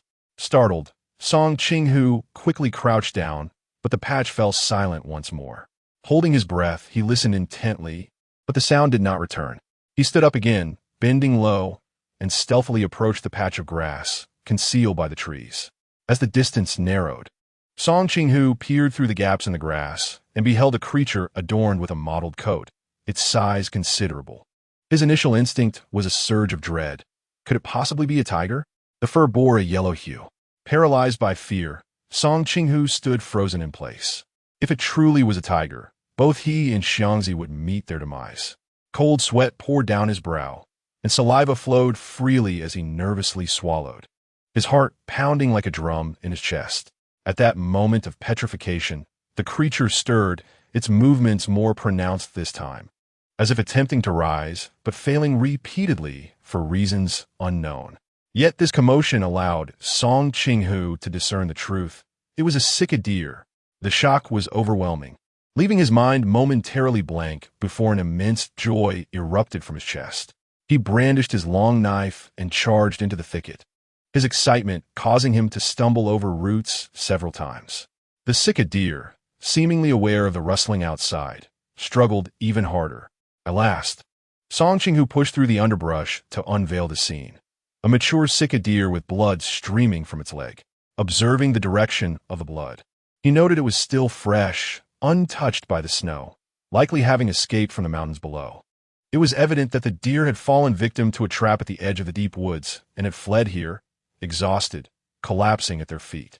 Song Qinghu grinned like a fool, his broad smile revealing a row of white teeth as he watched the struggling deer with glee. Once satisfied with his revelry, he struck the deer on the head with the hilt of his knife, rendering it unconscious. The creature weighed over 100 pounds, nearly 200, and Song Qinghu found himself somewhat unsteady as he attempted to drag such a hefty beast. Meanwhile, within the cave, Song Qingxiang was in tears from fright. Having seen Song Qinghu leave with no sign of return and hearing the commotion outside only heightened his anxiety. With one ankle sprained and another leg grazed, he found himself immobilized, his gaze fixed on the entrance of the cave, the emptiness amplifying his sense of dread. He yearned to call out into the wilderness, but the fear of encountering wolves or tigers kept him silent, deepening his concern for Song Qinghu's safety. He attempted to crawl, leaving a long trail behind him, and as he neared the cave's mouth, a shadow fell overhead. Looking up, he saw Song Qinghu, his face alight with joy. Upon noticing that Song Qingxiang was sprawled on the ground, he hurried over to assist him. Xiangzi, what are you doing? Did I not tell you to stay put? Song Qinghu admonished, lifting him onto his back as they began to make their way back. The sight of his brother's panic and frustration released a flood of emotions in Song Qingxiang, and he burst into tears, overwhelmed, a teenager unaccustomed to such harrowing experiences. Song Qinghu believed that his harsh tone had caused Song Qingxiang to weep, so he gently set him down and consoled, "Xiangzi, I apologize. I should not have blamed you. I understand your concern for me. Please do not cry. I have brought you something that will surely bring you joy." As Song Qingxiang ceased his sobbing, he continued to sniffle, his red-rimmed eyes following Song Qinghu as he strode out of the cave. Curiosity began to stir within him, dispelling the earlier feelings of frustration and fear. He stretched his neck to peer outside. Before long, Song Qinghu returned, dragging in a spotted deer. "A spotted deer?" Song Qingxiang exclaimed, attempting to rise for a closer look, but sharp pain shot through his ankle, compelling him to remain seated. Song Qinghu presented the deer before him with a sense of pride, stating, "Xiangzi, today is our lucky day. We have stumbled upon this deer. It seems our journey was not in vain. This is a reward from the heavens for you." "Brother Hu, I want to touch it. I have never seen a spotted deer up close," Song Qingxiang declared, completely absorbed in the wonder that the deer brought. Song Qinghu nudged the deer closer to him, making it within reach. With gentle hands, Song Qingxiang caressed the deer's body, noticing it was still warm. In astonishment, he remarked, "Brother Hu, is this deer still alive? It feels warm to the touch. Indeed, when I found it, it was injured and struggling. I knocked it unconscious. I would never kill a deer for fear of ruining its hide. We shall wait for Uncle Yao to help us with that. Then, we can have the hide made into a pair of boots, so we can traverse these woods without fear of blisters," Song Qinghu replied with a beaming smile. "What if it wakes up and escapes? We should tie it up for safety," Song Qingxiang suggested with concern, seeing the wisdom in this. Song Qinghu recalled a bundle of rope that Yao Daqiang had forgotten by the wall. The brothers secured the deer's legs firmly before sitting by the fire, discussing how they would prepare the deer for a meal. Meanwhile, in another part of the cave, Song Hongsheng turned to Lu Yao, noting the time was near. He carefully extracted silver needles from the others, while Song Posey remained motionless on the ground, her once arrogant demeanor now entirely vanished. As sensation slowly returned to Song Hongshua's hands, he hurried to assist his mother to her feet. "Mother, how are you?" he asked, a look of distress on his face as he helped her stand. Song Posey felt her discomfort dissipating, testing her limbs and discovering she could move again. Eagerly, she tried her voice, calling out to Song Hongshua, "Eldest, help me over there. Why does my leg still feel numb?" Realizing she could speak, she sighed in relief, having feared that Lu Yao might render her mute. Song Hongsheng entered the cave and addressed Lu Yao, sister-in-law. "What shall we do now? If the people of Shaoyang village rise in protest, Aunt Air's family will need to provide an explanation. This could be tantamount to murder." As Song Posey listened, she felt an urge to retort, but upon noticing Lu Yao standing nearby, she hastily swallowed her words. At this moment, old Song also feigned deafness, remaining silent. Lu Yao cast a glance at the corpses outside. Though she harbored a deep-seated hatred for Song Posey's actions, the current plight of famine rendered the situation unique, and she cannot truly act against this family. After a moment of contemplation, she addressed Song Hongsheng, "Brother Hongsheng, you should directly consult the village chief for a decision. There is no need to seek my opinion." Since when had Song Hongsheng begun to seek Lu Yao as counsel for every matter? He believed she must possess a solution. Had Lu Yao been aware of his thoughts, she would have urged him to cease such notions. She was, after all, a homebody, ill-suited for managing others. Even social interactions were a considerable challenge for her. Seeing Lu Yao's outright dismissal, Song Hongsheng felt a twinge of disappointment. Yet he acknowledged her point. This matter indeed fell outside her jurisdiction, involving 2 villages, and it was best left to the village chief. "Sister-in-law, what shall we do with the injured? The other caves are already filled," he remarked, glancing at Song Posey. Lu Yao did not even look at Song Posey as she strode outside, her voice cold and clear. "The remaining injured shall be placed in this cave. I dare anyone to try and move them. Brother Hongsheng, you should promptly inform the village chief so he can devise a plan. Otherwise, if the people from Shaoyang village cause a ruckus, it will be difficult for the chief to manage. Lu Yao turned to remind the motionless Song Hongsheng inside. After giving a few instructions to Song Qing-song, Song Hongsheng quickly made his way to find his father. The Song family ceased their disturbances, despite their simmering resentment. They found themselves powerless against Lu Yao and could only seethe in silence. They dared not remove the injured from the cave, having been sufficiently cowed by Lu Yao's earlier actions. From now on, they would likely avoid her entirely, or at the very least, learn to exercise restraint in her presence. Lu Yao spent half an hour tending to the wounds of the injured, her face betraying fatigue. She had not rested for a full day and night. Upon returning to her residence, she was met by the arrival of Yao Daqiang. As soon as he appeared, he was surrounded by the patrol team. Yao Hunter, why have you returned alone? Where are Huzi and Xiangzi? Did you find a cave? Young Dajin inquired anxiously. Yao Daqiang plopped down in a snowdrift, his body and head dusted with snowflakes. He took a moment to catch his breath, then replied, "Yes, we found it, about 3 miles ahead. There's a vast expanse of caves, even more spacious than ours. It will be more than sufficient for the villagers of the Yang village and Xiaoyang village." "That is truly splendid. At last, we can finally rest well," another patrol member exclaimed. Yang Dajin hurried off to share this good news with the village chief. At that moment, the village chief was feeling overwhelmed. The news brought by Song Hongsheng had him contemplating drastic measures against Song Pozi and her family. Were it not for his brotherly ties with Song Lizhong, he would have considered expelling them. Not only did they offer no assistance, but they also hindered his efforts. Song Lihui sat on his own territory, sighing and pondering a solution. If this matter is not handled properly, the people of Xiaoyang village might resort to reckless behavior and create a ruckus with the Song family, which would certainly give him a headache. Song Hongsheng observed his father sighing deeply, and he felt an urge to chastise the Song family for their incessant troublemaking. "Father, the people of Xiaoyang village currently lack a village head, and there is no representative to discuss this issue. How about I go to Xiaoyang village first and help identify the deceased?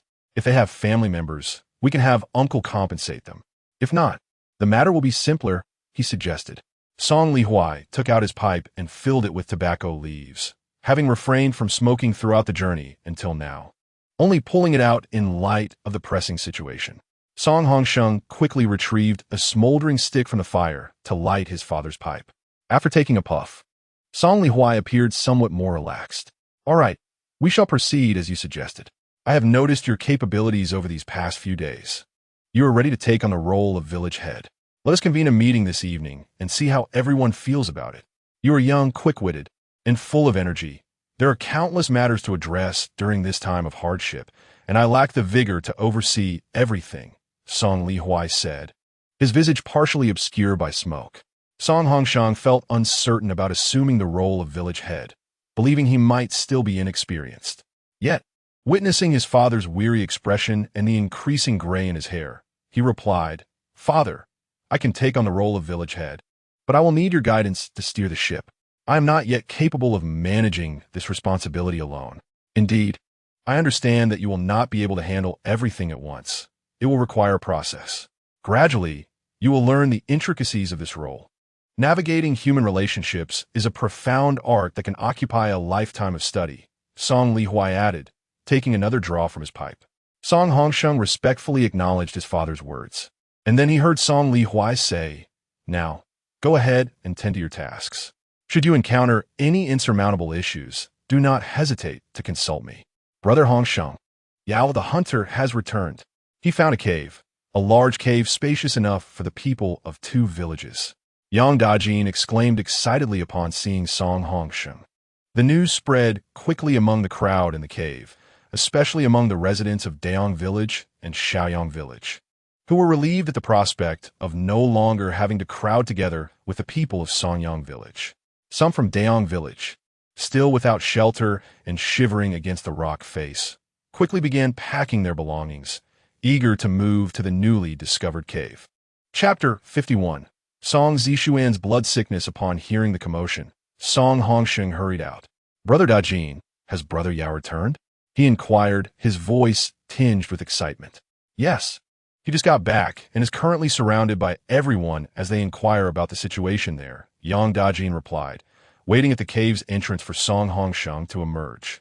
The cave was now overcrowded with people and their belongings, leaving little room to move in and out. As Song Hongsheng reached the cave entrance, he joined Yang Dajin in search of Yao Daqiang. Yao Daqiang was encircled by villagers from Sonyang and Daong, each clamoring to ask their questions, leaving him momentarily at a loss for whom to address first. "Everyone make way. Brother Hongsheng is here," Yang Dajin shouted loudly to the crowd. They quickly parted, allowing Song Hongsheng to enter. He strode confidently to Yao Daqiang, who appeared weary, beads of sweat still clinging to his forehead. Approaching him with concern, Song Hongsheng asked, "Brother Yao, how are you? Why did you return alone? Where are Huzi and Xiangzi?" "Alas, it is my fault for being too careless." Xiangzi went ahead to scout and fell into a pit, injuring his ankle and unable to walk. "I instructed Huzi to stay there and keep watch while I came back to relay the message," Yao Daqiang sighed. Without hesitation, Song Hongsheng assisted Yao Daqiang toward the cave. "Brother Yao, you could have sent Huzi back with the message. Why did you make this journey yourself? Your leg is not in good shape. It's no easy task to go back and forth. You should rest inside," he urged, calling on others nearby to help. Feeling much relieved, Yao Daqiang explained, "But it's snowing heavily. I feared Huzi might get lost, and we would end up losing someone else. It was too far, but my leg is inconvenient right now," which delayed me a bit. The group helped Yao Daqiang find a spot to sit at the cave entrance. The villagers of Daong were impatient. Having heard of the new cave, they were reluctant to wait any longer. "Yang Ziqiang aproachetu urge Yao Daqiang." "I say, Hunter Yao, why are you still resting? With so many of us freezing, we're waiting for you to find a cave. Now that you have, why aren't you leading us there? What does this resting mean?" Yang Dajin stood in front of Yao Daqiang, confronting Yang Jiqiang directly. "Are you blind? Can't you see that Brother Yao is utterly exhausted? His leg is injured. He hasn't had a moment's rest, working tirelessly on your behalf. Instead of showing gratitude, you act as if it's a given. Are we indebted to you in any way? If you're so capable, why not find it yourselves? Indeed, if you have the ability, go and find it yourselves. We've already informed you of a cave 3 miles ahead. If you're in such a hurry, seek it out yourselves," echoed others from Sonyang village. Faced with such a united front, Yang Jiqiang quickly softened his tone, offering a smile. "I see my error. How about this? We can carry Hunter Yao and take a group of our people to the cave first. Our villagers are freezing out here, and both adults and children cannot endure this much longer." Yang Dajin was about to retort when Song Hongsheng pulled him aside. "Brother Dajin, if they're willing to carry Brother Yao, it could work. With so many crowded here, it would be better to send a group ahead for everyone's sake." Seeing the merit in Song Hongsheng's words, Yang Dajin turned to Yang Jiqiang. "We will send someone with your group. If you dare disrespect Brother Yao, we will not spare you." "Of course not. We rely on Hunter Yao to guide us to the cave," Yang Jiqiang replied, rubbing his hands together with a forced smile. "Humph, I doubt you would dare," Yang Dajin scoffed coldly. Song Hongsheng turned to ask Yao Daqiang, "Brother Yao, do you think it's feasible?" Yao Daqiang nodded, acknowledging that if he were to walk over, his leg would surely be rendered useless. As long as he was not compelled to walk unaided, he yearned to arrive sooner, for he had 2 children waiting there, and his heart was heavy with worry. Upon seeing that everyone had reached a consensus, Yang Jiqiang hurriedly organized 2 strong men from Daong village to carry Yao Daqiang, while the rest followed closely behind. As soon as the news spread, everyone hastily gathered their belongings. With a shout from Yang Jiqiang, the villagers surged into the woods, ready to depart at a moment's notice. The 2 strong men from Daong village hoisted Yao Daqiang onto their shoulders, leading the way, while the entire village followed without exception. The village chief of Daong village joined the throng as well. Song Hongsheng called over Song Qingsong to relay instructions. "Qingsong, you and Hongli should gather a few more individuals to accompany the people from Daong village. When they return, ensure that Brother Yao is carried back. Additionally, Xiangzi has also sustained injuries. Bring him back as well. Rest assured, Brother Hongsheng, I will take care of it." Song Qingsong replied before seeking out Song Hongli and a few members of the patrol team to follow the group heading to the new cave. Once the villagers of Daong had departed, only the people from Shaoyang village and Sonyang village remained. They were still crowded within the caves, unable to find sufficient space. Song Hongsheng decided to enlist a dozen individuals from Songyang village to inform everyone in each cave. You are to notify each cave that a new cave has been discovered ahead, which is more spacious than this one. Those who wish to move to the new cave may follow the people of Daong village now. The group dispersed to relay the message throughout the caves. Soon, the residents of Shaoyang village and Songyang village were aware of the news. Those with minor injuries, as well as those unscathed, opted to move to the new cave. Those with more severe injuries could not walk, so their family stayed behind to keep them company. The inhabitants of Songyang village, feeling cramped, also chose to relocate to the new cave, as ultimately, they all intended to gather in the south, and it mattered little where they resided, provided there was shelter from the wind and snow. This decision led to a further exodus of 1/3 of the villagers, making each cave feel considerably more spacious. The remaining individuals were primarily those gravely injured along with their families. During this time, several individuals succumbed to excessive blood loss and passed away. The villagers helped to bury the bodies in the woods. Upon returning to the cave, Lu Yao found that the children had awakened, and Fong Lan had already tended to them. When Song Zishuan noticed Lu Yao's return, he lowered his head in embarrassment, unable to meet her gaze. Assuming Song Zishuan was still unwell, Lu Yao quickly approached him and reached for his wrist to check his pulse. Realizing her intention to assess his health, Song Zishuan hastily withdrew his hand. Lu Yao was taken aback, questioning what had come over him. Zishuan, are you all right? Is there any lingering discomfort? Is your head still spinning? Lu Yao's concern was palpable.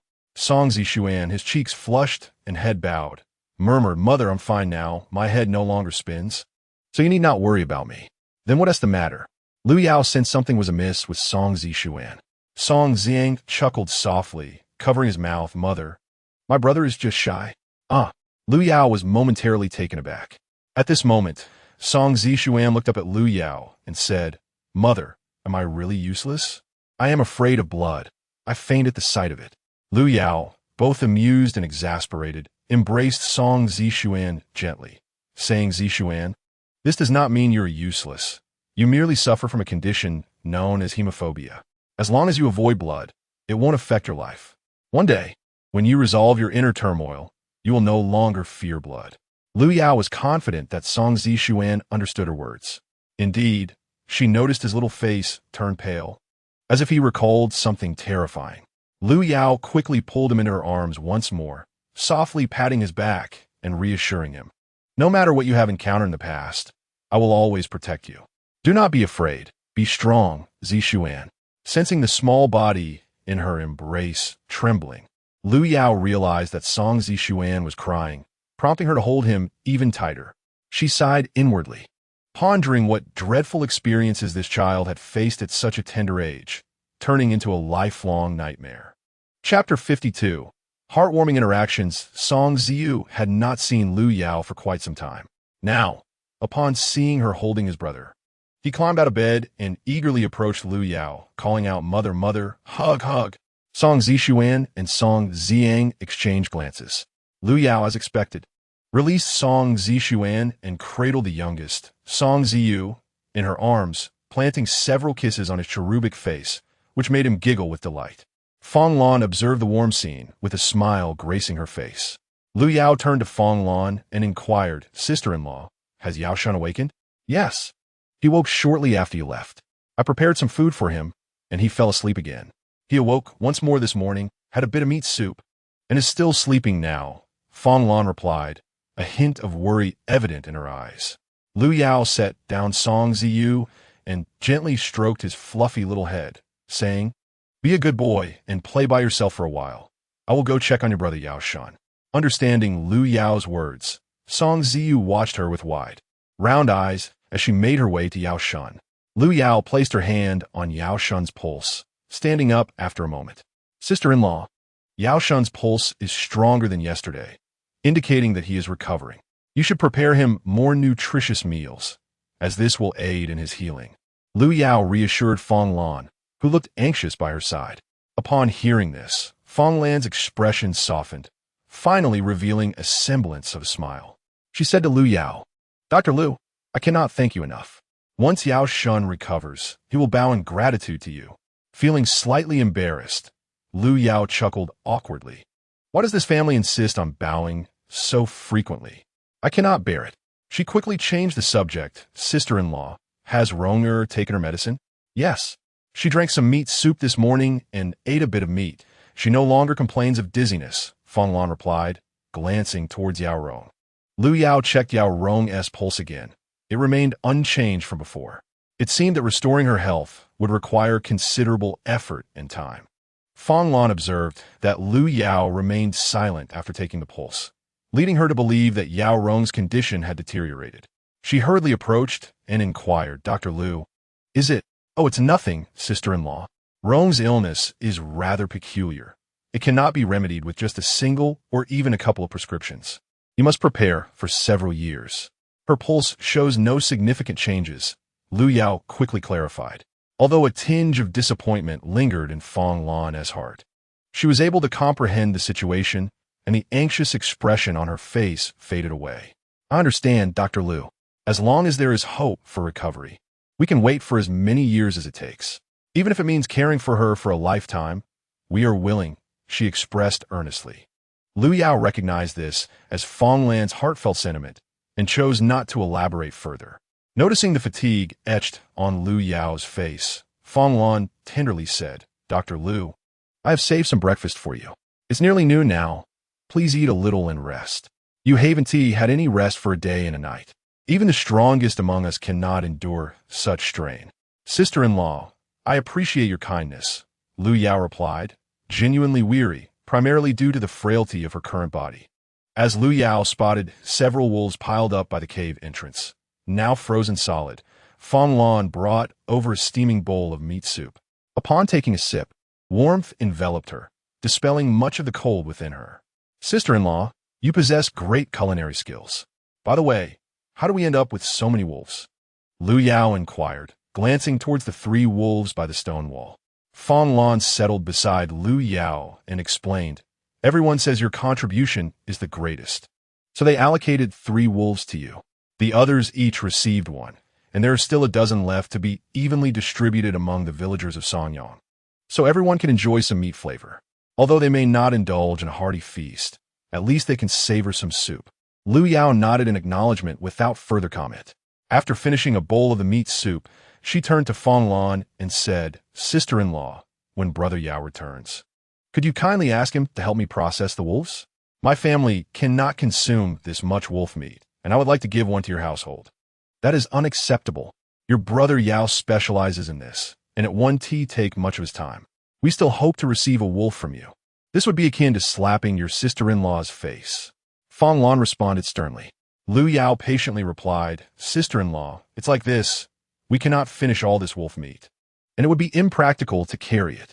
I would be grateful if you could help me turn the wolf meat into jerky, which would be easier to transport. I'll share some of the jerky with you. Your family is large and did not receive any wolf meat this time, and the children need nourishment. Fong Lan was about to retort, but was interrupted by Lu Yao. Sister-in-law, please hold your objections for a moment. With so much jerky, we are likely to attract unwanted attention on our journey. Your family also needs it, and this would help share the risks. If you feel uncomfortable, simply assist me in looking after the children along the way. I have never been a mother and may not understand certain matters. I would appreciate your guidance. Fong Lan opened her mouth, but ultimately refrained from voicing her rebuttal. Their supplies of jerky were indeed dwindling, and she was uncertain how many days they could sustain themselves. Dr. Lu must surely be aware of this, which is why he has gone to great lengths to assist their family. Fong Lan has etched this kindness into her heart and will undoubtedly find a way to repay it in the future. All right, then I shall not be polite. You hurry and rest. I will take care of the children, Fong Lan said as she cradled Song Ziyu in her arms. Song Ziyu had grown quite familiar with Fong Lan and was no longer shy, comfortably settling against her. The children noticed that Lu Yao appeared exhausted and were quietly obedient. Refraining from disturbing her, Lu Yao fell into a deep slumber, only to be awakened by the commotion outside the cave. The cave she resided in was adjacent to a larger one, offering safety but also the drawback of noise. The larger cave housed 200 to 300 individuals. naturally creating quite a ruckus. Furthermore, anyone seeking the village chief would pass by Lu Yao's cave, resulting in a constant flow of people. The only reason Lu Yao had managed to sleep soundly was due to her overwhelming fatigue. At that moment, the clamor outside disturbed her, and she groggily sat up, realizing that Fong Lan and the little ones were absent, leaving only a few children from the Yao family lying in the cave. Hearing the noise, Fong Lan had taken the children outside to see what was happening. She noticed the children were quite bored inside the cave, so it was a perfect opportunity to take them for a stroll. As they emerged, they found a throng of people gathered at the entrance of the larger cave, with sounds of excitement echoing from within. Little Song Zhang, eager to see, squeezed between the legs of the adults, finding his way to the front of the crowd. Chapter 53. Granny Song learns of the meat distribution with Song Ziyu in her arms. Fong Lan noticed his anxious squirming as he couldn't see what was happening inside. Such a young child, already so enamored with the spectacle. Who could he have inherited that from? After finally calming Song Ziyu, she looked down only to find that Song Zhang was missing. Panic set in, and she called out loudly, "Zhang, where are you?" Song Zishuan tugged at Fong Lan's garment, and when she glanced down, she saw him. "Zishuan, is there something you need? Have you seen your brother?" Fong Lan asked urgently, realizing the child had vanished without a trace. Song Zishuan pointed inside with his finger. For a moment, Fong Lan was taken aback. This child was not one for many words, but his gesture indicated that Song Zhang had indeed slipped inside. "Zhang has gone in." Fong Lan chuckled with exasperation. These two children were of the same ilk. Their curiosity piqued in unison. Song Zishuan nodded slowly, then succinctly stated, "Aunt Lan, it's fine." Originally, he had been reluctant to come. Being young, he preferred to avoid crowds. However, he understood that if he did not accompany Fong Lan, she would not come either, and he did not wish to feel out of place, so he followed along. Now that Fong Lan knew Song Zhang's whereabouts, she felt reassured. Meanwhile, Song Zhang was thoroughly engrossed in the spectacle. He watched as Granny Song, accompanied by her two sons, energetically approached the village chief to request wolf meat. The story began an hour earlier when Song Lisher, having stepped out to relieve herself, found herself bored. The chaos inside the cave was uninviting, and she felt neglected by everyone around her. Thus, she sought out her close friend, Granny Song, to engage in conversation. Today, she also acquired over a pound of wolf meat, which she carried with her everywhere, fearful of theft. She sought out Granny Song, knowing her residence from a prior altercation with Lu Yao.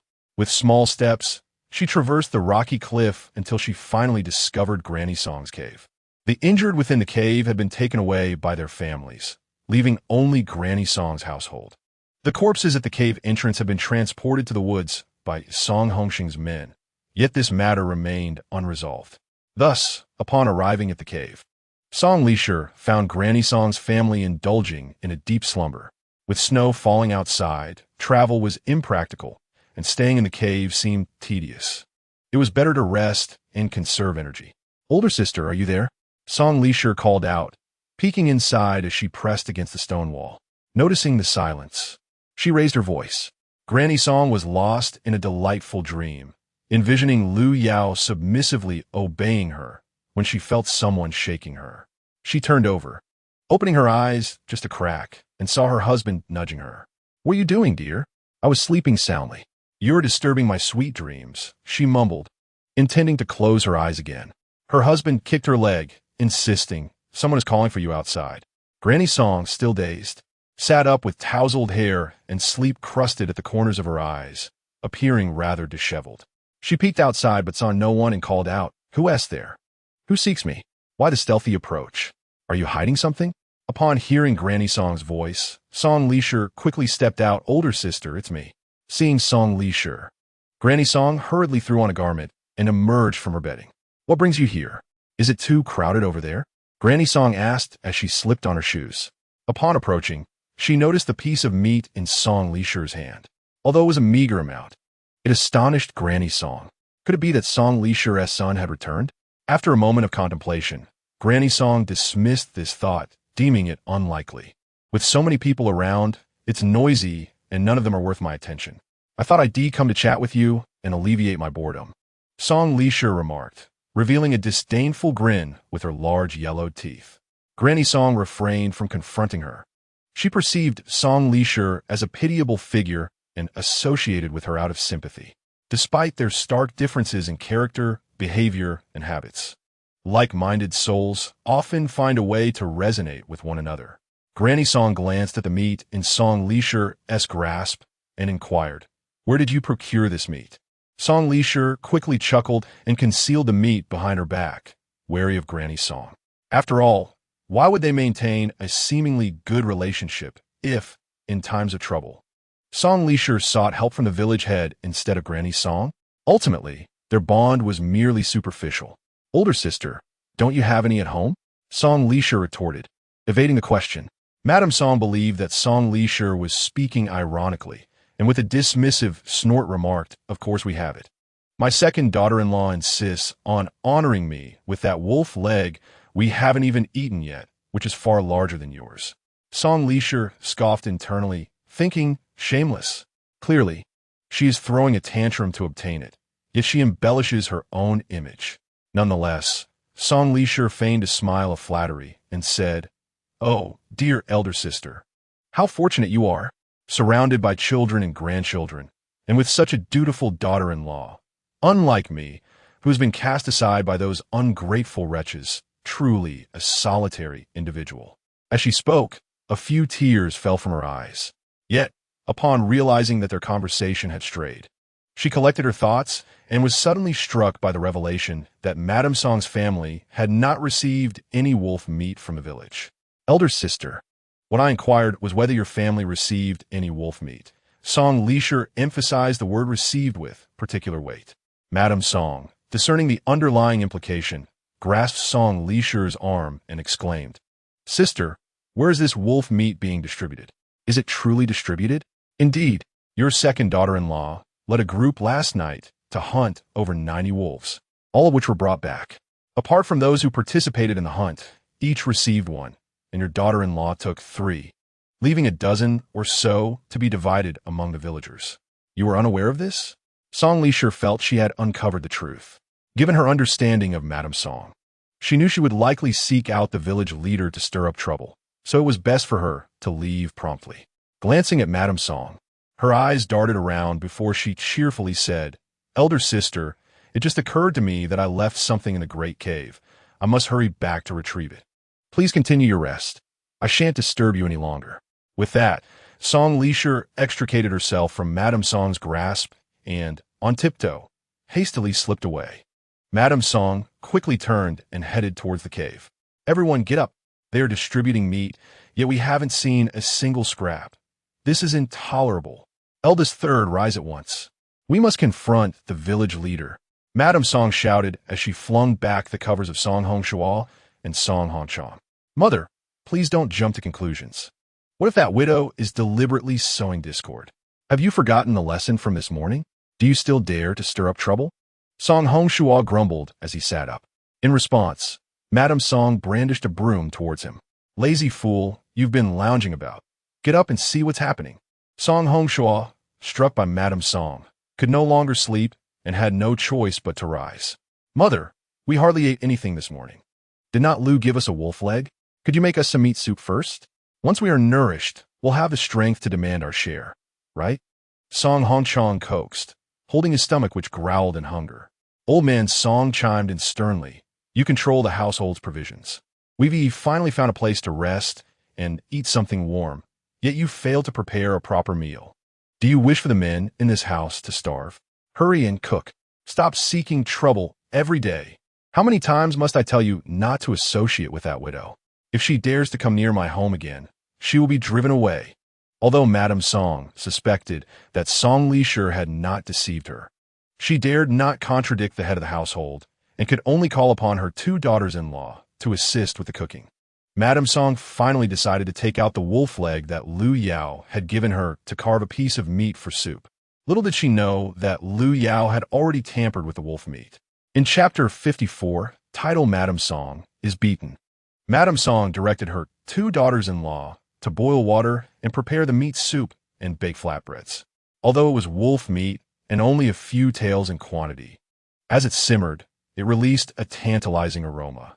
Song Hongshua's youngest son, Song Qingla, caught a whiff of the savory scent, making his mouth water.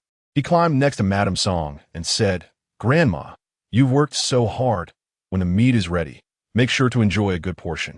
My dear grandson is so considerate, unlike your heartless parents, who not only fail to appreciate your grandmother's toil, but also provoke her ire. Once the meat is cooked, let my dear grandson have extra." With her worth affirmed by Song Qingla, Madame Song felt an immense satisfaction within. A glint of mischief flashed in Song Qingla's small eyes, but his little face still bore a look of concern as he insisted, "No, Grandma must eat more. You need to take care of your health. When I grow up and earn plenty of money, I'll save it all for you." His sweet words made the old lady embrace him affectionately, showering him with endearments. The children from the third household cast disdainful glances at Song Qingla. After a long wait, the family finally had the meat ready. Naturally, it was Madame Song who served it. She first ladled a generous spoonful for Song Lao Tu, providing him with the most meat and a large piece of flatbread. Next came her sons, Song Hongshua and Song Hongchong, each receiving a spoonful with only a few slices of meat, though they were given quite a bit of flatbread. Following that were the grandchildren, each receiving a few pieces of meat. The grandsons received more than the granddaughters, and the flatbread was only divided into palm-sized portions. According to Madame Song, children did not need to eat much, just enough to avoid starvation, except for Song Qingla, who received 2 extra pieces of meat and a larger portion of flatbread. Madame Song delighted in the good deeds acknowledged by Song Qingla, feeling quite pleased. Finally, it was her turn, along with her 2 daughters-in-law. Madame Song served herself several slices of meat, leaving little behind in the pot, save for a bowl of soup adorned with a few flecks of oil. She also distributed palm-sized pieces of flatbread to her daughters-in-law, leaving nothing for them afterward. Of course, Madame Song ensured she would have meat to eat. Song Xiaxi and Song Yanshu exchanged glances but said nothing, lowering their heads to soak their flatbreads in the soup, managing to fill their stomachs. This was the best meal the family had enjoyed since fleeing from their hardships. After the meal, Madame Song remained undeterred, insisting that Song Hongshua and Song Hongchong accompany her to the great cave to gather information. Having eaten his fill, Song Laotu did not stop them. After all, they could not travel anyway, so they were free to pursue their whims. Madame Song, along with her 2 sons, draped in a tattered bundle, made their way to the great cave. Along the way, she attempted to inquire about other caves, but her poor character garnered little attention from others, resulting in no useful information being uncovered. Upon arriving at the great cave, Madame Song walked straight in, scanning her surroundings and indeed noticing many families cooking meat, which further confirmed her belief that the Song family had not deceived her. She went directly to confront the village chief. The village head, "Why is everyone receiving meat while my family is left empty-handed?" Mrs. Song, cutting through the crowd, boldly questioned the village head. He was engaged in discussions with esteemed members of the village regarding upcoming travel plans when he heard her loud voice. Without lifting his head, the village head chose to ignore her, yet a relative from the same clan interjected, "Song Li, cease your nonsense. Not only is the village head the leader, but he is also your elder brother. How can you speak to him in such a manner? If you continue to be unreasonable, we, the Song family, will unite the clan to have you expelled."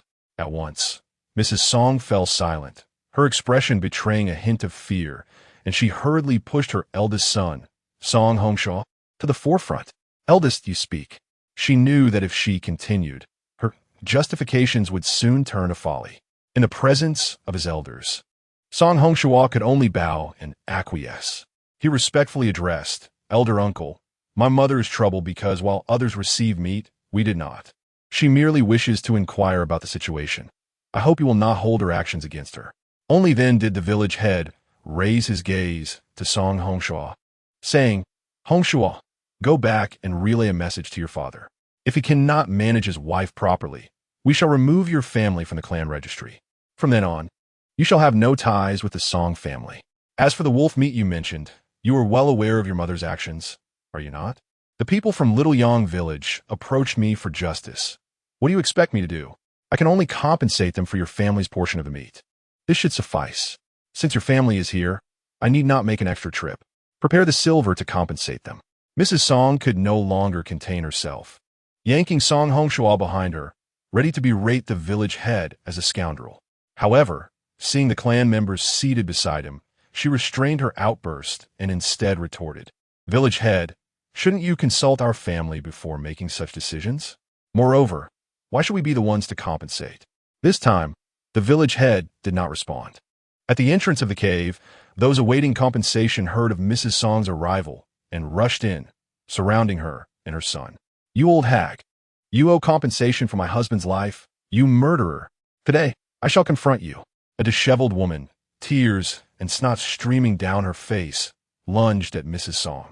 With one hand, she grabbed Mrs. Song's hair, while the other clawed at her face. The entire incident unfolded too swiftly for Mrs. Song to react. When Song Hongshua finally realized he needed to assist his mother, he too was restrained by others, unable to reach her aid. A group of people began hurling insults at one another while grappling fiercely. Eventually, feeling confined, they spilled out of the cave into the open. This commotion attracted onlookers from Songyang village, who had little else to occupy their time and viewed it as entertainment. If it were any other family, the villagers might have intervened. However, as it was Mrs. Song's family, they merely stood by and watched. Indeed, the reputation of Mrs. Song's family within the village had plummeted to the lowest depths. Mrs. Song bore several scratches on her face, drawing blood, her hair disheveled and resembling a nest, with large clumps torn out, leaving her already sparse hair appearing even more like a balding crown. Song Hongshua and Song Hongchong were besieged by the other villagers of Shaoyang, and their situation was hardly any better. Both of them bore injuries. Amidst the chaos, Grandma Song retaliated while hurling insults. "You shameless woman, let go of me. You deserve to die. Your man was killed by that wretched Lu Yao. What does that have to do with my family? You strike me, and I shall fight back." Although Grandma Song was known for her sharp tongue, she was not accustomed to brawling and lacked the strength of the younger generation. Even if she fought with all her might, she was no match for them, and ultimately, she was pinned to the ground by the woman, who rained blows upon her. "Dare you speak ill of Dr. Lu? If it weren't for him coming to our rescue, my entire family would have perished. You heartless old hag, while I was tending to my children, you threw me out into the cold to freeze to death. Today, I shall make you pay for that." The woman continued to slap Grandma Song, causing several of her teeth to be knocked out, her face swelling grotesquely. The onlookers deemed Grandma Song doomed. At such a moment, she still thought of evading responsibility instead of remedying the situation. She deserved to be beaten. Just as the woman was in the throes of her assault, a foul stench suddenly wafted through the crowd. "What does that smell? How long has it been since anyone relieved themselves? It reeks. Did you smell that? It's absolutely horrendous. I can smell it too. Did you fart? You must be the one who farted. I haven't been able to go for several days. There's nothing in my stomach, not even gas." The crowd buzzed with speculation. At that moment, the woman atop Grandma Song nearly retched from the stench. She quickly stood up and pointed at Grandma Song, exclaiming, "You old hag. You haven't soiled your trousers, have you?"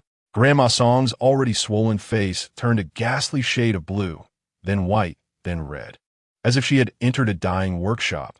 Yet others could hardly notice her transformation, for she was utterly disfigured. Meanwhile, the beleaguered Song Hongshua and Song Hongchong clutched their stomachs, desperately attempting to navigate their way through the throng. However, the crowd was too dense, and they could not find an escape route.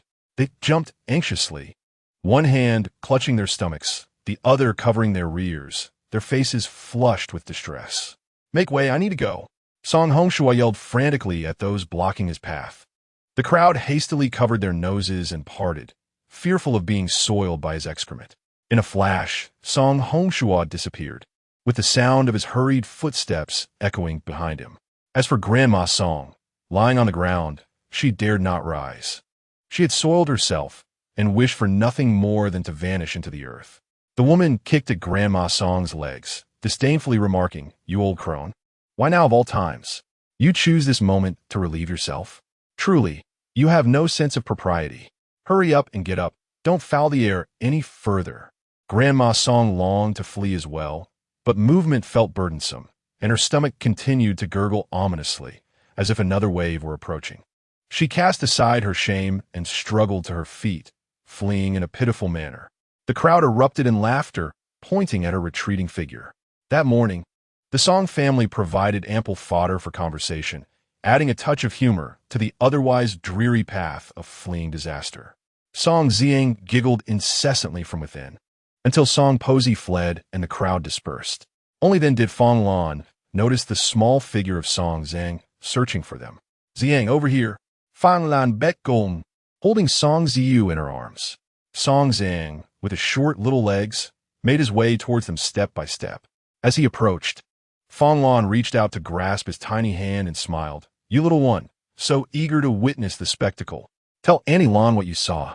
Before Song Zhang could utter a word, he was already on the verge of bursting into laughter. Fong Lan cast a puzzled glance at the child, wondering if he had been frightened by the earlier commotion. She herself had no idea what had transpired, as her petite stature prevented her from seeing. Once he had calmed down, Song Zhang, in a small voice, declared, Annie Lan, I will tell you and Mother everything when we return, so Mother can share in the joy. You are such a dutiful child, knowing how to bring joy to your mother. She has not indulged you in vain. Fong Lan praised, admiring Song Ziang. Soon, the group of four made their way into the cave, where Lu Yao had already awoken and was tending to Yao Shun's wounds. Mother, we're back. Upon hearing Song Ziang's voice, Lu Yao saw a small figure racing towards her. She opened her arms, embracing Song Ziang tightly. Seeing this, Song Ziyu began to squirm, eager to be with Lu Yao. Nung, hug. Song Ziyu stretched her tiny arms, her delicate hands reaching out towards Lu Yao. Fong Lan struggled to keep her hold. Oh dear, slow down. I'll take you to see your mother. There's no rush. She comforted while handing Song Ziyu over to Lu Yao. Lu Yao released Song Ziang to catch Song Ziyu, who wrapped her arms around Lu Yao's neck, holding her close. Lu Yao turned to Fong Lan and said, Sister-in-law, thank you for watching over the three of them. I appreciate your help. Oh, Dr. Lu, how can you say that? You've treated several children, while I've merely watched over three. I've come out ahead. They are quite well behaved, Fong Lan replied, waving her hands dismissively. Lu Yao smiled, planting several kisses on Song Ziyu's cheek. Meanwhile, Song Zing tugged at Lu Yao and said, Mother, I have a funny story to tell you. It nearly made me burst with laughter. He recalled the scene where Song Posey had publicly adjusted her trousers, and he couldn't help but chuckle. Lu Yao eyed the group curiously, glancing at Fong Lan, silently inquiring what had occurred. Fong Lan shrugged her shoulders, indicating her own ignorance. Then, they listened as Song Ziang animatedly recounted the entire episode, vividly illustrating the events. After hearing the tale, Lu Yao's eyes shifted slightly. This Song Posey was indeed quite stingy. Only now did she dare to indulge in wolf meat, even though she had rationed it over 2 days. It was remarkable that she had managed to refrain from eating it until now. However, it was evident that her current indulgence had dire consequences, resulting not only in an upset stomach, but also public humiliation. It will be interesting to see if she continued to be so arrogant in the future. Fong Lan, upon hearing this, doubled over in laughter, slapping her thigh, tears of mirth streaming down her cheeks. Dr. Lu, do you think this is karma? One must not be excessively arrogant or malevolent, as even the heavens cannot overlook such behavior. While others may struggle, she, on the other hand, finds herself afflicted with a bout of diarrhea. Fong Lan laughed so hard that she could barely catch her breath, her words punctuated by gasps. One must not let goodness slip away, nor allow evil to thrive.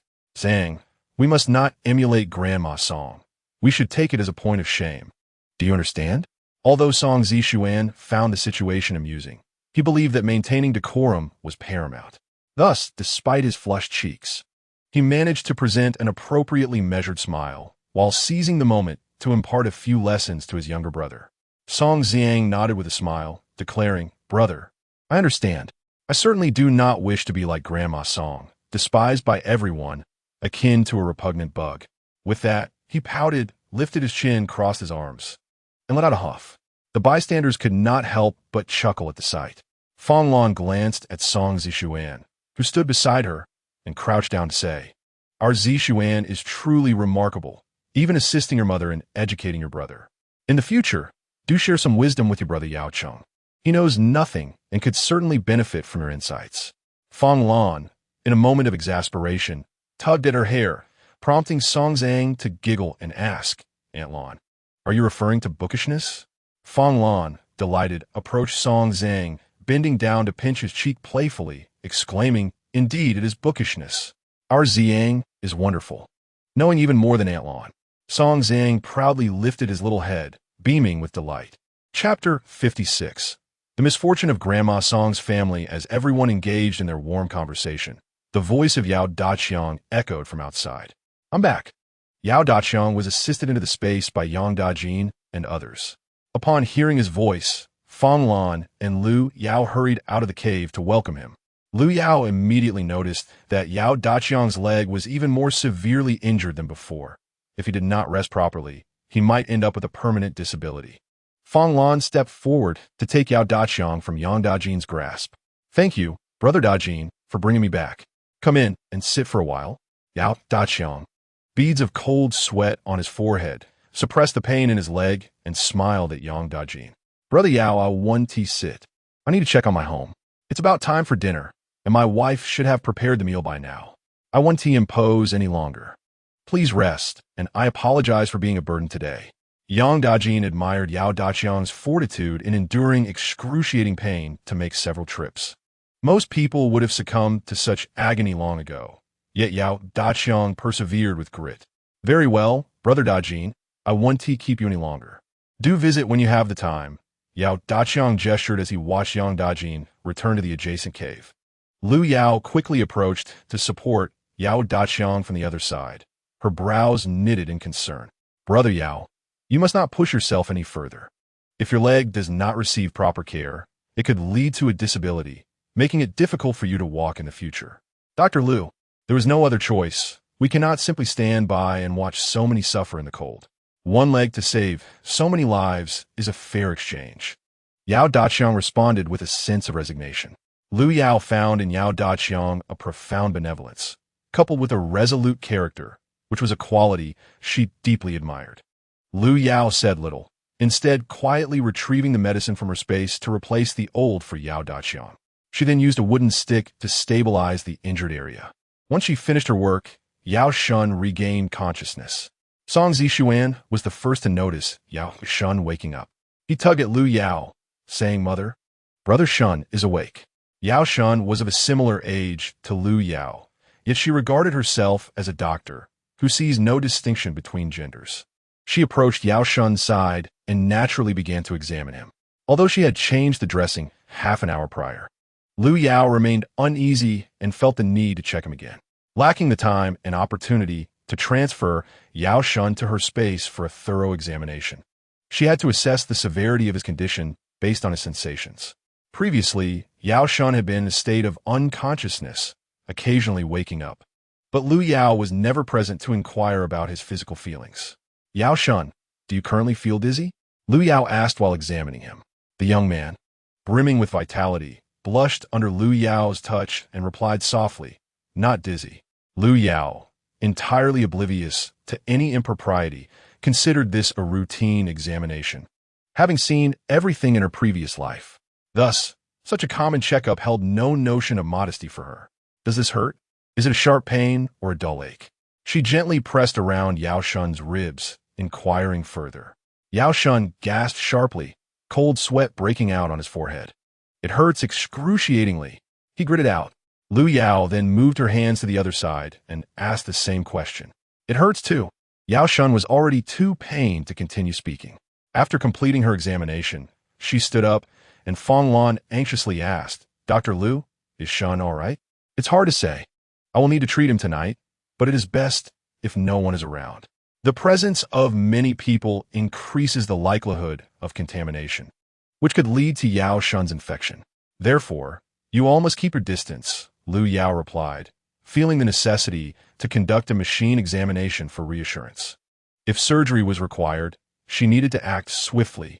All right, we will heed Dr. Lu's guidance. Whatever you say goes, Fong Lan responded nervously, casting a worried glance at Yao Shun. Since Yao Shun had been unconscious, He was not very familiar with Lu Yao.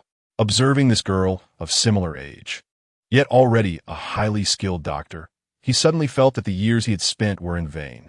Determined, Yao Shun resolved that once he recovered, he would diligently learn hunting and archery from his father.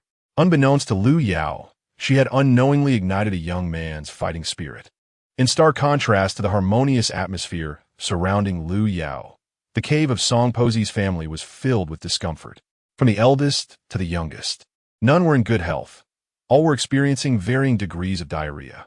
Song Posi and Old Man Song were the most severely affected, having consumed more food. And with their advanced age and weakened resistance, they were on the verge of dehydration. Song Hongshua and Song Hongchong also suffered greatly, but their youth and stronger resilience meant they were merely frequently visiting the toilet, their complexion significantly better than that of Song Posi and Old Man Song. Reflecting upon the Song family, despite their several attempts to alleviate their discomfort, their expressions remained relatively composed. The children, having consumed little, exhibited only mild symptoms. Aside from Song Posi and Song Qingla, the women and children had largely ceased their distress, and after several days without relief. This occurrence could be deemed a remedy for their constipation. Song Qingla, having received preferential treatment from Song Posi, had partaken more than the others, devouring a generous bowl of soup. At this moment, his little face had turned pallid as he lay in bed, moaning softly. Song Xia, witnessing her son's plight, felt an overwhelming sense of sorrow. She implored Song Posi, "Mother, shall we not seek out my second sister-in-law? As a physician, she surely possesses the skills to heal us. If we delay any further, our entire family may succumb to exhaustion, and how shall we continue on our journey?" Though Song Posi was inclined to reprimand her eldest daughter-in-law, her own frailty hindered her as she lay in bed, her stomach rumbling incessantly. Old Man Song could no longer endure the discomfort and addressed Song Xia, eldest daughter-in-law. "Do you not feel better? Please summon the second daughter-in-law to come and attend to our family." His words caught the attention of Song Posi. Noticing her daughter-in-law's intention to leave, wished to inquire if she had concocted any mischief. However, her own stomach tumult began anew, and she felt an urgent need to relieve herself. Swiftly, she turned and attempted to rise from the bed, but before she could even reach the cave entrance, she could no longer contain herself. A foul odor immediately filled the cave, prompting Song Hongshua and Song Hongchong to cover their noses in disgust and turn away. Song Posi, her face flushed with embarrassment, dared not look back and hurriedly exited to attend to her needs. Song Yang, meanwhile, hastened to the cave where Lu Yao resided. From a distance, she could hear the sounds of laughter and merriment emanating from within, evoking a tinge of envy on her face. Such joyous sounds had not graced her own home, which was often filled with the scoldings of Song Posi and the reprimands of Old Man Song. Adjusting her clothing and smoothing her hair, she timidly stepped into the cave. Lu Yao, catching sight of Song Yang in her periphery, allowed a subtle smile to grace her lips. This was an opportunity to reclaim what had been lost in a most forthright manner. Chapter 57. Greetings to my aunt-in-law. Second sister-in-law, are you present? Song Yang called out awkwardly to Lu Yao. Lu Yao finally turned her gaze, responding with a nonchalant and refrained from further conversation.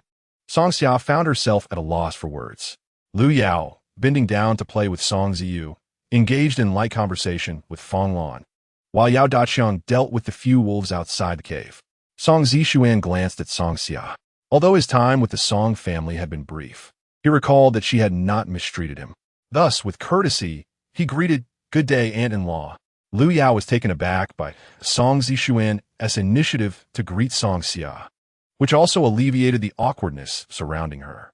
Song Xia, grateful, shot a thankful glance at Song Zishuan, her smile awkward yet more painful than tears.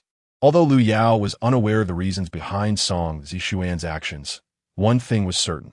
The Song family had previously shown considerable care towards him.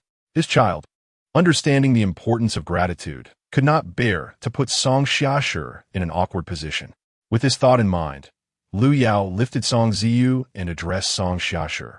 "Sister-in-law, do you have something to discuss?" The awkward expression on Song Xiaoshi's face finally softened a bit as she hesitantly replied, "Second sister-in-law. Mother and father are feeling unwell and have requested that you return to examine them."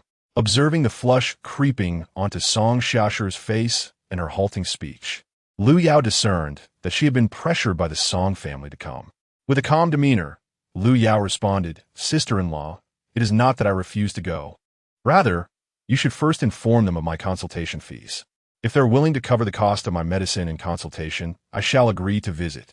Otherwise, it is pointless, and they may seek someone more skilled." After delivering her statement, Lu Yao fell silent, resuming her teaching of the multiplication tables to the children. Seeing Lu Yao's unyielding attitude, Song Xiaoshi realized further conversation would be futile and awkwardly returned. When Old Man Song noticed his eldest daughter-in-law had come back alone without Lu Yao, he inquired, "Why did you return without bringing her?" Song Xiaoshi opened her mouth to respond, "Father, the second sister-in-law asked whether our family could afford the consultation fees. If we can, she would come." "What? She expects us to pay for her services?" Allowing her to treat us is already an opportunity for her to show filial piety, and yet she demands a fee? Old Man Song exclaimed, his temper flaring despite his weakened state. Song Xiaoshi felt the tension in her scalp as she replied, "I mentioned it," and she stated that charging for consultations is entirely reasonable, especially since she has severed ties with us. Old Man Song was about to curse Lu Yao further, but his stomach began to trouble him again, compelling him to rise unsteadily from the bedding on the ground and make his way outside. At the entrance of the cave, he encountered Old Woman Song, who shuffled in, her body frail and her steps unsteady. Her once vibrant face now appeared gaunt and aged, the ordeal of diarrhea having swiftly drained her vitality. Old Woman Song noticed Song Xiaoshi and posed the same question as Old Man Song. Song Xiaoshi reiterated her earlier response. Old Woman Song, feeling the frustration boiling within her, yet hindered by her physical condition, attempted to raise her voice, which now resembled a feeble meow. "Tell Lu that she must come and treat us immediately. Otherwise, once we descend the mountain, I shall report her for disrespect, ruining her children's future." Unaware of the gravity of their situation, Old Woman Song continued to threaten Lu Yao. With a pained expression, Song Xiaoshi urged, "Mother, if we do not hasten to summon the second sister-in-law for treatment, our family may not survive the descent. Your hoard of silver cannot buy us food. Saving our lives is of utmost importance." Song Xiaoshi's heartfelt plea was met with a scolding from Old Woman Song. "I thought you were a simpleton. I had no idea you were scheming for my silver. Be careful, or I may have the eldest divorce you." Though the words of Old Lady Song instilled a sense of dread in Song Xiaoshi, they also wounded her heart. She stood silently to the side, further inciting Old Lady Song's ire, who wished to reprimand her daughter-in-law, but found her frail body unwilling. Suddenly, she felt a wave of dizziness wash over her, causing her to topple forward. In a swift motion, Song Xiaoshi reached out just in time to catch Old Lady Song, preventing her from crashing to the ground, which was lined with unforgiving stone that would surely inflict injury. Song Xiaoshi carefully assisted her to a resting place on the floor. Before long, Old Man Song entered. Observing that Old Lady Song was on the brink of collapse and realizing he too could not endure much longer, he instructed Song Xiaoshi, eldest daughter-in-law, quickly summon Lu Shi and inform her that we are willing to pay for the medical expenses. Meanwhile, Song Hongshuo and Song Hongchong were slumped against the stone wall, groaning incessantly. The meager meal they had consumed at noon had long since vanished, leaving them feeling weak and as if they were walking on air. Upon hearing Old Man Song's agreement to the medical fee, a glimmer of hope arose within them. Song Xiaoshi glanced at Song Qingla, who lay pale and dazed, exhibiting signs of impending unconsciousness. She hastily steadied herself against the wall and sought out Lu Yao. Concurrently, Song Hongxing approached in search of Lu Yao, and the two encountered one another at the cave's entrance. Song Hongxiang merely nodded before striding into the cave. "Sister-in-law, the child Xiangzi seems to be running a fever. Please go and have a look," he said, his expression fraught with concern. Lu Yao, having heard from Yao Daqiang about Song Qingxiang's condition, surmised that the wound had become infected due to insufficient initial care, leading to the fever. She carefully tucked the children in with blankets, mindful of the increasingly cold weather that could easily invite illness upon the little ones. Brother Hongsheng, let us go and assess the child's condition. Lu Yao proposed as she rose to her feet. Dear sister-in-law, could you first accompany me to check on Lele? The child is gravely unwell and already in a stupor. Furthermore, our father has agreed to the medical fee, Song Xiaoshu implored, kneeling before Lu Yao in desperation. A flicker of hesitation crossed Lu Yao's eyes. While she wished to teach old lady Song and old man Song a lesson, she did not desire their demise, merely to instill some hardship upon them. However, given the situation where the innocent were suffering, she recognized the need to act. Seeing Lu Yao's dilemma, Song Hongsheng suggested, Sister-in-law, I too have heard of the events that transpired with the second aunt's family today. Why not check on them first? I shall return to explain matters to them and have Xiangzi wait. Brother Hongsheng, in that case, please use snow water to cool Xiangzi down and apply a cold compress to his forehead. I shall return promptly, Lu Yao decisively replied. Song Hongsheng nodded and departed swiftly. Chapter 58. Song Hongshua seeks silver. As Lu Yao turned to grab her small bundle, she followed closely behind Song Xiaoshu towards old lady Song. Upon entering the cave, Lu Yao was greeted by a foul odor. However, she merely furrowed her brow slightly before maintaining her composure and proceeding behind Song Xiaoshu. Father, mother, I have brought my sister-in-law, Song Xiaoshu announced, her voice infused with a buoyant and joyful tone. With great effort, the old man Song propped himself up to gaze at Lu Yao, while Song Hongshua and Song Hongchang simultaneously turned their attention toward her. Lu Yao stood a few paces away, her demeanor impassive and devoid of any emotion, exuding an air of bureaucratic professionalism. Pay first, then we shall attend to your ailments. 5 taels of silver per person. Hurry and procure the funds, for I have other patients awaiting my attention. As her words lingered in the air, a feeble voice emerged.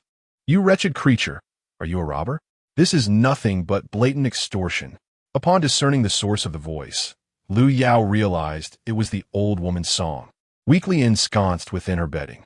A sardonic smile danced on Lu Yao's lips as she retorted, Do you truly believe your lies are worth less than 5 taels of silver?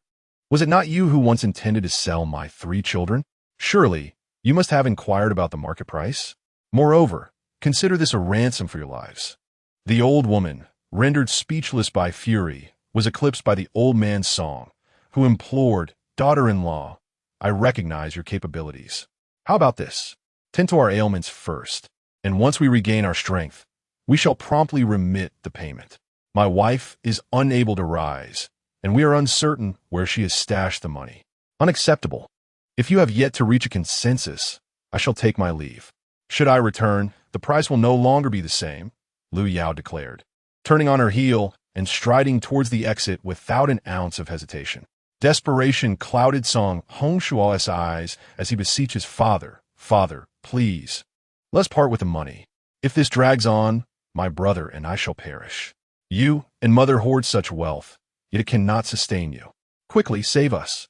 Tears threatened to spill from Song Hongchang's eyes as he added his own plea. Father, if Lu Yao departs, we will still need her services, and the cost will only escalate. The old man Song, taken aback by Lu Yao's unyielding stance, felt a tempest of frustration brewing within him. Just as Lu Yao stepped out of the cave, he called out, Daughter-in-law, wait. We will provide the money. Please, prepare the medicine. A smile flickered at the corners of Lu Yao's mouth as she turned back to face them. Have you reached an agreement? With a moment of silent contemplation, the old man closed his eyes, took a deep breath to quell his anger, and nodded reluctantly. We have come to an agreement. Let's have the funds. Yet Lu Yao remained unmoved. She was poised to leave at the slightest provocation. In a moment of exasperation, the old man kicked the old woman with his foot, urging, Hurry up and bring the money. Cease your pretenses. Though the old woman had absorbed every word exchanged, she feigned inertia, muttering to herself, Even if I were to perish, I wouldn't allow her to treat me, nor would I part with my money. How dare she demand such a thing? Heaven strike her down. This ungrateful wretch.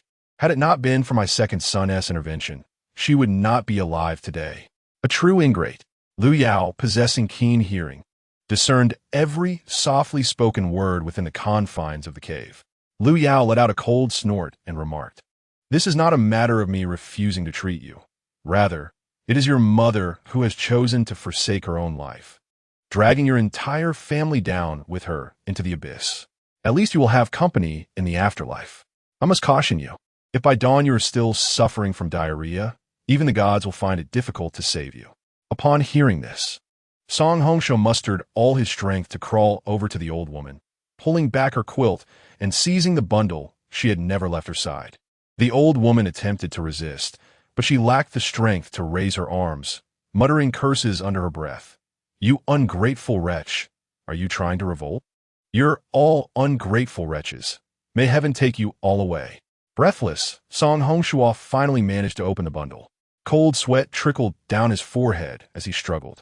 After much effort, he emptied the contents onto the ground, revealing only a couple of silver coins.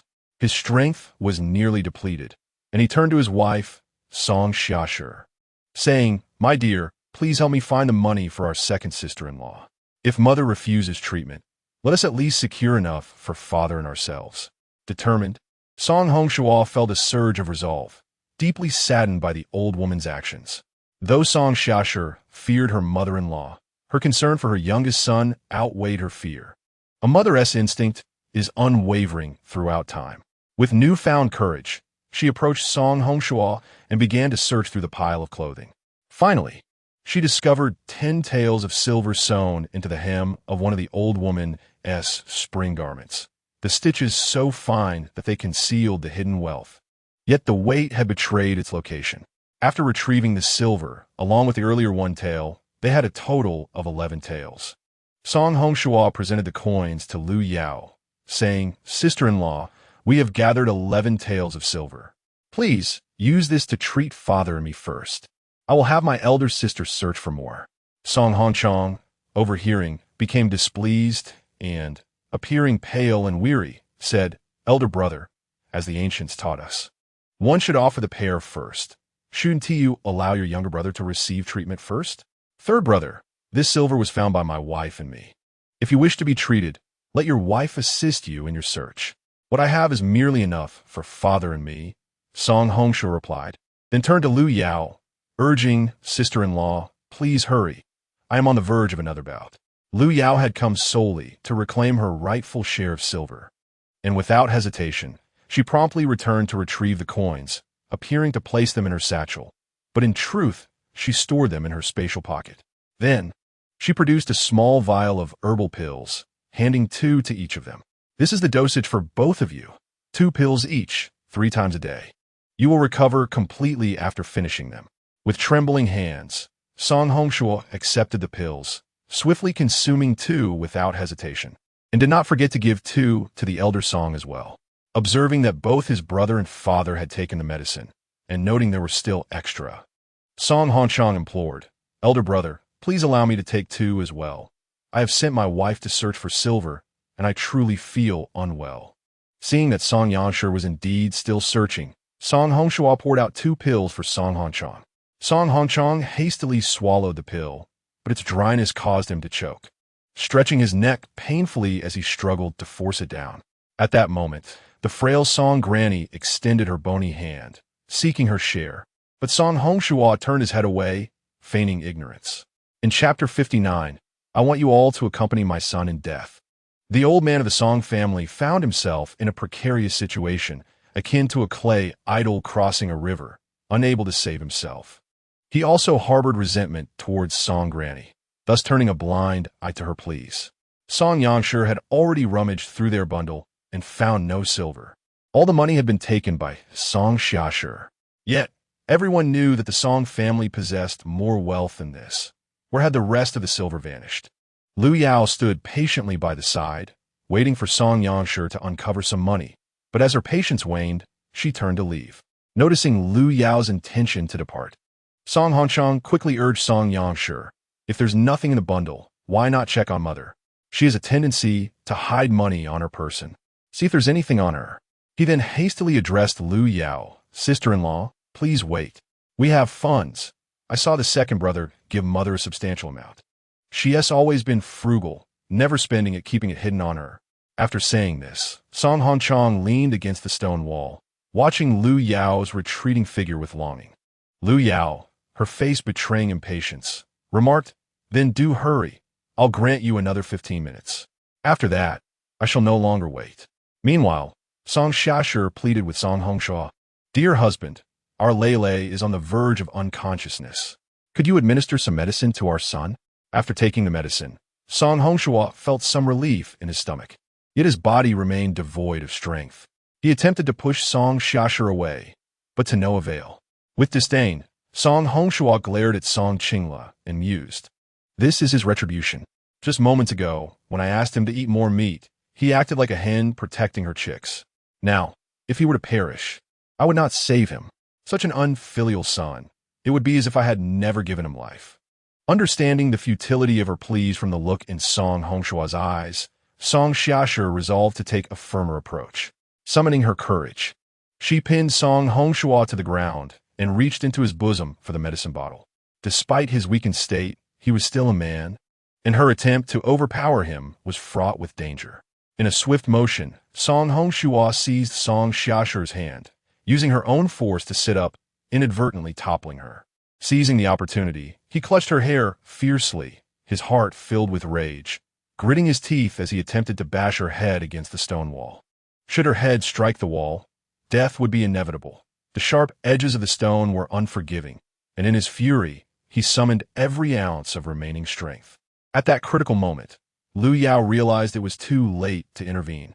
As the distance from her position to where Song Hongshuo and the others were situated spanned a dozen meters, with the old man and Song Hongchong acting as obstacles in between. At Lu Yao's feet lay a scattering of gravel. She bent down to pick up a piece, and before she could fully straighten, the stone had already hurtled towards Song Hongshuo's hand. Though it did not compel him to release his grip, it effectively impeded his movements, thereby affording Lu Yao the opportunity to rescue Song Xia. Like a startled fawn, Lu Yao seized the moment and dashed forward, forcefully prying Song Xia from Song Hongshuo's grasp. Song Xia, terror-stricken, turned pale and trembled uncontrollably. As soon as she was liberated from Song Hongshuo's clutches, Lu Yao swiftly returned to her original position, her expression impassive, revealing nothing of her earlier act of heroism. Song Xia hurriedly distanced herself from Song Hongshuo, no longer daring to vie for the medicine bottle. Their hopes now rested solely on the old matron, praying she might possess some silver, ensuring that everyone could afford treatment without having to plead with Song Hongshuo. "Found it!" came a jubilant exclamation from Song Yang as she discovered a large pocket in the old matron's undergarment, containing 50 taels of silver notes and 10 taels of loose silver. Although the matron was now immobile, her eyes remained sharp, glaring venomously at Song Yang. Feeling as though she were being scrutinized by a venomous serpent, Song Yang was overcome with goosebumps and hastily retreated from the matron's side, clutching the silver. After bringing the silver to Song Hongchong, he quickly turned to Lu Yao, saying, "Sister-in-law, we have silver now. Could you please give me a vial of medicine?" Lu Yao, with genuine concern, cautioned him, "Are you certain you only want one vial? There are still 2 others in need of rescue. If I leave now, I may not return. You should decide how many lives you wish to save and pay me accordingly. The price may very well rise to 10 taels per vial once I exit this cave."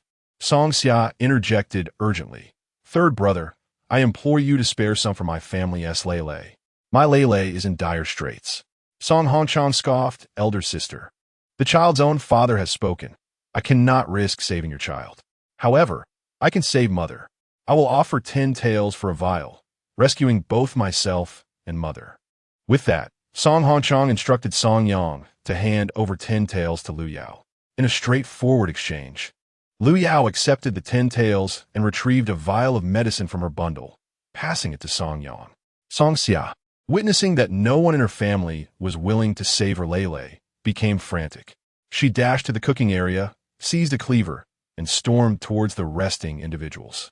Lu Yao had initially intended to provide some medicine for the child, but before she could utter a word, she found herself watching as Song Xia descended into madness. Standing aside, she could only observe the unfolding chaos. Brandishing the cleaver, Song Xia demanded fiercely, "I will ask once more, Are you going to save my Lele or not? If anything happens to my Lele, we all shall perish together. You will all accompany my Lele to the grave. Song Hongchang had originally instructed Song Yang to deliver the medicine to the matron, but now, with 2 pills in hand, she was at a loss. Should she deliver them or withdraw? Song Yang stood frozen in place, unable to move, astonished that her usually dull and taciturn sister-in-law, often scolded by the old Song matriarch, had suddenly gone mad and was threatening to take a life. After taking his medicine, Song Hongshua felt a flicker of strength coursing through him and struggled to his feet, swaying as he approached Song Xia. Meanwhile, old man Song wore a grim expression, his eyes filled with malice as he glared at Song Xia.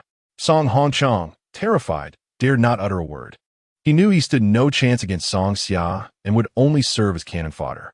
Thus, he opted to remain inconspicuous, discreetly beckoning his wife to his side. Song Yang hastily returned to Song Hongchang, and the two bowed their heads in silence. Song Hongshua halted a meter away from Song Xia. You wretched woman, what do you intend to do? Are you willing to slaughter our entire family for your son? What gives you the audacity? If you have the guts, come at me first, he uttered in the softest tone, yet with the most audacious words.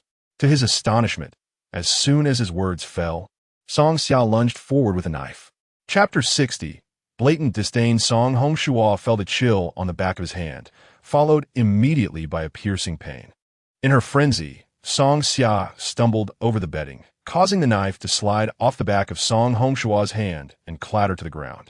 She collapsed into the bedding herself. You lunatic, I shall divorce you, Song Hongshua exclaimed, clutching his hand as he seized the opportunity to pin Song Xia's hand with his foot, bending down to retrieve the knife.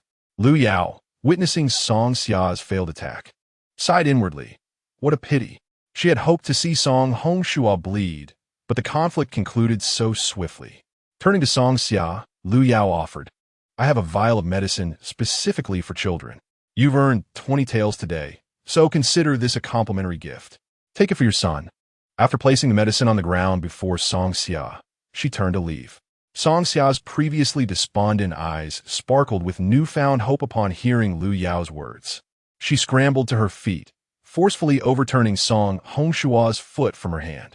He staggered backward, regaining his balance after a few unsteady steps. Ignoring the dark scowl on Song Hongshua's face, Song Xia hurried to seize the vial Lu Yao had left behind. Her hair was disheveled, her face streaked with tears, and she cradled the vial like a priceless treasure as she rushed to Song Qingla's side. With trembling hands, she uncorked the vial and poured out 2 black pills, which exuded a sweet aroma reminiscent of honey. Shaking, she pinched the pills between her fingers, pried open Song Qingla's mouth with her other hand, and placed the pills inside. As Song Qingla tasted the sweetness, he instinctively began to swallow. Upon witnessing her son consume the pills, Song Xia sighed in relief and collapsed beside him, feeling as if all her strength had been drained, yet she clutched the vial of medicine Lu Yao had gifted her tightly. Song Yang glanced at the 2 pills in her palm, perspiration having slightly dissolved them due to her earlier anxiety. Nevertheless, she hurriedly administered the medicine to the old matriarch. Upon witnessing Song Yangshi's arrival once more, Song Posi's gaze pierced like a dagger. Startled by the intensity of the stare, Song Yangshi stammered, Mother, I have come to deliver the medicine. Please do not look at me so fiercely. We have only spent 10 taels of your silver. The remainder will be returned to you, which I shall place in your pocket. Hastily, Song Yangshi forced 2 pills into Song Posi's mouth and nimbly tucked the banknotes into her inner garment before swiftly departing. With hurried steps, Lu Yao made her way to the large cave to check on Song Qingxiang. At that moment, Song Qingxiang had succumbed to a fever, his face flushed and his body burning like a coal. His parents anxiously peered toward the entrance of the cave, each time lowering their heads in disappointment. Finally, when they lifted their gazes once more, they caught sight of Lu Yao. Dr. Lu, you have finally arrived. Please take a look at Xiangzi. He does not awaken even when called and speaks deliriously, implored Song Qingxiang's mother, Song Lixi, as she stood anxiously to greet Lu Yao. With a calm demeanor, Lu Yao nodded without uttering a word, yet her strides grew more purposeful. Navigating through the crowd, she approached the family, finding Song Qingxiang surrounded by his loved ones. He lay beneath the covers, his labored breathing unmistakably indicative of fever. Song Qingxiang's father, Song Hongxi, promptly made space for Lu Yao. Kneeling, Lu Yao gently pulled back the blanket to reveal Song Qingxiang's arm, checking his pulse. Her brow furrowed. This was a sign of infection. The efficacy of traditional Chinese medicine would be too slow, and time was of the essence. She resolved to administer Western medicine via injection, along with oral antibiotics. Although traditional remedies could also combat infection, she could not prepare them in the current circumstances. After a moment's contemplation, Lu Yao retrieved a bottle of ibuprofen from her satchel. Measuring out 15 milliliters and administering it to Song Qingxiang to reduce his fever, planning to address the rest of his treatment subsequently. Water, she commanded without lifting her head. In a flurry, Song Lisher rushed to fetch some. Ensure he drinks plenty. It aids in detoxification.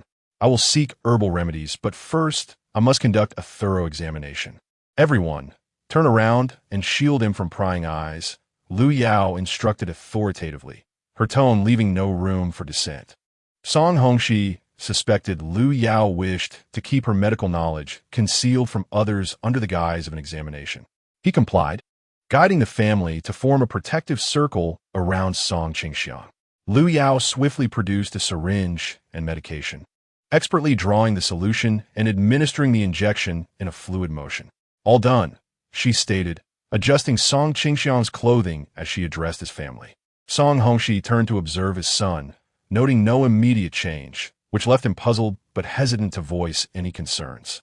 Lu Yao stood, imparting a few instructions to Song Lisher. Your son will experience a reduction in fever within a quarter of an hour. However, without medication, the fever will persist. I shall procure herbal remedies. In the meantime, monitor his temperature periodically. I will return shortly.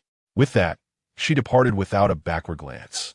Song Li only heard that the fever would subside and that Lu Yao was going to find herbs, which eased the worried expression on her face. As long as there was no fever, her heart was nearly tormented to a pulp. Lu Yao stepped out of the cave, only to be pursued by Song Hongxiang from behind. Sister-in-law, I just heard you're going out to gather herbs? It's snowing everywhere. Where do you intend to find them? It's far too dangerous. Allow me to find a few people to accompany you. Song Hongxiang had increasingly recognized Lu Yao's significance. Thus, she could not afford any missteps. Otherwise, a mere chill could claim the lives of many. Lu Yao had no intention of truly gathering herbs. She merely planned to take a quick stroll and retrieve the medicinal materials from her space, which would make it more natural. If she were to be followed, how could she collect the herbs? No need, Brother Hongxiang. None of them are familiar with the herbs, and they would be of no help. Besides, you know my capabilities. Nothing in this forest can harm me. Having too many people around would only hinder my movements and delay my time. Lu Yao candidly expressed her thoughts. Song Hongxiang's face turned crimson, feeling that Lu Yao must think them inept, which he perceived as blatant disdain. I do find you all cumbersome. Can I not go? Lu Yao remarked. Brother Hongxiang, unless there is something else, I shall take my leave. I'll return shortly. After saying this, she noticed Song Hongxiang looking a bit dispirited and made no effort to console him as she departed. She needed to return and inform Fong Lan. Otherwise, they would be worried. Lu Yao did not anticipate that this trip to gather herbs would yield unexpected rewards. Chapter 61. Lu Yao comforts Song Zishuan upon returning to the cave. Lu Yao found the children peering eagerly at the entrance. Mother, you're back, Song Ziang exclaimed, running toward her with outstretched arms. Though Song Zishuan also wished to approach, his good upbringing restrained him. Lu Yao embraced Song Ziang as he entered. Hearing Song Zishuan softly call out, Mother, you've returned. Lu Yao caressed Song Zishuan's small face and sat on the mat with Song Zhang in her arms. Song Ziyu hurriedly crawled over to Lu Yao, climbing up her leg and onto her neck, instantly displacing Song Zhang. However, Song Zhang bore no ill will. He understood that his younger sister deserved some leeway. After sharing some affectionate moments with the children, Lu Yao looked up at Fong Lan and said, Sister-in-law, I must step out shortly to search for herbs. I have exhausted all the herbs on me, and today, the injured villagers of Shaoyang have no medicinal supplies. Those with minor injuries only received simple bandaging, while the severely wounded were treated with acupuncture. Now, Xiangzi has developed a fever due to a lack of timely care for his injury, and I must quickly find herbs to save him. He is still so young. He cannot simply be lost. Feng Lan contemplated intervening, but found no grounds to do so, considering that Xiangzi's injury also related to Yao Daqiang. Although she opened her mouth, the words were swallowed back. Yao Daqiang paused his task of chopping wolf meat and looked up at Lu Yao with a guilty expression. Dr. Lu, I have brought you trouble. If I had not allowed Xiangzi to scout alone, this incident would not have occurred. I will accompany you to gather herbs. Having spoken, he cast aside the chopping knife, wiping the blood from his hands onto the nearby wolf fur, and leaned against the stone wall to rise. Lu Yao hurriedly set down the child Yu and stood up, saying, Brother Yao, I understand the turmoil in your heart. But have you considered that if the three of you had ventured forth together, it could very well have been the three of you who fell in such a deep pit? Who would rescue you? The current situation is indeed the best possible outcome. Your current state is of no assistance. I can go alone swiftly. You must focus on recuperating your leg, for there lies a long road ahead in our escape. Yao Daqiang halted in his attempt to rise, pausing at Lu Yao's words. Finally, he sighed and replied, Very well. I shall heed Dr. Lu's advice and refrain from causing further trouble. If I were in good health, Dr. Lu would surely not leave me behind. In my present condition, I would indeed be a hindrance. Yao Daqiang was quite receptive to counsel, sparing Lu Yao from further persuasion, which she appreciated as she preferred engaging with such clear-minded individuals. Turning to glance at the three children, she noted that the two older ones had grasped her earlier words, aware that their mother was about to leave and that it was fraught with danger. Song Ziang climbed to the edge of the bedding, clutching Lu Yao's leg. Looking up with a face full of reluctance, his lips pursed as if on the verge of tears. Mother, could you take me with you? I can help too. I already know how to recognize Sanchi in bone-setting grass. Please let me accompany you, Mother. Despite knowing the impossibility of it, his wide eyes sparkled with hope. Lu Yao, feeling reluctant herself, gently ruffled Song Zhang's hair and patiently reassured him. Zhang, be good. When you are a bit older, I promise to take you along. But you must also strengthen yourself. Your little frame is too frail. Gathering herbs in the mountains demands both physical strength and endurance, not merely the ability to identify them. When I return, I will teach you and your brother how to build your strength. Song Zishuan sat quietly nearby, occasionally preventing Song Ziyu from rolling off the edge. His ears perked as he listened intently to the exchange between Lu Yao and Song Zhang. Unlike Song Ziang, who remained hopeful, he had already begun training in martial arts at the age of 5, possessing a certain foundation. Upon hearing Lu Yao's words, his eyes flickered momentarily before he returned his attention to watching over Song Ziyu. Realizing the futility of his hopes, Song Ziang released Lu Yao's leg.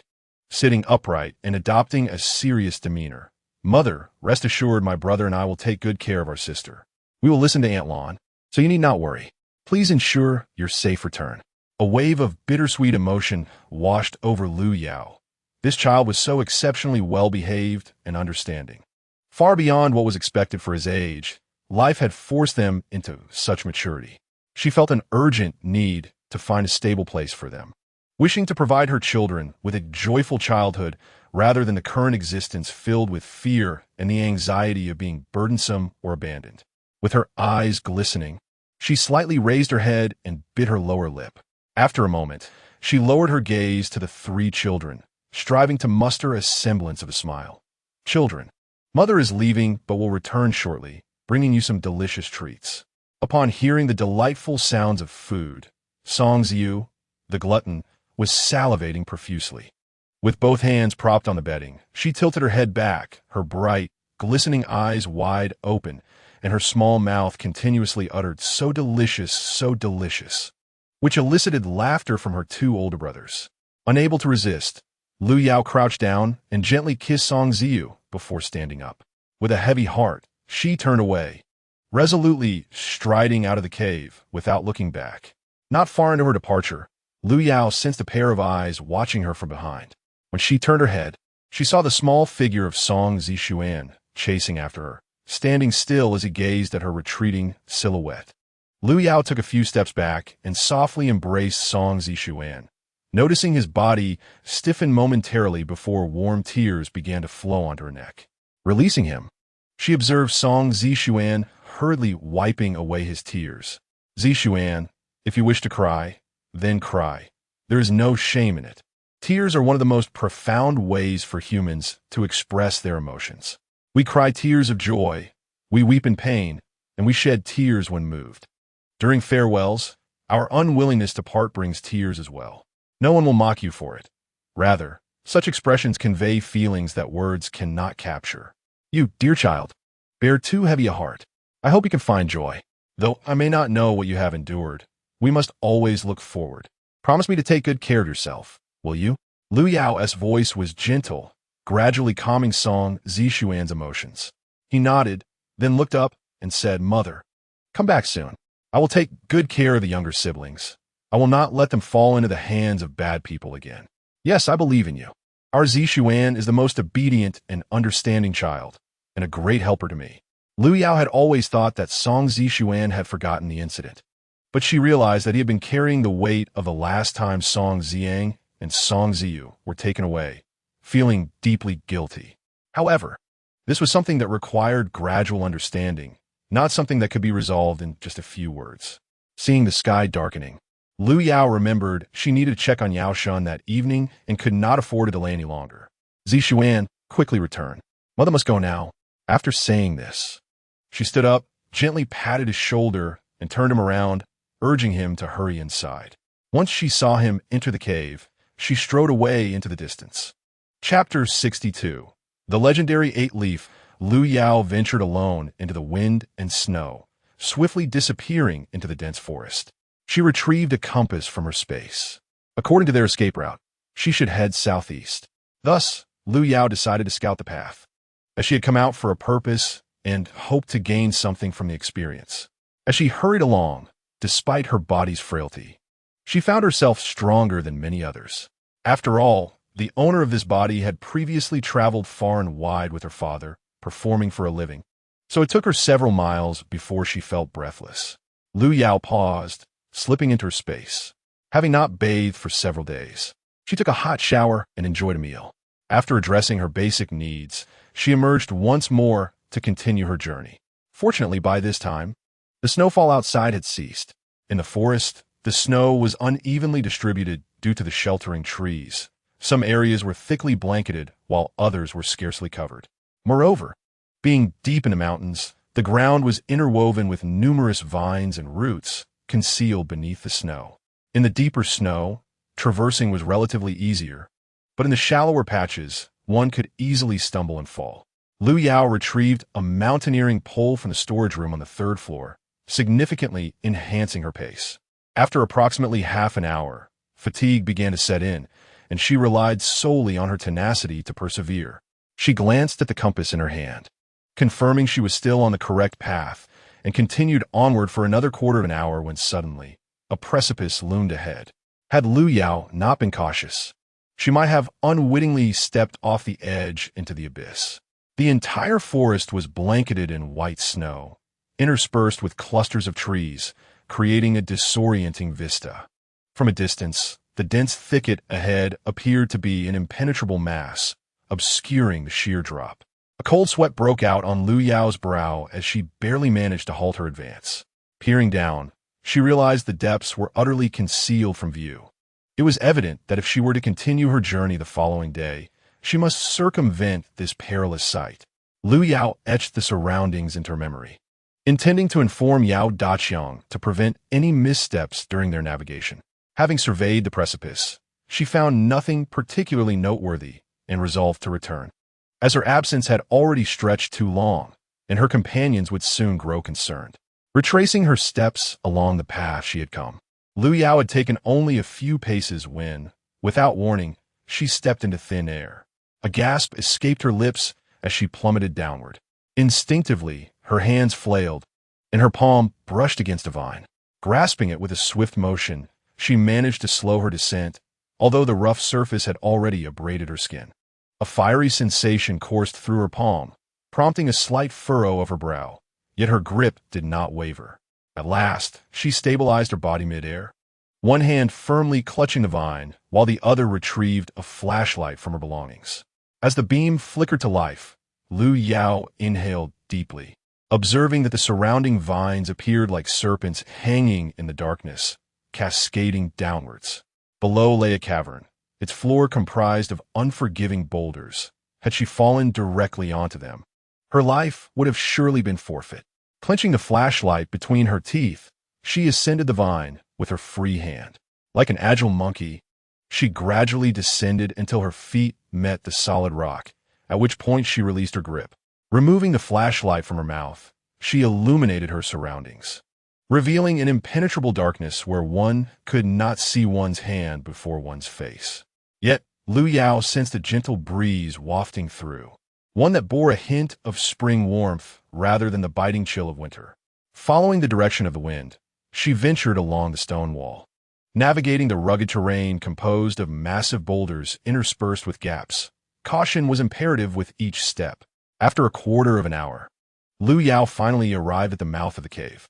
Lu Yao illuminated her surroundings with a flashlight, utterly astonished by the sight before her. To her surprise, flowers thrived in this secluded area. Despite the limited light, she discerned verdant grass and a kaleidoscope of blossoms. With an exhilarated heart, Lu Yao stepped out of the cave, greeted by a warm breeze imbued with the fragrance of flowers, which gradually thawed her previously frostbitten cheeks. As she wandered through the valley, flashlight in hand, she discovered that this enchanting scene was a result of a large hot spring combined with a unique geographical environment. Glancing upward, she could not see the mountain's peak. Recalling the precipice from which she had fallen, she realized she was at the base of that cliff. To her astonishment, such a paradise existed deep within the mountains. However, the darkness obscured her view of the area's vastness, though she could see an abundance of medicinal herbs around her. With no time to spare for further exploration, Lu Yao crouched down to gather herbs. Just as she was engrossed in her task, a rustling sound suddenly emerged from behind her. Alert, she drew her pistol. In such a place, it was improbable that no creatures lurked nearby.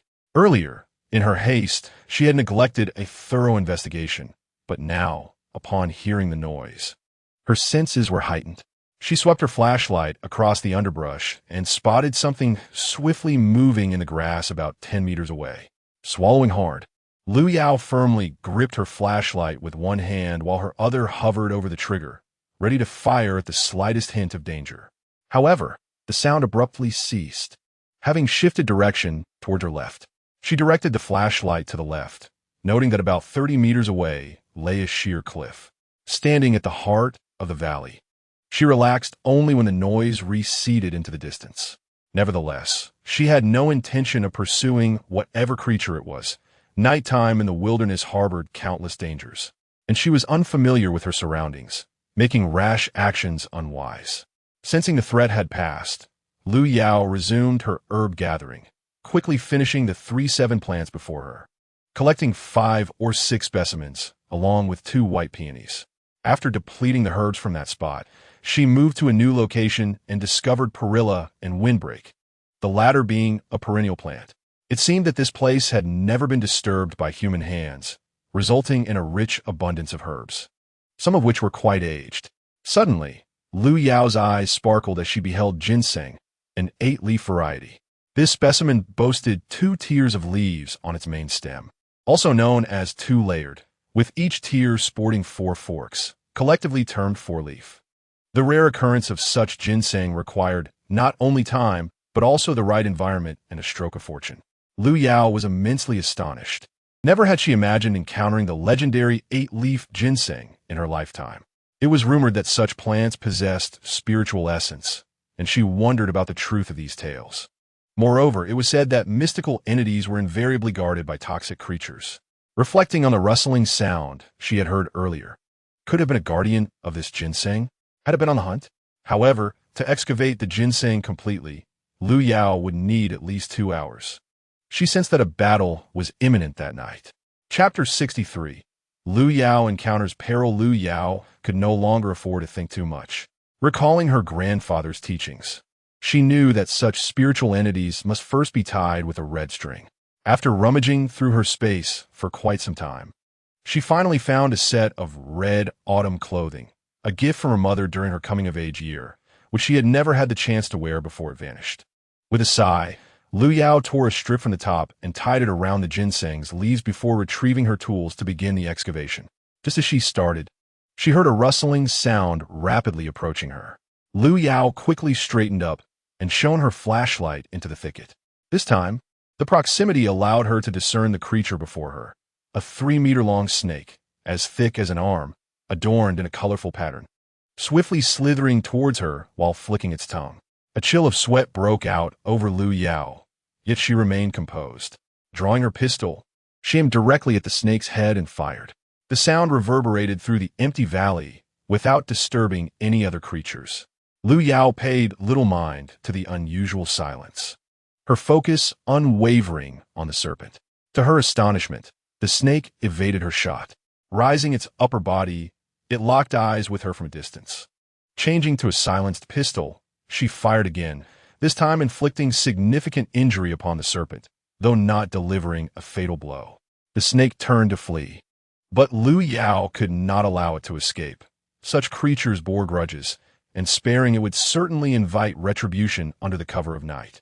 Determined not to leave herself vulnerable, she stashed her gun away and replaced it with a scalpel, launching several precise strikes at the serpent's body. Lu Yao's throwing knives were exceptionally lethal, striking true with each throw. As the serpent's movements began to slow, a glimmer of hope shone in Lu Yao's eyes. Just as she prepared to approach, she suddenly felt a chilling sensation at her neck. Without a moment's hesitation, she vanished from her spot and swiftly retreated into her space. As a seasoned warrior and medic accustomed to surviving in the wild, she possessed an instinctive sense for danger. In the very spot where she had just stood, a snake as thick as a water barrel coiled silently beside the ginseng. Had Lu Yao reacted any slower, she would have been swallowed whole by the massive serpent. From her refuge in the space, Lu Yao peered outside, her heart racing with cold sweat. How could she have thought that only a small snake was guarding the ginseng? It dawned on her that she had been careless. No wonder her earlier shot had not startled any other creatures. There were no other beings around. Surely, they had all become meals for the enormous snake. A wave of fear washed over her. However, the place where she had vanished was precisely where the great serpent lingered. If she were to exit now, she would undoubtedly walk right into the snake's jaws. But how could she lure the giant serpent away? Lu Yao paced anxiously within her space, hoping fervently that the great snake would soon depart, allowing her to emerge. Once distance was created, she would be ready to fight. Seizing the moment, Lu Yao concocted a substantial amount of anesthetic within her space, intending to capture the serpent alive. While she busied herself with her preparations, a resounding crash erupted from the hot spring outside. The sound of splashing echoed, as if a massive object had plummeted from above. This not only piqued Lu Yao's curiosity, but also diverted the attention of the great serpent. Exhibiting a skillful vanishing act before the creature, Lu Yao managed to bewilder the snake momentarily. Just as she regained her composure, something else began to intrude upon her domain. Despite its bulky form, the serpent moved with remarkable agility, disappearing from the very spot Lu Yao had occupied just moments before. Seizing the opportunity, she stealthily emerged and followed in the serpent's wake. Realizing she needed to address this formidable creature before she could safely excavate her desired treasure. However, despite her pursuit, Lu Yao could not match the serpent's swiftness. By the time she reached the edge of the hot spring, the serpent had already submerged itself within the waters. Its inky black form melded seamlessly with the shadows, prompting Lu Yao to remain vigilant, wary of the possibility of it encircling her from another direction. At that moment, a sudden splash resonated from a spring, followed by a desperate cry for help. Lu Yao's heart sank. It seemed that a person had fallen into the water. Yet, her anxiety left her powerless to intervene, as the waters belonged to the serpent. The fate of those individuals seemed grim. Determined to take advantage of the situation, Lu Yao prepared to excavate her treasure. But as she lifted her foot, a warm hand seized her ankle. Startled, she almost kicked it away, but reason prevailed over panic. "Help me a deep," magnetic voice pleaded weakly. Lu Yao bent down and grasped the stranger's hand, exerting her strength to pull him from water. At that moment, a potent scent of blood wafted from the pool, compelling her to retreat. Having rescued the man, she swiftly distanced herself from the hot spring. The man appeared gravely injured, his weight bearing heavily upon her. His attire felt rigid, resembling armor, but the darkness obscured Lu Yao's view, preventing her from discerning his identity. Guiding the man into a cave, Lu Yao recognized the inherent danger outside. At least within the cave, she could kindle a fire for illumination, thus thwarting any potential surprise attacks from the lurking serpent. She laid the man upon a large stone and ventured outside to gather dry vines and branches. The area, long forsaken by human presence, was littered with fallen twigs from the mountaintop. In no time, Lu Yao amassed a considerable pile and ignited a grand fire within the cave, illuminating the space substantially. Only then did she take a moment to scrutinize the man she had rescued. He possessed striking features, though a 2-centimeter scar graced his forehead. Rather than detracting from his attractiveness, the scar lent a rugged masculinity to his otherwise handsome visage. A beard had begun to sprout upon his chin and upper lip, obscuring his true age. Lu Yao's gaze descended, and she indeed found her counterpart clad in armor, though the helmet was nowhere to be seen. Likely lost in the hot spring pool, her eyes lingered on his chest, where a broken arrow was embedded. Instinctively, Lu Yao reached out to unfasten his armor, preparing to extract the arrow and tend his wound. Yet, the moment her fingers brushed against the armor, a powerful hand grasped her wrist. Confused, Lu Yao looked up and met a pair of icy, crimson eyes that sent a shiver through her, even as a fellow warrior. Chapter 64. Battling the great black serpent, Lu Yao lowered her gaze and softly spoke. I wish to assist you in healing. I am a physician. If you are apprehensive, I shall refrain from proceeding. The man hesitated for a moment before gradually releasing his grip, as if he had expended all his strength. Collapsing onto the large stone in a sprawled position, his eyes dull as they gazed at the cave ceiling. Observing that he no longer resisted, Lu Yao assumed his acquiescence and began her work with practiced skill. In no time, she had unfastened the armor and cut a large opening in the gray undergarment at the site of the injury. Cautious not to act recklessly, Lu Yao drew upon her knowledge of ancient weaponry. Arrows used in battle often bore barbs. If she were to hastily remove the arrow without discerning its nature, it could result in further laceration. The fact that he had broken the arrow shaft instead of extracting it indicated its complexity.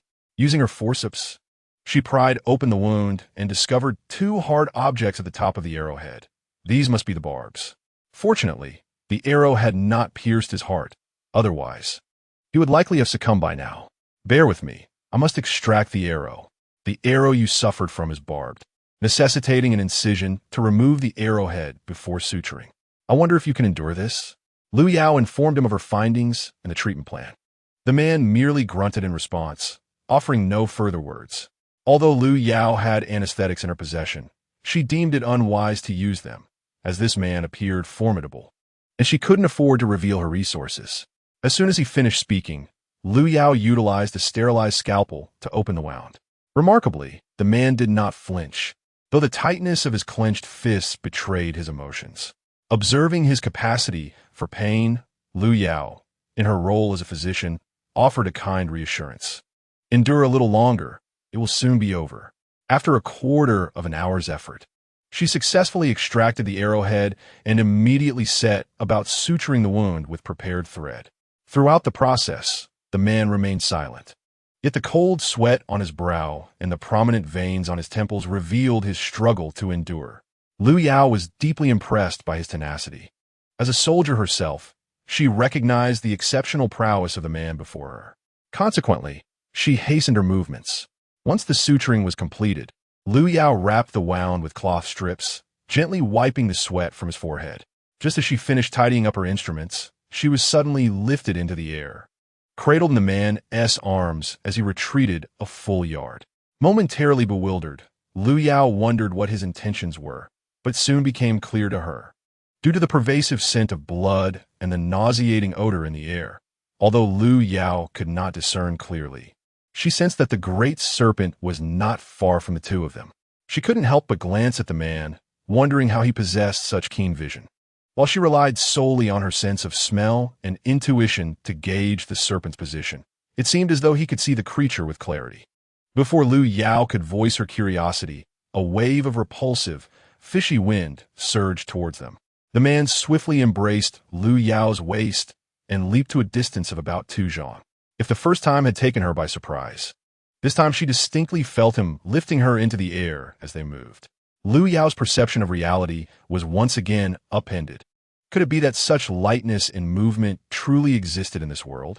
How else could one explain a normal person transporting a 70-kilogram individual so effortlessly to a distance of 2 zhang? However, the serpent did not afford Lu Yao the chance to ask her questions. It lunged at them once more. The man instinctively reached for his waist, but found it empty. Lu Yao, close enough to witness his actions, promptly offered her military dagger. Without time for gratitude, he grasped the dagger and leapt forward to confront the serpent head-on, while Lu Yao searched for an opportunity to launch a surprise attack. Fearing that he might see her tranquilizer gun, she hastily transformed her weapon into a crossbow and loosed an arrow at the serpent. With her limited visibility, she could only rely on instinct, nearly causing an accidental injury. As the man engaged in combat with the serpent, he also had to be wary of Lu Yao's potential misfire, which left him somewhat fatigued. He shouted at her, "Do not hinder me." It was then that Lu Yao realized she had nearly harmed him and quickly withdrew. The great black serpent, having just fed, was no longer as agile as at the outset, providing the man with a crucial opportunity. After battling with the serpent for approximately 15 minutes, the tranquilizer in Lu Yao's arrow began to take effect, slowing the serpent's movements. The man, evidently seasoned in combat, seized a moment when the serpent was unable to react and leaped onto its head, driving the dagger forcefully into the creature's skull. He turned back to Lu Yao and instructed, "Quick, aim for its 7 inches." Lu Yao, unable to see the serpent or the man, could only move forward based on his voice and intuition. 7 steps to your left front, its 7 inches are to your right. The man's voice had shifted in tone. Lu Yao wondered if the recent struggle had reopened a wound. Not daring to delay, she followed his directions, taking 7 steps to the left front, her toes just brushing against the serpent's body.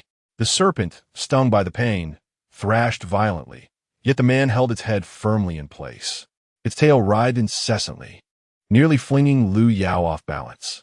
She nimbly rolled to evade the serpent's assault. Just as Lu Yao regained her footing, the arrow in her hand was seized by the man.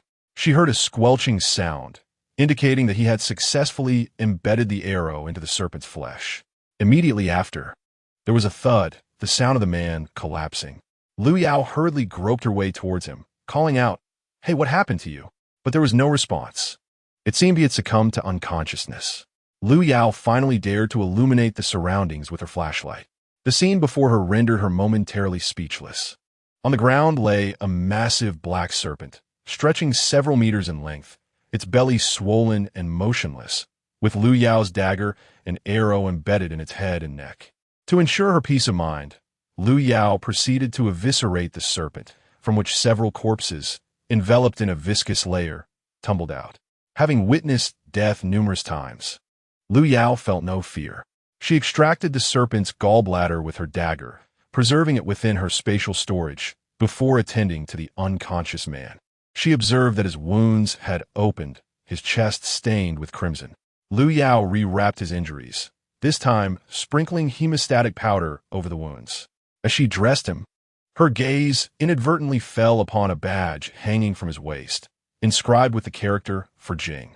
In the limited memories of the original owner, Lu Yao unearthed fragments of knowledge pertaining to this dynasty. Coupled with the man's attire and demeanor, she surmised that he was none other than the illustrious King Jing, the current emperor's full-blooded younger brother. But how had the king ended up in this remote wilderness? Chapter 65. Lu Yao Save a Life. Lu Yao did not dwell on her thoughts or wish to meddle further. She rekindled the extinguished fire and moved the man closer to its warmth before venturing out to dig for her club. Surely, there would be no further mishaps this time? After 2 hours of arduous labor, she finally unearthed the large club. Entering her spatial storage once more, she admired the club, which had remarkably taken on a humanoid shape.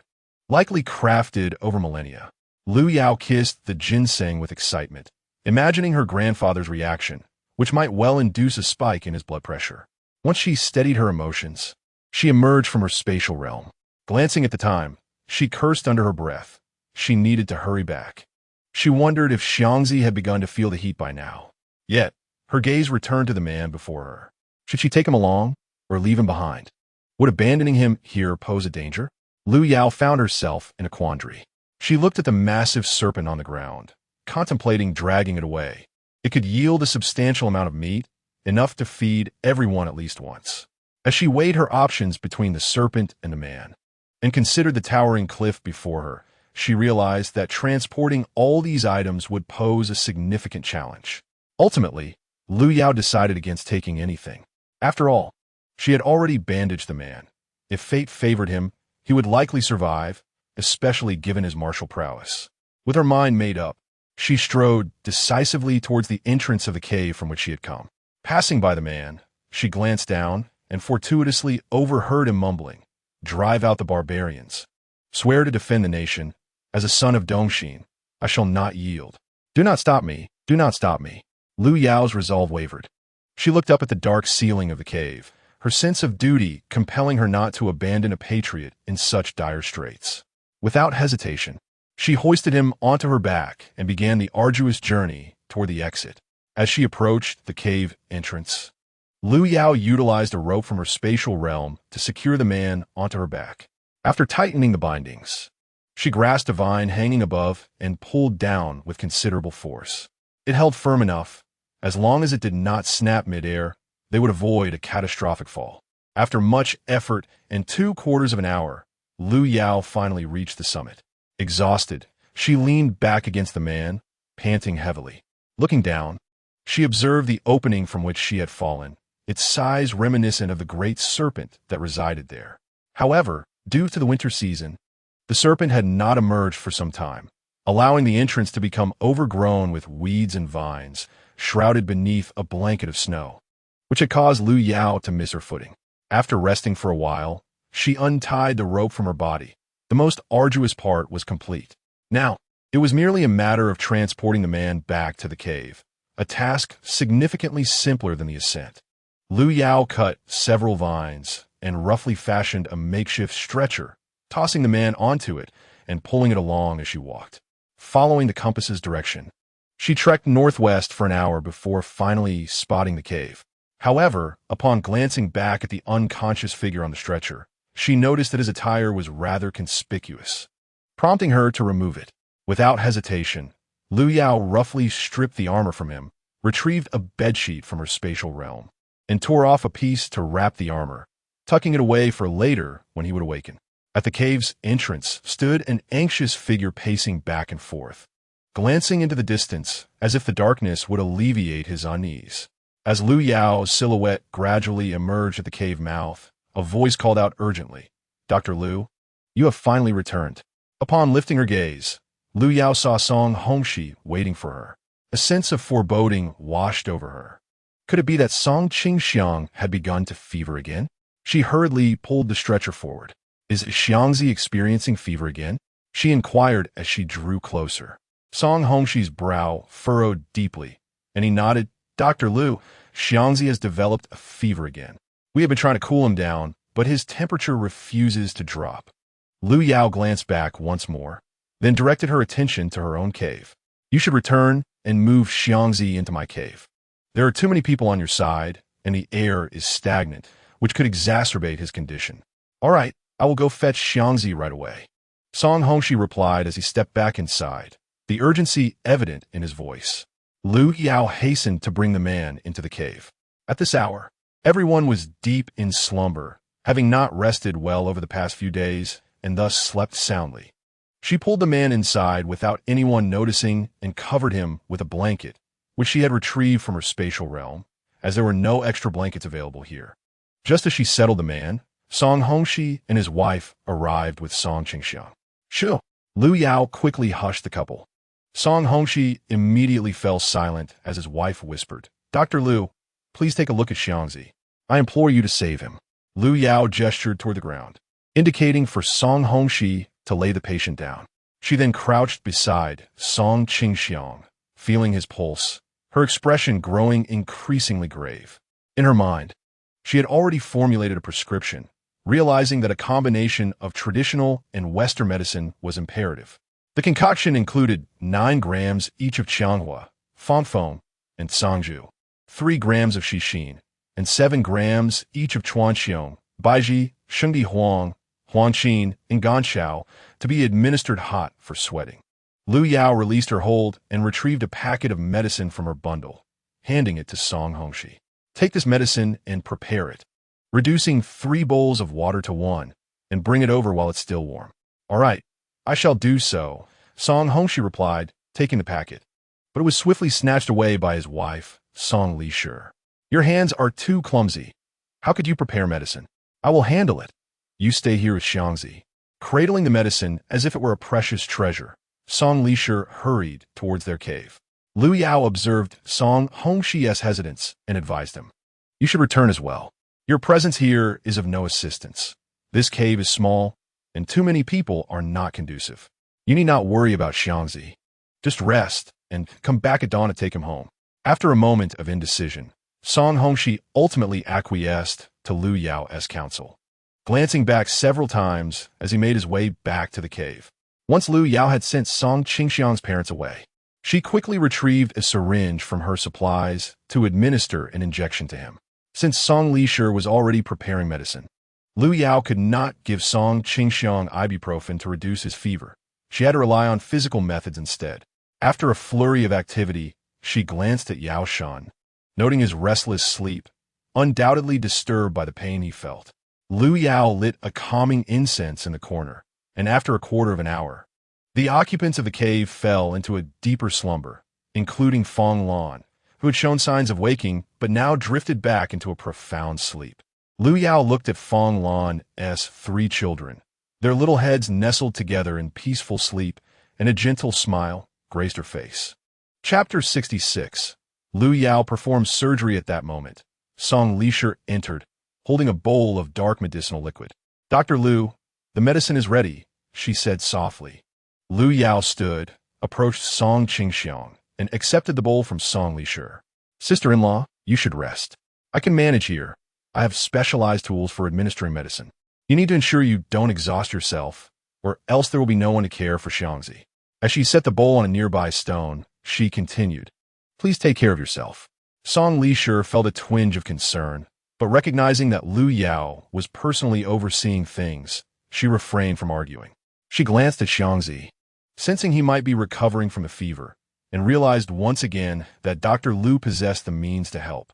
With that thought, she quietly departed. Lu Yao took a clean syringe, drew up a dose of the medicinal liquid, and gently pried open Song Qingxiang's mouth to inject the medicine.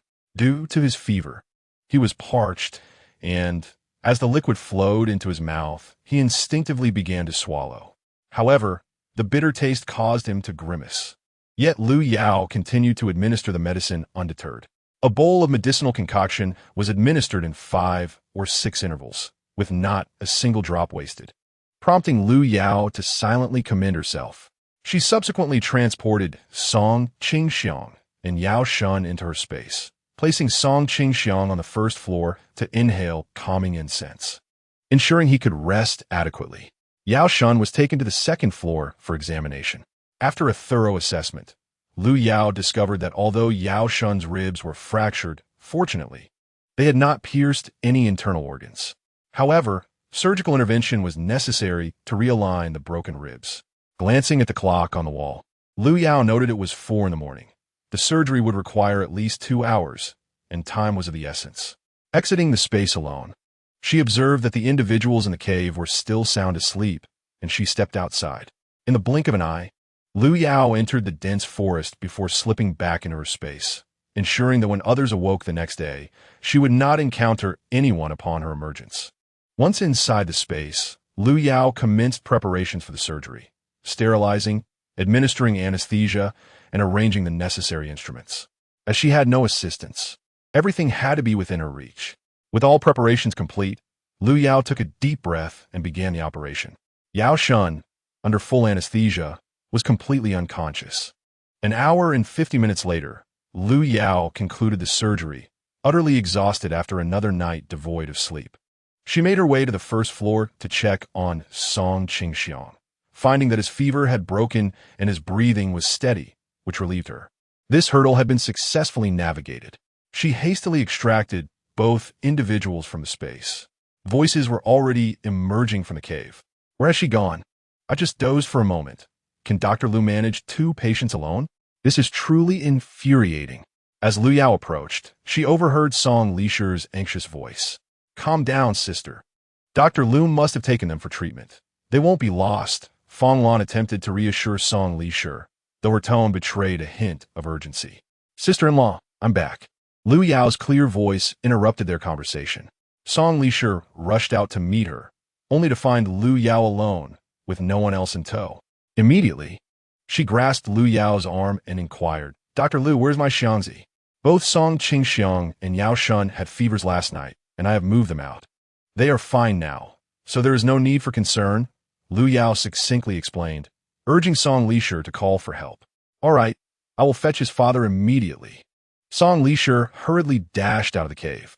Sister-in-law, we also need to find someone to assist in carrying Yao Shun back. His ribs are fractured, and he must be transported horizontally without any abrupt movements.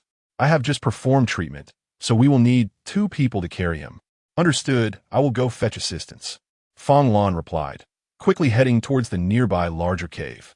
Song Hongxi, Song Hongmin, and Song Hongxiang accompanied Lu Yao into the forest to retrieve the patients. Song Lishi followed closely behind, stepping cautiously. Upon seeing the 2 boys lying in the snow, everyone was momentarily perplexed, but upon realizing they were not in grave danger, they refrained from further inquiries. Song Lishi hurried to Song Qingxiang's side and gently touched his forehead, relieved to find that he was no longer feverish. She quickly got up and bowed repeatedly to Lu Yao. Sister-in-law, please get up quickly and take the child back. Lu Yao bent down to assist Song Lishi. Song Lishi promptly stepped aside as Song Hongxi hoisted his son onto his back and steadily moved forward. Song Lishi supported Song Qingxiang from behind as they slowly walked away. Meanwhile, Song Hongxiang and Song Hongmin lifted Yao Shun just as Fong Lan approached. Dr. Lu, how is Yao Shun? He's fine.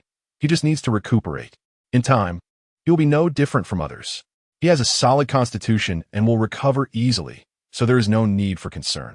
That is truly wonderful news. After these days, it's a relief to hear something good. I am immensely grateful to you, Dr. Lu. Sister-in-law, there is no need for such formalities between us. Your help in watching the children has already been a great burden, and I truly appreciate it. Oh, those are mere trifles. Let us hurry back. You haven't slept all night. You should eat something and rest. As Fong Lan spoke, she began to pull Lu Yao toward the cave. Suddenly remembering the extra person in the cave that morning, she stopped and asked, Dr. Lu, why is there an additional person in our cave? Oh, that person is someone I rescued on my way back last night, Lu Yao casually replied. But we do not know his background. Could he be from an enemy nation? He looked rather unkempt and bore scars on his face, which does not suggest a good character. Fong Lan hesitated, but Lu Yao understood her unspoken concerns. Rest assured, sister-in-law. Once he awakens, I will send him on his way. As a doctor, I cannot leave someone in distress. Besides, he holds no grudge against us. And with so many of us here, even if he were from an enemy nation, we need not fear. He is unarmed, so there's no cause for alarm. That's reassuring. You are a person of discernment. I shall not say more. Now let us return to eat. I prepared meat porridge for the boys, you, and Zhang. They enjoyed it yesterday, so I made extra today and kept it warm over the fire. They can eat whenever they feel hungry. It's quite convenient. Fong Lan chattered on, and Lu Yao felt a warmth in her heart. In this era, she was alone and lacked experience in caring for children, fearing they might fall ill.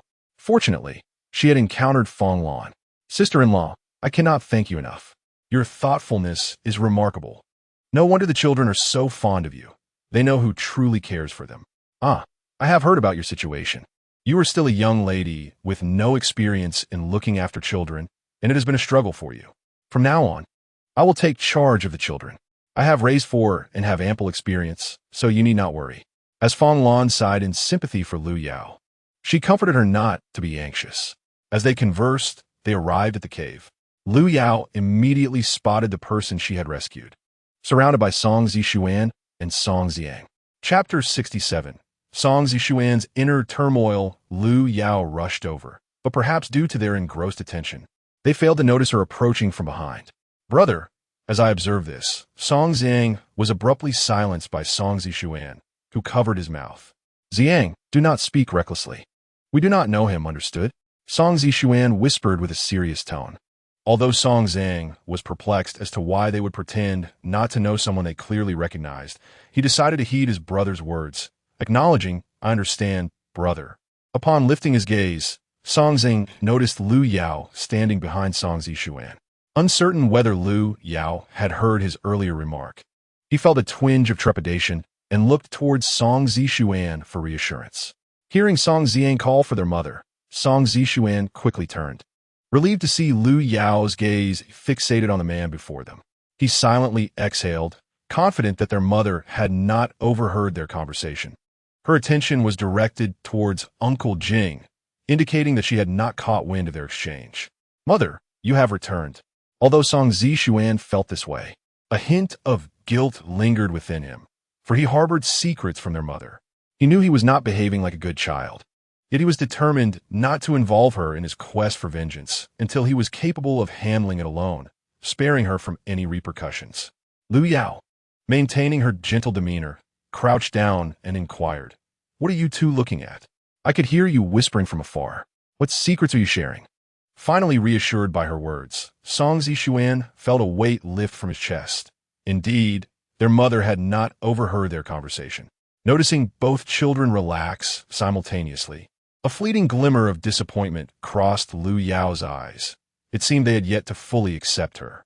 However, she remained patient, confident that eventually they would open their hearts to her. Mother, why is this uncle here? As soon as we awoke, we noticed another person in the cave and came over out of curiosity, Song Zishuan said, avoiding direct eye contact with Lu Yao. Gently patting their heads, Lu Yao explained, This uncle was rescued by your mother on the way. However, he is injured. I have already bandaged him, so please do not disturb him while he rests, allowing him to recover swiftly. Song Zishuan quickly took Song Ziang's hand, saying to Lu Yao, Mother, I understand. I will take my brother away. We will remain quiet. With a smile, Lu Yao watched as the two little ones moved toward the bedding. Song Ziyu was still soundly asleep. Lu Yao removed her shoes, nestled into her own blanket, and once warmed, drew Song Ziyu into her embrace, planting a gentle kiss on her small face. Sensing the familiar scent, Song Ziyu burrowed closer into Lu Yao's arms, seeking a comfortable position to continue her slumber. Dr. Lu, won't you eat something before resting? Fan lan in guit sop de. Lu Yao waved her hand, indicating her fatigue, and replied that she would rest for a while. Fan lan not that, gesturing towards the pot to imply that she would save some food for her to eat upon awakening. Lu Yao smiled in acknowledgement and gradually drifted into slumber while holding Song Ziyu. The cave was enveloped in tranquility, as everyone was careful not to disturb Lu Yao's rest. The children from the Yao family, having matured, were increasingly sensible. Aside from stepping outside to relieve themselves, they remained still within the cave, refraining from unnecessary movement. Yao Heng and Yao Cheng's injuries have significantly improved, allowing them to engage in simple, unrestricted activities. However, Fong Lan remains vigilant, forbidding them from moving about freely. There are still arduous days ahead. It is imperative that they rest while they can. Yao Rong, weakened by a loss of vitality and a head injury, is even less permitted to venture out. Meanwhile, Yao Shun lies on a stretcher, deep in slumber, still under the influence of anesthesia, rendering him particularly drowsy. Song Zishuan and Song Zhang obediently remain by Lu Yao's side, their eyes drifting to a man not far away. Worry is evident in Song Zishuan's gaze. Yao Daqiang is diligently transforming wolf meat into jerky using an iron pot, making it both portable and easy to consume. After distributing breakfast to everyone, Fong Lan pours the remaining food into a small earthen jar, placing it on a makeshift stove supported by stones to keep it warm, occasionally adding charcoal to prevent it from cooling. Once Yao Daqiang has finished slicing the wolf meat, he is left with a considerable amount of wolf bones, which Fang Lan cannot bear to discard. Instead, she places them in the pot to simmer a nourishing bone broth for the children. The three children of the Yao family enjoy robust health, largely due to Fang Lan's frequent preparation of bone broth and their ample meat consumption compared to others. As time passes, a rich aroma of broth gradually fills the cave, causing Song Zishuan and Song Zhang to swallow in anticipation. Song Ziyu stirs awake, her drowsy eyes searching for Lu Yao, who holds her. She extends her little arms to embrace Lu Yao's neck, planting a gentle kiss on her cheek and nuzzling her fuzzy head against her shoulder. Noticing this, Song Zishuan quickly crawls over to pull Song Ziyu aside. Fan Lang, aware of the commotion, wipes her hands on her clothing and rises to assist Song Ziyu in dressing. Be good, my dear sister. Mother is tired. Let her rest a little longer, shall we? Song Zishuan softly coaxes. Song Ziyu gazes longingly at Lu Yao, nodding in agreement. Fang Lan, swift yet gentle, helps Song Ziyu into her clothes, then carries her to the fire to wash her face with warm water. She serves a small bowl of the continuously warmed meat porridge. Placing Song Ziyu on her left leg, Fang Lan feeds her spoonful by spoonful. Having slept for so long, Song Ziyu is famished, relishing each mouthful of the meat porridge, delighting Fang Lan, who cannot help but smile broadly. This little girl is truly endearing. Not only is she beautiful, but she's also exceptionally well-behaved. Just as Fang Lan finishes feeding Song Ziyu, the man rescued by Lu Yao awakens. Upon opening his eyes and realizing he is in an unfamiliar cave, a look of wariness crosses his face. He leaps from a makeshift stretcher, but, in his haste, aggravates his injury, letting out a sharp intake of breath. This disturbance immediately attracts the attention of the others in the cave. Song Zishuan hurriedly rises and slips on his shoes, making his way over. Standing before the man, he tilts his head and asks, "Uncle, how did my mother save you?" The man looks down at Song Zishuan, his eyes widening in astonishment. He opens his mouth as if to speak, but Song Zishuan quickly interjects, "Uncle, we don't know you at all. You aren't a bad person, are you?" Fang Lan felt perplexed. Song Zishuan, who typically spoke little and was not fond of conversing with others, was exhibiting an unusual warmth toward the stranger today. The man immediately comprehended Song Zishuan's intent. His eyes filled with an expression of anguish. He crouched down to meet Song Zishuan's gaze and gently assured him, "Uncle is not a bad person. I am a hunter from beyond the mountains, lost my way and fell into a deep ravine, and your mother rescued me." Only then did Song Zishuan nod and ask, "Uncle, are you hungry? Aunt Lan has prepared some food. Would you like to have some?" Murong Jing had not eaten for 3 days and nights, and at that moment, he felt an intense hunger gnawing at him. Unconsciously, he nodded in response to Song Zishuan's inquiry. Chapter 68. Song Zishuan's anomaly. Song Zishuan eagerly turned to Fang Lan. Although she was puzzled, given that the man was someone saved by Lu Yao, she could not let him suffer from hunger. That would be a disservice to Dr. Lu's efforts. Fang Lan squatted down and ladled another bowl of rice from the earthen pot. Song Zishuan hurried over to take it, smiling at Fang Lan. "Thank you, Aunt Lan." "Zishuan, why are you being so kind to this man? I've never seen you get close to anyone like this. Do you know him?" Fang Lan inquired with curiosity. Startled, Song Zishuan nearly dropped the bowl in his hands but quickly regained his composure, resuming his polite demeanor. "Aunt Lan, how could I possibly know him? He is someone my mother rescued from the forest. She surely would not wish for him to come to harm. Now that she is asleep, I am helping to take care of him." Fang Lan found this reasoning satisfactory. It made sense that a child as understanding as Song Zishuan would act this way. She smiled and said, "I was overthinking it. You did nothing wrong. Go ahead, there is more if you need it." Nodding, Song Zishuan shyly brought a bowl of rice to Murong Jing. "Uncle, this is the meat porridge Aunt Lan made. It is easy to digest and suitable for someone unwell like you. Please eat well and recover quickly, so you do not waste my mother's efforts in saving you." His large eyes sparkled with joy as he looked at Murong Jing. Murong Jing accepted the bowl, his throat moving slightly, but he ultimately said nothing. merely responding with a complex, soft hum. Observing Murong Jing consume the porridge with great eagerness, Song Zishuan promptly took the bowl back to Fong Lan for a refill. Murong Jing drank 2 bowls in succession, feeling warmth return to his empty stomach.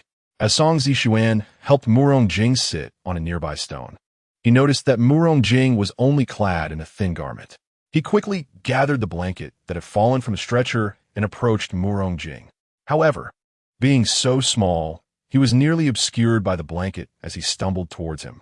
Murong Jing, seeing this, hurriedly stepped forward to assist, effortlessly lifting the blanket. "Uncle." "You are dressed too lightly. It is easy to catch a chill. Quickly, wrap the blanket around yourself," Song Zishuan urged with concern. "I am not afraid of the cold."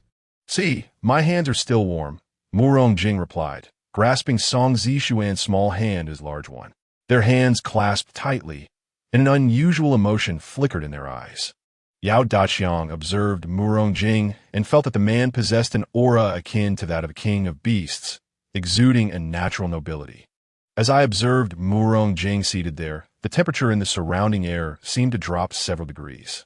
Particularly striking were his eyes, which exuded a tenacity, resoluteness, and an unyielding calmness akin to that of a hawk, making it daunting to meet his gaze.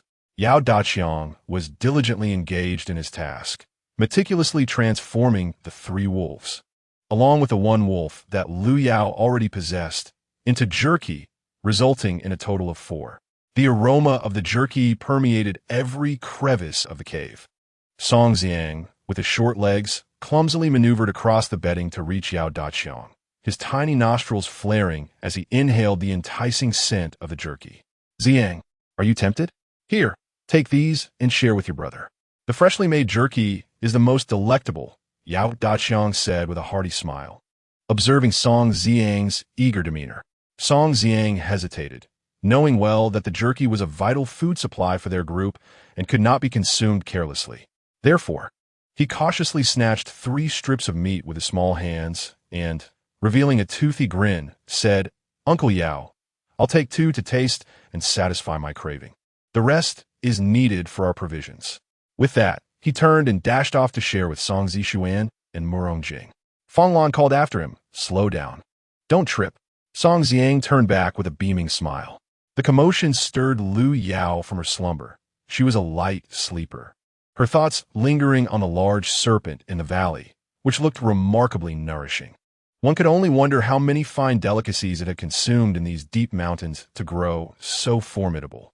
As Lu Yao stirred, the others turned their attention to her. Sitting up, she noted the gloomy sky outside, making it difficult to discern the time. Clearing her throat, she asked, "Sister-in-law, what time is it?" "It's almost noon," Fong Lan replied, pausing her work. Lu Yao was taken aback. She felt as though she had not slept long. It was nearly midday. She had indeed dozed for 2 or 3 hours. As she prepared to rise, she sensed a gaze scrutinizing her. Upon looking up, she met Murong Jing's eyes. It dawned on her that Song Zishuan and Song Zhang were unusually gathered around Murong Jing rather than clustering around her. A faint smile adorned Song Zishuan's little face, subtle yet evident enough to convey his good spirits. This was the first time Lu Yao had sensed a different emotional atmosphere surrounding Song Zishuan during their days in the mountains. She began to speculate about the relationship between this man and the children. They clearly knew each other well and shared a deep bond, not merely a casual acquaintance. This was intriguing. The person she had rescued from the valley turned out to be an old acquaintance of the children. It seemed fate had a hand in this. Murong Jing regarded the calm and composed woman before him, a flicker of admiration rising within him. In an era where women were often perceived as fragile and demure, he found in her a semblance of the military's resilience and fortitude that mirrored his own demeanor. Such qualities were rare and commendable in a woman. After a moment of appraisal, Murong Jing lowered his gaze, skillfully concealing the admiration in his eyes. Fong Lan prepared warm water for Lu Yao to freshen up and set aside a portion of food for her. Just as Lu Yao finished her meal, Song Hongxing approached. "Sister-in-law, you're awake. Yesterday was indeed arduous for you. Thankfully, you were present, or else young Xiangzi might not have survived," exclaimed Song Hongxiang upon seeing Lu Yao. "Brother Hongxiang, is Xiangzi well now?" He can eat and no longer has a fever. This morning, his mother prepared a bowl of porridge for him, and he devoured it, still asking for more. Lu Yao sighed in relief. That is wonderful news. It indicates he is truly recovering. However, we must remain vigilant and pay close attention to any changes in Xiangzi today. Very well. I shall return home and inform his mother, said Song Hongsheng, lingering and hesitating as he rubbed his hands together. Sister-in-law, although we distributed some wolf meat among everyone, residing in a cave is not a sustainable solution. We must set off promptly. The sooner we exit the forest, the lesser the dangers we will face. Lu Yao nodded in agreement. You are correct, Brother Hongsheng. Make the decisions as you see fit. There is no need to seek my counsel. I shall follow the main group. Reluctant to intervene, Lu Yao found herself drawn into matters that seemed to gravitate towards her.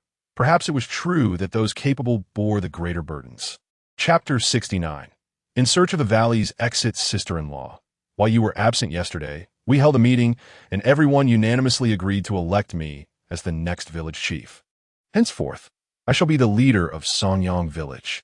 My father is aging, and although he possesses good intentions, he is no longer able to manage many affairs. Unlike living in the village, our journey through this wilderness is fraught with challenges. We are often scattered, and minor disputes arise frequently. If we choose to mediate, we must negotiate between the parties involved. Otherwise, the tensions may escalate, ultimately necessitating intervention from the village chief. Song Hongsheng concluded with a sigh. Sister-in-law, I do not wish to burden you, but I recognize your capabilities and seek your advice. How should we proceed from here?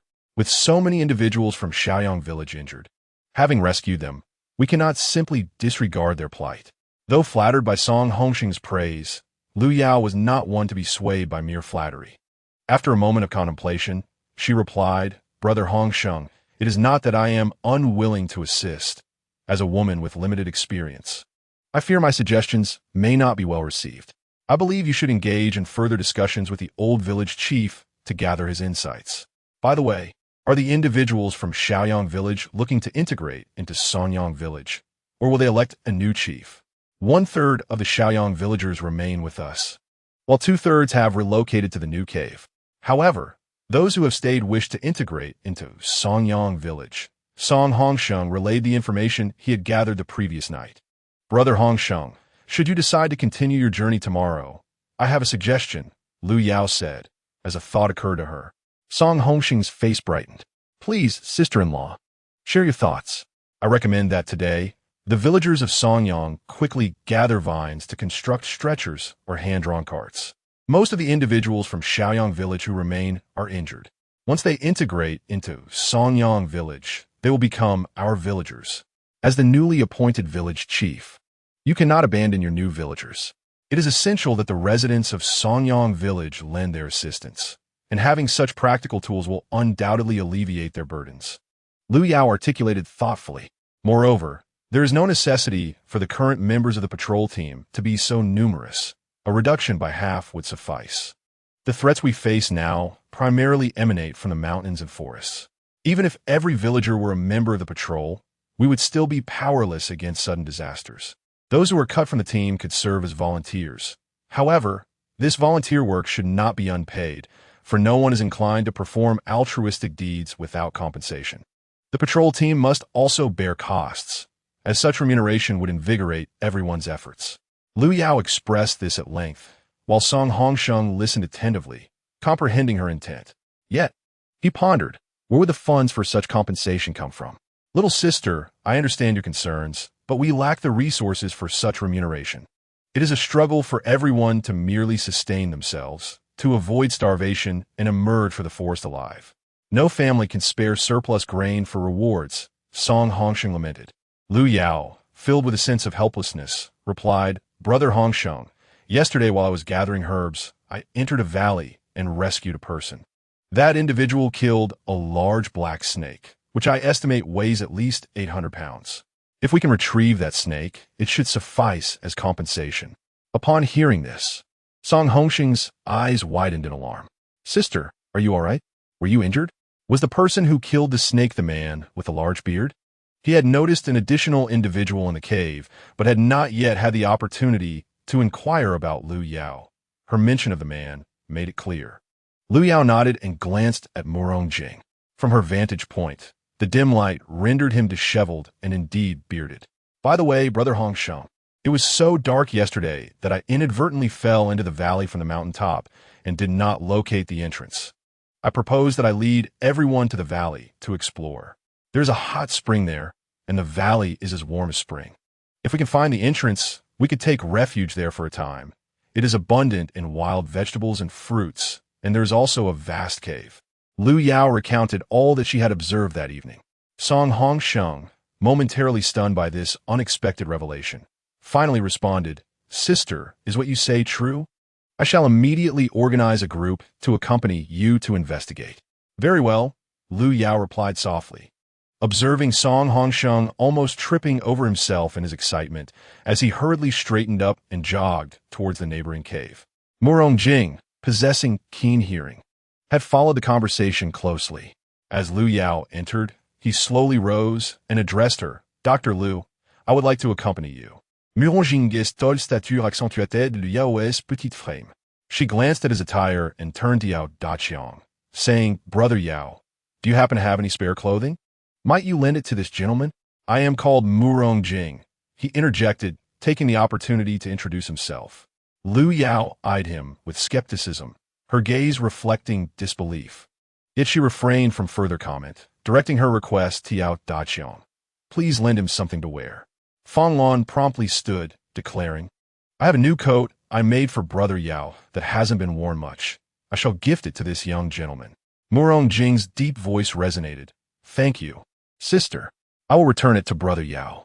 "No, we cannot wear such fine clothes on our journey. You should keep them. Besides, I heard you managed to kill a large serpent. You are truly impressive."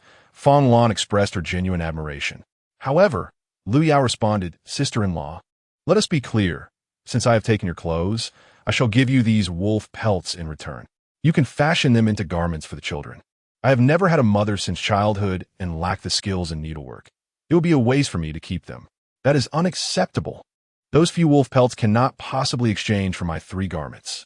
Sister-in-law, do not take advantage of me," Fang Lan insisted, waving her hands in protest. She then rummaged through Yao Daqiang's belongings and found a pair of trousers as well. "Dr. Lu, I believe young Master Mu's stature is similar to your brother Yao's, so I shall find him a pair of trousers to wear," Fang Lan said, handing the clothes to Lu Yao. Upon receiving the garments, Lu Yao noticed that the jacket was brand new, while the trousers had been patched in several places but were impeccably clean, exuding a fresh scent of soap pods. "Thank you, sister-in-law." Lu Yao expressed her gratitude before passing the clothes to Murong Jing. Had it not been for his close relationship with the children, she would not have bothered with him at all.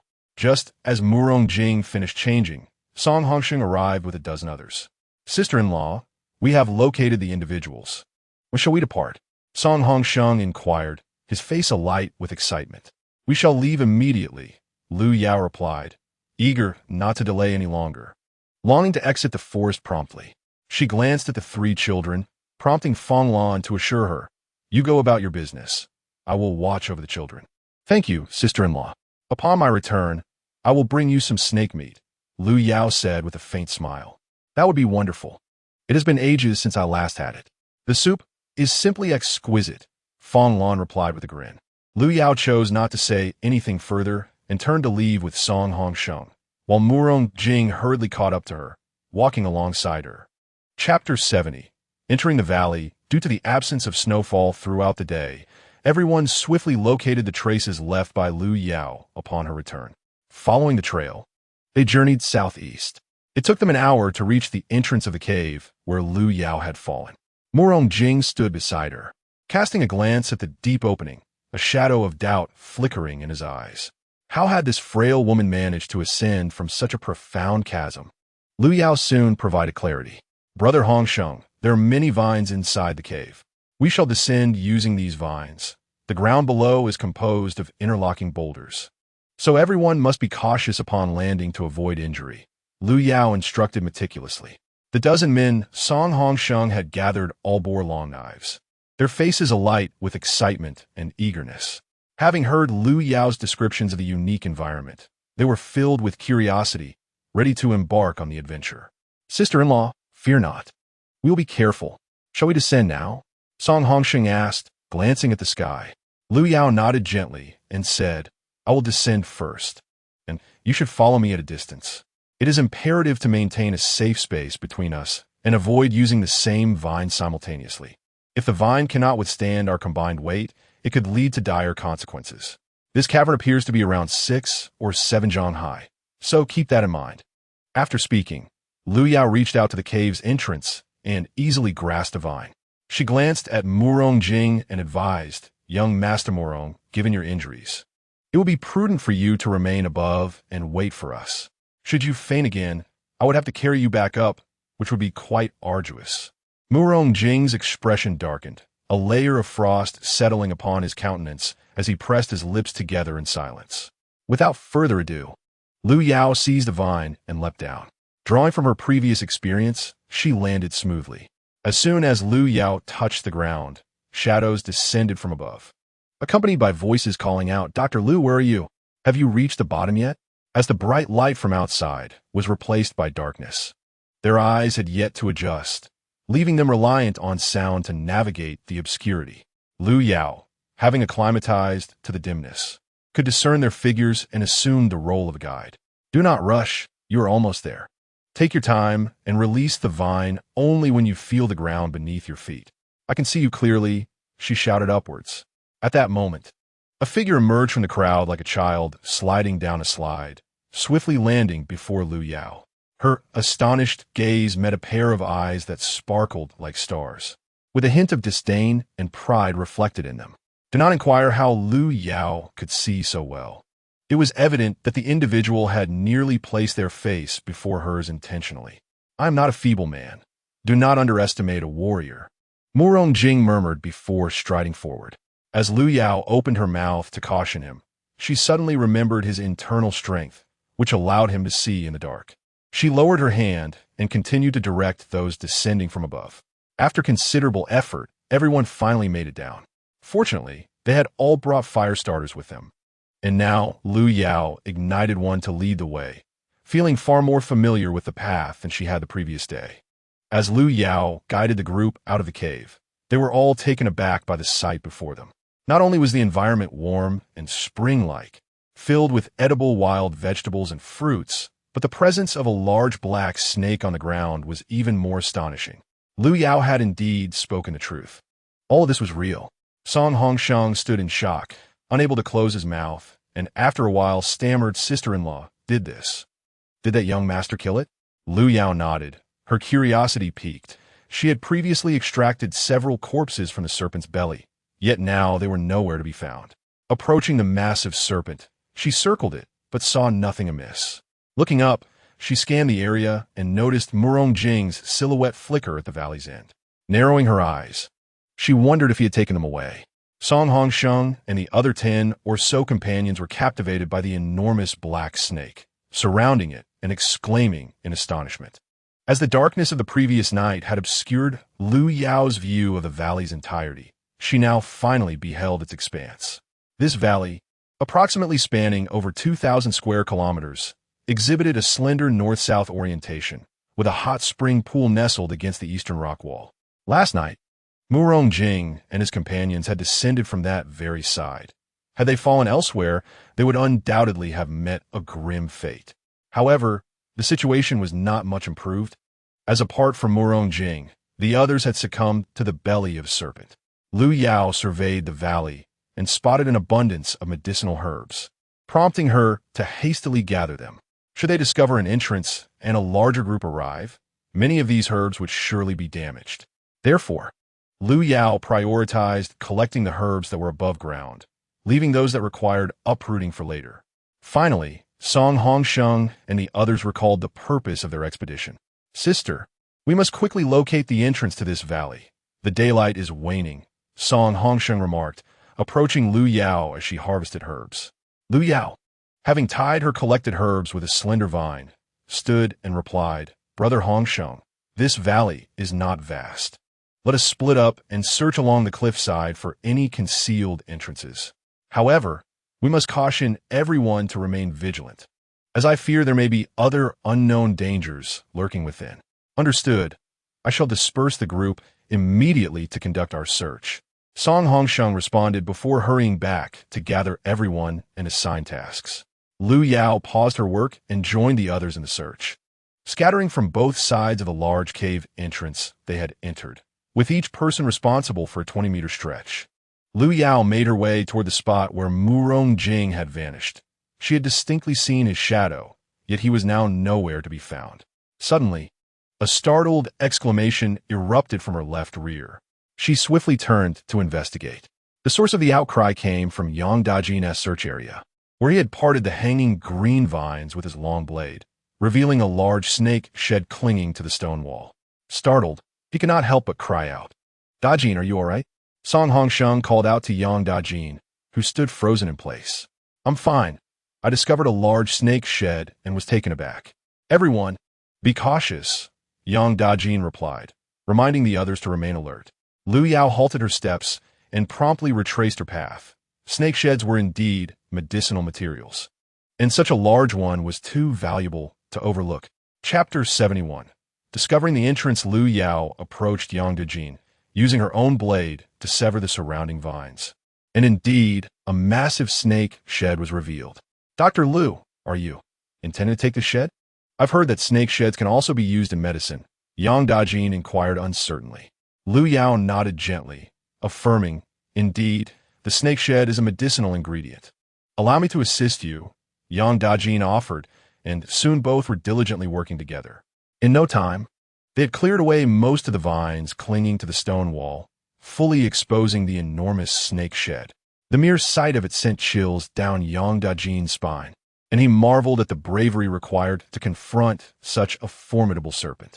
He couldn't help but admire the young gentleman named Murong Jing.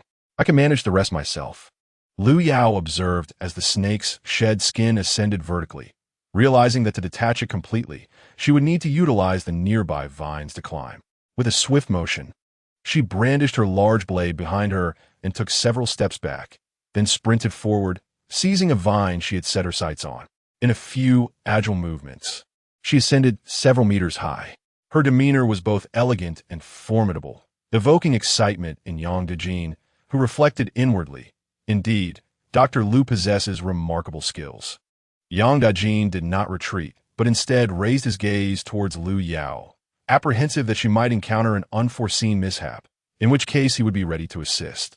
The stone wall on this side was rugged and uneven, presenting no difficulty for Lu Yao, who swiftly reached the position of the snake's head. She deftly switched to a vine closer to the snake's shed skin, drew her long blade from her back, and with the spine of the blade, gently prodded beneath the shed skin, causing it to detach and sway weightlessly in the air. Lu Yao slid down the vine and prodded the stuck section once more, resulting in the entire shed skin cascading to the ground. Upon witnessing the skin fall, she hurriedly descended the vine. Yang Dajin, his eyes fixed on Lu Yao's safe landing, finally moved away. Lu Yao picked up the shed skin, carefully rolled it, and placed it into her satchel, which had already transported it into her spatial compartment. Although the shed skin was sizable, it weighed just over 100 grams, less than 200 grams, rendering it quite light. Lu Yao intended to continue her search for Murong Jing when she noticed him reappearing in the valley. She hurried over and inquired, "Murong Jing, where did you go just now? Have you found the exit? How else can one explain your prolonged absence?" In the midst of their conversation, Lu Yao felt a breeze sweep through her hair and promptly followed the direction from which the wind came. The presence of a breeze indicated air movement, which could only be attributed to a temperature differential in this environment. Murong Jing observed Lu Yao's swift retreating figure, a glimmer of admiration illuminating his eyes. He was attuned to the subtle changes in the environment and had sensed a faint breeze upon entering, prompting him to retrieve his companion's body and head towards the direction of the wind. Indeed, he soon discovered the exit, following the path of the breeze. Lu Yao arrived at a stone wall partially concealed by lush vegetation, where a fissure allowed passage for two individuals. She swiftly slipped into the crevice, igniting a fire starter to illuminate a small area before her. The stone walls on either side appear to have naturally split apart, forming this gap. However, As she ventured further, the space widened, ultimately leading her into a cave, with the exterior revealing a forest. Yet, the cave entrance was shrouded by numerous dry vines, making it resemble a solid stone wall from a distance, obscuring the existence of the cave. After surveying her surroundings, Lu Yao promptly retraced her steps. Upon her return to the entrance, she found that everyone had gathered, awaiting her arrival. As Lu Yao emerged, the crowd converged around her. "Dr. Lu, is that the exit?" Yang Dajin inquired, his tone tinged with urgency. Murong Jing mentioned there was an opening, and you want to scout it. We haven't located any other exits, though we did find several caves. Lu Yao cast a glance at Murong Jing, pondering whether he had chosen not to inform everyone. However, Lu Yao paid no heed to Murong Jing and instead addressed the group, saying, "Indeed, I've already explored the pathway. Through this crevice lies a cave that connects to the surrounding forest. Soon, we shall all exit from here, mark our route back, and we will be able to return following those markers. It is splendid news. We can finally indulge in some fresh greens, and I must say, the hot springs in this area are truly delightful," exclaimed Song Ching Song, his face alight with excitement. "We should not delay. Shall we return now? The daylight is fading, and I am uncertain if we can find our way back." Song Hongsheng expressed his concerns. Lu Yao glanced at the large black snake and responded, "Brother Hongsheng, the temperature here is considerably warmer than outside. This black snake has been here for a day and a night. If we do not remove it, I fear it will spoil, rendering it inedible." Song Hongsheng smacked his forehead, realizing his oversight. "How could I have forgotten such an important matter? Very well. With so many of us, let us transport this large black snake outside first." Lu Yao shook her head. "I believe that may not be feasible. Why has this black snake made its own hole over there? It surely did so because it could not escape through the mountain crevice and thus forged a path for itself. Therefore, we must dismember the snake here and carry it out." The group found Lu Yao's reasoning sound. Since dismemberment was necessary, they no longer hesitated, drawing forth their long knives and dividing tasks among themselves. Observing the others surrounding the black snake, Murong Jing quietly asked, "Dr. Lu, may I borrow your dagger once more? You wish to assist?" Lu Yao raised an eyebrow. "Indeed, since you saved my life, I can only repay you by lending a hand where possible," Murong Jing replied earnestly. Lu Yao regarded him for a moment before leisurely retrieving the dagger from her pack and handing it to him. "Thank you," Murong Jing uttered before striding towards the black snake, swiftly joining the dismemberment effort. True to his expertise, he skillfully wielded the dagger, effortlessly slicing through a section of the snake's body in no time. Meanwhile, Lu Yao busied herself cutting vines from the nearby stone wall, intending to string the snake meat for transport. After an hour of diligent work, the darkness enveloped the valley, obscuring any sense of direction. Fortunately, the snake meat was now properly strung into 6 sizable portions, each weighing over 100 pounds, easily manageable for 2 individuals to carry, with others available to assist. When Lu Yao and Murong Jing offered to help, the group declined, leaving them to hold torches to illuminate the way. Upon exiting the cave, the snow's reflection provided ample light, negating the need for the torches. However, snowflakes began to drift down from the sky once more.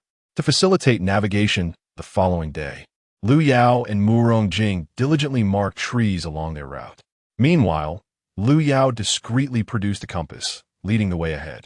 The group held unwavering faith in Lu Yao, offering no dissent or skepticism. Murong Jing observed the fragile figure at the forefront of the group, his gaze shrouded in ambiguity. The woman possesses not only medical skills, which are undoubtedly proficient, but also martial arts prowess. Although lacking internal energy, her abilities should suffice for survival in the countryside. Her decisive actions and extensive knowledge of wilderness survival raised doubts in Murong Jing's mind regarding her ordinary status as a villager. Furthermore, the siblings, Song Zixuan and his 2 companions, are her children, demonstrating a strong bond of affection between them. What could possibly have transpired? The more Murong Jing pondered, the more perplexed he became, yet no one was available to elucidate his confusion. He might soon depart, leaving the Song siblings behind, unable to take them with him. Meanwhile, Lu Yao was too preoccupied with navigating the terrain to concern herself with Murong Jing's unfounded speculations. Following the compass's direction, she discerned their location and continually adjusted their path. They had been traveling south from where they descended to the cave, so to return, they must first head north. However, a stone wall obstructed their way, necessitating a detour to the southwest before they could proceed northward. With the direction established, Lu Yao led the group southwest, though they faced a steep ascent. Fortunately, the stone wall soon vanished from sight. After shifting their course from southwest to due north for approximately a mile, Lu Yao recognized the mountainous terrain as familiar, likely a path they had traversed before. Upon returning to the original route, they could continue northwest in accordance with the compass direction. After a winding journey, they finally re-entered the cave. Inside, chaos reigned. The village elder was anxious. The strongest villagers and a physician had ventured out to search for the valley. Yet after half a day, as night approached, they had not returned. The villagers, in their worry, began to voice their grievances. "Elder, is Dr. Lu truly dependable? They've been gone for such a long time. Why have they not returned?" Lamented Li Kuei-hua, the wife of Song Honghua. "Dr. Lu is alone without family, and those children are not her own. Should something happen to her, it would be unfortunate, but our families depend on the men for survival." "How can you speak so?" retorted Song Li, mother of Song Qingxiang, against Li Kuei-hua. Both women hailed from Li family village, having married into a neighboring village of cousins. "Sister-in-law, you are being unreasonable. What concern is Dr. Lu to you? You are meddling in affairs that do not involve you." Li Kuei-hua responded dismissively. Song Li, holding deep respect for Lu Yao due to her rescue of Song Qingxiang, could not tolerate disparagement directed at her. A dog that is beaten turns on the hen to vent its frustration. Your own man volunteered to go. Why you speak ill of Dr. Lu? If you did not want your man to go, you should have bound his legs. Song Li was formidable and showed no leniency towards Li Kuei-hua. "Who do you call a dog? I'll tear your mouth apart. Don't think that just because you are my sister-in-law, I will refrain from confronting you. You have always opposed me in Li family village, and even after marrying, you still challenge me. Today, I shall not hold back." Li Kuei-hua, with determination, rushed directly before Song Li-shi and seized her hair with a firm grip. The two families, being neighbors, had not anticipated that this brazen woman would resort to violence so suddenly. Before Song Li-shi could react, her hair was tightly clutched in Li Kuei-hua's hand. Zhou Donghua, the wife of Song Hongmin and their elder sister-in-law, hurriedly intervened, attempting to mediate. "You two, cease your quarrel at once. Let us not disturb the harmony, as we are all sisters-in-law connected by shared ties. Please, let us all remain calm," she implored while stepping in to separate them. However, having already suffered, Song Li-shi was unwilling to relent. She lunged at Li Kuei-hua's face, leaving several angry red marks upon it. The brothers, Song Hongmin and Song Hongxi, felt embarrassed to intervene in a conflict between women, so they stood helplessly at a distance, verbally urging peace. Li Kuei-hua, feeling a sharp sting on her face, grasped Song Li-shi's hair even tighter, forcibly tearing a tuft along with a patch of scalp from her head. The pain caused Song Li-shi to nearly lose her breath, and in a fit of rage, she delivered a powerful kick to Li Kuei-hua's abdomen. The force of the strike sent Li Kuei-hua crashing to the ground, and seizing this opportunity, Song Li-shi mounted her, raining blows upon her face until it was swollen and bruised. The elders of the Song family watched in despair, sighing heavily, their eyes closed in embarrassment, unwilling to witness such disgraceful behavior. "Enough! Cease this madness at once." The old village chief's voice reverberated through the cave, laden with fury. Song Li-shi, momentarily halted by his commanding tone, finally dismounted from Li Kuei-hua, who now bore the appearance of a swollen pig. After a long moment, Li Kuei-hua rose from the ground, her face contorted with rage, teeth clenched, eyes blazing with the desire to retaliate. As she attempted to charge at Song Li-shi again, onlookers swiftly restrained her, while Song Li-shi was pulled aside by her husband. At that moment, an excited commotion erupted at the cave entrance. "They have returned. They are back. Wow, so much meat. They have brought back an abundance of meat. Dr. Lu has returned." The chorus of exclamations echoed from the cave entrance. Everyone began to move toward the outside, except for Song Lishur and Li Kuehua, who remained locked in a fierce gaze, each poised to strike. The gathered crowd placed the meat outside the cave to freeze, ensuring it would last longer. Lu Yao stood at the entrance, instructing the others. Song Hongsheng organized a night watch to guard the snake meat from thieves. Lu Yao then returned to her own cave, where Fong Lan had already heard the commotion and greeted her. "Dr. Lu, you must be hungry. Look at all that snow on you. Let me help you brush it off. Your clothes are all wet," Fong Lan said, taking a towel to remove the snow from Lu Yao's attire. Song Zishuan quietly approached with a piece of cloth, silently passing it to Murong Jing. Though words were not exchanged, their eyes communicated a silent understanding. Lu Yao noticed their subtle interaction, but paid it no mind, allowing Fong Lan to continue brushing the snow from her. The enticing aroma of roasted meat wafted from within the cave, and Lu Yao's stomach growled in response, having only consumed one meal that day, which had long since been expended. As Lu Yao entered the cavern and settled down, she heard the voice of Granny Song emanating from the depths of the cave, seemingly engaged in yet another dispute. Chapter 73. Yang Qiao confronts Granny Song. Today, Granny Song had learned that the villagers of Sonyang had gone in search of Valley. Ever since her bout of diarrhea yesterday, she had not regained her former vitality. Nevertheless, her combative spirit propelled her to persist in her relentless struggles. She kept a vigilant watch on the activities near the Great Cave, even assigning her younger son, Song Hongsheng, to keep a lookout, while her once favored son, Song Hongshe, had been marginalized by her side. The standing of Song Hongshua's family within the Song clan had plummeted precipitously, while the son who procured medicine for her, Song Hongchong, was now entrusted with significant responsibilities. The task of surveillance was thus entrusted to Song Hongchong. Overwhelmed with despair, he lamented that his mother was ungrateful.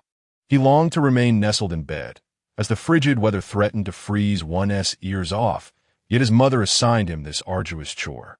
With his hands tucked within his sleeves, he hugged himself and stomped his feet, frequently glancing toward the direction of the great cave. At last, he awaited the return of Lu Yao, accompanied by a group and laden with a bounty of meat. Instantly, he forgot the cold and dashed back to inform his mother. Upon hearing that there was meat to be distributed, Granny Song was determined not to miss this fortunate opportunity, and she hurriedly made her way toward the great cave. When she arrived, illuminated by the soft glow of the snow, she could indeed see a substantial pile of meat on the ground. Elated, she quickly tucked her hands into her pockets and sought out the village elder, only to be stopped by the sentinels at the entrance. "What are you doing? I need to see the village elder. Why are you blocking me?" Granny Song demanded, her brows knitting together in irritation. After unanimous consensus, it was decided that she and her family could not be permitted entry into the cavern. The sentinels remained steadfast, arms crossed. Enraged, Granny Song felt faint, wishing to confront the elder, but she could not even catch a glimpse of him. With a sideways glance, she attempted to slip in through the side. The sentinel brandished a long knife in the air, nearly causing Granny Song to collide with it, which frightened her into retreating, landing unceremoniously on the ground. "Murder! Help! There's a plot to kill me for my possessions. Is there no law left?" she cried out, creating a scene. The young sentinel, witnessing her antics, retorted, "Auntie, I respect you as an elder, but please don't embarrass yourself here. The whole village knows your reputation. What wealth do you possess that I would covet? Your life holds little value, does it? Even if you scream until your voice breaks, no one will come to your aid. Go on, keep throwing your tantrum." With that, he offered her not even a glance. Unconvinced, Granny Song continued her raucous wailing. "Water boy, step aside." The boy, known as Water Boy, turned upon hearing the voice, only to find it was Xiao Lajiao, Yang Qiao, the wife of Song Qingsong. She appeared with a basin in hand, shoes sloppily worn, clearly having just washed her feet and now stepping out to dispose of the water. As Granny Song sat there, eyes shut and howling, a sudden splash of water drenched her head. Her cries ceased abruptly. She wiped her face and hastily opened her eyes to discover who had committed this mischievous act. Upon opening her eyes, Yang Qiao spotted the silhouette of Yang Qiao as she entered with a basin. Hastily rising from the ground, she pointed at Song Qingsong's wife and exclaimed, You little harlot, halt your steps. Have you lost your senses? Can't you see me sitting here? What do you think you're pouring that water? Initially indifferent to Song Posy's provocations, Yang Xiao's ire was ignited by the incessant insults hurled at her, provoking her to emerge from her retreat. She had no intention of engaging in conflict. However, Song Posy's foul tongue proved insufferable, a tempestuous spirit herself. Yang Xiao set the basin down with a thud and approached the cave's entrance, casting a sharp glance at Song Posy. "Oh, Annie, you are here. I wonder what that foul stench was. I could smell it, even from inside. Have you neglected to wash your trousers properly? The odor has permeated the cave. I had just finished washing my feet and was about to rinse away the scent, only to discover it was you. My sincere apologies." Yang Xiao seized upon Song Posy's embarrassment, revealing her indiscretions. Instantly, Song Posy's face flushed crimson, but upon recalling Yang Xiao's mention of foot-washing water, she spat vehemently onto the ground. "You wretched little harlot! How dare you splash me with foot water? You who exploit the elderly and desecrate ancestral graves. Beware, you may bear children with no orifices." As her vitriol intensified, Song Posy unleashed a torrent of curses upon Yang Xiao's offspring. This struck a raw nerve within Yang Xiao, prompting her to retaliate without restraint. "You disrespectful old hag! Has your mouth taken to feasting on filth today, emitting such a stench? Why do you roam about polluting the air? Return whence you came. Beware of the consequences of your misdeeds. In these deep woods, you may encounter vengeful spirits, especially those from Little Yang Village whom your family has callously disposed of. Be cautious of their hauntings." Song Posy, confronted with her deepest fears, felt an icy chill sweep over her. Whether it was the dampness of her clothes or a genuine sense of dread, she shivered, her small, bead-like eyes darting nervously. Realizing her silence was a sign of Yang Xiao's successful provocation, she took a breath of relief and continued, "Goodness, is there a shadow behind you? Where? Where?" Song Posy turned in a panic, flailing her arms in a frenzied search, appearing quite deranged. After fruitlessly grasping at empty air, she realized she had been the butt of Yang Xiao's jest. Turning back, she caught sight of Yang Xiao stifling laughter behind her hand. "Yang Qiao, you shall pay for this. We shall see how long you can maintain your arrogance." With that, Song Posy retreated in disgrace, feeling increasingly chilled, as if she might turn to ice if she lingered any longer. At the mouth of the cave, Song Hongchong awaited news from his mother, only to be taken aback by her disheveled return, her hair resembling icicles and her clothes soaked. "Mother, what has happened? Where is the meat?" Upon hearing the word meat, Song Posy's anger flared anew, and she approached Song Hongchong, delivering a sharp twist to his ear while chiding, "You lazy fool. Did you not notice that your mother is drenched? You do not express concern for your mother. Rather, you obsess over that meager food, incessantly thinking about eating. Why not eat yourself to death?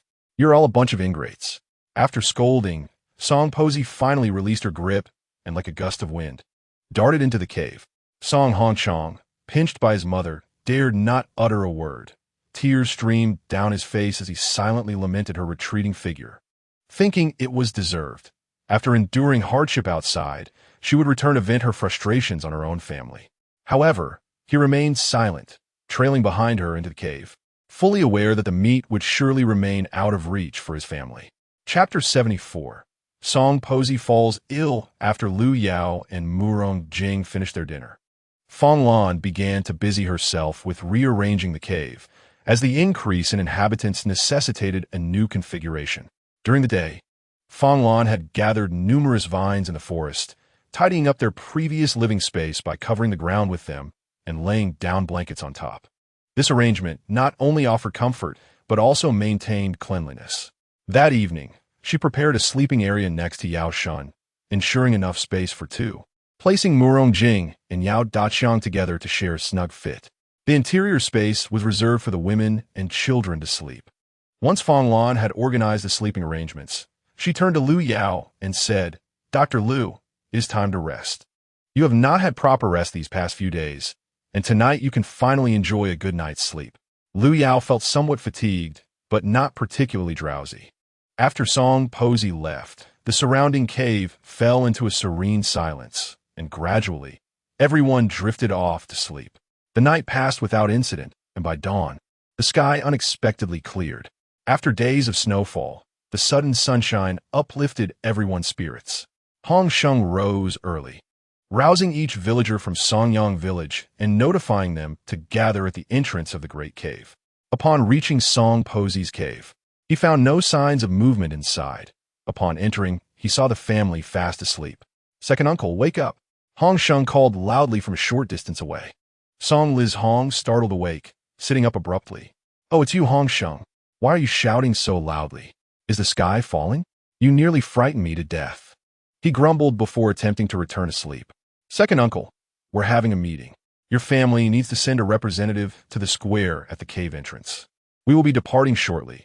If no one from your family attends, we shall not be responsible for you," Hong Sheng declared, turning away without waiting to see if his words were comprehended.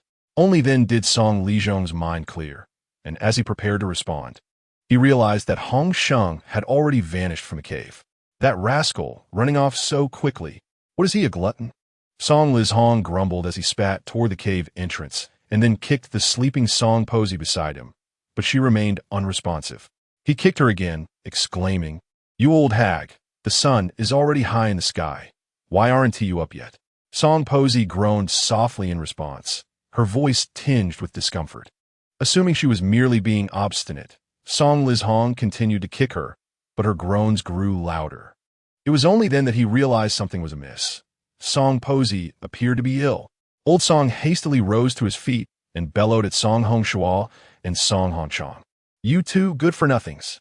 Your mother is ill, and yet you lie there like dead pigs."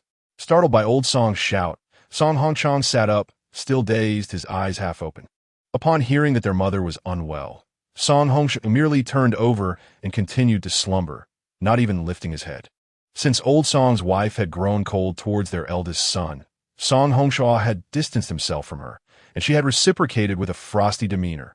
Consequently, the two were now embroiled in a silent standoff. Old Song observed his wife's flushed face and cracked lips, and upon touching her forehead, he discovered it was burning with fever. It was evident that after being drenched the previous night, she had neglected to change her clothes and had engaged in a heated argument, only to fall ill afterward, likely due to the fright she received from Yang Xiao over her misdeeds.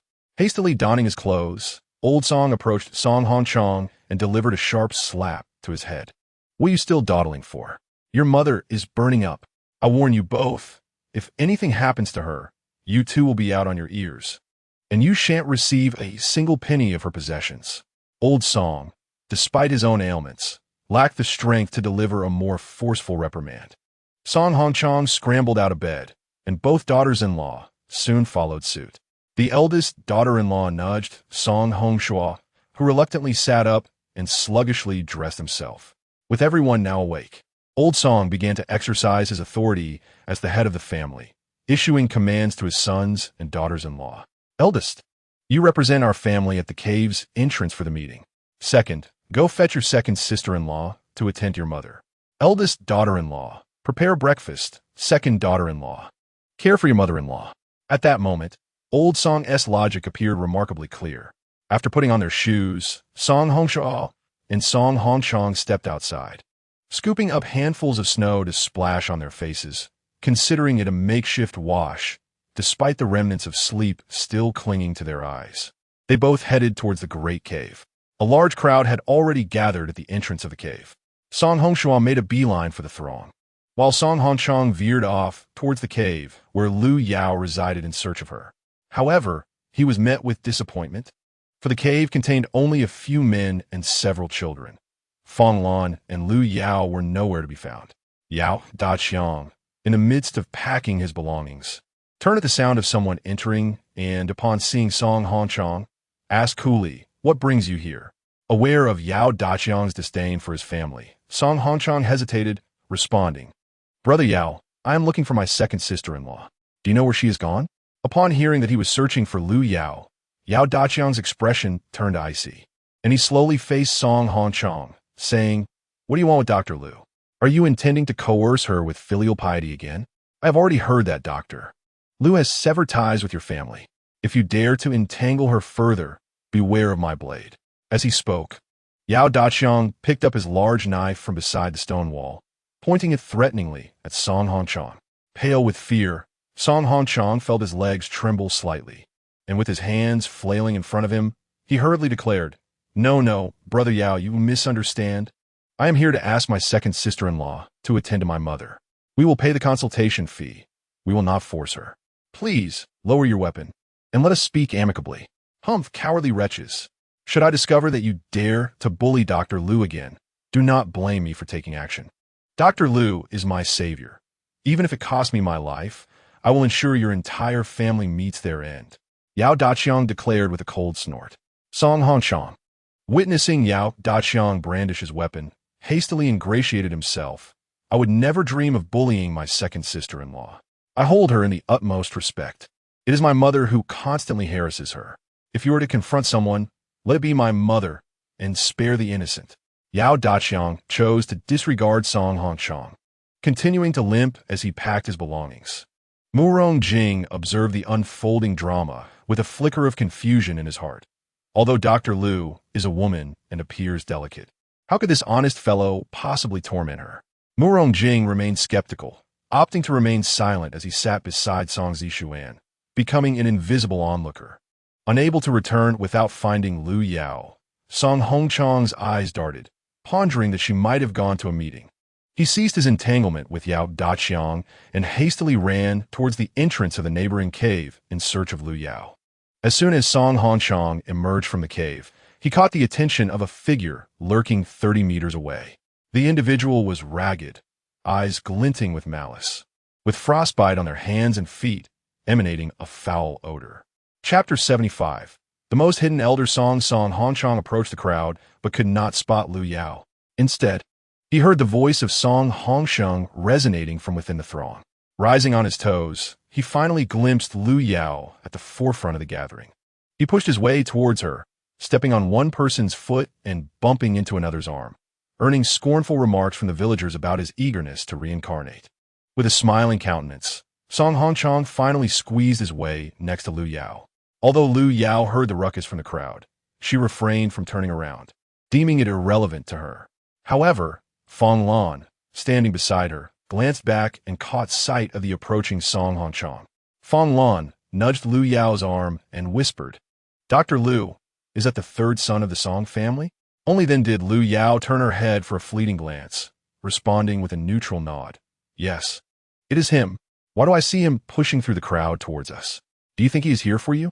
Fong Lan sensed that Song Hongchang was indeed aiming to reach Liu Yao, thus hurriedly relaying her concerns.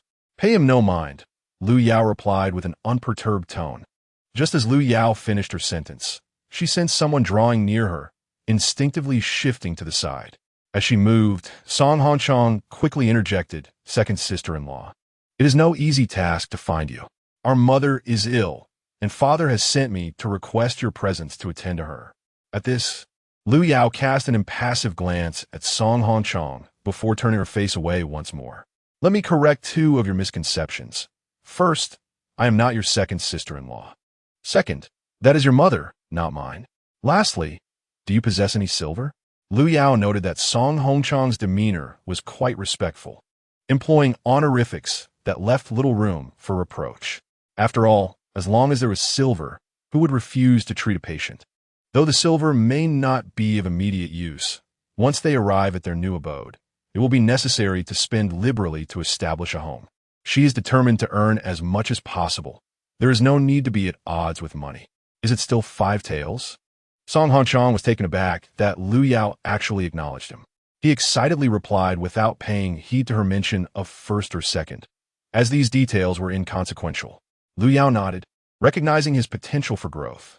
Please tell me about your mother's condition, she inquired, remaining still. In truth, Song Hongchang was not entirely clear about the circumstances surrounding old Madame Song. He merely speculated that she might have caught a chill, recounting the incident from the previous day when she was splashed with foot-washing water. He concluded with, second sister-in-law, Dr. Liu, do you think my mother has caught a chill? Liu Yao suppressed a laugh, thinking how unfortunate old Madame Song was. However, Fong Lan did not share her restraint, bursting into hearty laughter. Aware of Fong Lan's disdain for his mother, Song Hongchong held his tongue, casting an eager glance at Lu Yao. At that moment, Song Hongchong finished relaying his message to the crowd, instructing everyone, please hurry back to gather your belongings. We shall depart promptly in half an hour. Bring out the stretchers we prepared yesterday for our injured, and those who carry the injured will receive half a gene of snake meat daily, as will the patrollers. Dismissed. The crowd gazed enviously at the pile of frozen snake meat in front of the cave, wondering who would ultimately receive it. In hopes of securing some food, eager individuals had already approached Song Hongchong to volunteer for carrying the injured. He had not anticipated the significant impact of Lu Yao's words. Once there were incentives, everyone became enthusiastic, deepening his admiration for her. After the dismissal, Lu Yao accompanied Song Hongchong to old Madame Song's cave. Song Hongchua had already returned ahead of them and immediately told his wife, hurry, gather your things. We must leave in half an hour. Although directed at Song Xiashi, his words were audible to everyone in the cave. Old man Song grew anxious, exclaiming, how can your mother leave in this state? Send someone to fetch help. Where's that person? Truly, you excel at slacking. As old man Song's grumbling subsided, Song Hongchong entered with Lu Yao. Father, I have brought Dr. Lu, he announced, his voice betraying his excitement. Why did it take so long? Do you wish for your mother to perish? Old man Song berated him.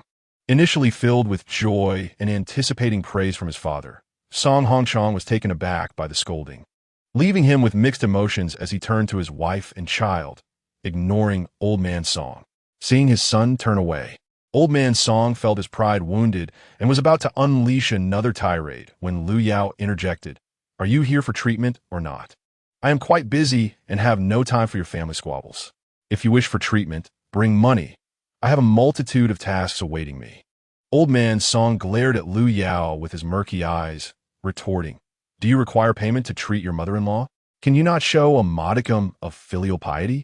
Lu Yao paid no heed to old man Song and turned to leave without the slightest hint of reluctance, her departure resolute and unencumbered. Old man Song, taken aback by Lu Yao's demeanor, exclaimed, you lie in a coffin with an outstretched hand, demanding money. Is your heart made of iron? Just as Lu Yao was about to exit the cave, Song Hongchong hastily interjected, Father, if Dr. Lu departs, I won't go to fetch her again. You must do it yourself. Old man Song felt as if he had swallowed a mouse's droppings, humiliated by his son's laughter, yet compelled to plead with Lu Yao to return. Come back. I shall give you silver. Hurry and treat your mother. Old man Song maintained his lofty tone. Lu Yao paused momentarily, a cold smile gracing her lips as she turned to say, 10 taels of silver. Are you robbing me? You previously wanted 5 taels. Now you demand double? Old man Song's eyes nearly bulged with rage. Lu Yao casually crossed her arms, a sly grin on her face as she replied, your words have offended me. The additional 5 taels are for my emotional distress. Should you utter any more idle remarks, I may very well double it again, bringing it to 20 taels. Stop right there. You must use the 10 taels to treat your mother. Otherwise, I will not give you a single coin. Old man Song quickly acquiesced, having already lost 5 taels in this brief exchange. The silver given by the second son had almost been squandered entirely, now resting in Lu Yao's pocket. Old man Song felt a knot in his chest, utterly uncomfortable. However, Lu Yao showed him no leniency, insisting, produce the 10 taels first. Unlike your family, I'm not fickle or untrustworthy. When I, Lu Yao, promise to heal, I shall deliver. Father, please hurry and get the money.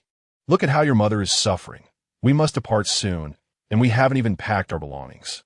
If the main group leaves without us, we will surely perish. Song Hongchong urged his father. Reluctantly, old man Song fished out 10 taels from a hidden pocket in his coat, tossing the coins onto the bedding. Song Hongshua and Song Hongchong were left dumbfounded, having not anticipated that their father had money concealed. Why had he not produced it earlier? It appeared that the deepest secrets of the family lay with him, leaving the 2 sons feeling as if their hearts had turned cold, realizing they may have been adopted. Chapter 76. Song Hongshua Sikhs helped Lu Yao paid no mind to the expressions on their faces, simply gathering the silver and placing it into her satchel. To conceal her space, Lu Yao always carried a bundle wherever she went. Once she received the payment, she commenced her work. She glanced at Granny Song, noting her labored breathing, flushed complexion, and cracked lips, astonished that none of them had thought to cool her off or provide her with water. Truly, she had raised a pack of ingrates. It seemed Granny Song held little esteem within the Song household. Lu Yao internally scorned the Song family before proceeding to take Granny Song's pulse. Indeed, she had contracted a wind cold. I have some medicine here, which I made during my leisure time. It will be a bargain for you, as you 1T need to brew any concoctions. Take 10 pills 3 times a day. This is a 5-day supply. After finishing, she shall recover. However, if any ailments unrelated to the wind cold arise in the meantime, you must not hold me accountable.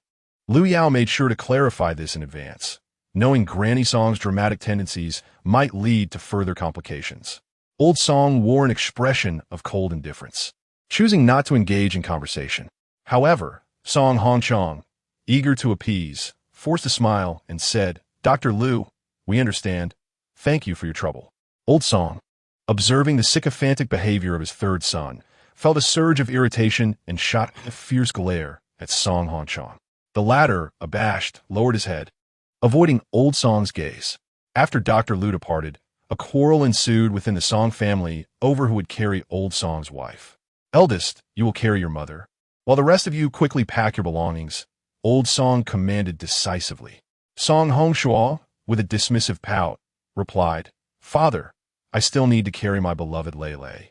I cannot manage mother. Let the third son do it."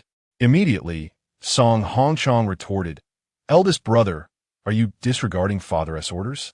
Are you trying to provoke a rebellion?" Old Song, feeling increasingly disrespected by his two sons, could no longer contain his fury. He shouted, "Then you both can take your wives and children and leave. I shall carry your mother myself. From now on, you shall not touch a single item belonging to this family." Seeing his father in a rage, Song Hongchong realized he had genuinely angered the old man. He forced a smile and said, "Father, why must you be this way? Anger is harmful to your health. Please calm down. At your age, how can you manage to carry mother? I cannot bear it. I will hire someone. It would be better than seeing the two of you ungrateful wretches. You should get as far away from me as possible." Old Song's temper had not fully erupted. Anyone who approached would receive his ire. Song Hongshua stood silently, observing Old Song with a cold stare, refusing to soften his stance. "Father, since you intend to hire someone, why not hire me? It would be foolish to let our family's wealth benefit outsiders. Hire me, your own son, and I promise not to let mother suffer." Song Hongchong shamelessly added. Old Song, exasperated, slapped Song Hongchong and pointed at both sons, declaring, "You unfilial wretches, get out of my sight. I do not wish to see either of you." After receiving a blow, Song Hongchong felt anger rising within him. He ceased his attempts to please and turned to assist his wife in packing. He overheard Song Hongshua telling Song Xiashi, "I just attended a meeting where Song Hongxing mentioned that if one is willing to carry the sick, they could earn half a gene of snake meat. I'm going to sign up. You must hurry and pack our things. I guarantee you will not go hungry." Song Xiashi stared at Song Hongshua, feeling a sudden unfamiliarity in him, yet her heart swelled with joy. Her husband finally cared for the family. Once she regained her composure, she nodded vigorously and said softly, "Dear husband, please hurry. I will handle the packing here." Song Hongshua strode out of the cave. Old Song, mistakenly believing that Song Hongshua had truly left in anger, turned to Song Xiashi and the children, saying, "Why are you still here? Your husband and father have left. You useless burdens must go too." Song Xiashi continued to focus on packing, while the children assisted her, entirely ignoring Old Song's words. Song Hongchong, with a quick glance, followed closely behind Song Hongshua as they exited. Seeing both sons gone, Old Song's anger intensified rather than diminished, and he felt as though he had aged several years in that moment. He picked up the medicine left by Lu Yao and personally administered it to Old Song's wife. The two daughters-in-law remained preoccupied with their own packing, completely disregarding Old Song and his wife. Old Song had no choice but to pack things up himself. Song Hongchong followed Song Hongshua to the entrance of a large cave. Upon arrival, Song Hongshua immediately spotted Song Hongsheng and strode over. "Hongsheng, are you busy?" he asked with a grin, rubbing his hands together. Seeing Song Hongshua, Song Hongsheng did not greet him warmly and continued directing the patrol team to help carry the injured onto the wicker stretchers. Hongsheng, I understand that my mother is not well liked, but that is all in the past. Can you let bygones be bygones and not hold it against me? Song Hongshua implored, almost pleadingly. Song Hongsheng found Song Hongshua's demeanor peculiar today and, unsure of his intentions, scrutinized him. Did you take the wrong medicine today? Or has the sun risen in the west? Since when have you resorted to such humble requests? I thought your family was the most esteemed in the village, above everyone else. Despite being ridiculed by Song Hongsheng, Song Hongsheng merely smiled and replied, Hongsheng, we grew up together, bare-bottomed, as brothers. Please forgive my past arrogance and grant me this opportunity. Song Hongsheng suspected that a serious conflict must have erupted in Song Hongshua's family, leading him to lower himself to such a degree. When Song Hongshua mentioned the late Song Hongyi, Song Hongsheng's expression softened, and his tone became less harsh as he sighed. Hongshua, if you truly remember our childhood bond, then please do not let your mother's antics poison our neighborhood relations. Just look at what she has been doing recently. Hongsheng, I am aware. However, my father has cast me out, and it seems there is no longer a place for me in that household. I heard you say this morning that helping to carry the injured would earn half a pound of meat as a reward. So I was wondering if I could sign up. My wife and children are waiting to eat. Song Hongshua looked at Song Hongsheng with hopeful eyes. Hongsheng, I also wish to sign up. Came a voice from behind, revealing Song Hongsheng, who had been eavesdropping. This left Song Hongsheng utterly astonished as he pointed at the two brothers. Both of you were expelled by your father? They nodded in unison. Song Hongsheng found this hard to believe and inquired, what on earth happened? Your father would not be so cruel as to cast you out. Did you do something to anger him? Even though Song Hongsheng was not fond of Old Song and Old Song's wife, he did not wish for their family to fracture at such a critical moment, as he could not afford to divert his attention to them now. No, Hongsheng, it's just that my mother fell ill. My father wanted my brother to carry her, but he refused and was then expelled, explained Song Hongsheng. Your mother is ill again? When did this happen? I was unaware, Song Hongsheng questioned, perplexed, as he had clearly heard Old Song arguing loudly just the day before. Song Hongsheng quickly recounted the events from the previous night, including his request for Lu Yao as assistance. Upon hearing this, Song Hongsheng internally scoffed. Sirs are right. However, he continued to advise them, saying, You have arrived too late. My quota is already full, and we are about to depart. You should hasten back and comfort your mother. What is there that cannot be discussed among family? Quickly return. As he spoke, Song Hongsheng ushered the two brothers to leave promptly. Chapter 77. The fleeing team advances reluctantly.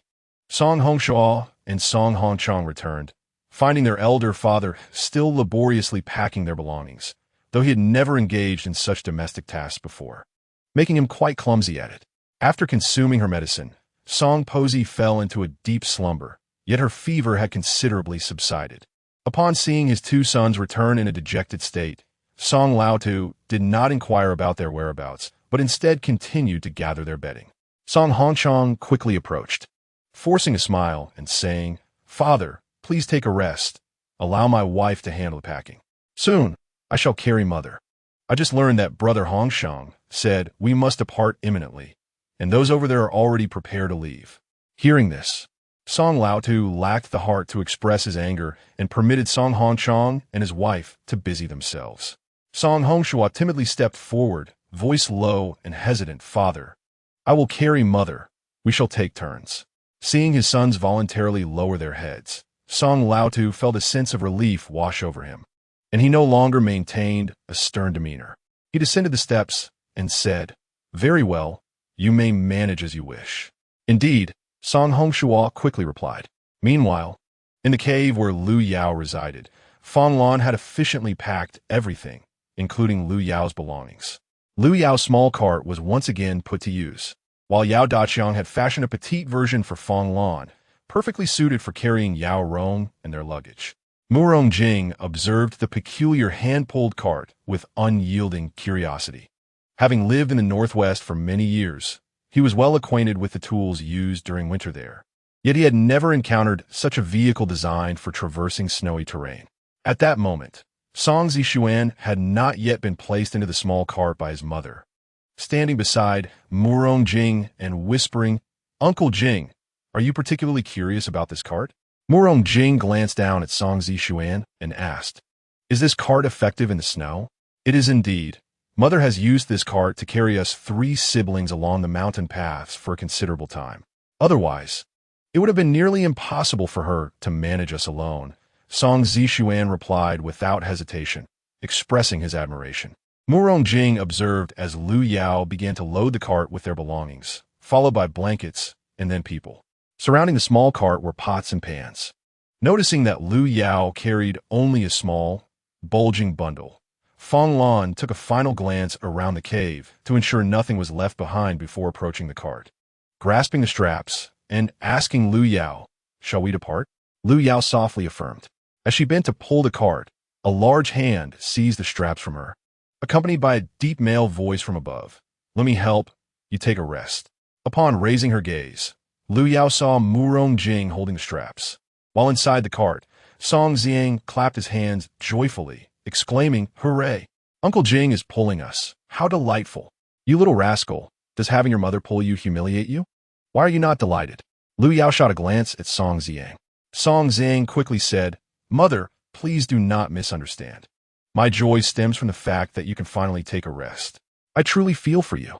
A warm current surged within Lu Yao as she approached Song Xiang, gently pinching his slightly chubby cheek and smiling, "You are always so witty." Meanwhile, Yao Daqiang was preparing to assist Yao Shun.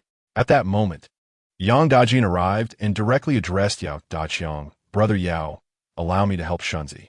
Your legs are not in good condition. Take it easy." Yao Daqiang, feeling embarrassed, replied, "Brother Dajin, I feel like I'm always troubling you. I feel guilty. You have a family to take care of." "Oh, it's nothing. I've already arranged everything at home. And besides, it's only half a day's journey to where we are headed. There is no need to rush. My family has a small cart. We can manage easily." Yang Dajin waved his hand dismissively. Yao Daqiang then stood up, leaning on his crutch, and moved to the side, slowly walking behind with his 2 sons. Most of the group had already packed up, except for Song Posey's family, who had yet to make an appearance. Everyone else had gathered. Since the patrol team had been reduced by half to assist the injured, Song Hongsheng instructed the patrol to mainly keep an eye on the rear, as well as the left and right flanks, to prevent anyone from lagging behind. There was no need to monitor the front any further. With a loud shout, Song Hongsheng proclaimed, "Let us set off." His resonant voice startled the birds from the trees, echoing through the forest. Everyone began to move, and it was at this moment that the old Song hurriedly approached with his family. It turned out that Lu Yao and Fong Lan's family were now at the back, while Song Posey's family had moved to the middle, a complete reversal of their earlier positions. The villagers warmly invited Lu Yao into the midst of the fleeing group, ensuring that anyone wanting to find her would easily locate her without having to venture to the back of the line. In contrast, the old Song's family found themselves rather unwelcome, even at the back, as no one paid them any attention. Song Li Shi, having secured wolf meat and shamelessly clinging to the village chief, managed to scrape by. Thus, when it was time to set out, she kept a close watch on the village chief's family, walking closely beside them. The village chief's wife, Chun Guizhi, gritted her teeth in frustration but felt utterly helpless. Now, with the death of her son, Song Li Shi remained oblivious, relying solely on her thick skin to survive, which was quite pitiful. The large group set forth without notifying the residents of Daong village. On the road to escape, everyone focused on their own affairs. Had they informed the villagers of Daong, the valley would surely have been overcrowded, and a large portion of resources would have to be shared, rendering it not worth the trouble. Hence, the people from Songyang village simply left the Daong villagers behind. Leading the way, Song Hongsheng followed the markers left by Lu Yao on their return journey, making it easy to find their direction, so there was no need for Yao Daqiang to lead the way.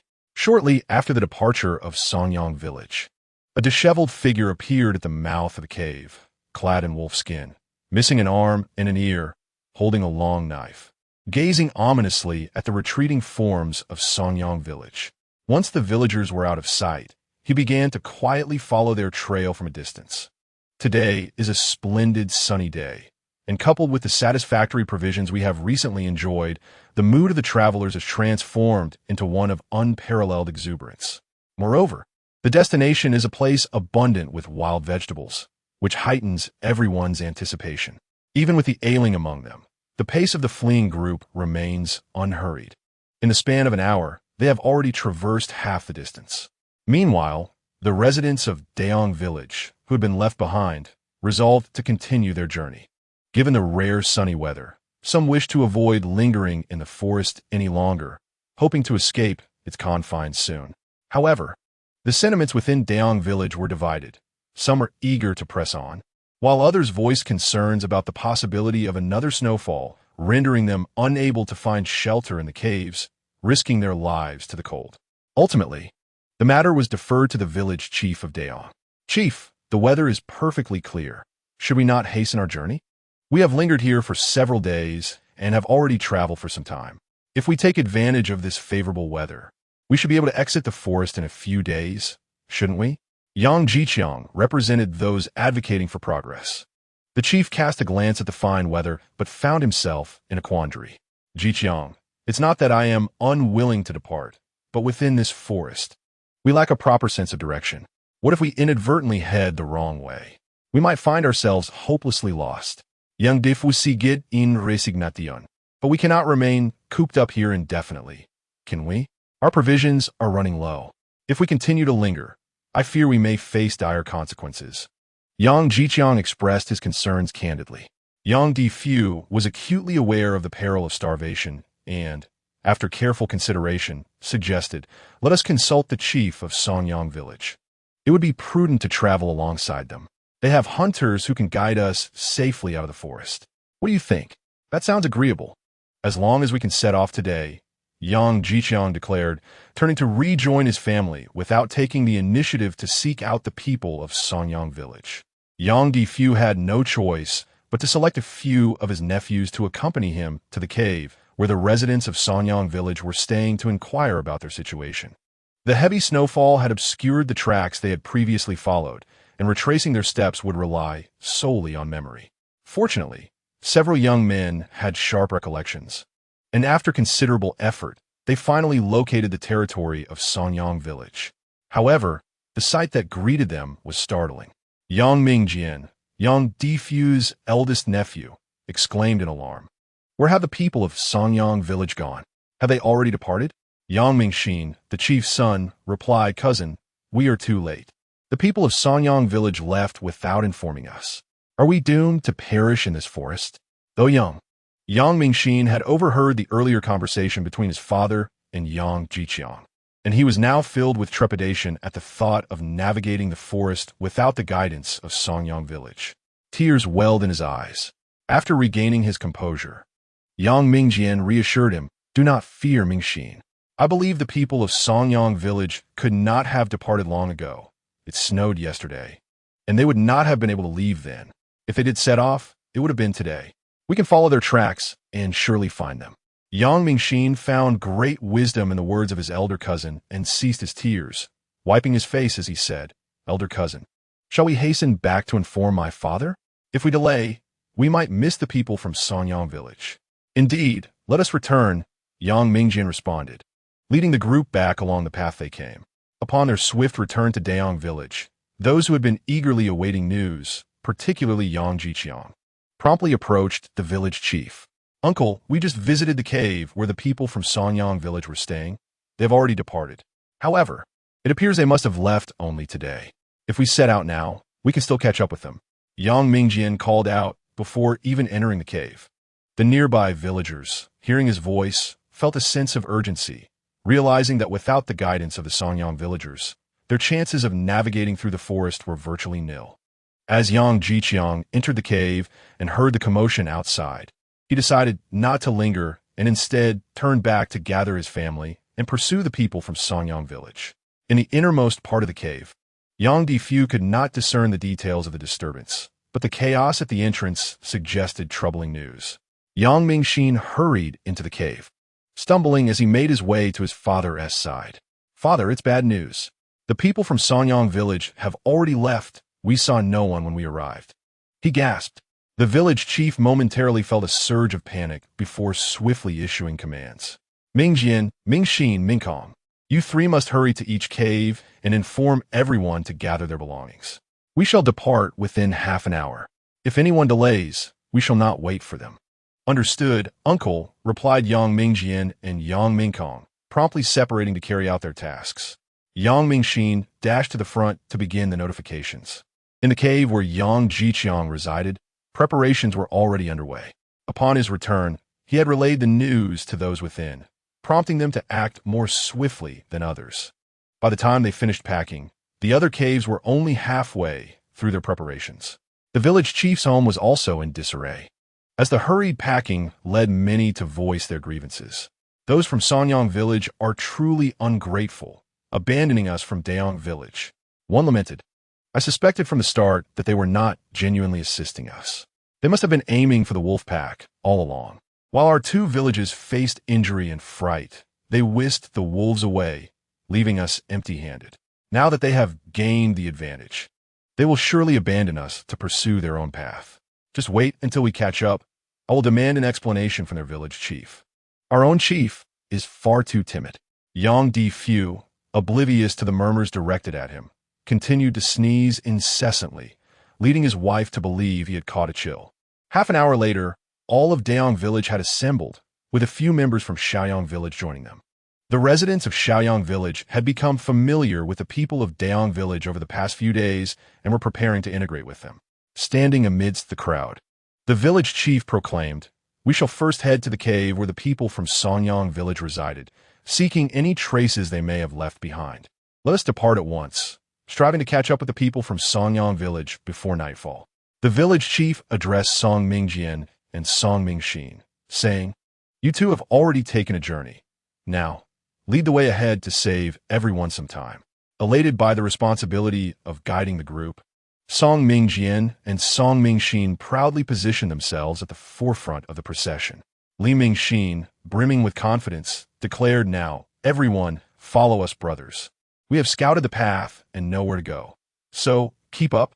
Upon hearing his words, the crowd erupted in praise, exclaiming, Mingxin is truly impressive. At such a young age, he can lead the way.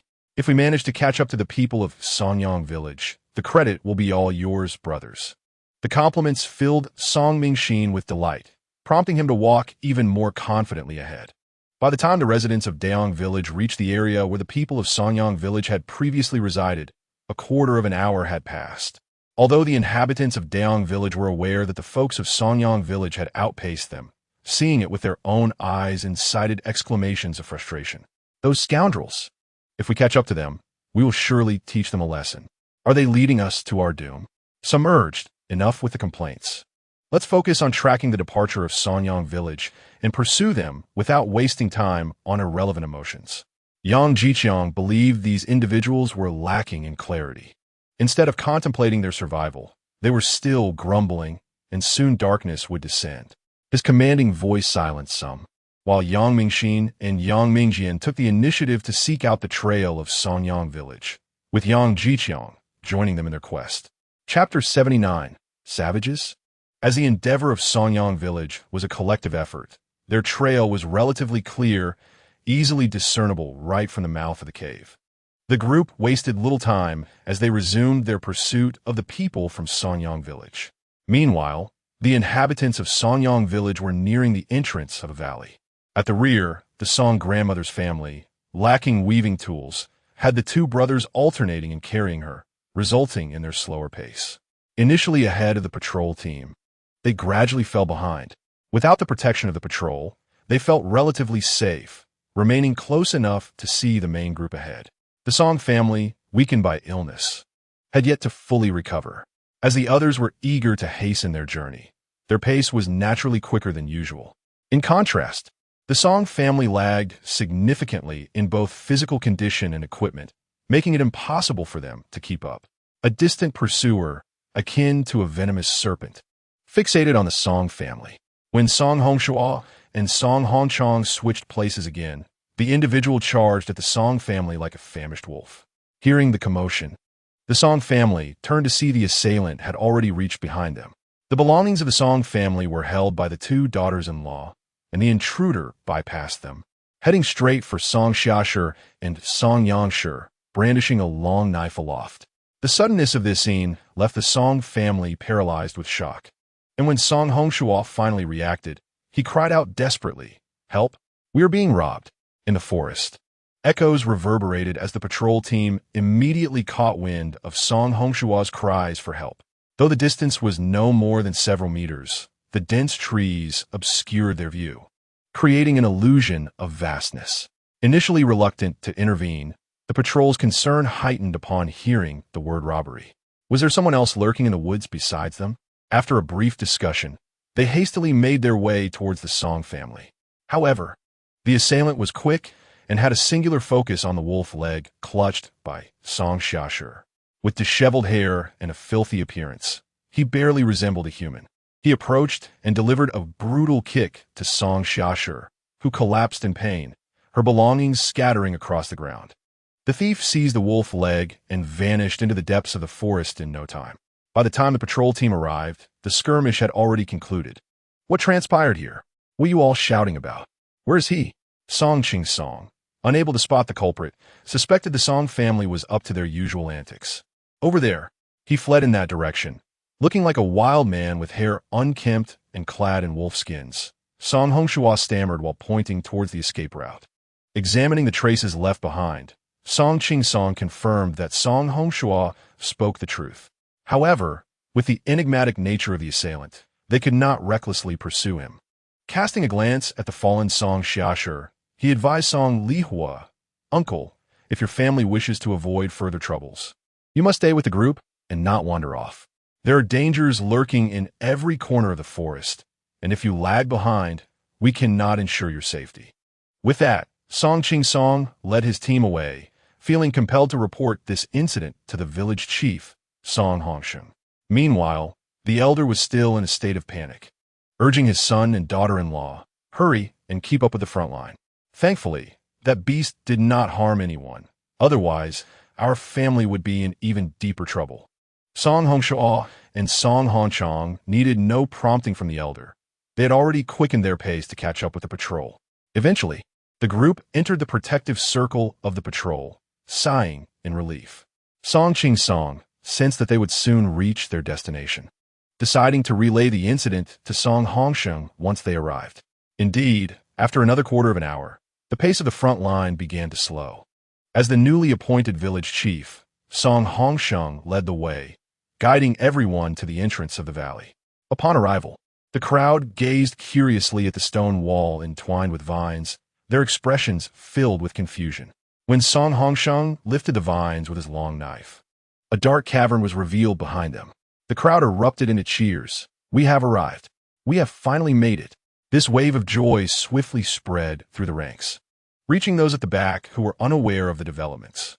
Soon, the entire Songyang village was informed of their arrival. Surrounded by towering pines, Song Hongsheng instructed some individuals to fell a few dead trees for firewood. Then, he led the others in igniting torches as they entered the cave one by one. The entrance to the valley was a narrow fissure, barely allowing two individuals to pass simultaneously, which caused the pace to slow significantly. Those at the rear grew anxious, unaware of the reason for the delay, and began to urge one another forward. The crowd suddenly erupted into a commotion, prompting Lu Yao to explain. "The entrance to the valley is quite narrow, allowing only two individuals to pass through at a time, hence we must queue to enter." Upon realizing this, the others regretted not moving to the front, lamenting that the first to enter would have been their own kin. It took the better part of an hour for everyone to finally step into the valley. All were awestruck by the sight before them. Those who had entered earlier were already gathering wild vegetables, causing discontent among the newcomers who sought the village chief for resolution. "Hongsheng, you must adjudicate this matter. Should not those who entered first refrain from harvesting the wild vegetables? This land belongs to all of us in Songyang village, and we should wait until everyone is inside before we harvest fairly. Indeed, Hongsheng, look at how little remains for those of us who came in later." Song Hongsheng, somewhat overwhelmed, gazed at the women of Songyang village. He had been outside organizing entry and allocating the cave space. How could he manage to control their hands? Besides, who could resist the allure of greenery after such a long absence? Ladies, if you continue this uproar, you may find there will be nothing left to dig up, he said, attempting to redirect their attention. Sure enough, they noticed that much had already been taken in a brief span of time. We will return to you, one woman declared, hastily grabbing her shovel and joining the fray. At this moment, Song Qing-song approached and pulled Song Hongsheng aside, whispering, "Brother Hongsheng, there was an attack on Song Hongshua's wife, and they stole their wolf leg. We must remain vigilant." "Is that so? Did you see the assailant's face?" Song Hongsheng inquired, furrowing his brow. Song Qing-song lamented, "No, the person was too swift." According to Song Hongshua, he was disheveled, dressed in wolf skin, resembling a wild man, and wielded a long knife. A long knife? What kind of long knife? Song Hongsheng perceived the significance of this detail. If the assailant was indeed a wild man, how did he possess a long knife? If he bore a weapon, he was certainly a normal human. Song Qing-song was uncertain as well, replying, "I'm not entirely sure. I didn't see him, only the tracks he left behind. However, I can summon Song Hongshua, so you may inquire directly." Nodding, Song Hongsheng signaled for Song Qing-song to fetch him. "Village chief, you called for me?" Song Hongshua, now much more subdued, addressed Song Hongsheng with respect, omitting his name in deference. Song Hongsheng felt a slight pang of emotion. "I heard from Qing-song that your household was attacked by a wild man." "Yes, he was incredibly strong and fast. He kicked my wife hard and snatched our belongings before fleeing," Song Hongshua recounted, still trembling from the encounter. Song Hongsheng furrowed his brow, lost in contemplation. After a moment, he asked, "Do you recall any distinctive features of that person?" "He had a broken arm, long hair obscuring his face, wore wolf skin, and was quite foul-smelling." "Oh, and he had a long knife, which was quite terrifying." Song Hongshua recalled the events meticulously. Song Hongsheng produced his own long knife, offering it for comparison. "How does that knife compare to this one?" It was exactly the same. The knife in that person's hand was indeed the one, Song Hongshua asserted with conviction. "All right, you may return now. Be vigilant. It is highly likely that the individual will come seeking sustenance again. Keep a close watch on your family," Song Hongsheng instructed before sending Song Hongshua away. Once Song Hongshua had departed, Song Hongsheng promptly sought out Lu Yao. Lu Yao was busy organizing her belongings in the cave, while Feng Lan had joined the group foraging for wild vegetables. And Murong Jing had taken several children to play by the hot springs. "Sister-in-law, are you occupied?" Song Hongsheng's voice echoed at the cave entrance. Upon hearing his voice, Lu Yao set down her tasks and stood, responding, "Brother Hongsheng, have you settled in well?" "Yes, quite well. I've asked Qing-song to handle the rest. I plan to select a few individuals to assist me in management. This is not home, and while there aren't any major issues daily, the trivial matters are incessant and quite bothersome. I intend to appoint a few women to specifically address these mundane concerns so that I might enjoy a bit of leisure." Song Hongsheng chuckled, reflecting on the realization he had on his way to find Lu Yao. Matters concerning women should be dealt with by women. He shuddered at the thought of those boisterous women. Lu Yao smiled, "Brother Hongsheng, your strategy is quite clever. I think it's an excellent idea." Feeling a bit bashful, Song Hongsheng quickly recalled his purpose for visiting and adopted a serious demeanor. "Sister-in-law, I came to discuss something important with you. Your intellect is sharp. I need your insight to analyze the situation." "Oh, have you encountered a dilemma, Brother Hongsheng? Please share. I may not be of much help, but two heads are better than one, and collective wisdom might yield better results than solitary contemplation," Lu Yao replied, not committing outright, acknowledging her limitations while expressing her willingness to assist. Without further delay, Song Hongsheng recounted the details of what Song Hongshua had reported, then inquired, "Sister-in-law, in your opinion, is this person an acquaintance of ours or a stranger? However, I believe the likelihood of the latter is minimal." Upon hearing this, Lu Yao's heart skipped a beat. The distribution of those long knives had been accounted for, so it would be prudent to ascertain whose long knife was missing. "Brother Hongsheng, you should first investigate the individuals from Songyang village, checking who is without their long knife or who may have lost one. If it is indeed lost, the chances are high that someone else may have found it. If everyone else is accounted for, we can trace the whereabouts of that particular knife to uncover the truth. Lu Yao stated calmly. Very well, I shall proceed with that immediately.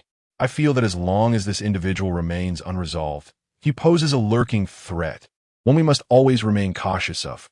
Yet, where there are thieves, there are also those who guard against them. Song Hongsheng declared before swiftly departing, his steps brisk.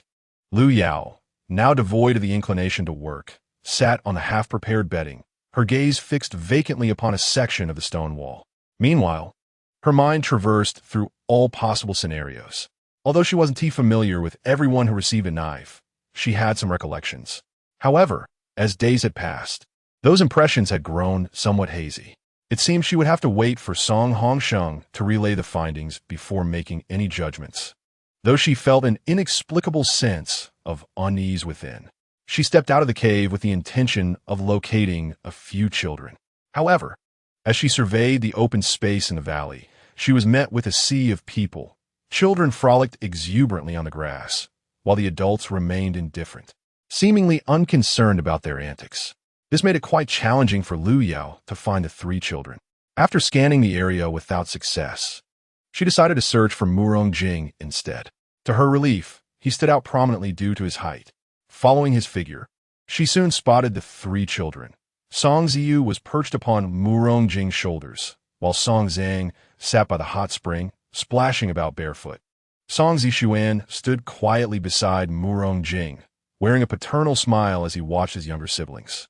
Lu Yao thought that the bond between these 3 children and Murong Jing resembled that of a father and his children. Could it be that Murong Jing was their biological father? The notion startled Lu Yao, prompting her to shake her head in an effort to dismiss the thought. At that moment, Song Hongsheng returned after completing his investigation and informed Lu Yao, sister-in-law, I have confirmed that all of our long knives are accounted for. None are missing. However, one of them vanished along with its owner. The 4 sons of the Song family? Lu Yao mentally reviewed the information she had about the villagers and concluded that only a few individuals could be suspects. Song Hongsheng nodded gravely. Indeed, those brothers participated in the resistance against the barbarians and were each assigned a long knife. That individual, he paused, both of them aware of the implications. One of the 4 had undoubtedly survived, but which one was uncertain. Concerned, Song Hongsheng glanced at Lu Yao, who remained composed, and he hesitated to say more. Brother Hongsheng, since one of the 4 brothers has survived, although we do not yet know how many in total, please inform the villagers to exercise caution to avoid any misunderstandings. You need not worry about me. Instead, ensure that the entrance to the valley is well guarded. That will keep us safe, Lu Yao analyzed and instructed. Song Hongsheng found her reasoning sound. Given that the adversary had been trailing them, they would surely locate the entrance to the valley. Fortunately, the passage was narrow and manageable for guarding, and he promptly went to make arrangements. After he departed, Lu Yao walked towards Murong Jing and the 3 children. Mother. Song Zhang turned and, upon seeing Lu Yao approaching, his small face lit up with a sweet smile. As she reached them, Song Ziyu immediately sought Lu Yao's attention, and she quickly extended her hand to catch the mischievous girl. Ziyang, you have been in the hot spring for too long. Come out and put on your shoes and socks, Lu Yao gently reminded him. Observing Song Ziyang's clumsy movements, Murong Jing crouched down and offered, Uncle Jing will help you. Thank you, Uncle Jing, Song Ziyang politely expressed his gratitude. Murong Jing felt a sense of satisfaction. Lu Yao was raising these 3 children exceptionally well. Lu Yao entrusted Song Ziyu to Song Zishuan, saying, Zishuan, take your sister for a stroll nearby. Let her practice walking. She is still not very steady on her feet, which is not conducive to her physical development. We have found a flat and warm place, so let us not waste this opportunity. Song Zishuan nodded, and Lu Yao gently placed Song Ziyu on the ground, handing her hand to Song Zishuan. The area was covered in grass, so even if she fell, it would not be painful. This reassured Lu Yao, allowing her to confidently leave Song Ziyu in Song Zishuan's care. With Murong Jing's assistance, Song Ziyang quickly donned his shoes and socks, and immediately dashed towards Song Zishuan and Song Ziyu like a free-spirited little bird. Do you have something to discuss with me? Murong Jing inquired, gazing intently into Lu Yao's eyes. Although he was holding a child, His attention had not wavered from Lu Yao. He had noticed Song Hongsheng approaching Lu Yao twice, both times with a serious demeanor, indicating that something significant had transpired. Lu Yao marveled, indeed sharp-witted. Could it be that the children have inherited his cleverness? However, she quickly dismissed the thought, as she recalled hearing them address him as Uncle Jing rather than father, which suggested he was not the children's parent. Chapter 81. Murong Jing captures the wild man. Lu Yao nodded and recounted to Murong Jing the previous incident involving the 4 sons of the Song family who had intended to harm Song Xiang and Song Ziyu, as well as the events of the day. Upon hearing this, Murong Jing's demeanor turned icy, and Lu Yao could distinctly sense the oppressive aura emanating from him, which caused her to feel a certain discomfort. This was the result of years spent navigating through countless corpses, an accumulation of resentment that had become an inseparable part of his essence. Feeling uneasy, Lu Yao instinctively distanced herself from Murong Jing, finding the surrounding atmosphere considerably lighter. That person must be nearby. Murong Jing's voice sliced through the air like ice. Lu Yao remained silent, but nodded in affirmation, although she could handle the situation herself. The shadows of the past made her hesitant to stray too far from the children. Since there was a capable ally at hand, she felt justified in enlisting his assistance. My armor? Murong Jing suddenly asked. Lu Yao glanced at him, noting that he was clad in Yao Daqiang's coat and trousers, his bushy beard rendering him indistinguishable from a robust man. Do you still need it? She retorted with a question. It is my life and honor. I cannot forsake my honor even at the cost of my life, Murong Jing stated emphatically, locking his gaze with Lu Yao's. Lu Yao understood his sentiments, for she too had experienced such a bond. It is wrapped in my luggage. If you require it, I shall fetch it for you now, Lu Yao replied calmly. Murong Jing raised an eyebrow, recalling that he had not seen his armor while packing. When had this woman hidden it away? Despite the lingering question, he felt relieved that it had not been lost. No need. Please keep it safe for me. Thank you, Murong Jing said before striding purposefully out of the valley. A fleeting smile crossed Lu Yao's face, and a minuscule ripple stirred within her heart, which she promptly overlooked. Murong Jing exited the valley, retracing his steps toward the direction he had come from. Following Lu Yao's directions, I finally discovered the trail of footprints that Song Hongshua had mentioned. In the forest, these footprints were particularly conspicuous, as today was a sunny day. They diverged at a distinct angle from the tracks they had previously made, veering off in another direction. Murong Jing traced the footprints, winding through the woods until he arrived at the entrance of a diminutive cave. Had it not been for the footprints halting here, he would have overlooked the cave entirely. The mouth of the cave was completely obscured by underbrush, and as Murong Jing gently parted the foliage to peer inside, a figure suddenly burst forth with astounding speed. Had it not been for his martial prowess, he would likely have been caught off guard. Reacting swiftly, Murong Jing sensed a gust of wind approaching and promptly retreated several meters. As he regained his footing, a flash of silver light surged toward him. This time, he did not evade. With precision and strength, he pinched the assailant's blade between his fingers. The adversary struck down with all his might, yet the weapon remained immobile. Seizing the moment of surprise, Murong Jing delivered a powerful kick to the man's chest, infusing it with a third of his internal energy, complemented by his own physical strength. Despite this, the man was sent soaring as if he were a mere scrap of paper, sliding several meters through the air before crashing heavily into the snow, sending a spray of icy powder into the air. Clutching his chest, the man coughed up blood. Long hair obscured much of his face, revealing only one eye, which was filled with panic and hatred. He struggled to rise from the ground, but his efforts were futile. After several attempts, he could only prop himself up and shuffle backward. Murong Jing advanced step by step, forcing the man to retreat until he was pinned against the rock wall with no escape. Who are you? Why are you following the people from Sanyang village? Murong Jing demanded sternly. You don't seem to be one of them either. Why defend them? They are a wretched lot, deserving of divine retribution, especially that vile Lu Yao. I would relish the opportunity to flay the flesh from their bones, turning them into a grotesque stew. The man spat venomously. Initially, Murong Jing had anticipated the man would reveal his identity amidst his tirade, but he was taken aback by the intent to annihilate Song Zishuan and her brother. The man, oblivious to how Murong Jing had approached, suddenly felt a searing pain in his arm, rendering it immobile. Murong Jing retrieved the dagger that Lu Yao had bestowed upon him and, gripping the man's chin, swiftly severed his tongue.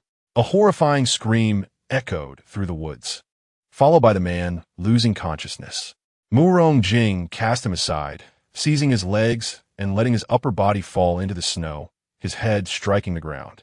From a nearby rock face, Murong Jing casually used the man's long blade to slice through a vine, wrapping it around the man's ankles several times and securing it with a knot before dragging him back through the forest. Murong Jing contemplated the notion of ending this man's life, but he deemed such an act to be overly merciful. After all, the adversary was already rendered powerless, having lost both arms and incapable of committing further malevolence. Instead, he resolved to allow him to languish in slow agony, to let him feel the inexorable approach of death, to exist in perpetual torment as he witnessed his nemesis thrive, parading before him day after day. Murong Jing believed that true vengeance transcended mere slaughter. To extinguish a man's spirit is the most profound form of retribution. With a force akin to that of dragging a deceased swine, he pulled the man into the valley. At the entrance, Song Hongsheng had stationed 2 guards, who, upon seeing Murong Jing hauling something, did not intervene.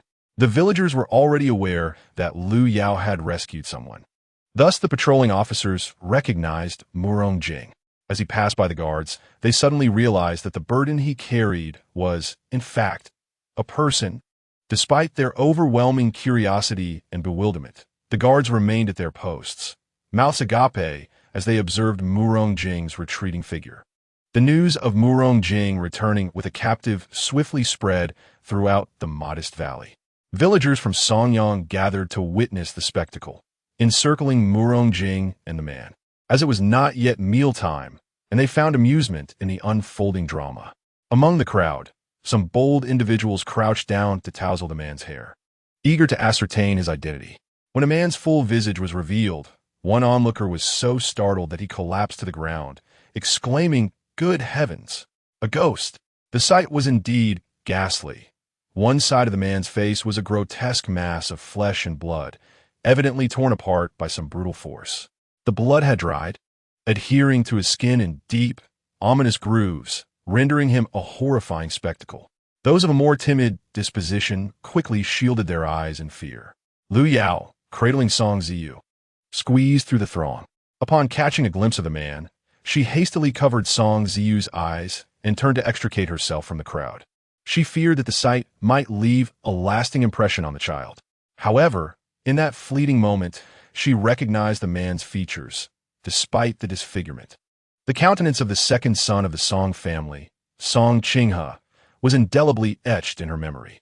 Chapter 82. Song Qinghe, why does this man seem so familiar? Murmurs of confusion arose from the crowd. In truth, aside from Lu Yao, several others had also discerned his identity. The captain, Song Hongsheng, stood beside Murong Jing, unable to bear the sight of the tortured Song Qinghe, a fellow villager now reduced to such a pitiful state. Fetch Song Qinghe's mother. She must confirm whether this is indeed her son, he declared, providing clarity to those who harbored doubts. Good heavens, is this truly Song Qinghe? Did they not abandon the Song family to flee? They pondered. How did he return in such a wretched condition? It seems he must have encountered marauders along the way, only to be pursued back to us. What a tragic fate. Had she shown proper filial piety towards her mother from the beginning, this predicament might have been averted. It seems that heaven, with its discerning eye, has chosen to punish their lack of filial devotion. As Murong Jing listened to the various discussions among the crowd, his downcast gaze flickered momentarily. Song Li-shi, bewildered, was pulled into the center of the gathering, where the crowd instinctively parted to make way. Song Hongsheng glanced at Song Li-shi, feeling a pang of reluctance to compel her to identify someone, yet knowing that since this person had returned, she must be made aware that her son still lived, and their family could soon rid itself of this burden. Clearing his throat, Song Hongsheng addressed Song Li-shi. "Aunt, could you take a look at the individual on the ground? Do you recognize him?" Upon arriving, Song Lisher was confronted by a bloodied figure, neither fully human nor ghostly, and could hardly believe she was being asked to identify this person. With a disdainful turn of her face, she replied, "I do not recognize him. How could I possibly know this wretch?" She attempted to turn away, embodying the adage that one might not even recognize their own mother in such dire circumstances. "Aunt, please do not rush. Take a closer look. Does he not resemble Song Chingha?" Upon hearing her son's name, Song Lisher's demeanor shifted, and she quickly crouched down to examine him more closely. In that instant, she confirmed that the figure lying on the ground was indeed her son, Song Chingha. "Chingha? What has happened to you? My child, where are your brothers? Why do you not speak?"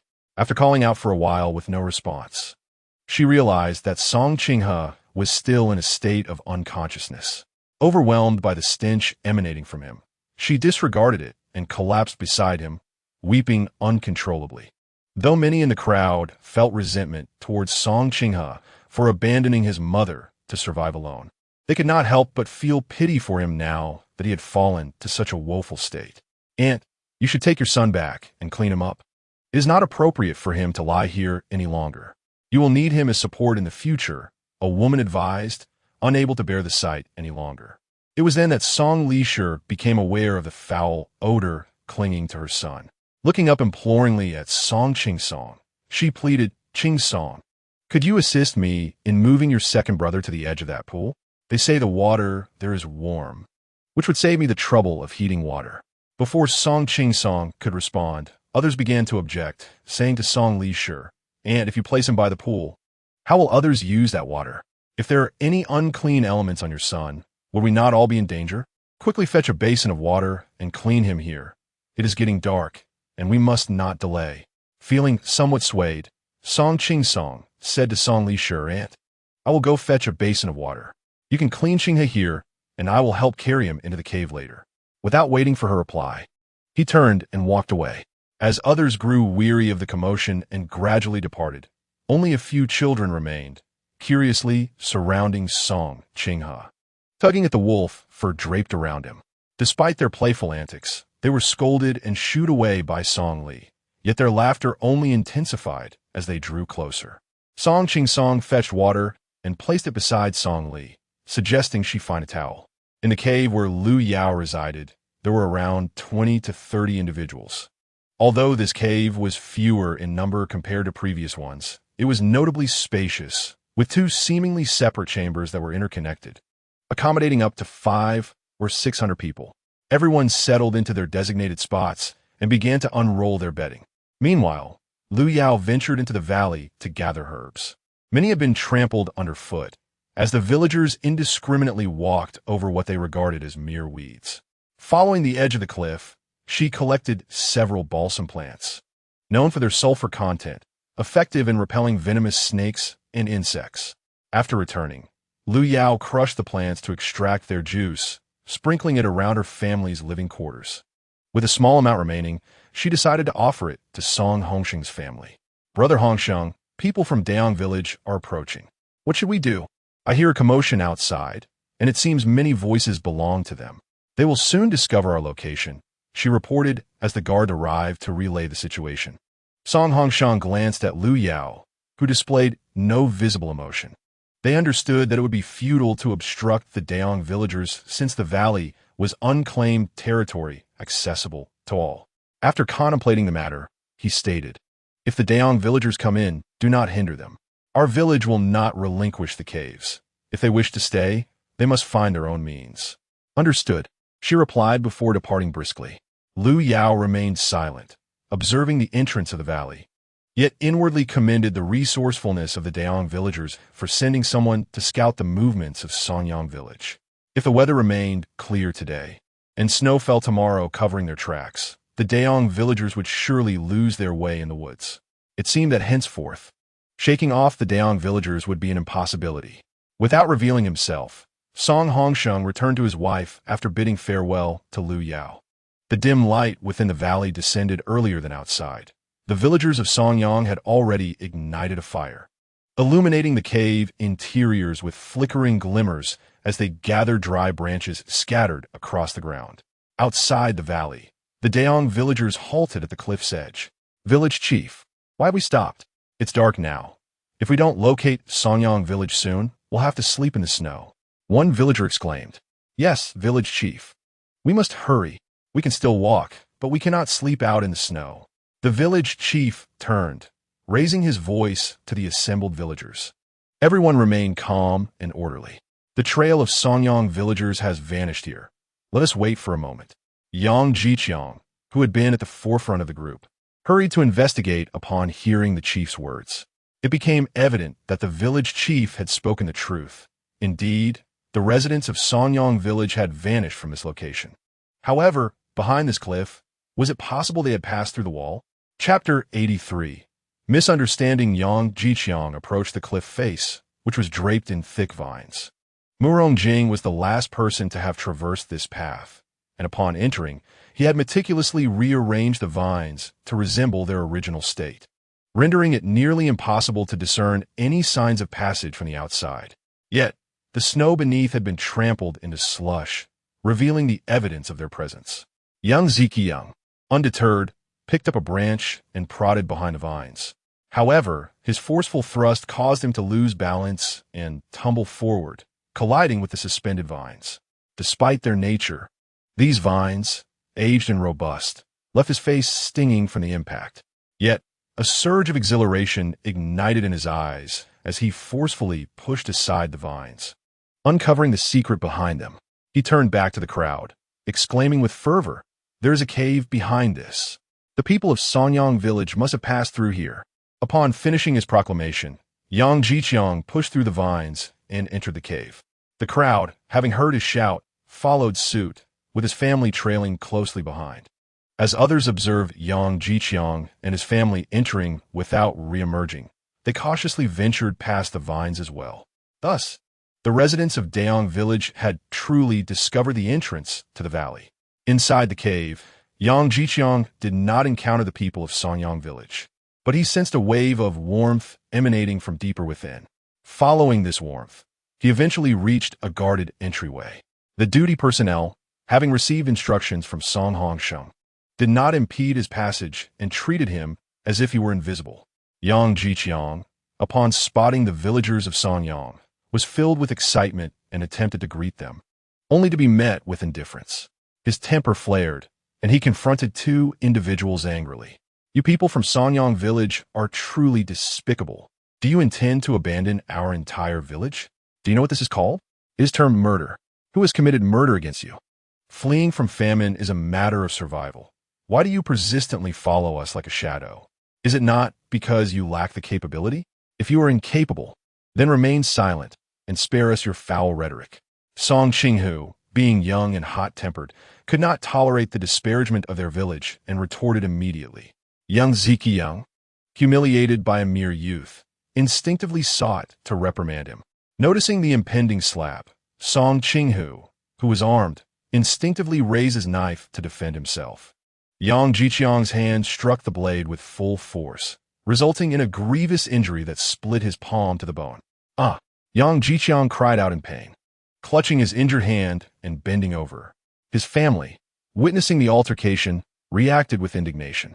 His brother, Yang Jiqiang, stepped forward and seized Song Qinghu, causing him to stumble. Though young, Song Qinghu was no match for the strength of Yang Jiqiang. Like a chick, he was tossed to the ground. In response, Song Qingyang rushed off to summon assistance. "Uncle Hongsheng, trouble is brewing. The villagers of Daong are causing a ruckus, bullying Huzi." Upon hearing this, the people of Songyang village instantly rose in unison. Although they often quarreled over trivial matters, in the face of a common enemy, they stood united. Song Hongsheng, alongside Song Qinghu's father, Song Hongmin, led the charge, followed by dozens of vigorous young men from Songyang village, torches held aloft.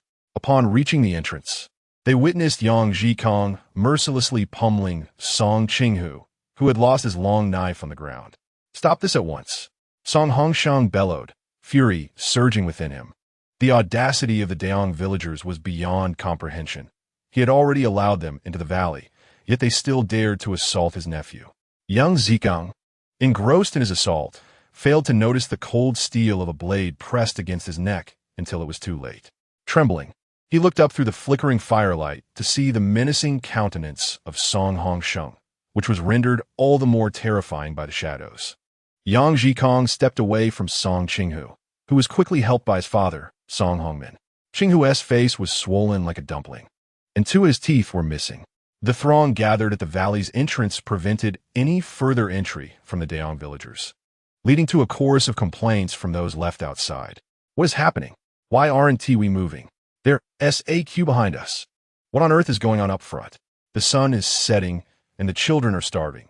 We must find a place to cook. Village chief, why the hold-up? Yang Zhizhuang and his family have blocked the way. We cannot get through.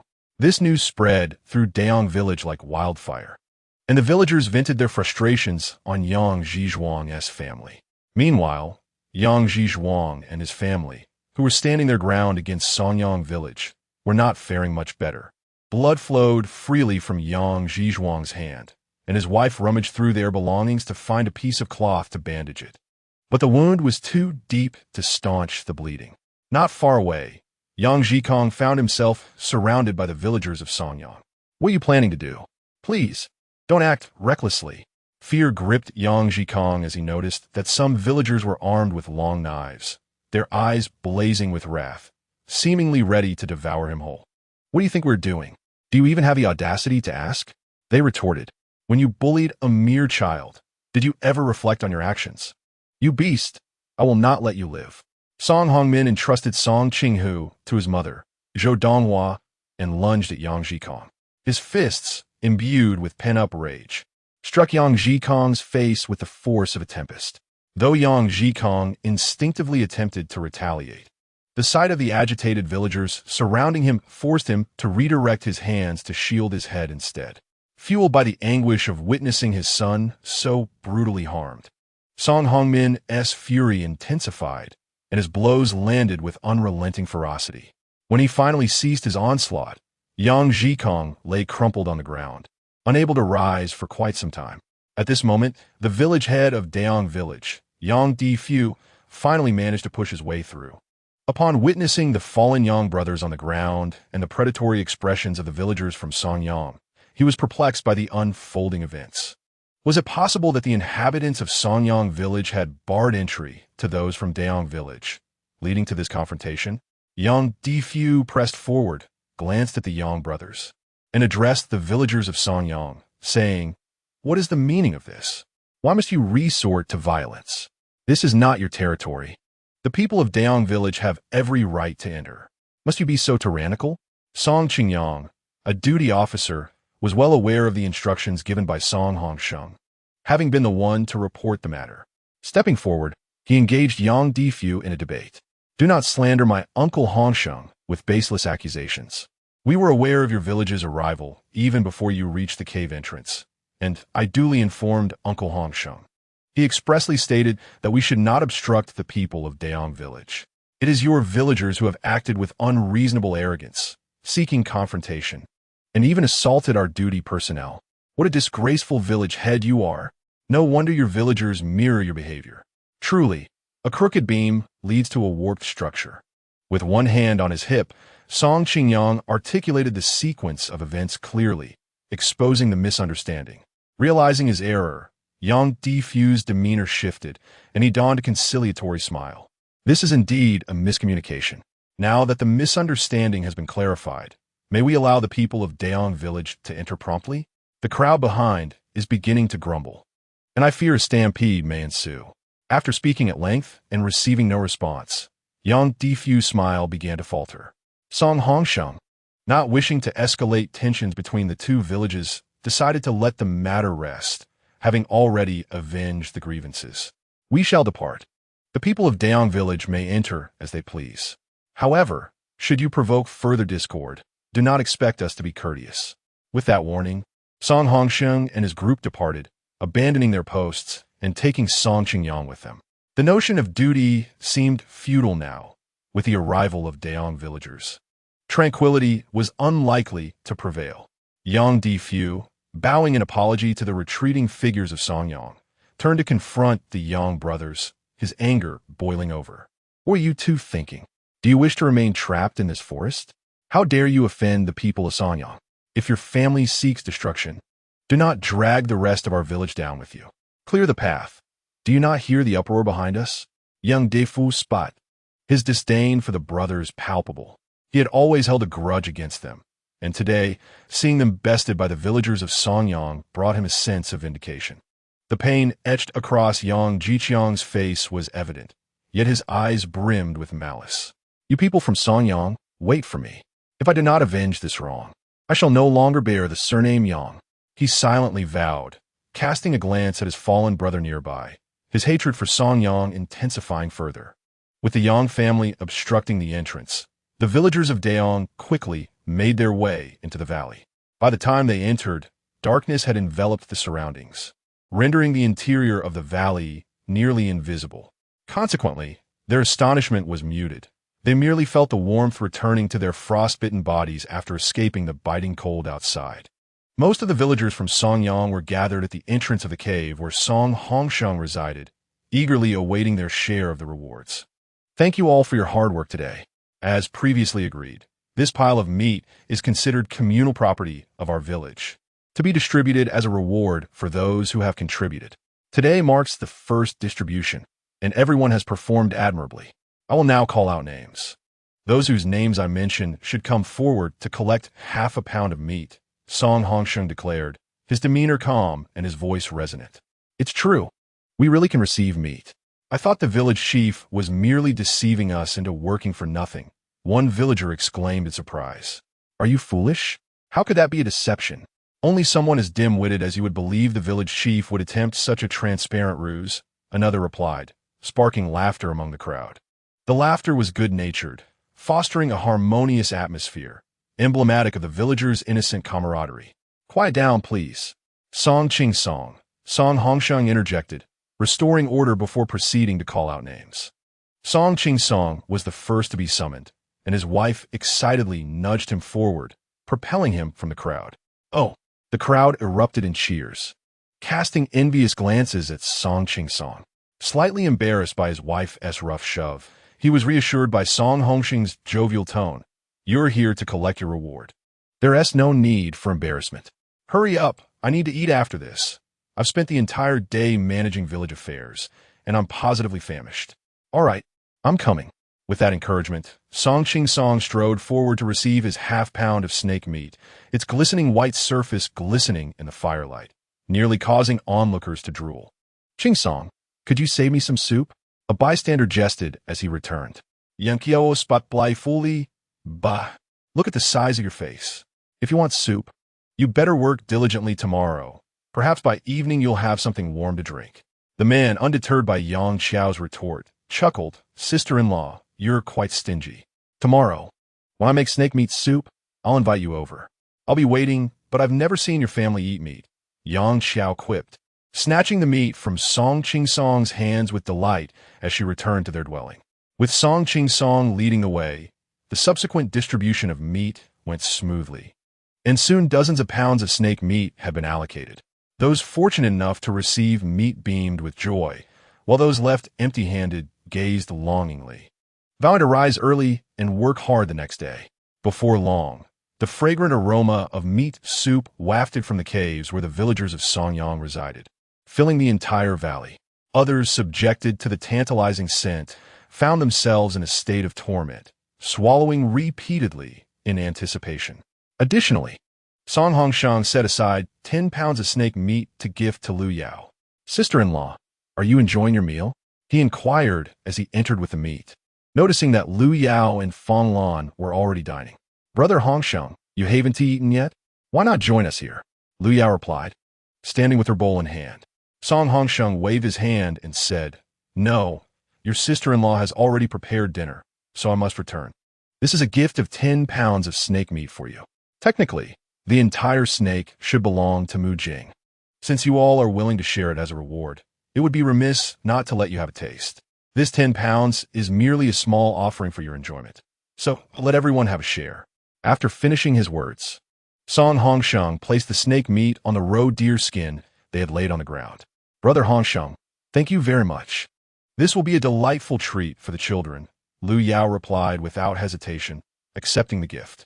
Sister-in-law, you are too kind. This was originally a gift from Mu Jing to the village, so it is only natural that I bring some to you. I shall take my leave now. All right. Brother Hongsheng, take care. After bidding farewell to Song Hongsheng, Fong Lan glanced at the 10 pounds of snake meat on the ground and turned to Lu Yao, saying, Dr. Lu, the village chief has made it clear that this snake meat is for you, not for us. Therefore, please do not offer it back to us. Our family has already received enough of your kindness. Lu Yao greatly appreciated Fong Lan's character, her lack of greed, her sense of propriety, and her grateful heart. Lu Yao knew that even if she insisted further, Fong Lan would not accept the snake meat.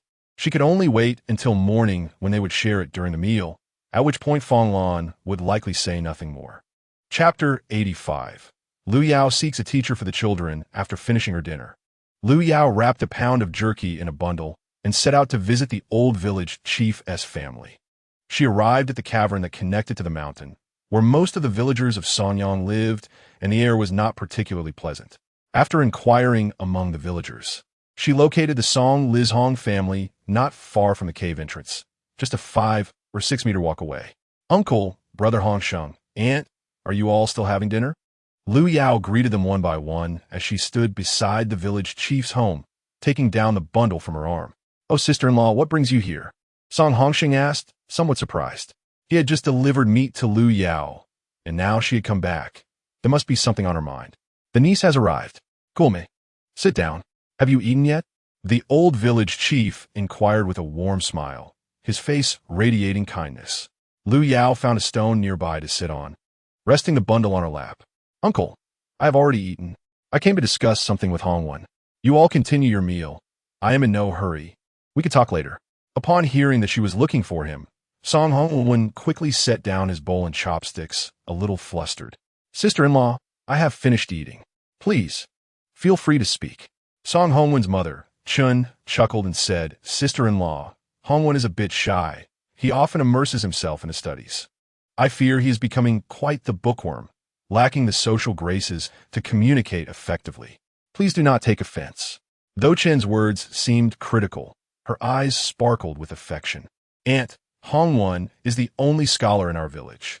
His focus is solely on his studies. It is only through dedication to his academic pursuits that he can excel. If he were to be distracted by worldly affairs, how could he achieve scholarly success? Would you not agree? Lu Yao's words resonated deeply with Chun.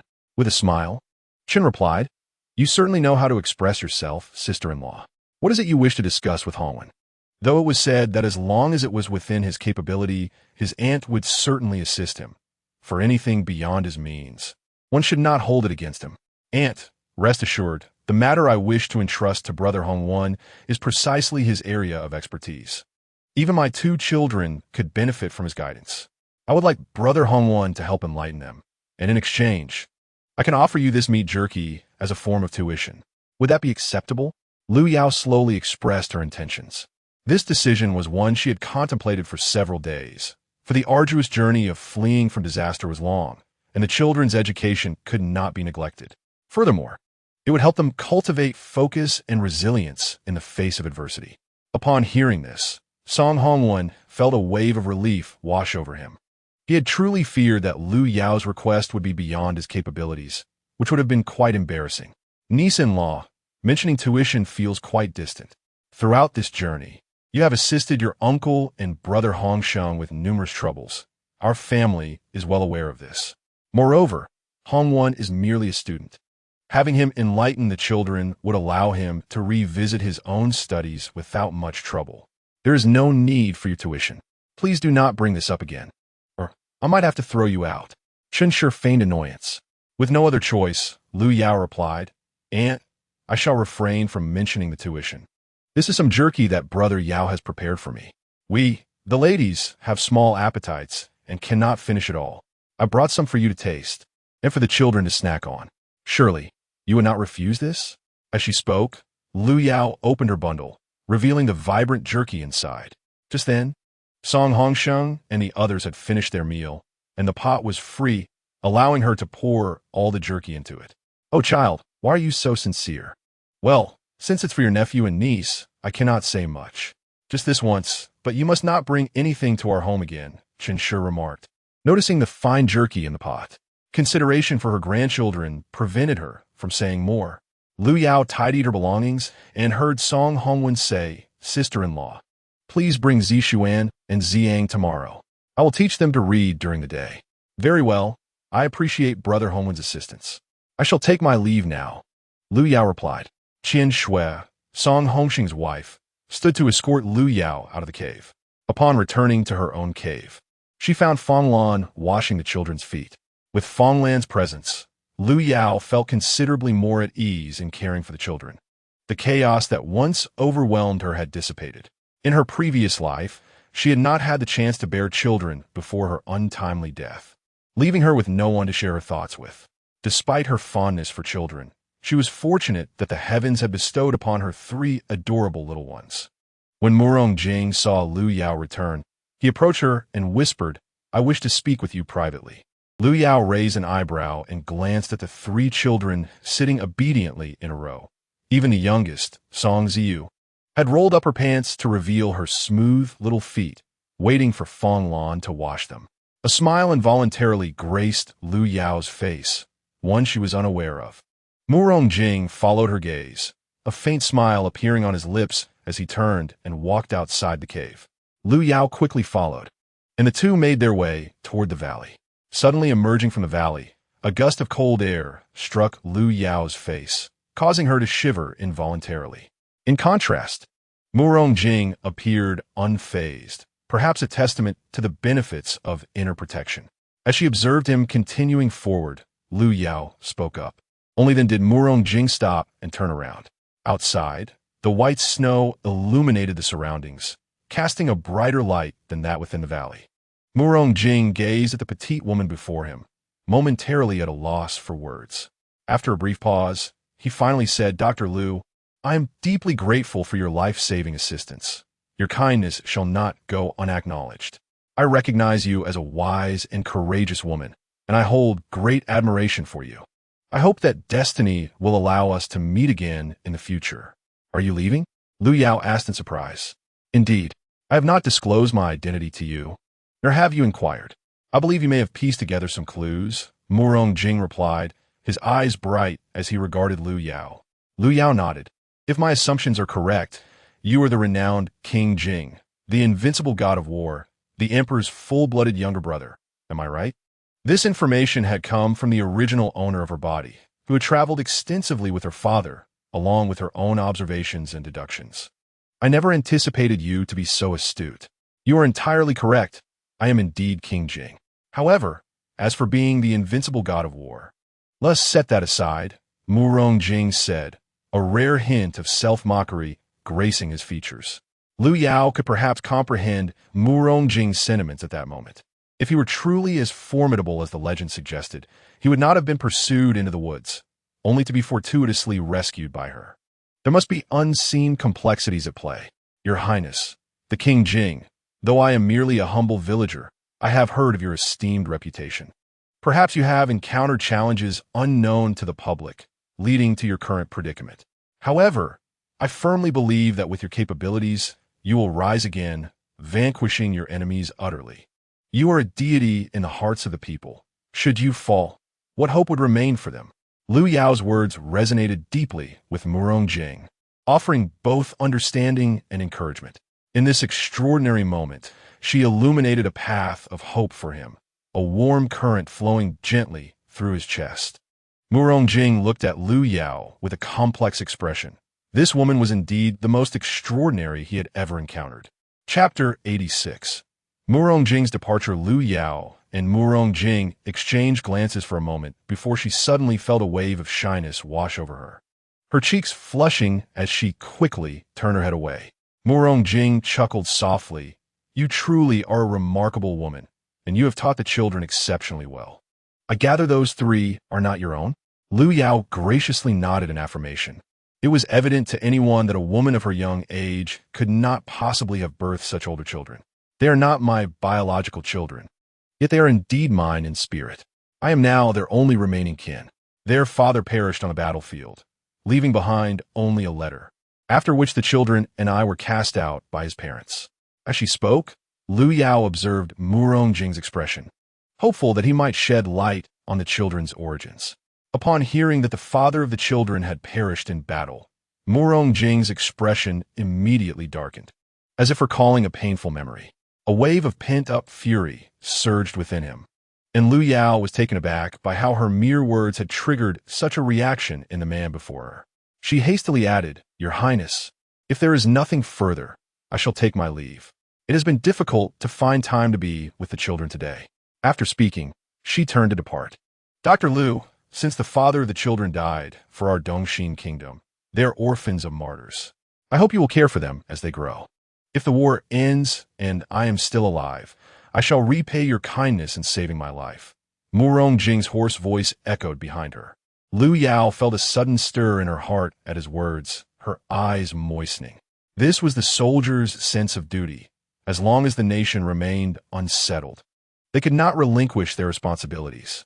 Without turning around, she softly replied, "Rest assured, Your Highness, the children are my everything.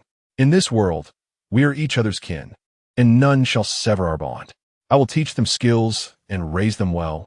You need not worry." Her final words were laden with meaning, and to her surprise, Murong Jing understood. He pressed his lips together, watching her gradually fade from view. In the valley, the people of Sonyong village had all settled down, the air filled with the rhythmic sounds of snoring from every corner. Meanwhile, on the other side of the valley, the inhabitants of Daong village were embroiled in a heated dispute. "I was here first. If you wish to stay, find another place. My home is not lacking in space to be so close to yours. I want to be near you. This land is communal. If there were other space available, would I occupy this spot? You're fortunate to have me as a neighbor." How laughable. With such ample space available, why squeeze next to my home? Are you trying to seduce my husband? You, a widow with several dependents, have been a thorn in my side since the journey began, even in fleeing disaster. You have the audacity to flirt. Are you that desperate for a man? Would you like a wild boar instead? Mind your words. With your man-s appearance, you're the only one who treasures him. I wouldn't even glance that way. Do you think everyone is as blind as you, desperate enough to marry an